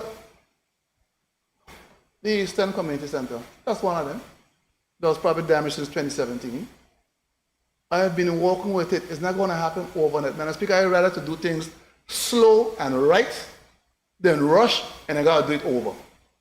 That's what I've said many times. You never have time to do it right the first time, but you can always find time to do it over. And I think I'm going to take my time and do these things right. There was some issues with the AC. My team told me a few days ago the center should be completed by July 15th. Well, I've had dates before. I'm not going to be announcing a lot of things in advance. A good friend of mine told me one time, he said, I know you're very transparent and your heart is good. You like to be honest and upfront with people. You like telling them what you do, telling them what you did, what you're doing, and what you're going to do. He said to me, bear one thing in mind in the area you are in. Whatever is predictable is preventable. He said, whereas your heart is good, you want to see things done. You got a set who want to make sure anything you try ain't gonna happen. And they put every stumbling block in your way. So, Madam Speaker, the community center was damaged. It is fixed, most of it. The last part to be fixed, I was told, is the air conditioning. They told me the guys are there now if I want to go and see. I told them no. When it's finished, yeah, I'll come, I'll go then, and I'll call the member for the district, and we'll go together. Madam Speaker, we just awarded a contract recently for the Bruce Bay Community Center. It was awarded in cabinet. I guess we're going through their process. That too was damaged in 2017, and it just sat there from 2017. This is 2024. That is 7 years ago, Madam Speaker. I remember when I walked at Walmart, going there to spend time with those seniors, to take food down to them, and spend time there with those seniors. I know those seniors miss that place down there. They get together and they sing and they play cards and dominoes and have fellowship. That's 7 years ago. This has been damaged. I met it there. Try my team, try your best for the sake of the seniors. Because the seniors from all over the BVS call me every day. Hey, you minister now. We need our community center back. We need our senior program back. Whenever they see me funeral at our church, minister, it's too long. And I agree with them. We see the cases of Alzheimer's and so forth spiking in the BVA because our people aren't getting that interaction to sharpen and keep themselves sharp. And the community centers play a vital role in bringing people together. Madam Speaker, community centers, Kindergarten Bay, I was told that too should be finished in the middle of July, in the next couple of days. I'll wait to see. They said they found some extra things to do, but it should be done by middle of July. I'll wait and see. That too was damaged since 2017. But I'm not going to complain about it. I made it damage. I'm going to get it fixed. This is a government asset that plays a vital role because particularly in Kindergarten Bay, where it has a clinic, exercise room, and all these other things there. People should have to go all over the place when you have the facility there that simply needs fixing. But if it needs fixing, I'm going to fix it. And Madam Speaker, the member for the opposition leader said the ministry covers from the cradle to the grave. Yes. And our people, we are people who they use the word prideful. But we like to give our people a comfortable place to rest. And that's why I'm back and revising a lot of graveyards, getting them properly fenced and properly cleaned. So when you go visit your loved ones, you're going to be hunting through bush trying to find them. Started the one, Jas Van Dyke. That's on the way. Started the one, we started at Capone's Bay, we started already. One at Kindergarten Bay. Washington should be starting next week. Johnson Gut is almost done, it should be finished in a couple of weeks. And the Gala should be starting soon. Madam Speaker, we are walking. And the way I am sometimes, I don't have time to even tell them what happened. Because so many things to be done all the time. I know sometimes it seems like nothing is happening, but there's a lot happening. Madam Speaker, we continue with the social homes all over this BVI. From Enigada to Jas Van Dyke. Right now I have 2 to hand over next week, one in Vojangada and one in Rotong. Madam Speaker, we have to do all that we can to help our people in all facets. But Madam Speaker, things aren't always quick. The solutions, the best solutions aren't always quick. I know you like shortcuts, you like quick things. That's the times we live in. Things are, I don't know if it's a Jamaican or African proverb. It says the shortcut, the shortcut, how would it go? The long way draws sweat, but the shortcut draws blood. The long way draws sweat, but the shortcut draws blood. I'll be careful trying to circumvent systems. The member for the other opposition mentioned systems. Madam Speaker, as we move towards more autonomy and self-determination, these things are built on systems, not personalities, systems, checks and balances. But Madam Speaker, when you put systems in place, we have to give them a chance to work and mature and develop. Everything put a system in place, somebody wants to circumvent it by calling a minister. Minister did this, but they're moving too slow. Minister this. No, the systems have to work. The minister is now available to assist you. The systems have to work for transparency, for accountability, not through favoritism. We heard the talks this morning about some roads and getting done there. And I spoke about this issue a long time ago. This issue kind of make it seem like when the ministers are deciding which roads get fixed and which roads don't get fixed.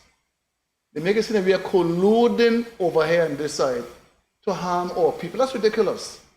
All of us here were sent here by the people to make their lives better. If their lives don't get better, we are failing. But the systems that we put in place have to work. And one of the systems I've spoken about in here has to do with equity among districts. And it comes down to the way the budget is structured. I think the member for the 6th was saying this morning, he was talking about how it is social assistance could limit a minister or give the minister of finance unlimited. The budget allows that. Until we start attacking some of those things there and getting them fixed, to where we get equity, so where you don't find one district can have 2 miles of road and the next one can't get no roads at all. That's why I come to here in any guidance talking forever about that back road over there. Started probably in 2015. That's 9 years ago now. One road. But the way it's structured, unless I come in here and jump up night and day, it probably wouldn't happen. But it shouldn't be like that. It should be a fair system to where we know every year and again, I guess, a mile of road or a quarter mile of road and so forth. And that's what we have to work for, that these things happen. You shouldn't have no district could be feeling left behind. It's one country, everybody's paying taxes. Yet you see some things happen in some areas, and in other areas, it's like they're totally forgotten. It pains my heart to hear anybody in any part of the BVI, especially in Ghana, that are so far and remote over there, having to go through some of the things that they go through. And I'm not going to blame any minister or anybody, because it's not just that, it's also the way the system is structured that allows certain unfairness to happen. And Speaker, well, in Ghana, the issue of lands has been in the press a lot lately. Madam Speaker, we grew up knowing that who owns the land owns the country. And so land for us is very dear and special to Virgin Islands.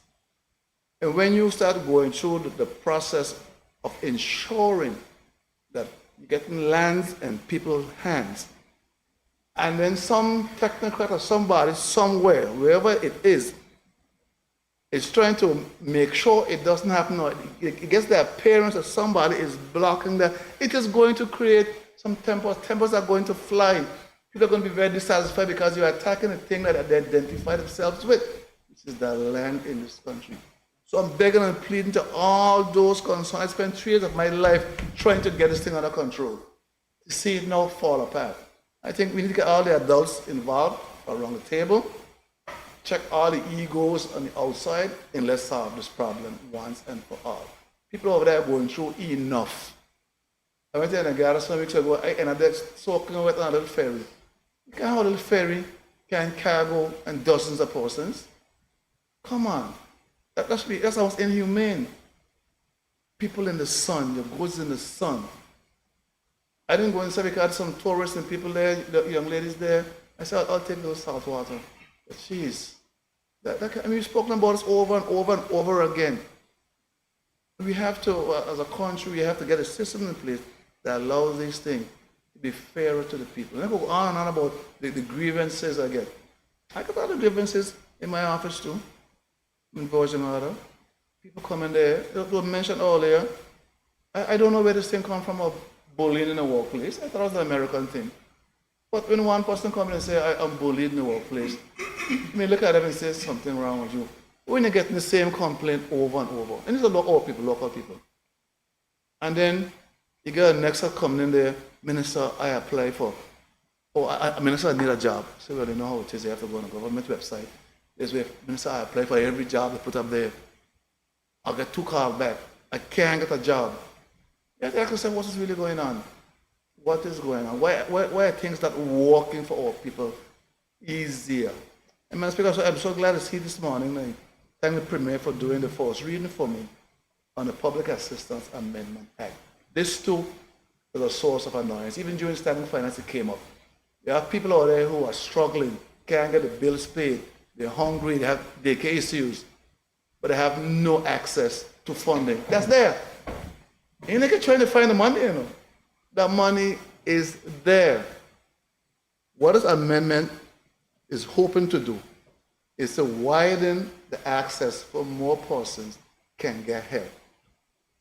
And Madam Speaker, even those, because of the 9th district was mainly tourism, all those persons who work in hospitality years ago, whose salary are based on gratuity and a low base salary, they found when they retired, the pension is next to nothing. This here, Madam Speaker, we're trying to do this public assistance amendment is supposed to help those persons come higher up. Because some of the money they get by the time they buy the little insulin for the little sugar and that done. Can't do nothing else. You go social development, well, you don't cover that. Or this, or fill out these 15 pages here.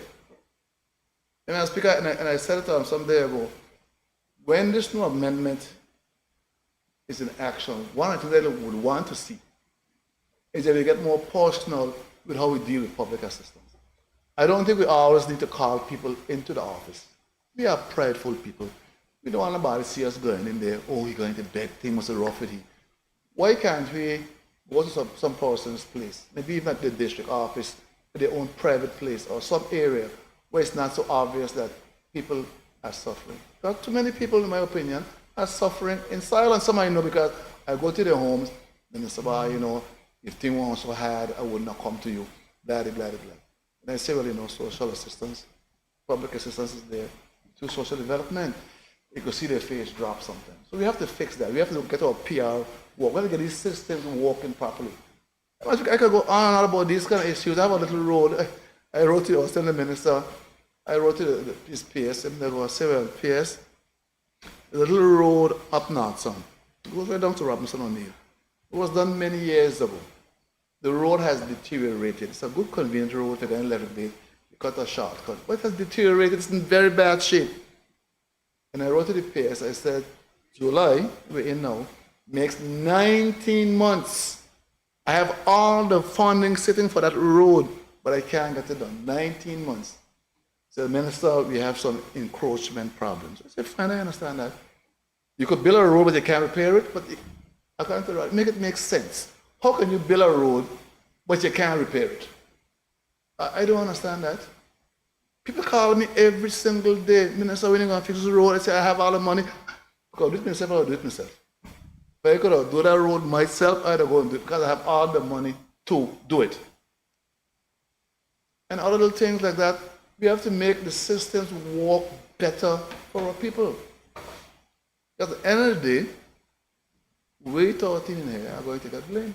No matter what side you're on, got to neglect all of us. And it's important that we all work together for the benefit of our people. And this legislation here that we are bringing, it's my hope, and I hope we can get together and make it work for our people.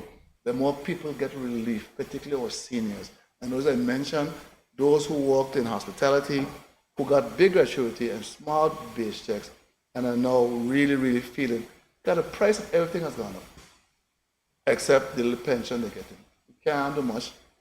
And they can't depend on the children sometimes, because the children too busy in their struggle with all the bills they have to pay.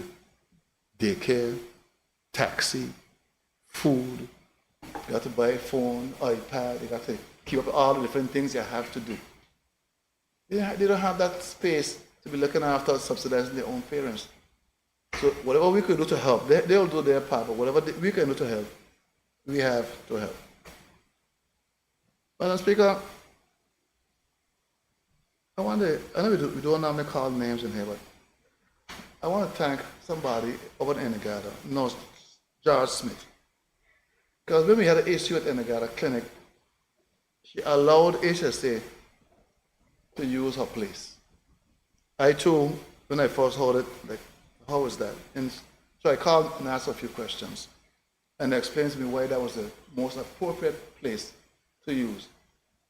And I hope that they have enough courtesy, enough to pay her for her place, please. They used her place for months, she didn't charge, and I just give her something for her place now. You've moved back now to the proper place. We got it cleaned up and everything. You know, so and get it fenced. I must thank her for allowing HSA to use her place to make sure that Enegada wasn't out of medical services. And she got criticized. They call her down, they drag over the coals. Oh, using your own place, make money off of government, and this and that, inappropriate. People call me, oh, you know, people don't like her, they ain't gonna go there, and all kind of thing. And I know she felt bad. because she did it from the kindness of her heart to let the government use her place to provide medical services. And I hope she gets paid. Even if she don't charge, you should offer her something for the use of her place, use her power, use her water, everything. And on top of that, she gets criticized for doing good, or attempting to do a good gesture.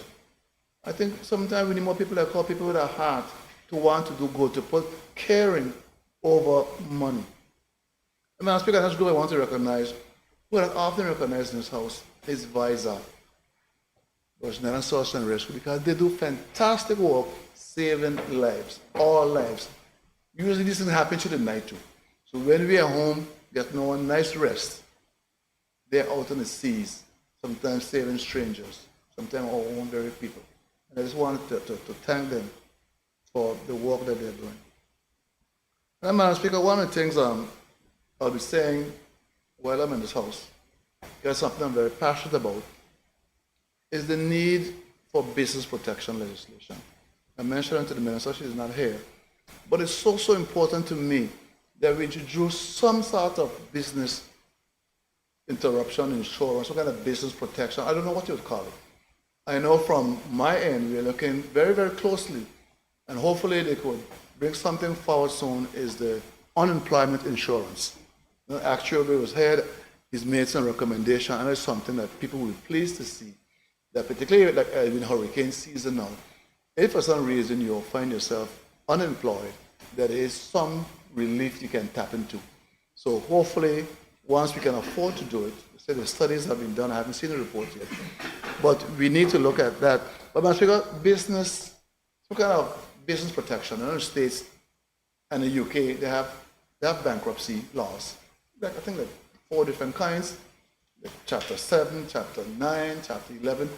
I was reading a few days ago, but it allows persons who are in business, who run into trouble and can't pay their bills, it allows them a way to get out of the business and maybe start afresh in a restricted kind of way.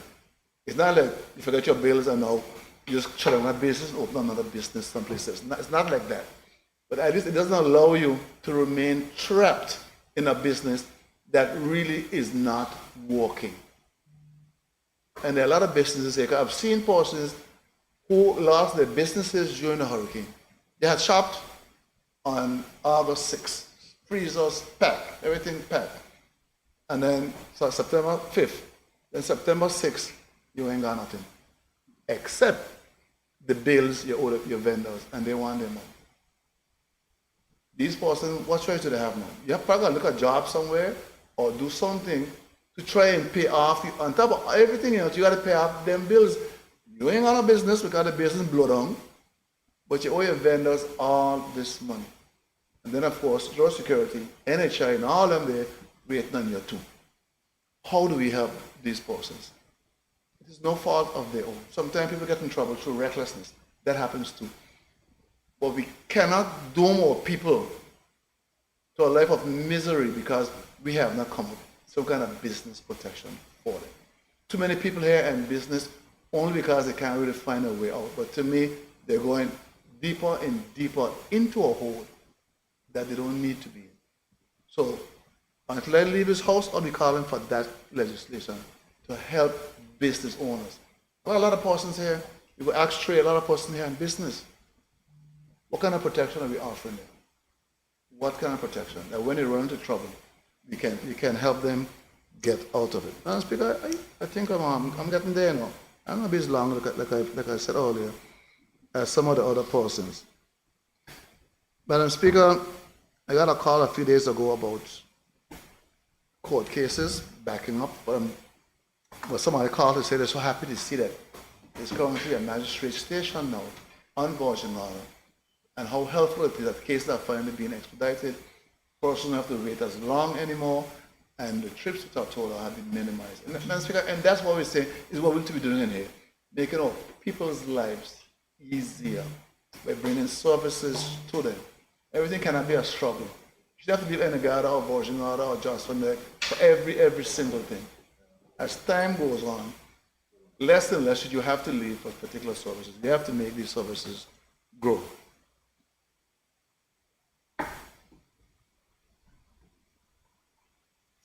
Madam Speaker, the last thing I'm going to end on, this is my last little point, Madam Speaker. I promise not to be too long. COI. The other opposition mentioned a lot about the COI, and we discussed, we have a deadline of August, but I don't think that the public actually fully understands the implications of that deadline and the amount of work we have to do in this House in here. Madam Speaker, these bills, if I understand, probably about 7 or 8 still to come to the House, whatever the number is. These things take time. When you get these bills, like the leader House said, we have to read these bills to make sure when it comes to the House, we are making sensible legislation that helps and that hinders our people.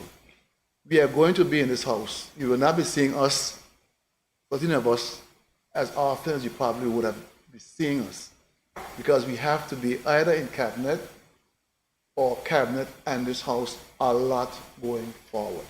So bear with us as we walk through these recommendations. So when August comes, we'll get the outcome that we want. But Madam Speaker, I have a little wish. Because the member for the first, I alluded to it. This is very stressful. Now, if you're going to move towards self-determination, whatever you want to call it, like I said, we have to build systems, checks and balances. We have to build them. We have no choice. We have to build institutions. We have no choice. But when you frame this under a COI context, it's a different beast you're dealing with. So I would like us to get this new government to understand that we don't wish to deal with the COI recommendations in the current context. My wish is to see us engage them and deal with the COI in the context of self-determination. We're not doing these things because anybody said to do them. We are doing recommendations because they are the right things to do to build and strengthen our institution for us as a people to move to our next level. We're not meant to be overseas territories like this all the time. It was never the intention. But somebody gave the impression that we are happy the way we are. We need to make sure we get the right message, the clear message of where we want to go with what we are currently going through. And I said the name should be changed from COI recommendations to self-determination recommendations. Because that's where we want to go, towards self. And we shouldn't be afraid to say these words. Yes, right now we have trust issues. We have to fix those, and we are working towards those things. We have to recognize where our shortfalls are and to address those shortfalls. Not run away from them, not hide from them, not play ostrich in the sand, but to confront the challenges we face, remove them so we can go where we need to go. Set some timelines. Just like they set timelines on us, let's set some timelines.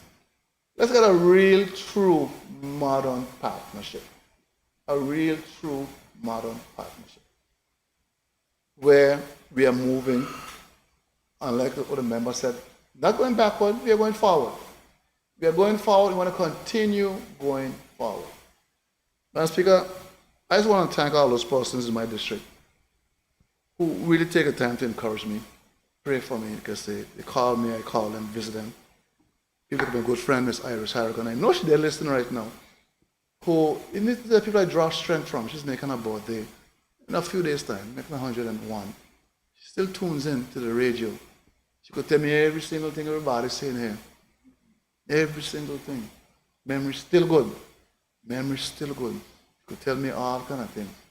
And I appreciate those kind of persons, people like Gracia Stevens, Steve Leonard, persons in the district who understand the challenges we face in here. It's not an easy time to be in the House of Assembly. It's not an easy time. And fighting for our people. Sometimes like being a dance with your feet tight, but you got to dance. But you got to move forward. These are very challenging times all around the world. And you heard earlier, these wars, the Russian-Ukraine war, Israel, Hamas, and then you have Hezbollah now, or they're acting up. Russia, you have China, Taiwan. And how they found some strange things some day ago, like an old submarine base that no one has seen before. Climate change. These are real things.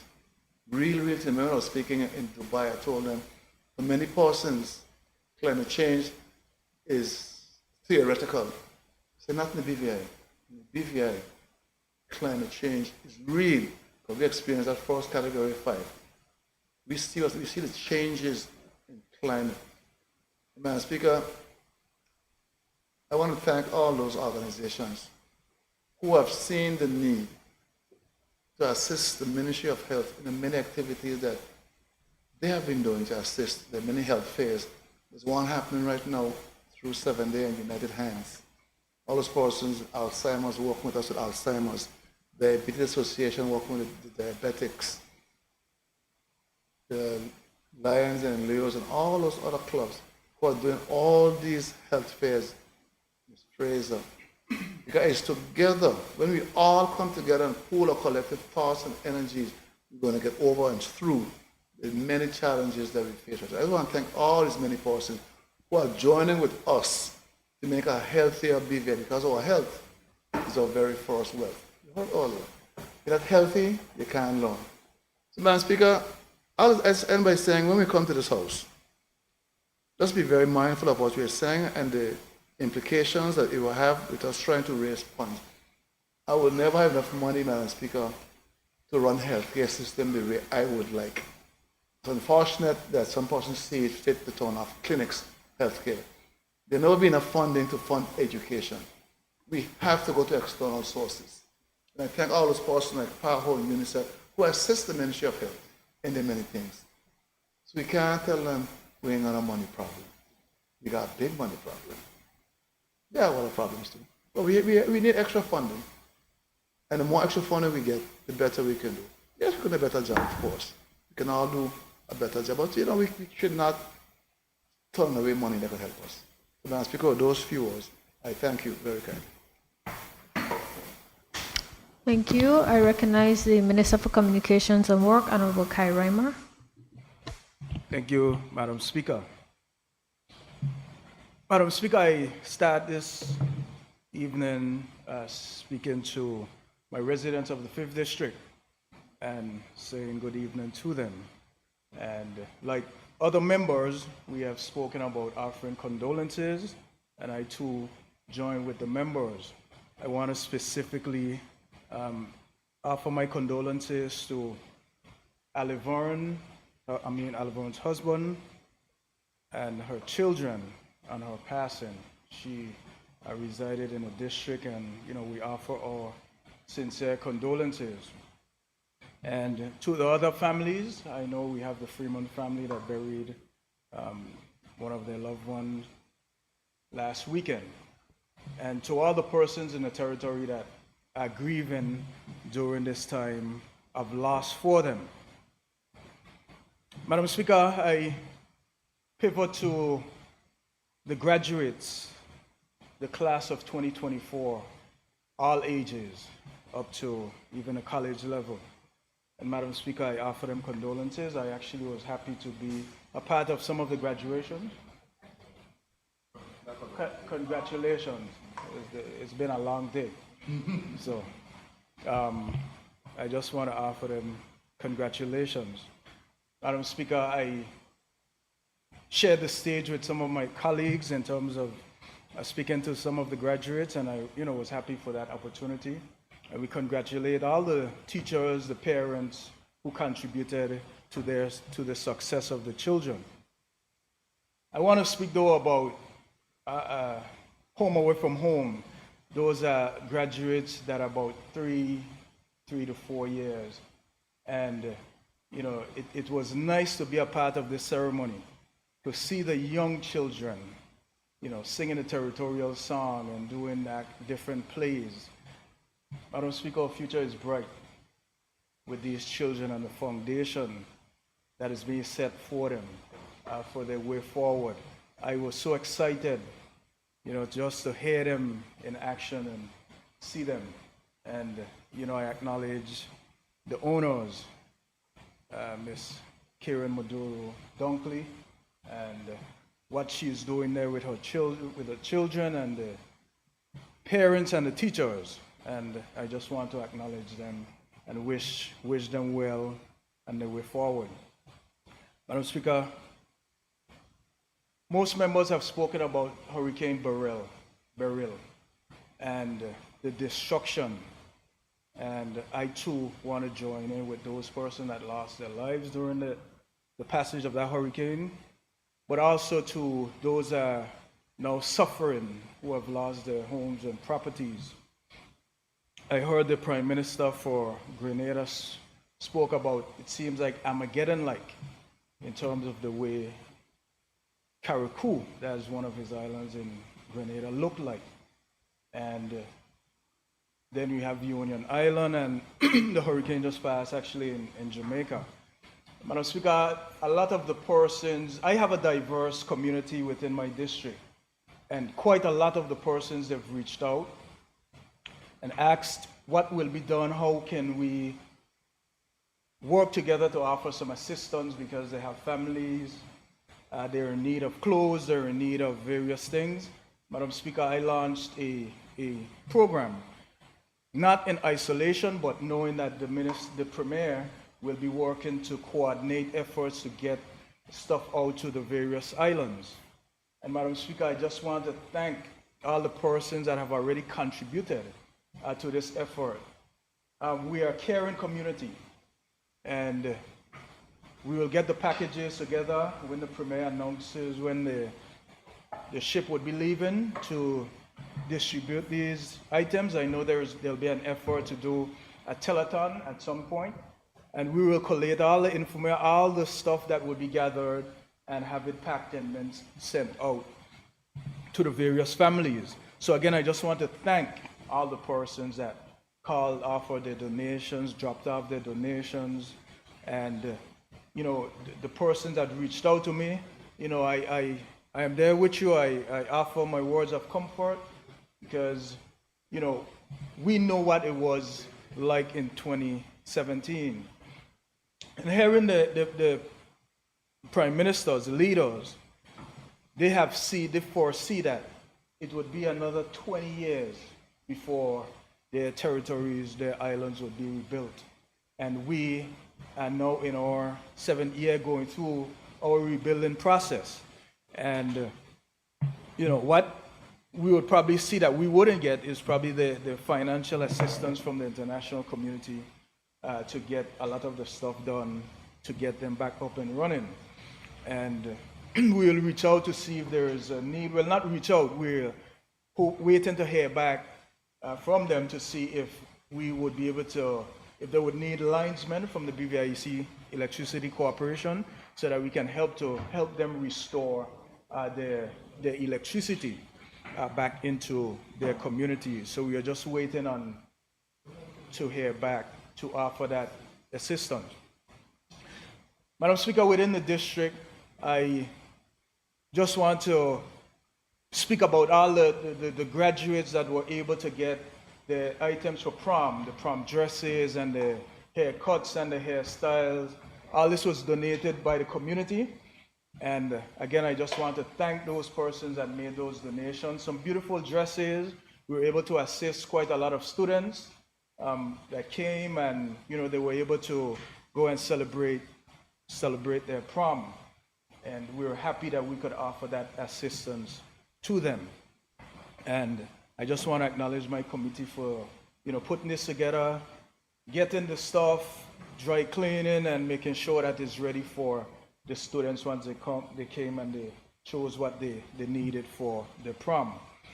Madam Speaker, since it's summertime coming up, we also have offered an internship program within the community for residents of the district.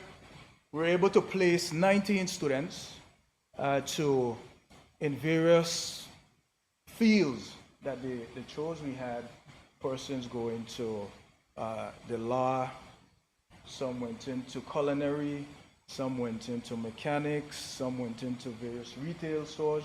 But we were able to place 19 students, and we were happy that we can collaborate with the community yet again to be able to carry out this program. So, Madam Speaker, again, in partnering with the community, again, I have the best community, the 5th District, and I appreciate all the persons that work with me to make sure these initiatives continue to be a success. Madam Speaker, I must acknowledge the Ministry of Social Development for the summer program as well. That program should start shortly, where all members, all representatives are able to solid waste, with their program, so that they would be able to pay some students for about a week to do a project within the community. And that is something that continues, and we applaud the department for that continued initiative. So, Madam Speaker, things are happening within the district. We continue with our Sankey program, and it's always a pleasure to go and partake with the elders, and now we are seeing the younger persons trickle in, where we go every second Sunday. We go and we sing the Sankey songs, and we enjoy ourselves, and we give thanks, and these are the things that we grew up on, and we are just trying to revive the culture. And like other members, I just want to acknowledge Ms. Parsons as well, as she celebrates her 94th birthday tomorrow. She's getting up there, but her mind is still as sharp as a razor. And she made sure to tell me that she will be having a little get-together for her birthday, so make sure that I stop in and celebrate with her. So I just want to, wish her a happy birthday when the time comes, and may she live to enjoy many more birthdays, and hope that she would enjoy it with good health and the continued togetherness that she has built over the years. Madam Speaker, members have spoken quite a lot this afternoon. A lot was pertaining to the Ministry of Communications and Works. And I just want to acknowledge those persons in my community who also have been suffering with the water issues, and calling me and say water has gone out from 7 o'clock, 6 o'clock, what is happening in the community. I acknowledge you, and I feel your pain, because I get the calls, and sometimes I don't know what to say, because the situation is territory-wide with these infrastructural issues. But, Madam Speaker, the members of the opposition, they spoke about when the questions come, and what I can preempt some of the answers now and tell the members, the ministry don't have the money right now. We are waiting on the funds. So when you ask a question, just ask the Premier when the money is going to come, and he'll be able to tell you when the money will come to get these infrastructural works done, complete, and get them going, because these are not today's issues. These are long-lasting issues. And Madam Speaker, when we speak about the roads, since I've been elected, we had the persons don't want to hear that we went through, Hurricanes Irma and Maria. They said that no need to talk about those things. We went through our COVID-19 situation where everything was basically shut down, nothing coming into the country, nothing going out. Then we had a COI that we are now continuing to grapple with. So, Madam Speaker, those are some of the things that we have encountered along the way in terms of trying to get these issues rectified. I'm not going to cast any blame in here, because they're already preempted by saying we shouldn't say anything, just get it fixed. But it's just okay for the members to tell you all that is wrong, and they don't want to hear. These are issues that just didn't happen yesterday. Madam Speaker, the you know, it's good to hear when you have you're being reminded when some of the members speak. Because, you know, someone called and say, what happened to the Minister of Finance one time, he's now the leader of opposition. What happened when he had that big loan for the roads? The roads should have stand up. Then they say some other loan in 2011 and in 2014, about $50 million in loans over the past few years. Huh? Over the past few years, and we know when roads are done properly, they're supposed to last you at least 25 years. Members now just see the roads and it's just happening. We just having these issues. Madam Speaker, the Premier said he's going to get this loan for $100 million. And hopefully most of that goes towards our infrastructure, because that is where we're at. We are working towards repairing, doing our expansion for airports. Persons have asked, you want to expand the airports, but you don't want, the roads are in this state. What happened to these?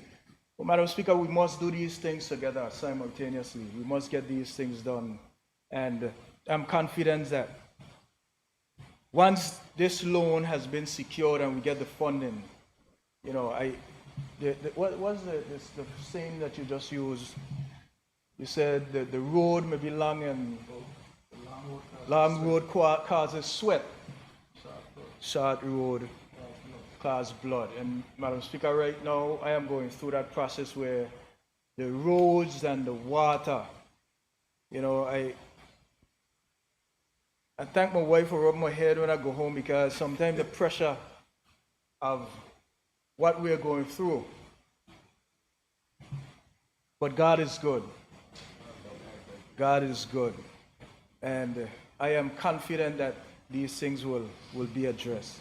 Madam Speaker, I must address, you know, I've been called quite a few things in this honorable house. You know, say I'm loyal to this and so forth. I heard a member say that I sanctioned the disconnection of the electricity for the clinics. Madam Speaker, I'll challenge him to bring that information where he saw that information that I sanctioned such a thing. But you know, we get in the house and we just talk, and we like to talk all kind of things about, because, and they don't want you to rebut some of these things, you know, they say you get sensitive, but they could stand up and ridicule you and tell you all manner of things, but when it comes for you to answer them back, they say, boss, you can't take a joke. You don't got to vote in my district. I got to talk to my people. This is the remarks that they make. So they just want to hit you some hard blows, but you got to sit down and just laugh it off and say, because when we go in the back room, we behind the grinning, you know. We behind the laughing and grinning, man, don't worry about that. But when we out here on the floor and the curtains pull and the cameras on, oh geez, and bread, you wonder if these men are the same people who it is that you're supposed to be colleagues with. But, Madam Speaker, I appreciate my cousin and what he just did, but what I don't like with my younger cousin, Madam Speaker, we, in our little private conversation, you could believe this man now going to bring up these things in the honorable house, but what we say in a little text, imagine that. Man, if I got to, anyhow, I didn't want to bring up all the things, but I'll leave that there. But I appreciate you for what you just did, my honorable cousin, colleague. But in all fairness, Madam Speaker, we have a lot of issues, but it's not all doom and gloom like they're saying. Madam Speaker, but rightfully so, they are supposed to speak about the gloom, the doom and gloom. And they do that well. I heard the leader of opposition say he like to get things he don't really believe in talking so much, but he's doing a lot of talking as of late. And he talking long too. He never used to talk so long, but he used to do things. Well, Madam Speaker, I just wanted to touch on the HSA issue. And it's quite unfortunate because it's quite unfortunate that we're here. But Madam Speaker, we must be respectable to each other. Madam Speaker, there has been conversation for years since I've been elected about trying to address the electricity bill just through HSA because they owe the most. Madam Speaker, there has been payment plans, there has been conversation, but clearly nothing has been happening. BVIEC is now at the point where they're owing their vendors because they are owed so much money. They're being owed so much money. Madam Speaker, and this ain't no secret. Because before this minister here now, there was another minister who was just there for a little time. And when that minister came in, that minister fired the chairman of the board. Send him home. He said, man, you ain't doing nothing. The HSA going down the drain. Fire the man. Imagine that. Bring in his Superman.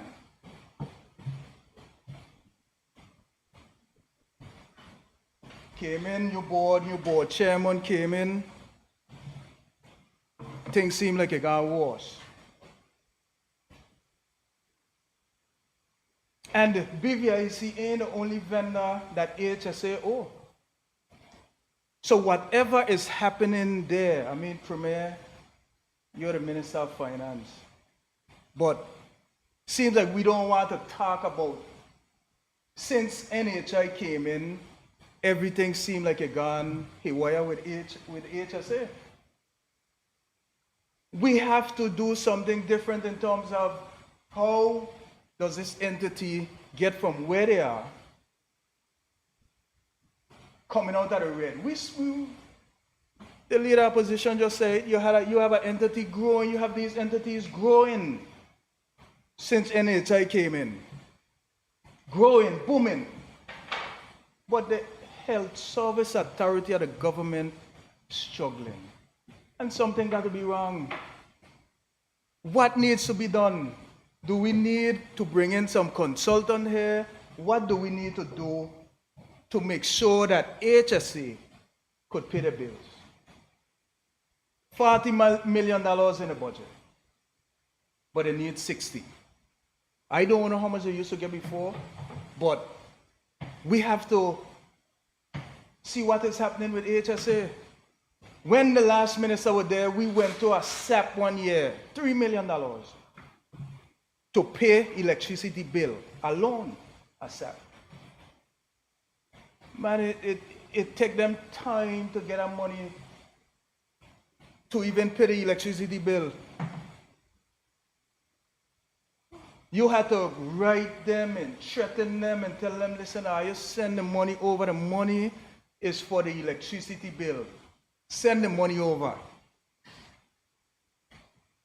So, Madam Speaker, Premier, when you get in the SAP now for electricity, make sure you just go straight to BVIEC so that we don't have to go through that process of being able to pay or being able to have to beg them to get us money, what it is the government put there to pay this electricity bill. Huh? So, whatever needs to be done, if it needs to be funded properly, let us find out what it needs to be funded properly. Madam Speaker, every ministry, each and every ministry fighting. We talk about a $400 million budget, but we're seeing all the shortfalls here and there. My ministry is a prime example. we need about $20 million for water. That's why they could jump up. That's why I could even say we have a water issue in my district. We need $20 million to fix the water infrastructure. It's no joke, it's no secret that we need it. But if the government, to the budget, gave the ministry $200,000, now how in the world could we get the water system addressed in this country? So when I say that, everybody is fighting for the same part. But I'm hopeful that, that money is earmarked somewhere in the loan funding that the Premier is working to get for the people. Madam Speaker, they speak about productivity and water shedding. Water came on board, whenever I came on board, 2010, I believe. Madam Speaker, they knew that they needed alternative power. Money was sent for a generator, for a generator so there will be continuity, so water would be continued to be produced. Madam Speaker, a new government came in and they demanded that the money get sent back. That was from 2010, 2011. Since then, Bywater, or none of the water companies, and Madam Speaker, let me tell you, since I get elected, I ain't signed a water contract, but all the water companies, none of them got a generator on them. Years gone by, nobody thought it necessary that when they signed in these contracts, maybe they needed a generator. And Bywater had it. They had sent the money. Honorable Fraser, I could recall when they jump up and even tell him, you're $3 million, I think it was $3 million for a generator. And they demanded that it be sent back. Now, the same people who were in government could jump up in here and talk about load shedding and BVIC and why the water plant got to shut down. Man, I too hypocritical, man. Jesus bread. Are you fighting cost for this money to come back? Jesus bread, man. Now I hear so talking about what ain't in place. The same way with the roads. Them been in there. They get loans, Madam Speaker, over nearly $50 million in loan. And look at our road infrastructure today. But we getting the blame. And I'm going to take the blame, Premier, just get the money. Yes, sir. But imagine them could come in here so talking about road infrastructure.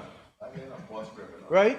And them the monies that they get to fix the thing, where the roads are that these 40 million or whatever, $50 million was spent on. Imagine that. Lot of mercy. Madam Speaker, I hear, I got a member here, what he use a term, and gratefulness is worse than obey. That's, man, I always used to wonder where that term come from. I went and I did a little research, I realized that it's out of the Bible. From 1 Samuel 15:23. I think he's using that term there, right? It speaks for rebellion, it's for the sin of witchcraft. For rebellion is as the sin of witchcraft. For rebellion is as the sin of witchcraft. Man, I didn't know. I said this man is a genius way using this term. He said ungratefulness is worse than obey. And Madam Speaker, when you hear them talk tonight, I mean they were on the job interview tonight, because them talking about this. Why did them say they want to do? What did I say? No, I excited at all. Yeah, I'm going to get it from you, man. Them want a job interview, Madam Speaker. They're talking about vote and no confidence. Now that's in their right to talk about it, you know. But you see the cameras on and them going on bad. I don't know who going to emerge as a leader when they do this vote and no confidence. Because all of them going on bad. Now them talking different things, you know. One say the economy bad, one say he got money problem, one say he ain't got no money problem, one say it's a system problem. So I just want the people of the territory to understand what's going on over here with these gentlemen over here, you know, because they talk about this vote and no confidence, but who will be the leader when we come out of this thing? People of the territory, they talk about ungratefulness, you know. Now these are the people that break up over whatever the issues were. And I just want the people to know that when they come with this vote and no confidence, now this is the place for them to bring it, you know, because when we go through the election, you the people would decide who you think would be the best leader. You just did that in 2023. Well, Madam Speaker, when they bring this, we just got to understand where they're going and where we're going with this country. Because I honestly don't believe that there should be a conversation tonight. We're going through the COI. Now, Madam Speaker, behind the camera, you know, everybody on board. We're going to come to this house 7 days a week to pass the COI. But now they got a chance to talk in any other business, and them here talking about vote and no confidence. Man, this is just what them people like to see. They sitting down and listening to every word. You know, we grew up knowing about this divide and conquer. Before we try to bring our people together. Let the people know that we in here fighting to pass the reform. Because come August 31st, you ain't gonna think of confidence and no confidence if we don't do what we got to do. And a lot of it still ain't our fault, you know. But they don't got their agenda set. Before we sit down in here like mature people and do what we're supposed to do, we come in here just throwing blame and just donging each other. Man, all of we get elected. If all of us do what we got to do, we'll be right back here. But we got an agenda to achieve, and that's the COI. We come in here, we scrutinize the bills, we go through the democratic process, yes. They got time and a place for everything. And you won't tell me today's the day you got a little freedom to talk in any other business. You're going to jump up and talk about the government this and the government ain't doing that. And the people got no confidence in the government and this and that and the other. And we know we're in here fighting for our survival to pass the reform. Man, I worthless, man.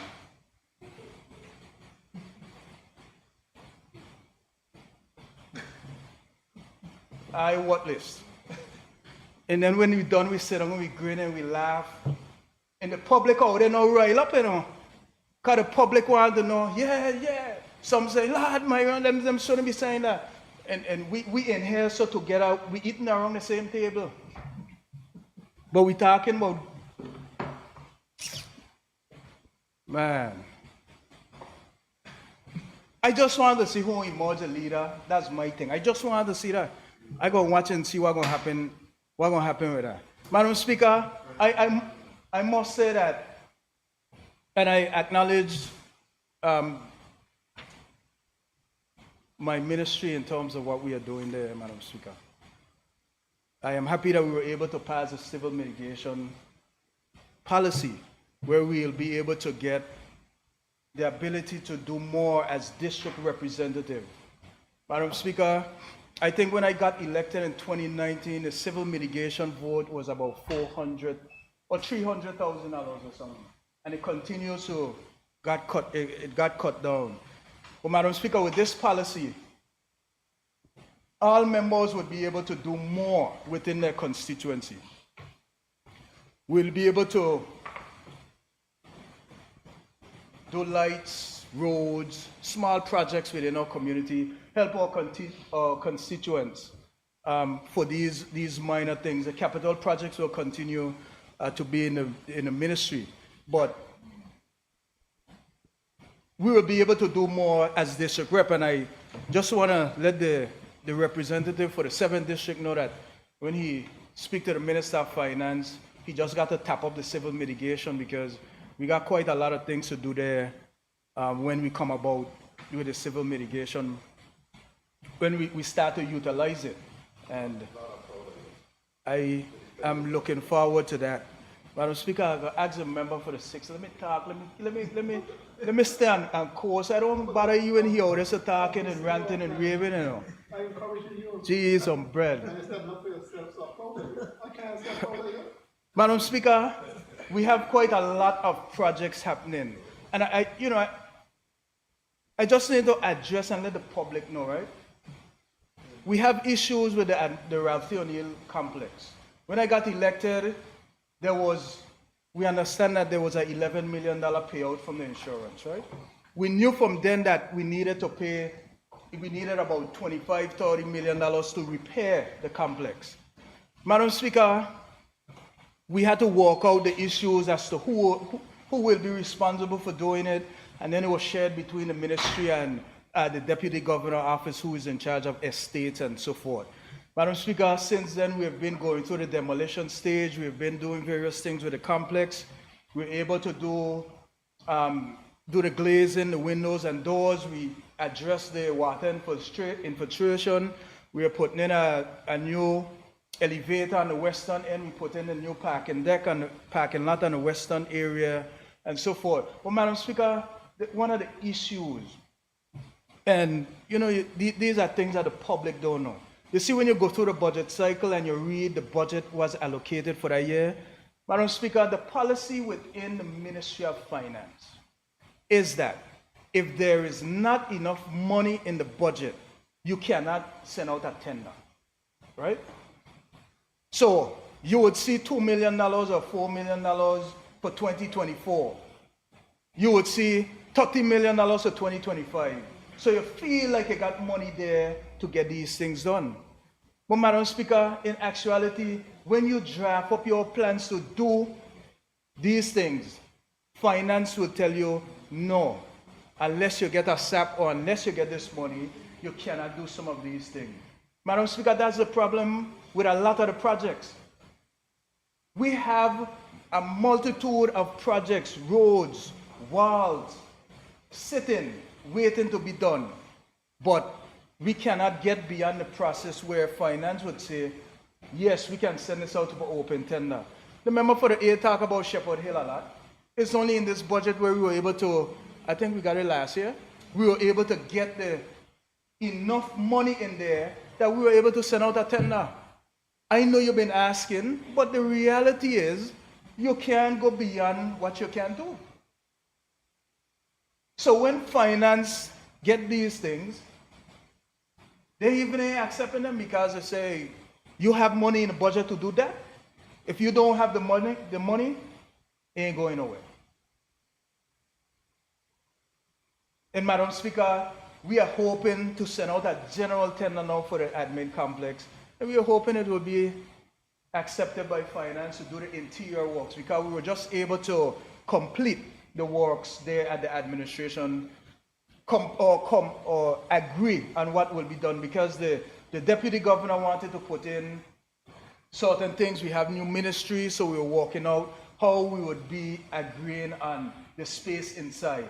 And we were able to get that done. So we're waiting on OBMI now. We're waiting now for them to come back and give a general bill of quantities for the completion. And I too join in, Madam Speaker, with my colleague, my honorable cousin from the second, because as it just came to mind, I myself has been getting correspondence in the name of Honorable Deputy Governor. I too want to know where it came from. I know we addressed this back in 2020, and we thought it was already addressed, but it's popped up again. So I will speak to the deputy governor. I understand where he's trying to go. I mean, I don't mind him getting a title, as I have said. I think there are other deputy governors in other OTs who have HE, His Excellency, and so forth. The man deserves the title, I don't mind it, but I had to fight so hard to become in this house, to become honorable. And I mean, when people call me, they'll be like, hey, after this title, I'm still Kai. So you don't need to really call me Kai, but the title comes with a position.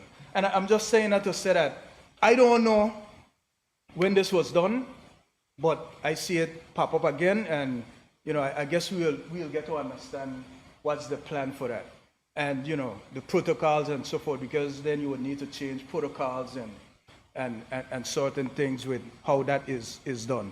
Well, Madam Speaker, you know, I just wanted to say, you know, in terms of the complex and so forth, those are things that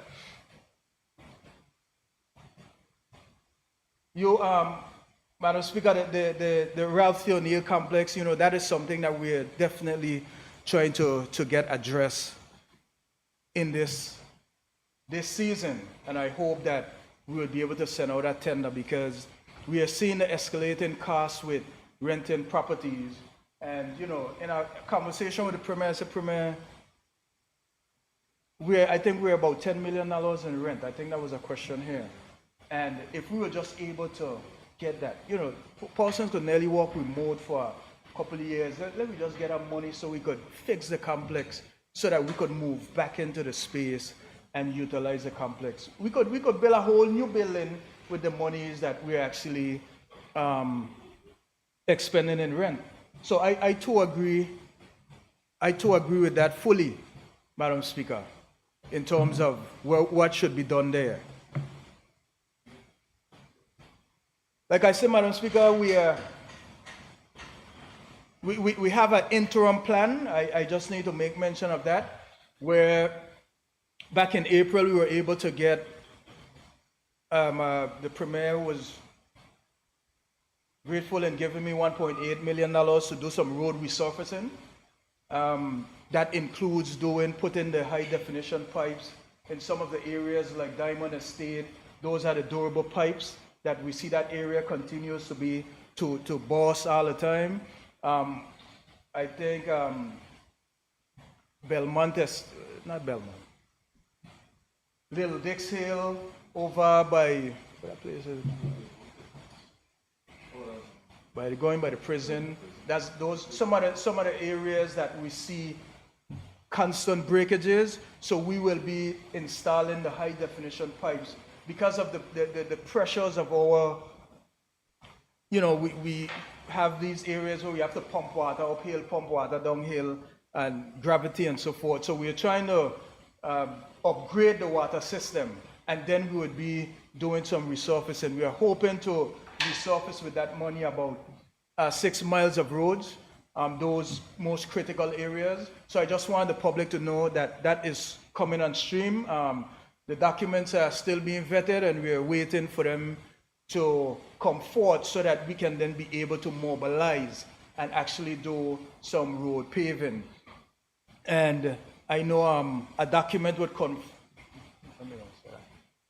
So we are waiting on that. We are utilizing some of our local companies. We are utilizing our local companies to buy the aggregates and to actually do the road resurfacing.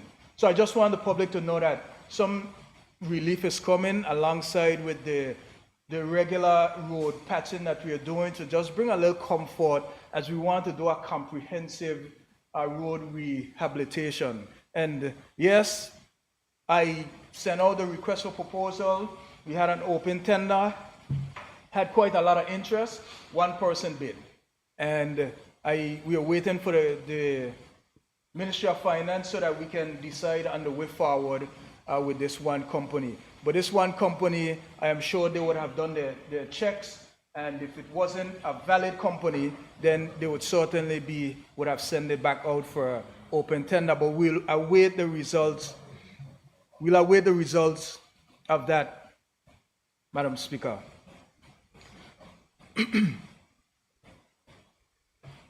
Madam Speaker, as I mentioned, in the ministry, I just want to announce, as it would be announced through the Commissioner of Motor Vehicles, that we have gone through a process where we got about 10 designers and we're bringing a 70th edition commemorative plate, and that should be announced shortly so that persons, we can celebrate our emancipation on their vehicles. So that would be coming forward.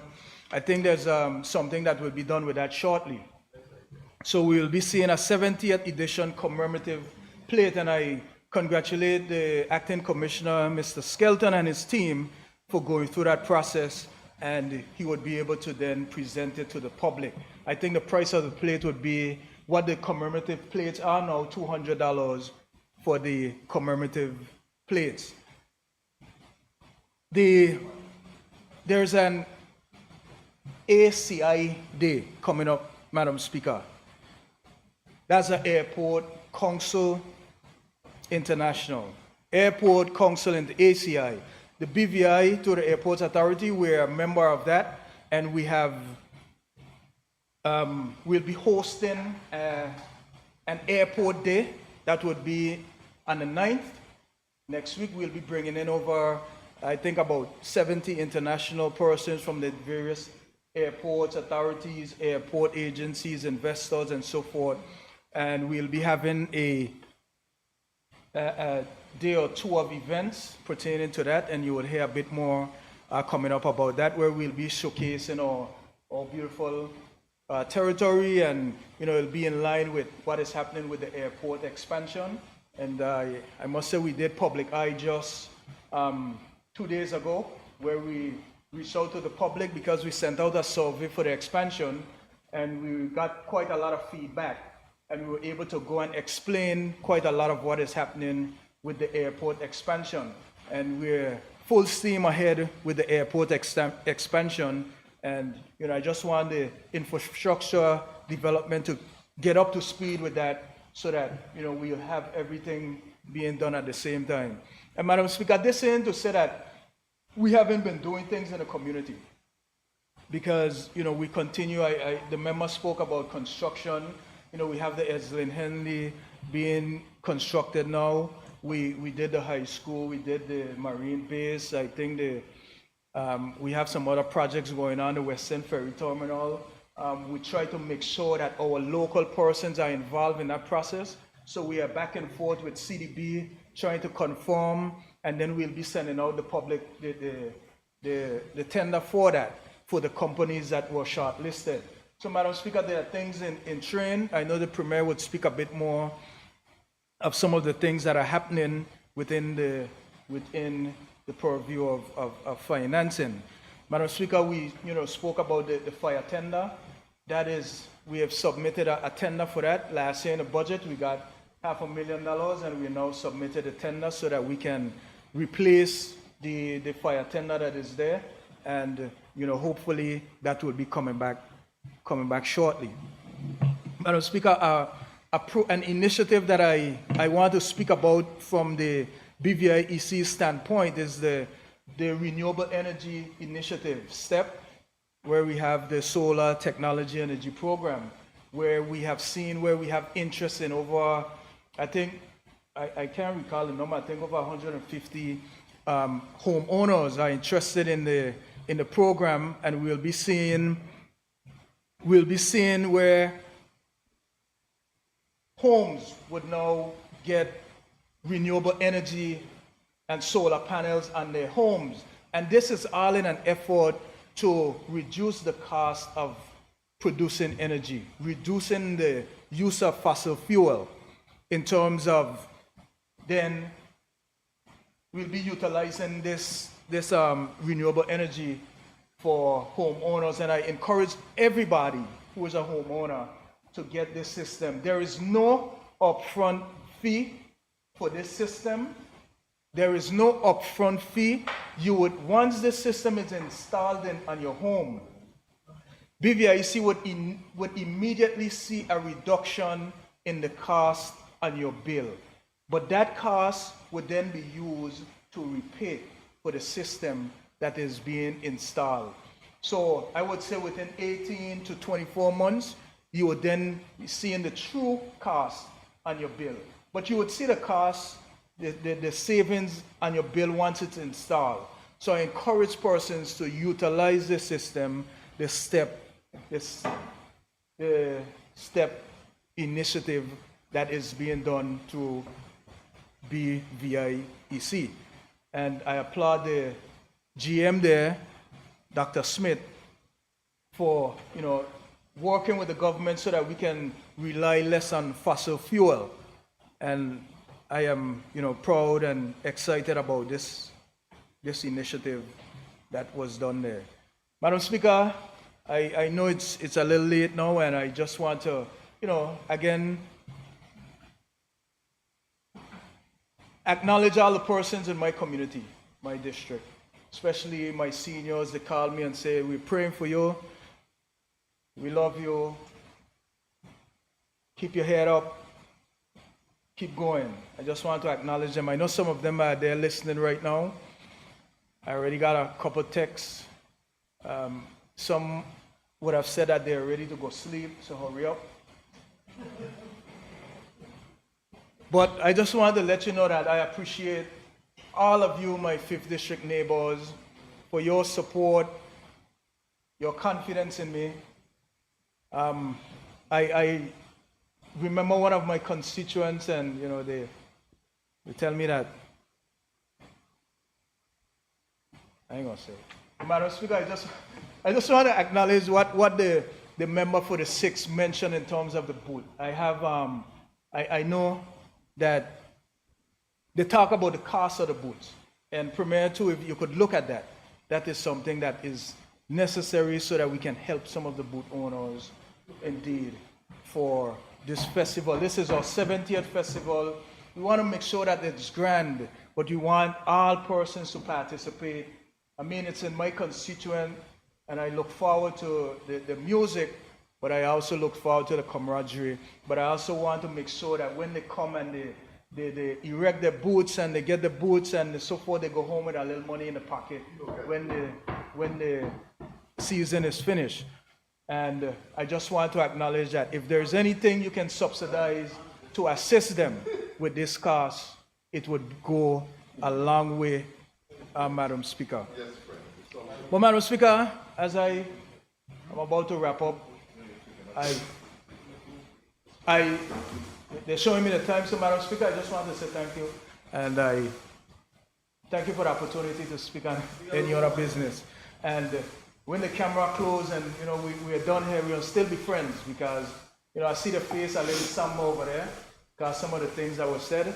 When I had my head down earlier, they tell me to look up at them, so they already look a little serious. I won't say pan the camera, but it's good to be in this house, Madam Speaker, and we'll see what come out of this job interview that was displayed earlier amongst the members. Thank you.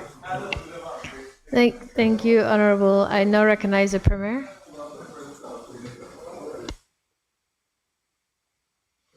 Thank you, Madam Speaker. Madam Speaker, sometimes when you speak last, people will want to hurry you because the night is fast spent. But Madam Speaker, I'm hopeful that persons in the House would be patient with me this evening, because of course I have a few things that I would have to say in this any other business. Firstly, Madam Speaker, let me join with members of the House in offering condolences to the people of the territory. Let me also, certainly I want to recognize the passing of Sister Alavon, and of course offer my sincere condolences to her husband, Glenn and her family. That certainly came as a real shock to me. Of course, I always enjoyed my interaction with her, and she will surely be missed. I also want to, as others have done, acknowledge birthday for former member Eileen Parsons tomorrow. Looking forward to wishing her a happy birthday tomorrow, 94th birthday. Looking forward to taking a pass at Manchester. Madam Speaker, I also want to join with others and congratulate all those individuals, all of those students who have they've been able to graduate from whether primary, secondary, or tertiary institutions. And just to say, to give encouragement to those young people to continue to strive for excellence, and education has never failed yet. As the territorial song says, educating our people is a golden key to maintain the success of this territory. And that has always been proven true. And those persons who are not educated in some field or some area face some real challenges in life. And we must always strive for education.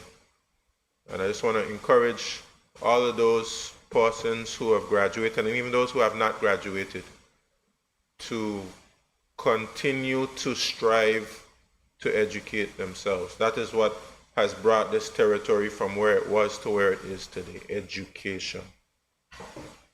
And I'm grateful to all the institutions, the Ministry of Education, and all others, parents, extended community, for their investment in the young people of this territory, because that's really what's going to make this territory great.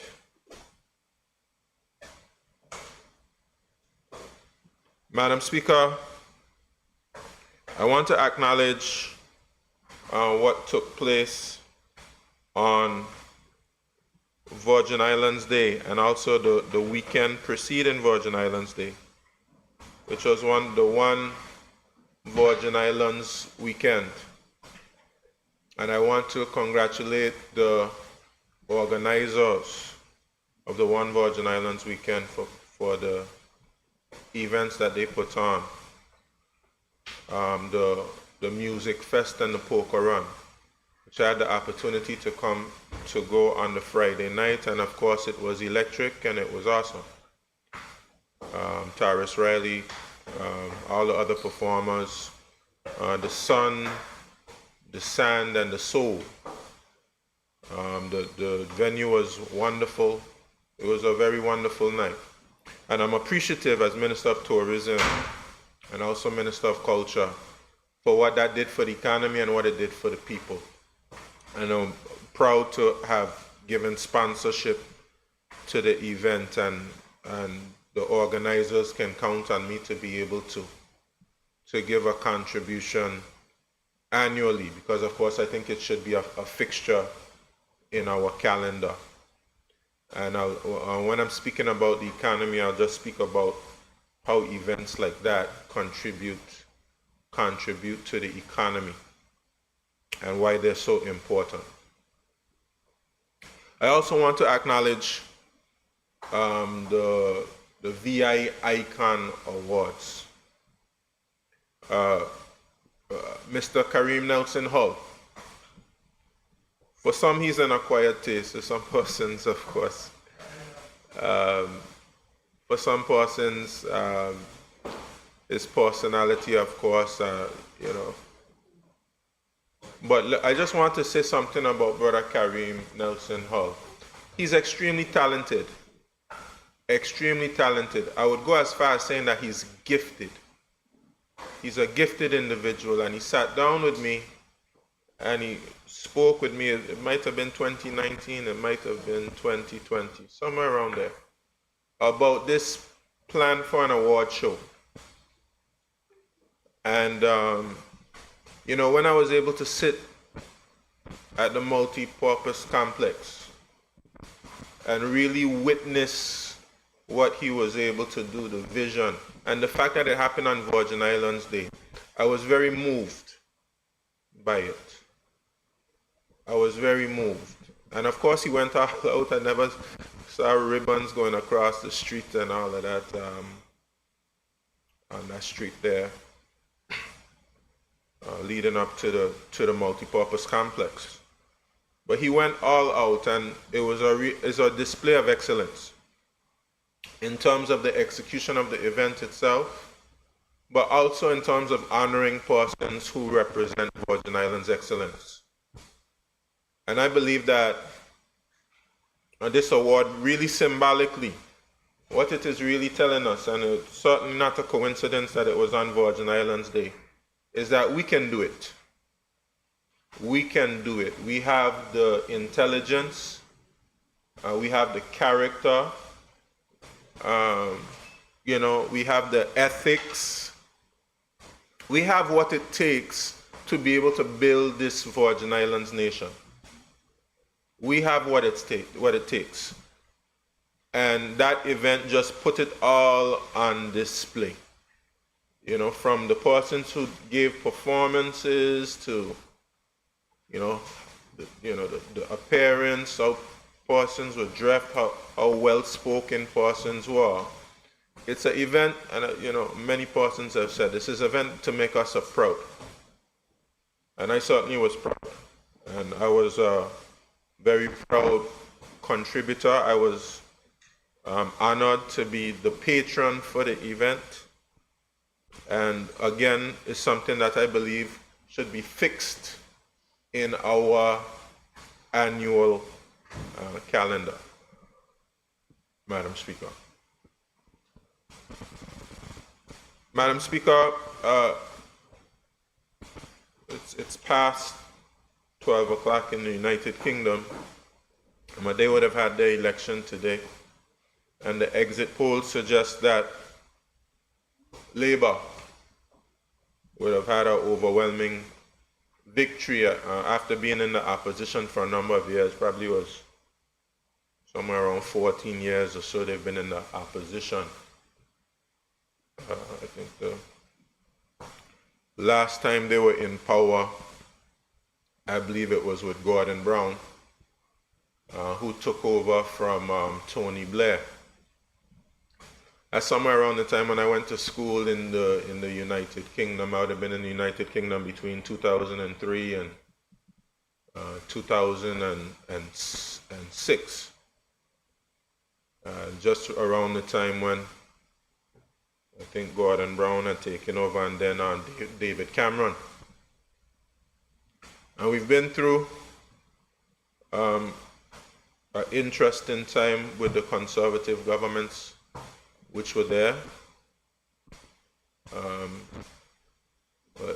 Now be I guess, until new appointments are made, immediate past Foreign Secretary David Cameron, who, under his leadership, we had this,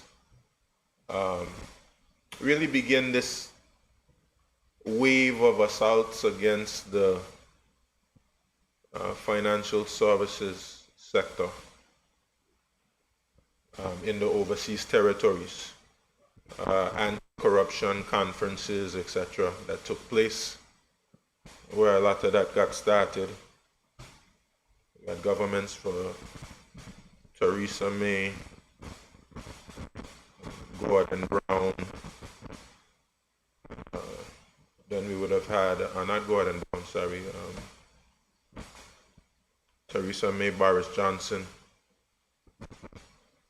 Then we'd had a brief spell with Liz Truss, Rishi Sunak, and now we anticipate that Keir Starmer will take over. And it is a time for us to, of course, engage with whichever government is the new government, and to ensure we seek to secure the best interests of the people of the Virgin Islands. And we want to engage positively.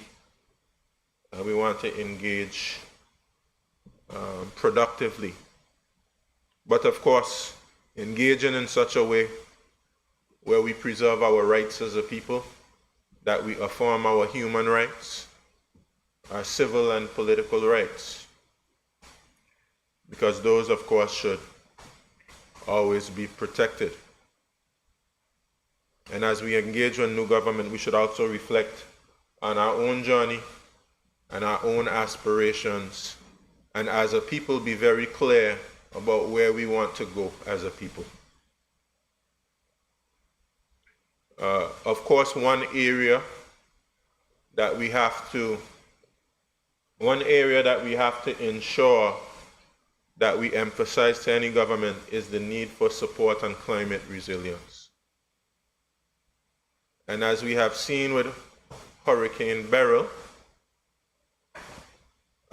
we are facing a very dangerous era as it pertains to climate change. It's something that we need to pay attention to. Obviously, we've been criticized for traveling, but a lot of the travel, including the recent Small Island Developing States Conference, including COP28 that we went to recently, we are fighting a battle as a small island developing state to have the United Nations, to have the United Kingdom, and all of those persons who are signed on to the various charters, including the United Nations Charter for Climate Change, or Framework Convention for Climate Change, I should say, UNFCCC.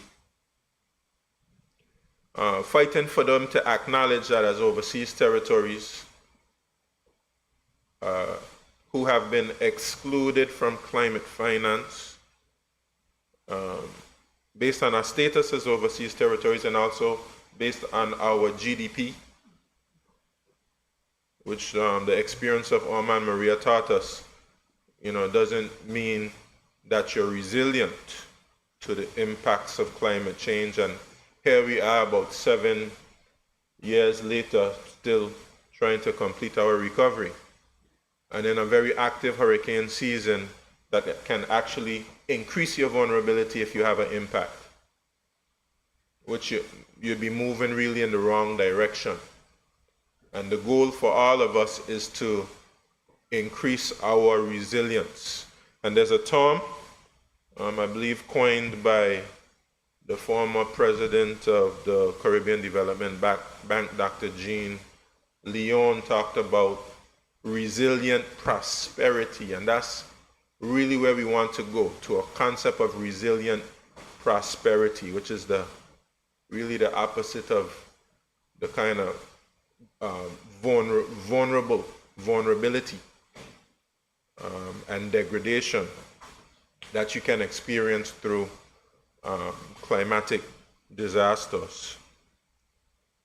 But we go and we advocate on behalf of the Virgin Islands, and I believe that we will eventually be successful through our advocacy. It may not happen all at one meeting, but of course, incrementally, you get more people on your side, you continue to champion the cause, and incrementally, you get to a point, you fight battles, you don't give up an inch, you keep clawing for territory and ground. Eventually, they'll acknowledge that we need to be measured based on a different metric. And through our advocacy and others, the international community and the multilateral agencies are speaking more about vulnerability indices as opposed to gross domestic product. But, that's something I can go into more at another time. And of course, we have to also seek to educate our people about some of these things. The fact that when you are hit by a disaster because of your status, you can't get help with money. Other countries after these disasters, and this will be the case after these disasters with Beryl as well, some countries might pledge $60 million. Another country might pledge $50 million. We don't have access to any of that. We have to do everything on our own with loans that we have to pay back. And we have to continue to fight the fight and champion that battle. As it pertains to the relief efforts for Hurricane Beryl, persons should know, of course, that we've been in contact with CARICOM, who's been SEDEMA, who's been keeping us informed as to what the needs are. There has been a list that has been produced in terms of what the needs are. There was a meeting today in terms of here in the Virgin Islands so that our NGOs and civic associations can get together and start to mobilize. The government, of course, will do its part in terms of providing funds and also providing transportation for supplies to go down the island chain. So there will be a coordinated effort to provide assistance to Grenada, to St. Vincent, also to Jamaica.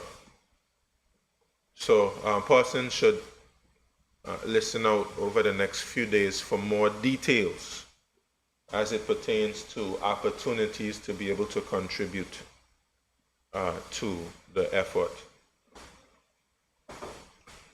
Madam Speaker, let me just take this opportunity to respond to some of what I've heard tonight. Quite a bit of it directed at myself. So I think it's only right that I'm able to respond to some of it. And let me just say, Madam Speaker, let me just give a little disclaimer before I start. I really love and appreciate everybody in this house.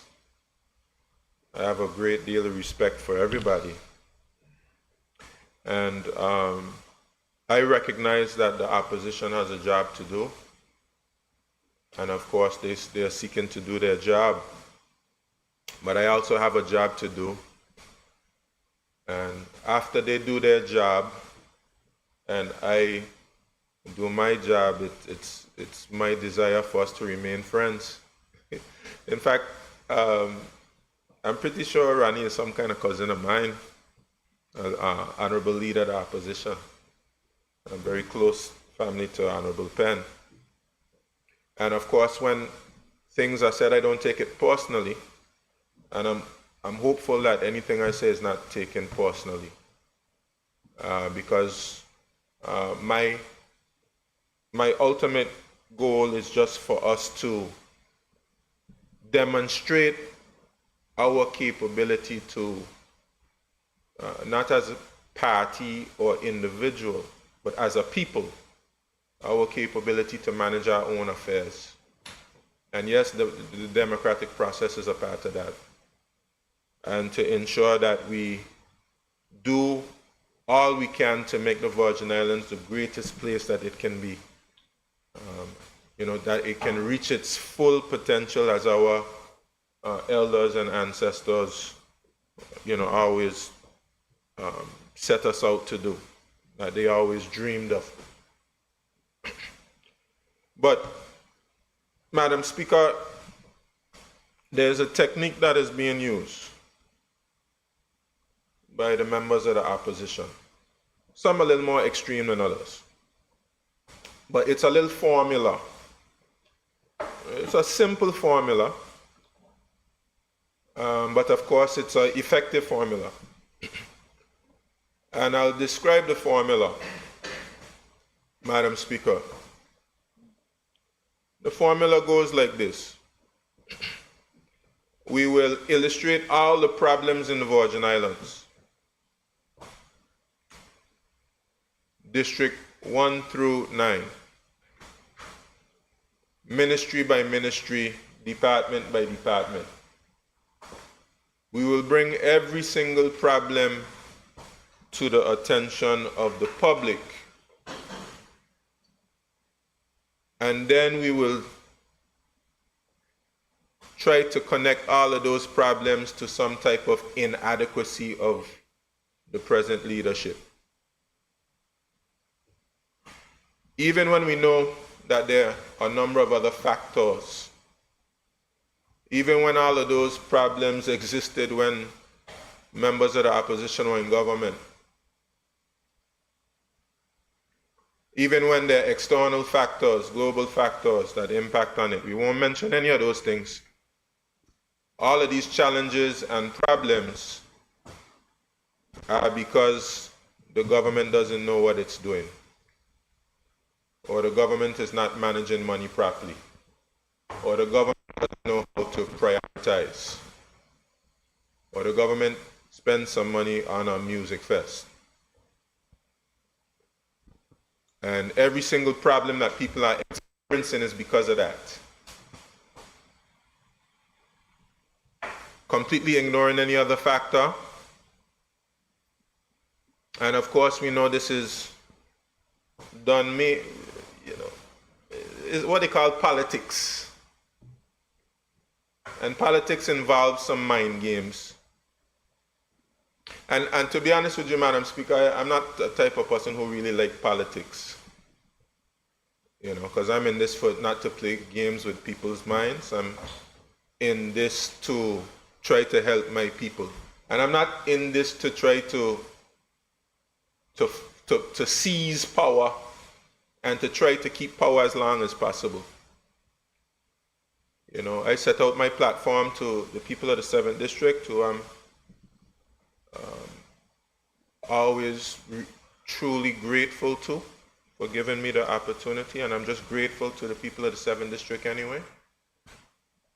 I'm so proud to be from the 7th District. For me, I know everybody says that, their district is the best and all of that. You expect that, and you want people to believe that. But I really just think that 7th District is a special place. Just look at the history. This past weekend, we observed 248 years of freedom. People of Nottingham Estate. And we had a little booklet, and I have to congratulate VICA, Virgin Islands Communal Association, and congratulate Melissa Potter, who put on this program honoring all the people who came out of Nottingham Estate, from the 25 individuals who were manumitted and who bought their freedom. And, it was people, just really dominating politics, dominating business, dominating government administration. And I really believe, based on the history of Nottingham Estate, based on that long tradition of freedom, based on all types of different factors, including education, as just a very special place. And I'm so proud to have that lineage. And as I was saying, I presented my case to the people, and they gave me an opportunity, and I'm grateful.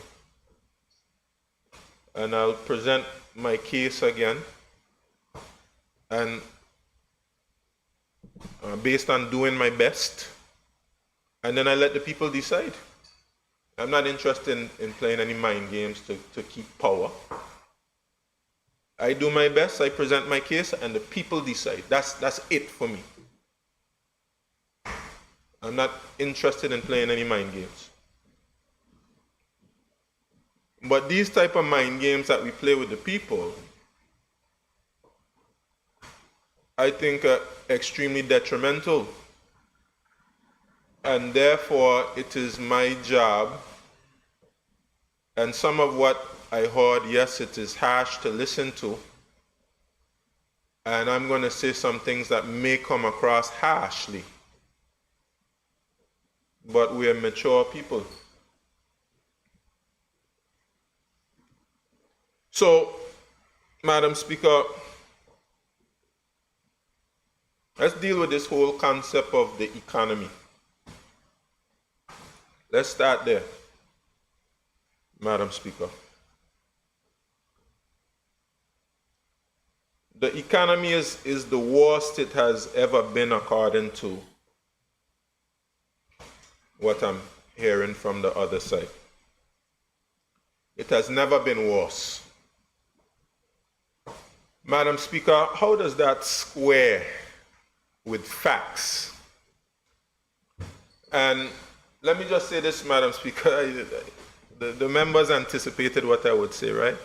This is already going to come with a bunch of facts, a bunch of statistics. Well, Madam Speaker, when they were in government, those statistics meant something. Those numbers meant something. They go about telling you about how well we did in 2016, best tourism year ever. And just because the Virgin Islands Party in power, statistics and numbers, all of a sudden, they don't mean anything. You could beat that, Madam Speaker. Just because Virgin Islands Party in government now, and we're not afraid, we're not ashamed to be showing such obvious bias. Oh, the government, they're going to come and tell you a bunch of facts and figures and convince you that what is so is not so. So facts and statistics don't mean anything. So let's look at the facts. Let's look at the facts. We have two main pillars of our economy: tourism, financial services. Both of them are doing well. Both of them are doing well. Tourism, the first quarter, numbers for this year, the best first quarter we've ever had in the history of the Virgin Islands.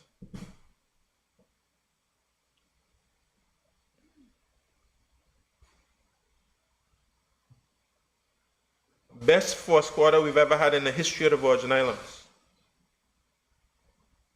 A better first quarter than 2016. Madam Speaker, I guess because it's the Virgin Islands Party, that don't mean anything. It doesn't mean anything because it's the Virgin Islands Party. Let's talk about the second quarter, Madam Speaker. Second quarter numbers just came out. We just finished the second quarter. Second quarter numbers, Madam Speaker, based on our first and second quarters, compared to 2016, we have more visitors than in 2016, which was our best year ever.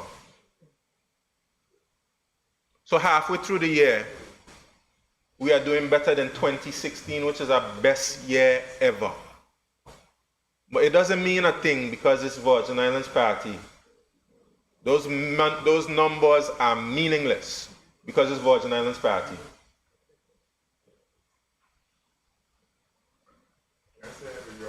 Our numbers, I anticipated that, you know. When I start hit some facts and some figures, you know, we got to end the house.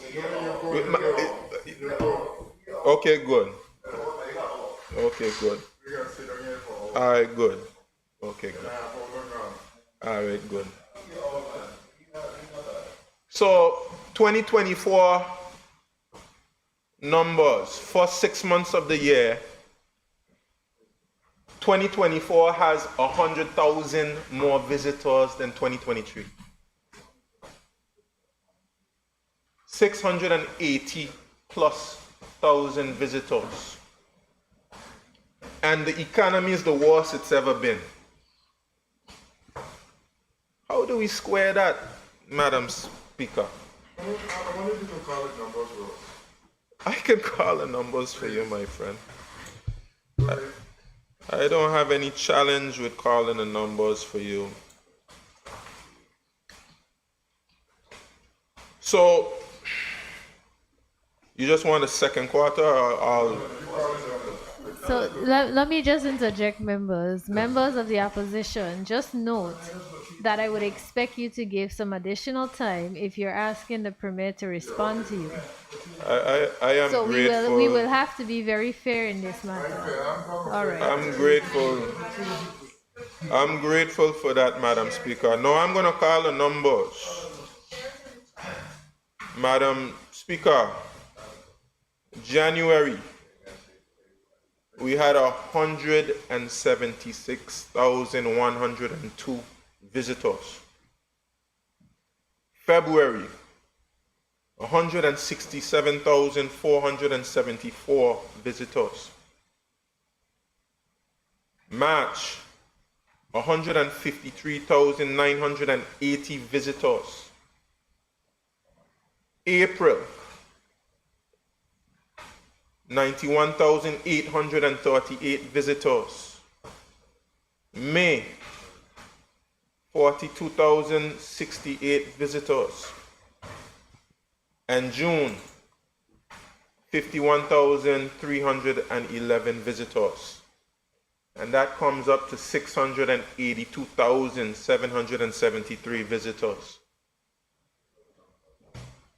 So, Madam Speaker, no, I'll share it with you. I will share it with you. I will share it Members, with you. let's be my friend. respectful. Let's be respectful. Go ahead, Premier. Please continue. Yeah. This is any other business, so please, let's be respectful. Yeah, Madam Speaker, they think all is cruise tourism. On top of 2023 numbers, overnight is up 15.7%. Right? 2023 was 23,218. 2024, 26,863. Yeah, sorry, that's me. Let me just give you all the second quarter numbers. Yeah? Overnight, 2023 was 74,900. In 2024, overnight is 84,630. 2023 day trippers, 2,893. In 2024, that goes up to 4,033. That is a 39.4% increase in day trippers. And what you would notice, Madam Speaker, is that we're getting back to pre-COVID numbers, 2019 numbers. And this is without having Peter Island on stream and some of the other properties that we're still coming back on stream. Madam Speaker, you know, we are on a good track as it pertains to our tourism visitor numbers. And I believe that there was some acknowledgement that there were some people who were benefiting. When I go to the Pier Park on a cruise ship day, I see people buying things from the stores and the vendors. I see people on Long Bay now, Long Bay Beef Island. They're making some money from tourism. It's not just King Garden Bay. Money is being spread around. I see, and let me just speak about some of these events, Madam Speaker. I'm not just talking about music festivals. Let's talk about spring regattas and rec week and the sporting tournaments. And Steve is having his event, Steve Parolan. All of these events contribute to these numbers. All of these contribute to persons getting renter cars, hotel accommodation, Madam Speaker, going and provisioning their yachts. I mean, if you're objective and you're fair, you will accept these facts. But if you're just trying to prove a point in your own benefit, you'll reject these facts. And financial services is also doing well. We're holding the strain. I spoke a little bit about this when we were giving our contribution on the BAS Act. But we've been able to hold the strain in financial services. I don't have the numbers in front of me, but I can get them. We're holding the strain. We're doing very well. Of course, as has been anticipated with all the pressures on us, our companies contracted a bit. But of course, we raise fees and we're bringing in more money than we did in the past. So in terms of, if not by numbers of companies, we still in the range of between 350,000 companies to 370 or whatever it is. But in terms of revenue, we're making more revenue than we ever made before, financial services. So when we say that we're not doing well, I don't want to discount the fact that we have problems in our economy. And I can identify where the problems are in our economy, Madam Speaker. And these are challenges that have existed over time. And they're only being exacerbated over time. The problem is not that we are not making money, the country is not making money, is that some people are not being able to access that money. And what is the reason for that, Madam Speaker? Let us be real and let us be honest, right? We speak about employment, but some of us don't want to employ Virgin Islanders also. Yeah? This is how you get a piece of the pie. You have to be employed in businesses. And I don't put it all on the business owners, of course, because we have a duty as a government to put programs in place to assist persons. Now, rated program has gotten a lot of criticism, but rated program is an attempt to be able to solve a challenge we have. You're only seeing one side of it, which is giving some people a job to cut some bush. There's another aspect of it which is being developed. And we are about to hire 2 consultants to help to develop persons in job seeking, our job seekers, to develop them. Now, if the governments who were there before, had built the institutions to help our job seekers, we wouldn't have to come here and do it now.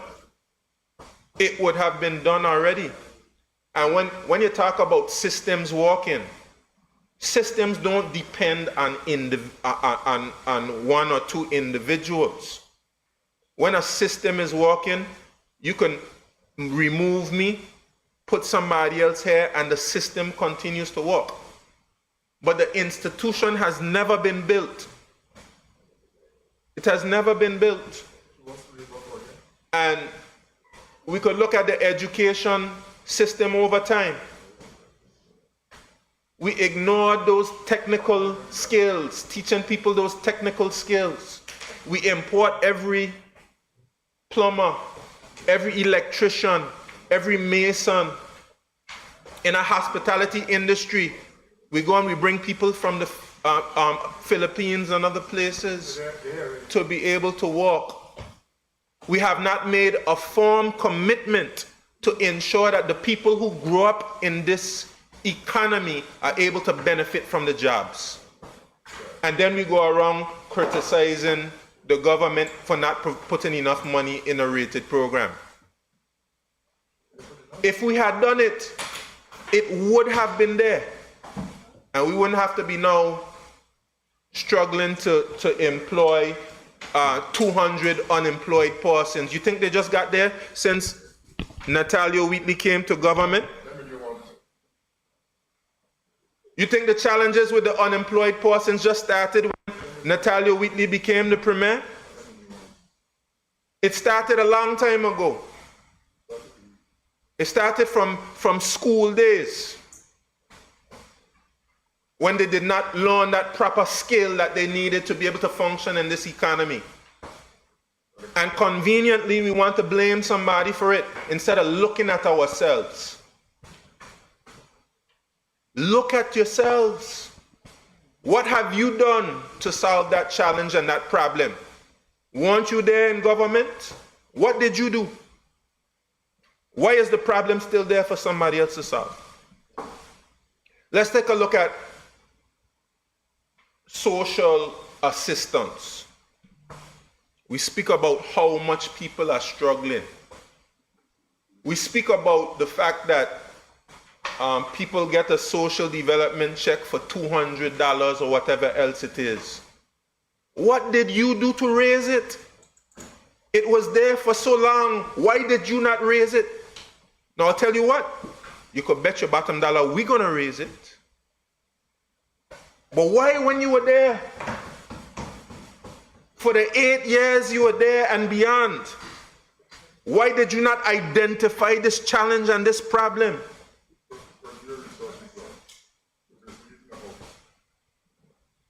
So it's $200 now.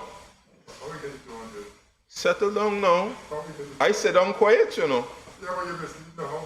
Oh, it was $50 before? Settle down. Madam Speaker, I know. Members, I know that when I debate, I only just start. People are gonna be hopping up on their feet. They're gonna be saying point of order, point of information. I just getting warm up. Madam Speaker, I want to make you walk out.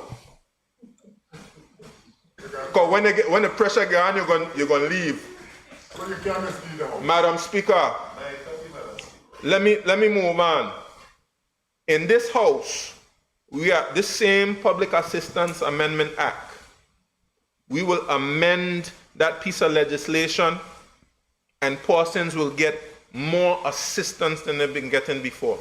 We are seeking to solve a problem. Madam Speaker, complaining about the increase we gave to the public officers. I hear people giving some negatives about it. Madam Speaker, we got a report that said this percentage, I can't remember how much percentage it had to be, maybe 30, 40%. The salary they were getting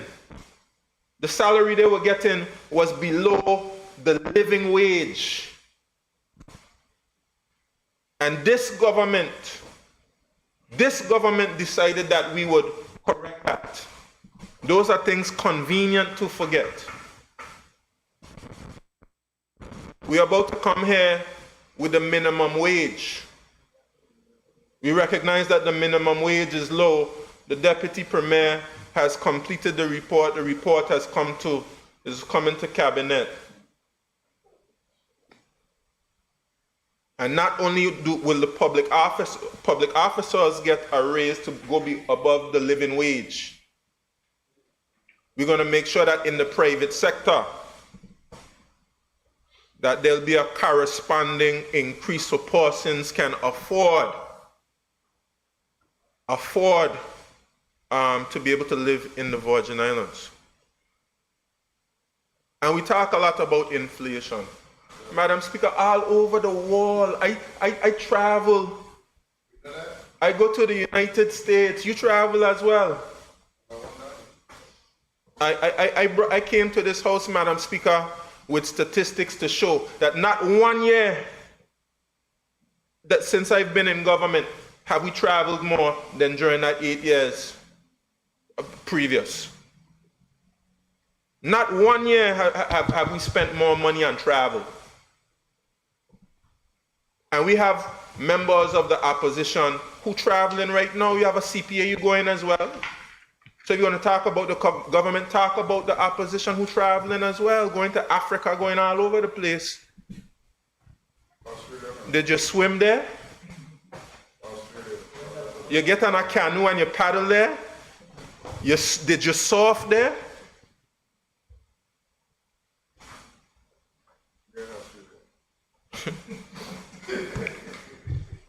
You're about to go to Australia? So, Madam Speaker, one member started talking about the fact that you don't believe that government should be driving a government vehicle. And for the very first time under this government, we have allowed members of the opposition, the leader of the opposition, to have a government vehicle. At the request of the leader of the opposition. Yes, we did that. So if you talk about the government, talk about the opposition as well. Be fair, just because it's the government. And governments from time immemorial get a government vehicle. And this is a problem now because a VIP government is in office. Unfair, biased. Let's move on. That one there caused a little problem. Let me go on. Y'all going to keep jumping up. Let me go on. We talk about electricity. I'll go to electricity now. We're talking about electricity and what happened there. I'm not pleased with what happened. We're going to sort it out. Let's talk about the fact that load shedding, like the minister said. I'll just repeat what he said because it deserves to be repeated. Electricity, I mean, I was happy. Electricity, they had some upgrades and some generators, and that was good. They produced more capacity up there at Parkwood Pond. I give the previous government credit for that. When Ron Potter was the chairman up there. I give credit for that. But where we did not make enough progress was on the solar energy. We did not make enough progress on the solar energy. And right now we're going to introduce an initiative with a STEP program, Solar Technology Energy Program that we're introducing. And the goal there is to reduce the amount of fossil fuel burning up there in Parkwood Pond. And when you're able to do that, you'll have additional capacity so that when you need to be able to do your maintenance or whatever, you don't have to turn off anybody. And you don't have to load shed. That's the goal. I mean, we have a former general manager here chatting. But we are seeking to produce some serious energy through solar. Yeah, and that's the goal. We got a solar farm coming at Anigara. And it's good for us, Madam Speaker. It's good for us because all of this fossil fuel that we are importing is not good for the world. We're talking about global warming. We just speak about somebody, if people don't understand that global warming is real. Members, I can hear you. The way that we are going to be able to, confront global warming, we have to reduce fossil fuels. That means we have to go into alternative energy. And that's something that we're going to go into in a major way. And we're able to do that we wouldn't have to be asking people to turn off the water plant. And the Minister for Communications and Works said it correctly. We had the opportunity to make sure that those water plants had generators. And so when they have to be turned off now, and it decreases water production now, you know, persons who had the opportunity to correct that pointing the fingers. You know, why didn't you correct that when you were there? You had every opportunity to do it, but you didn't do that.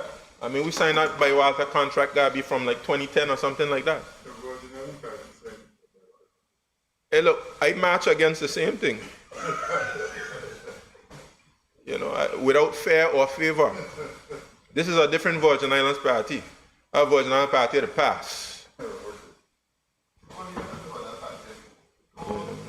This is a Virgin Islands party of the past. Let me move on to health.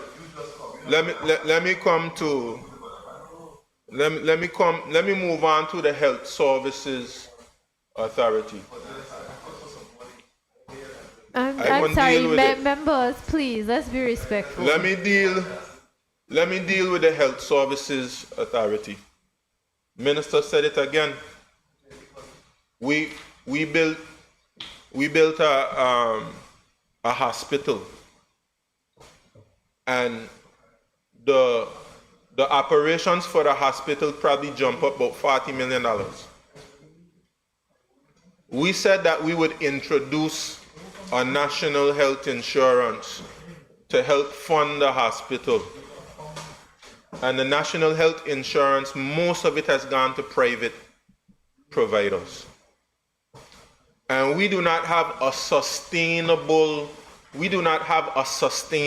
model for financing healthcare.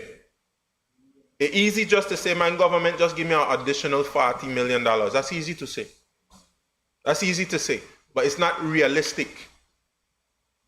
The great United States of America, richest economy in the world, you think they could do like we do? You talk about this whole concept of universal health care, they're afraid of it. They and all would get bankrupt from it with the rate of sickness in the United States. So you need a sustainable model, which we do not have. And we have to get it. And let me just say this, Madam Speaker. I believe that members of the opposition are part of the solution. And when the lights turn off, as we say, and we're not on the stage, we do good work in collaborating and fixing these problems. But we have to tell people the truth. We have to tell people the truth. The opposition, when they were in government, had every opportunity to fix these challenges. But guess what? We're going to fix them together. We're going to fix them together. We're going to get together and we're going to fix them. There's a lot of knowledge, a lot of experience that can be brought to bear on a solution. Let's talk about procurement, Madam Speaker. We talk about procurement. Madam Speaker, why do we have a problem? Why do we need a procurement act? Why do we need a procurement act? Madam Speaker, let's be honest with ourselves. Why is it that were pressured to bring a procurement act? You sure you want to know? The reason why we pressured to bring a procurement act is because we put in 70, 80 contractors on one project.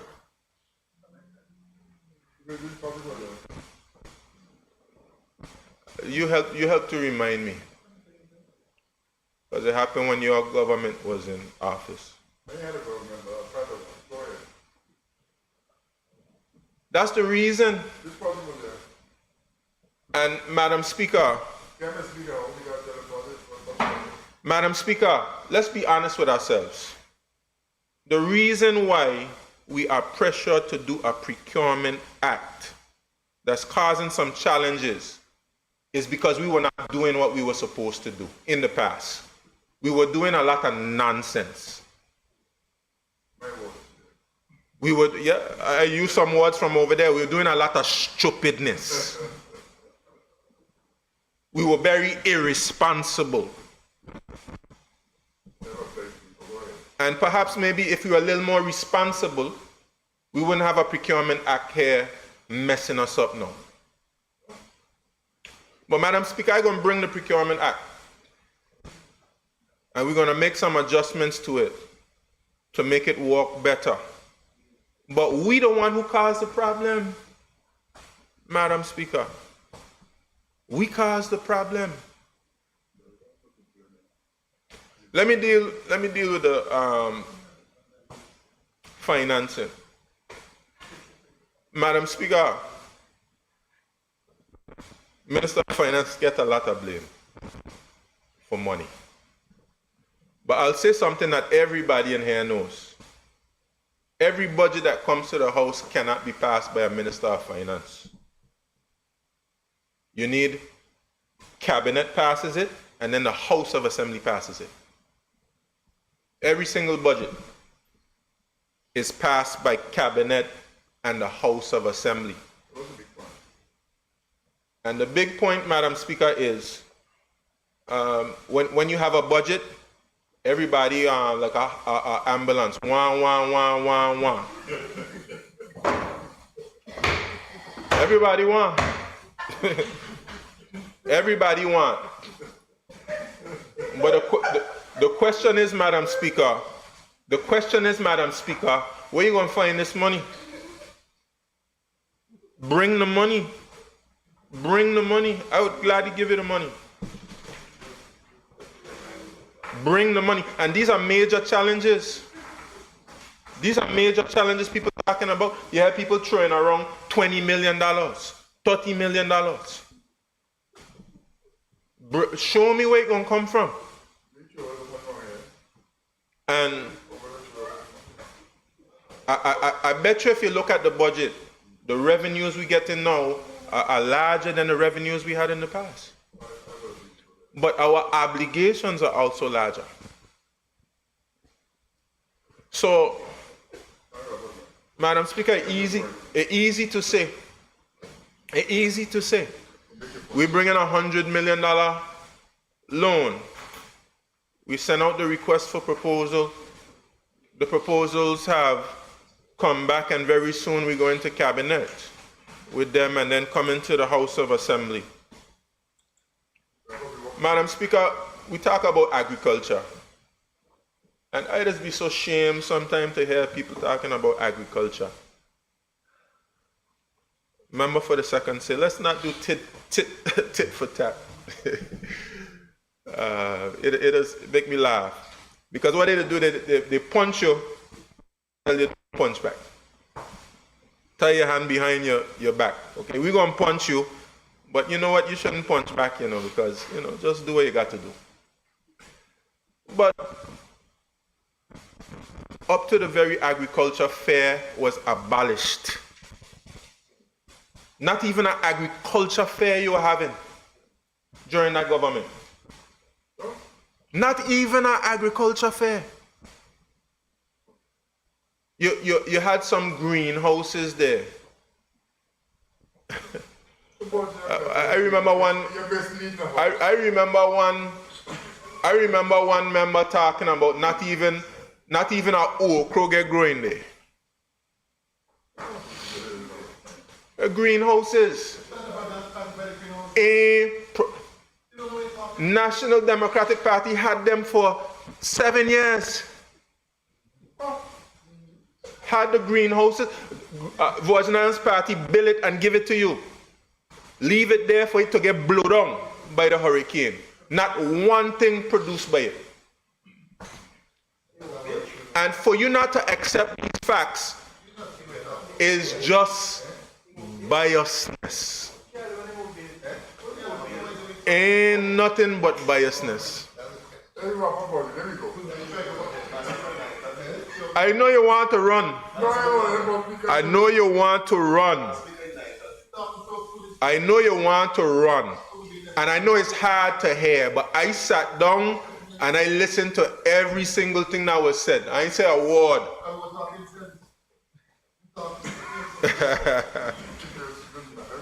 You gonna call fact stupidness?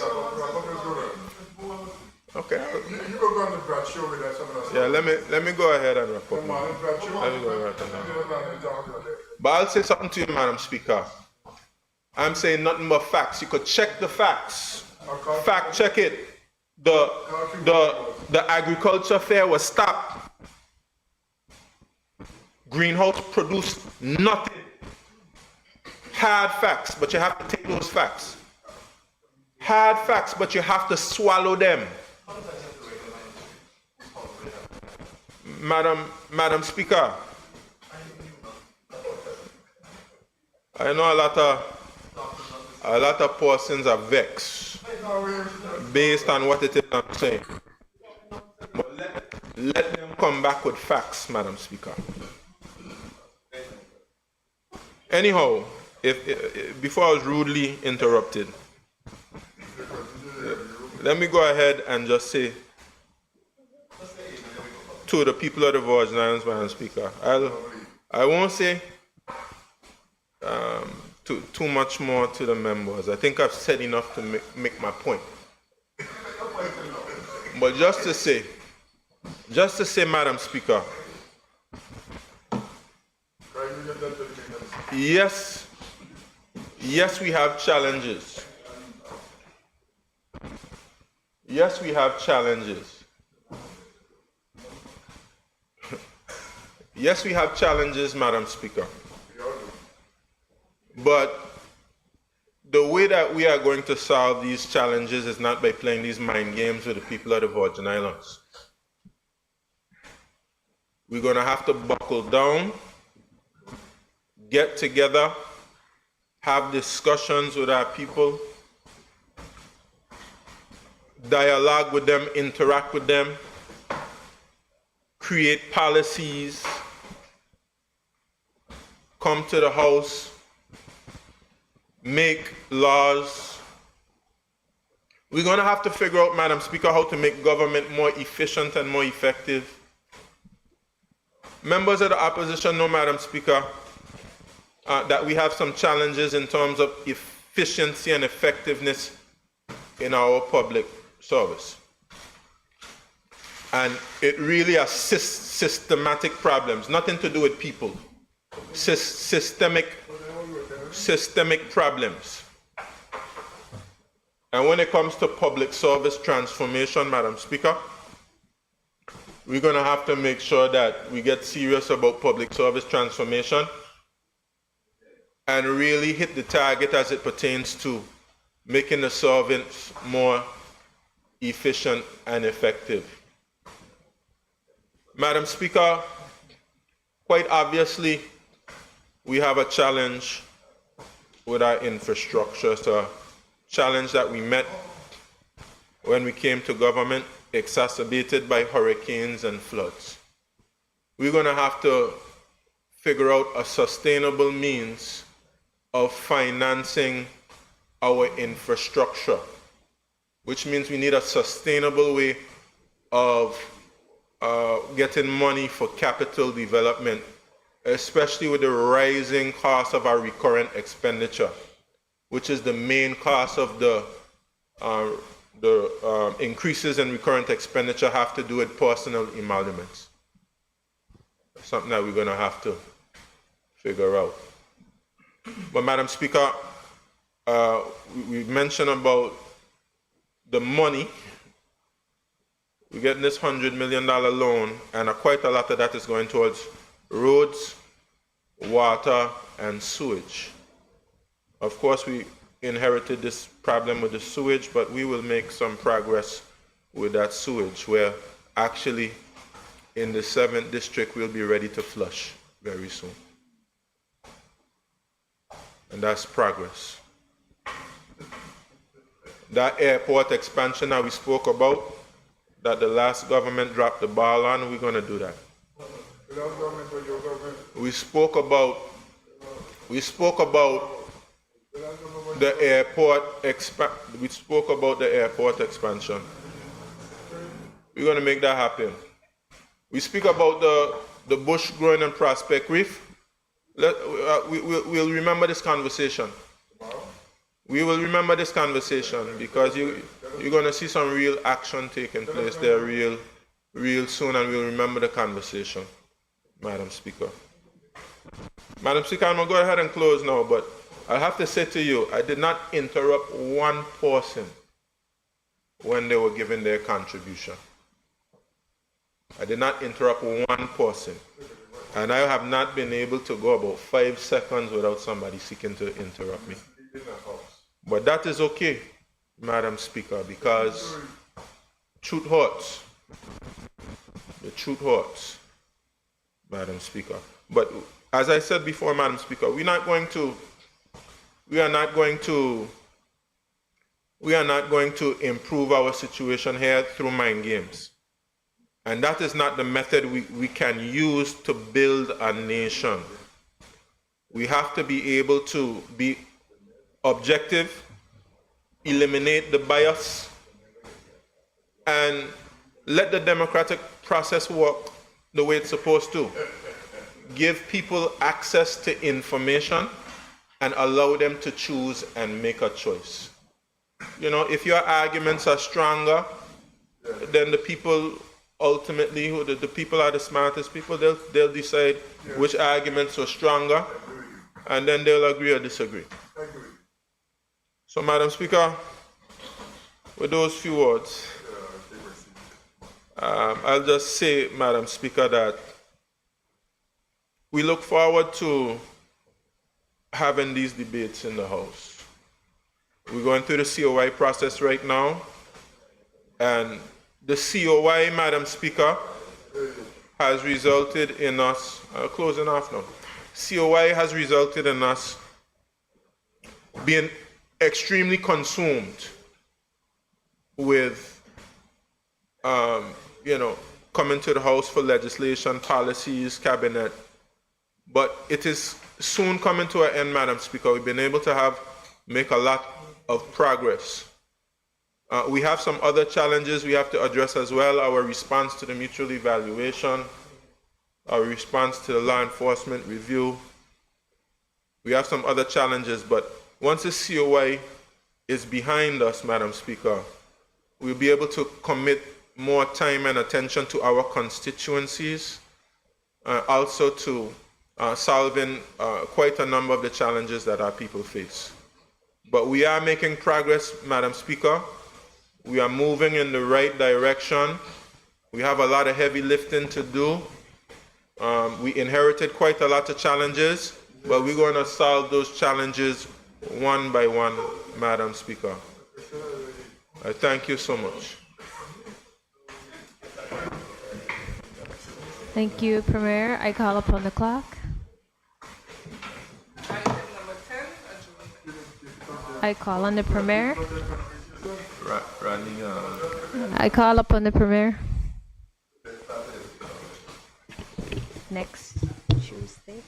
Next Tuesday is when you say adjourn. Yes, next Tuesday. Yes. Thank you, Madam Speaker. Madam Speaker, I move a motion to adjourn the House to Tuesday. What's the date on Tuesday? 9th. Tuesday, the 9th of July, 2024 at 10 a.m.